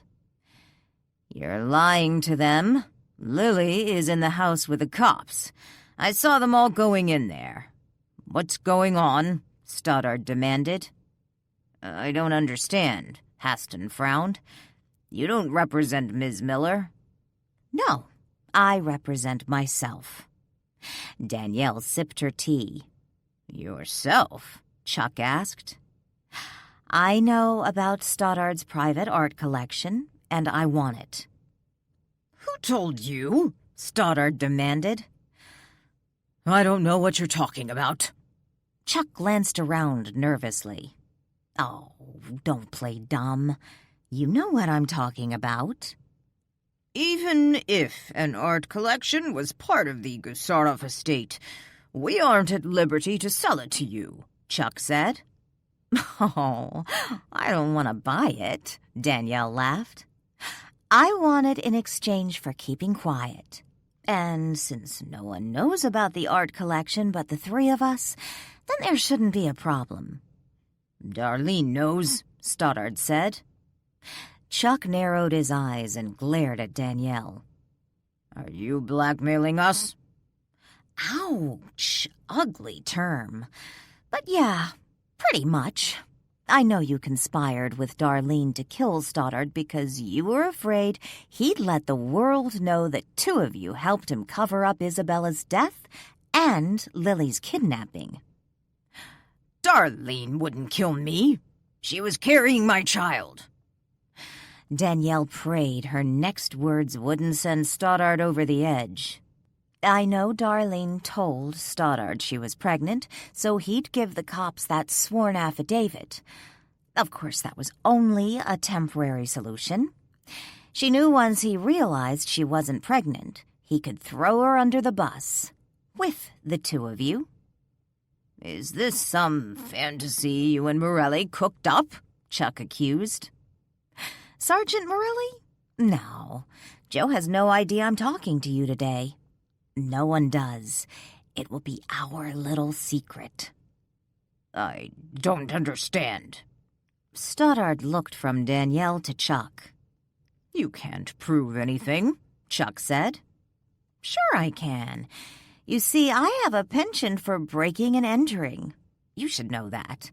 After all, I was the one who broke into the Gusarov estate when Lily was held there. Of course, this time it was much easier as the alarm wasn't on. Chuck and Haston exchanged glances. Sometimes Joe tells me more than he should. He told me about the letter he found at the estate.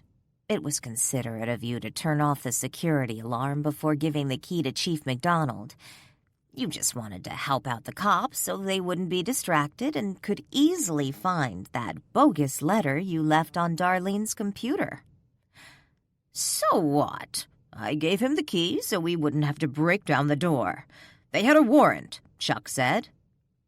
The thing is, whoever you sent to the house didn't do a terrific job getting rid of Darlene's incriminating evidence. I mean, gosh, that house is enormous. Of course, the cops didn't do a terrific job either. What are you saying? Chuck asked. Being a woman, I know where women like to hide things. Didn't take me long to find Darlene's diary. That's not true. We took... Chuck smacked Haston's arm before he could finish his sentence. So, Darlene had a second diary. Lots of women do that. They have one diary for the hubby to find, and another where they write their deepest, darkest secrets. So what did this diary say? Chuck asked. Danielle glanced over to Haston, who looked as if he were about to pee his pants. Chuck, on the other hand, looked chillingly calm. That's how I found out about the art collection, Danielle lied. She looked over to Stoddard, who stood mute. What I found most enlightening was her detailed account involving Stoddard's murder. Every time she spoke on the phone or met with either of you, she made a note, with date and time on what was said. I learned Bart Haston staked out the Seacliff Drive house where he discovered Joe was my alibi witness, and how after that, Chuck contacted Smith to kill us. That's enough. Chuck pulled something from his pocket. Danielle's eyes widened in surprise when she realized what he held. I didn't see that coming, Danielle squeaked. You keep a gun in your pocket? It comes in handy, Chuck said, glancing around. What are you doing with that? Bart asked nervously. What does it look like? We're going to escort Ms. Boatman into her house, and she's going to hand over that diary. And then what? Danielle asked. This has to end. We can't just keep killing people, Bart blurted. Shut up, Bart, and get a hold of yourself. This is out of control. I knew I should have refused to help Stoddard hide Isabella's body. I said, shut up, Chuck said. And what if I refuse to give you the diary? Danielle asked. Chuck pointed the gun at Danielle's face. We don't need you to give us the diary. I'll make it look like a suicide. It's a good drive from here to Astoria. Plenty of time to find where you hid Darlene's diary. And if Lily happens to show up before we're done, then too bad for Lily. You can't do this, Chuck, Bart gasped. Danielle wondered if MacDonald and his men were waiting for Chuck to force her into the house before disarming him, or if they planned to storm the side yard. She would prefer to have them wait, knowing she would be safer having Walt take the gun from Chuck. Chuck was starting to make her nervous, the way his hand shook and fingers seemed overly anxious to pull the trigger. He and Haston were arguing, and she suspected Chuck might turn the gun on his accomplice. After all, he had already gotten rid of Darlene. At least now, Chuck was no longer aiming the gun at her head. From the corner of her eye, she noticed someone slinking around the perimeter of the house in her direction. Damn, they planned to disarm Chuck outside, beyond Walt's reach. Movement then came from the opposite direction. This time, Chuck noticed. He started to raise the gun again in Danielle's direction when Stoddard let out a ghostly scream before lunging at Chuck, snatching the gun from his grasp and hurling it into the sky. To the amazement of the 5 police officers now in the side yard, Chuck's gun sailed effortlessly overhead before landing on the porch roof. Danielle stood by the gate and watched as they loaded Chuck Christensen into the back of one patrol car and Bart Haston into another one. She suspected the chief wanted to keep the men separated from each other, giving them less of an opportunity to agree on some alternate story before interrogation. It looked like Bart was prepared to tell them everything they wanted to know. It was really Darlene? Stoddard asked, sounding heartbroken. There is no baby? Danielle reached under her blouse and pulled off the wire. There were some conversations she would prefer the police not record. I'm sorry. There never was a child, Danielle said. Instead of a response, Stoddard vanished. Danielle glanced around and then muttered, I think he's really gone.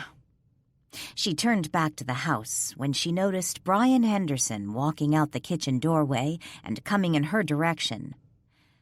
They got the gun off the roof, he called out. Yeah, I noticed, Danielle said, walking to Brian. He followed her back to the house. I was surprised the chief let me come today, although he told me I had to stay put. Danielle didn't respond. How did you know those things? An educated guess, she lied. They stopped when they reached the door to the kitchen. Brian turned to her. Thank you, Danielle. You don't know how much I appreciate your help. I'm sorry about Darlene, Danielle said after a moment of reflection. When her comment seemed to confuse him, she continued. We don't choose who we fall in love with. In spite of the things she did, I imagine losing Darlene is painful for you. I would never have helped her frame you. I need you to know that. Oh, I do, Danielle smiled. I know you're a jerk, but not that big of a jerk. Chapter 39. The ocean breeze made its way through the open bedroom window. Danielle hadn't closed the curtains the night before, and they remained open. She wasn't in a hurry to get out of bed. It was Saturday morning, and there were no guests to feed. Lily was downstairs with her nurse, getting her morning IV medication. I see you're enjoying having your windows open again, Walt said when he appeared in the bedroom. Danielle automatically scooted over on the mattress, making room for Walt. I think he's really gone. Walt stretched out next to Danielle, folding his arms across his chest while leaning against the headboard. Do you think he went back to his estate, or has he moved on? I don't know. I suspect he might have moved on. And Darlene? Can't imagine what would keep her here, although I'm not sure either will be thrilled with the next leg in their journey. You're only guessing, Danielle. You don't really know how this all works. Maybe, Danielle shrugged. But I like to think there is an element of karma in the hereafter. Before Stoddard left, it looked like he learned how to harness his energy. He sent that gun flying. Yeah, I had been worrying about that. I never really figured he could hurt me, but then when he scratched me at the funeral, I started to wonder. Maybe I've been wrong all these years. So what's happening to Christensen and Haston? Joe called me last night. I guess once Haston started talking, they couldn't get him to shut up. Confessed to everything from being complicit in hiding Isabella's body to hiring Smith, who, by the way, came out of his coma last night. Christensen lawyered up, but I'm not sure how much that's going to help him, considering half of the local police department witnessed him holding me at gunpoint.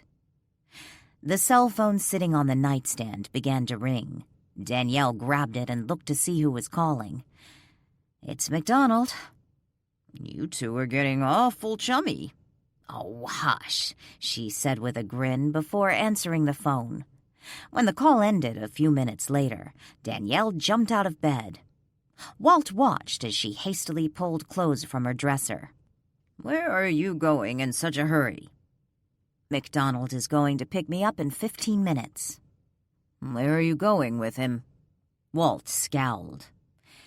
He knows what KS Trust is and wants to show me. Danielle tossed the clothes she intended to wear on the bed. He wants to show you? What does that mean?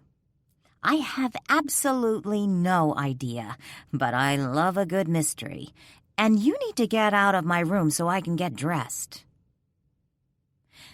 Have you had breakfast yet? MacDonald asked when Danielle got into his car. No, I confess, I was still in bed when you called. Danielle buckled her seatbelt.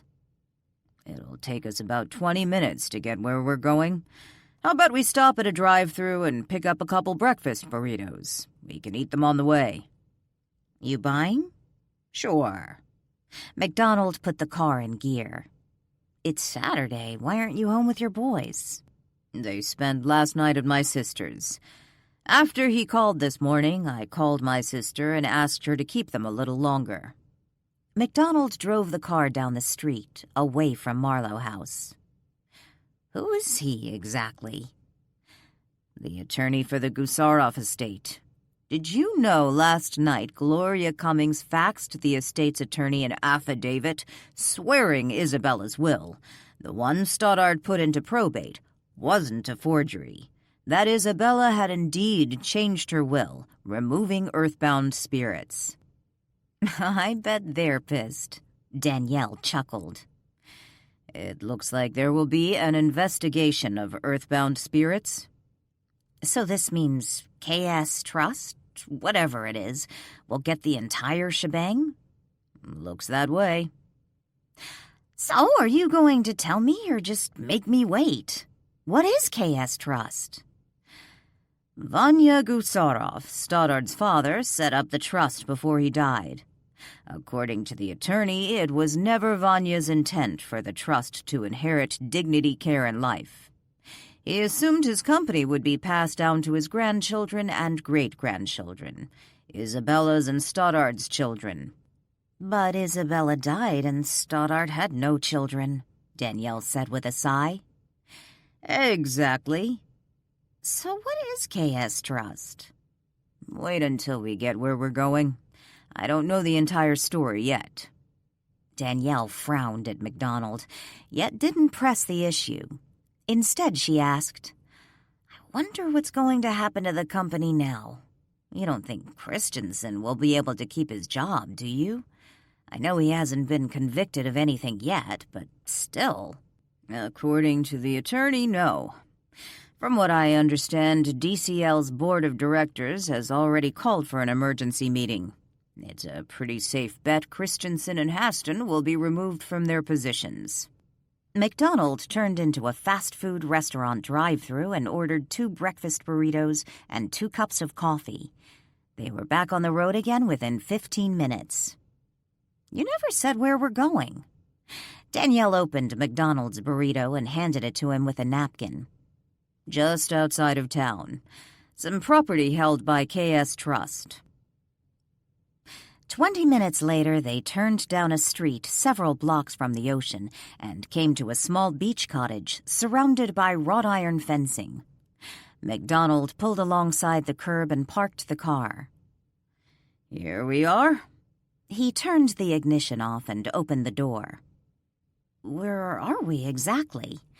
Danielle got out of the car. Let's go see.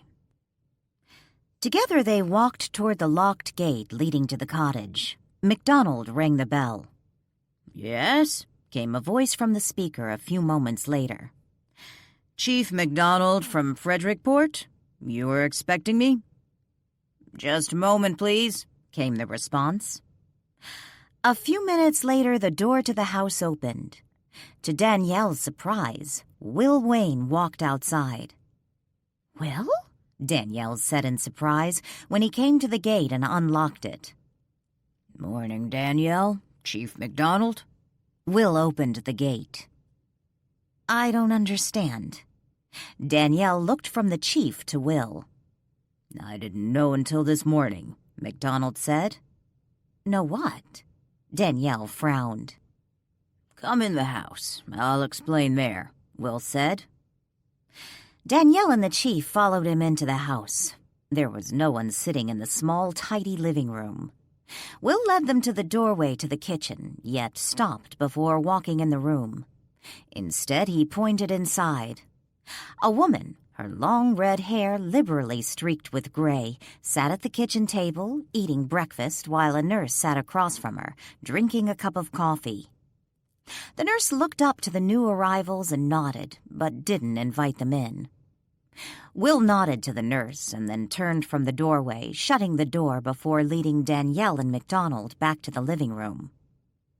If you haven't figured it out yet, that's Karen, Isabella's mother, my ex-wife. I don't understand. Danielle looked back to the closed door. Will motioned to the living room sofa and chair, inviting Danielle and MacDonald to sit down. After they did, he resumed talking. I found out about Karen just a few weeks ago. In the beginning, I kept track of Karen and Isabella through my former employer, and after he died, I used the internet to keep track of Isabella. She had a Facebook page, and that helped. I finally mustered my courage to return to Frederickport and meet my daughter. And then I learned I was too late. She was dead. I couldn't get much information online regarding the circumstances of her death, so I hired a private investigator to look into Isabella and her life. I also wanted to know if Stoddard had anything to do with Isabella's death, so I had him investigated. The private investigator discovered the Gusarov secret. Karen, Danielle murmured. Yes, Karen has been alive all these years and kept here. I didn't even attempt to contact Stoddard and ask him if I could see her. After all, he and his family did everything in their power to keep us apart. And from what I learned from the private detective, I'm fairly certain Isabella had no idea her mother was still alive. She was so close, MacDonald said. I know. Will shook his head. I introduced myself to her nurses and explained who I was. After Stoddard died, they were more willing to let me see her. They knew Stoddard's wife knew nothing about her sister-in-law and figured there was no one in the family to visit her anymore, although Stoddard only came a couple times a year. "What's wrong with her?" Danielle asked. She came down with early-onset Alzheimer's after Isabella was born. "She must have been so young," Danielle said. She was in her 20s when she first showed signs, which is rare, but it does happen. "I don't understand why they hid her away," Danielle said. This type of Alzheimer's is highly hereditary. There was a good chance Isabella, Stoddard, or Stoddard's children might someday come down with it. That wasn't something the old man wanted the world to know. "So they hid her from everyone," Danielle said. When you say it's highly hereditary, did anyone else in the family have it? MacDonald asked. I suspect her mother did. When I was with Karen, I think I only saw my mother-in-law maybe 3 times. Karen told me her mother was a recluse.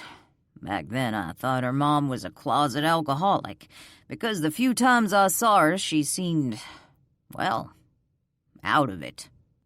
According to the attorney, Vanya Gusarov set up KS Trust to take care of Karen's financial needs after his death. When she's gone, whatever is left goes to charity, MacDonald told them. "Does she remember you?" Danielle asked Will. With a sad smile, Will said, Me? No. But Bobby, yes. She says he's coming back for her and the baby.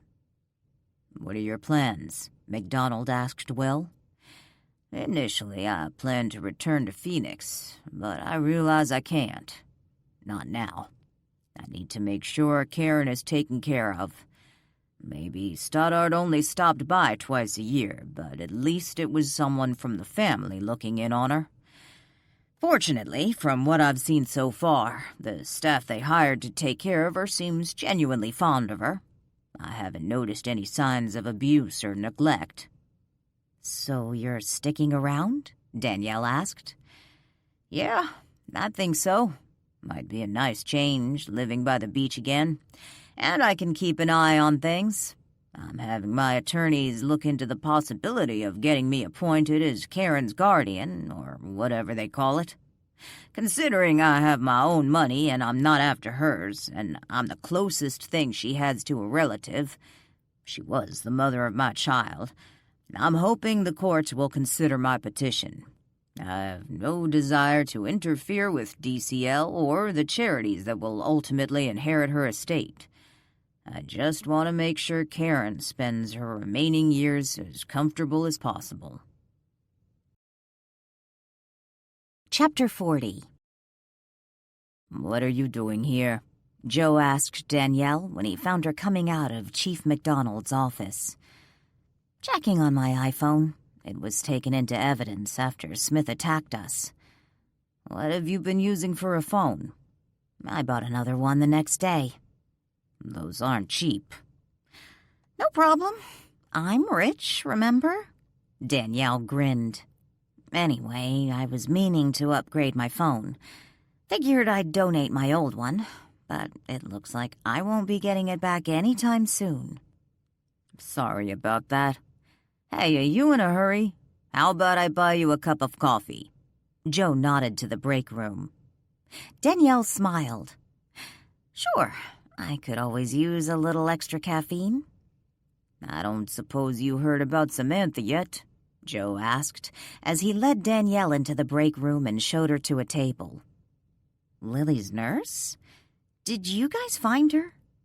Danielle sat down and watched as Joe poured them each a cup of coffee. Yeah, she admitted to taking the phone, but swears she had no idea what it was going to be used for or who had her take it. Are you saying some stranger just called her up and asked her to take the phone? And she did it? Not exactly. Joe sat down at the table with Danielle. Apparently, Samantha lost her last job after some pharmaceuticals went missing. There wasn't a police report. It was all handled in-house. After she was assigned to Lily's case, she received a call from a blackmailer. He threatened to go to her current employer and let them know why she really lost her last job. He told her to steal my phone in exchange for keeping quiet? At first, he just wanted her to spy on you and Lily, let him know who was staying in Marlow House. But then he told her to take your phone and had her drop it off about a block away in some bushes. He also instructed her to keep Will away from the house the afternoon Smith showed up. I assume the blackmailer was Christensen or Haston, if it was a he. Probably. Samantha claims she freaked after we brought her in to be interviewed. She was afraid they might kill her next, so she just took off. I thought she didn't know who the blackmailer was. I don't think she did, but she had a good idea it was someone connected to her old employer, the one who fired her. Who was that? She was a nurse for one of the assisted care facilities owned by Dignity Care and Life. Ah, that explains it. Yet it's quite a coincidence, her getting assigned to Lily's case. It wasn't a coincidence, according to Haston. Danielle arched her brows. He's still talking? I think he's embraced the motto, confession is good for the soul. But, yeah, he admitted to pulling strings to get her assigned to Lily's case. I'm still trying to figure out how Darlene pulled it all off. Shooting her husband, stashing the extra flex, meeting up with Brian. According to Haston, Darlene switched cars with him and Chuck right after she shot Stoddard. They were in the T-Bird. After they switched cars, Darlene went to find Brian. She knew he ate breakfast at the diner every morning. They took the Flex to Darlene's rental, planting the gun in your car on their way. They had another car waiting in the garage. Weren't they afraid someone would notice them switching cars? Both of those vehicles sort of stand out, Danielle asked. They made their switch on Beach Drive. Only a couple houses on that street, and on the stretch of road where they made the exchange, there aren't any houses, just vacant lots. I'm curious, did Haston make any kind of a plea deal before he started talking? Nope. Waived his rights to an attorney.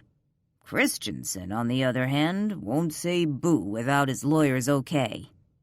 If that's the case, then I guess he didn't make a plea deal. 2 murders, Stoddard and Darlene, not to mention the attempt on our lives. Isn't Haston talking himself into a date with a needle? I guess that's up to the courts. Joe shrugged. Of course, Haston didn't actually kill anyone. Oh, he was an accomplice to murder. But Darlene is the one who shot Stoddard, and Chuck killed Darlene. Crazy. Danielle shook her head. She thought about Darlene. Who would have ever imagined she was such a talented actress, capable of pulling off something like this? If it hadn't been for Joe, Danielle might very well be on trial for Stoddard's murder. Thinking about the lengths the woman went to, Danielle remembered Darlene's blue eyes. Stoddard mentioned his killer's eyes were brown. I bet she wore brown contact lenses. Danielle? Joe? Brian greeted them. He didn't enter the room immediately, but stood at the doorway, as if contemplating if he should come in or not. Danielle looked up from her coffee. "Morning, Officer Henderson." "I thought you weren't coming in today," Joe asked Brian. "I wasn't going to." Reluctantly, Brian walked all the way into the room. He went to the cupboard and grabbed a mug. Joe turned his attention back to Danielle. So, what are you up to today? I was going to go see what I can find in the way of Halloween decorations. Halloween? Brian frowned. He sat down at the table with his coffee. It's just October 1st. Isn't it a little early for decorations? Halloween will be here before we know it. Lily and I are going to decorate Marlow House all spooky. It'll be fun. Marlow House would make the perfect haunted house, Brian grumbled. Joe laughed in response. Gee, why do you say that? Danielle asked sweetly. You have to admit some strange things seem to happen there. Sometimes I have to wonder if the place is haunted. Brian sipped his coffee. Don't tell me you believe in ghosts, Danielle asked. Joe glanced over to Danielle and noticed her mischievous grin. Don't be hard on Brian, Joe said seriously. Of course he doesn't believe in ghosts. Just with all the crazy things that have happened lately, sometimes our imaginations run wild. I know mine has. Danielle looked at Joe, her head tilting slightly to one side. So you don't believe in ghosts? Joe laughed. Yeah, right. I don't think so. No such thing as ghosts. So how do you think Christensen's gun ended up on the roof? Danielle asked. Well, I certainly don't think a ghost put it up there, Joe said with a chuckle.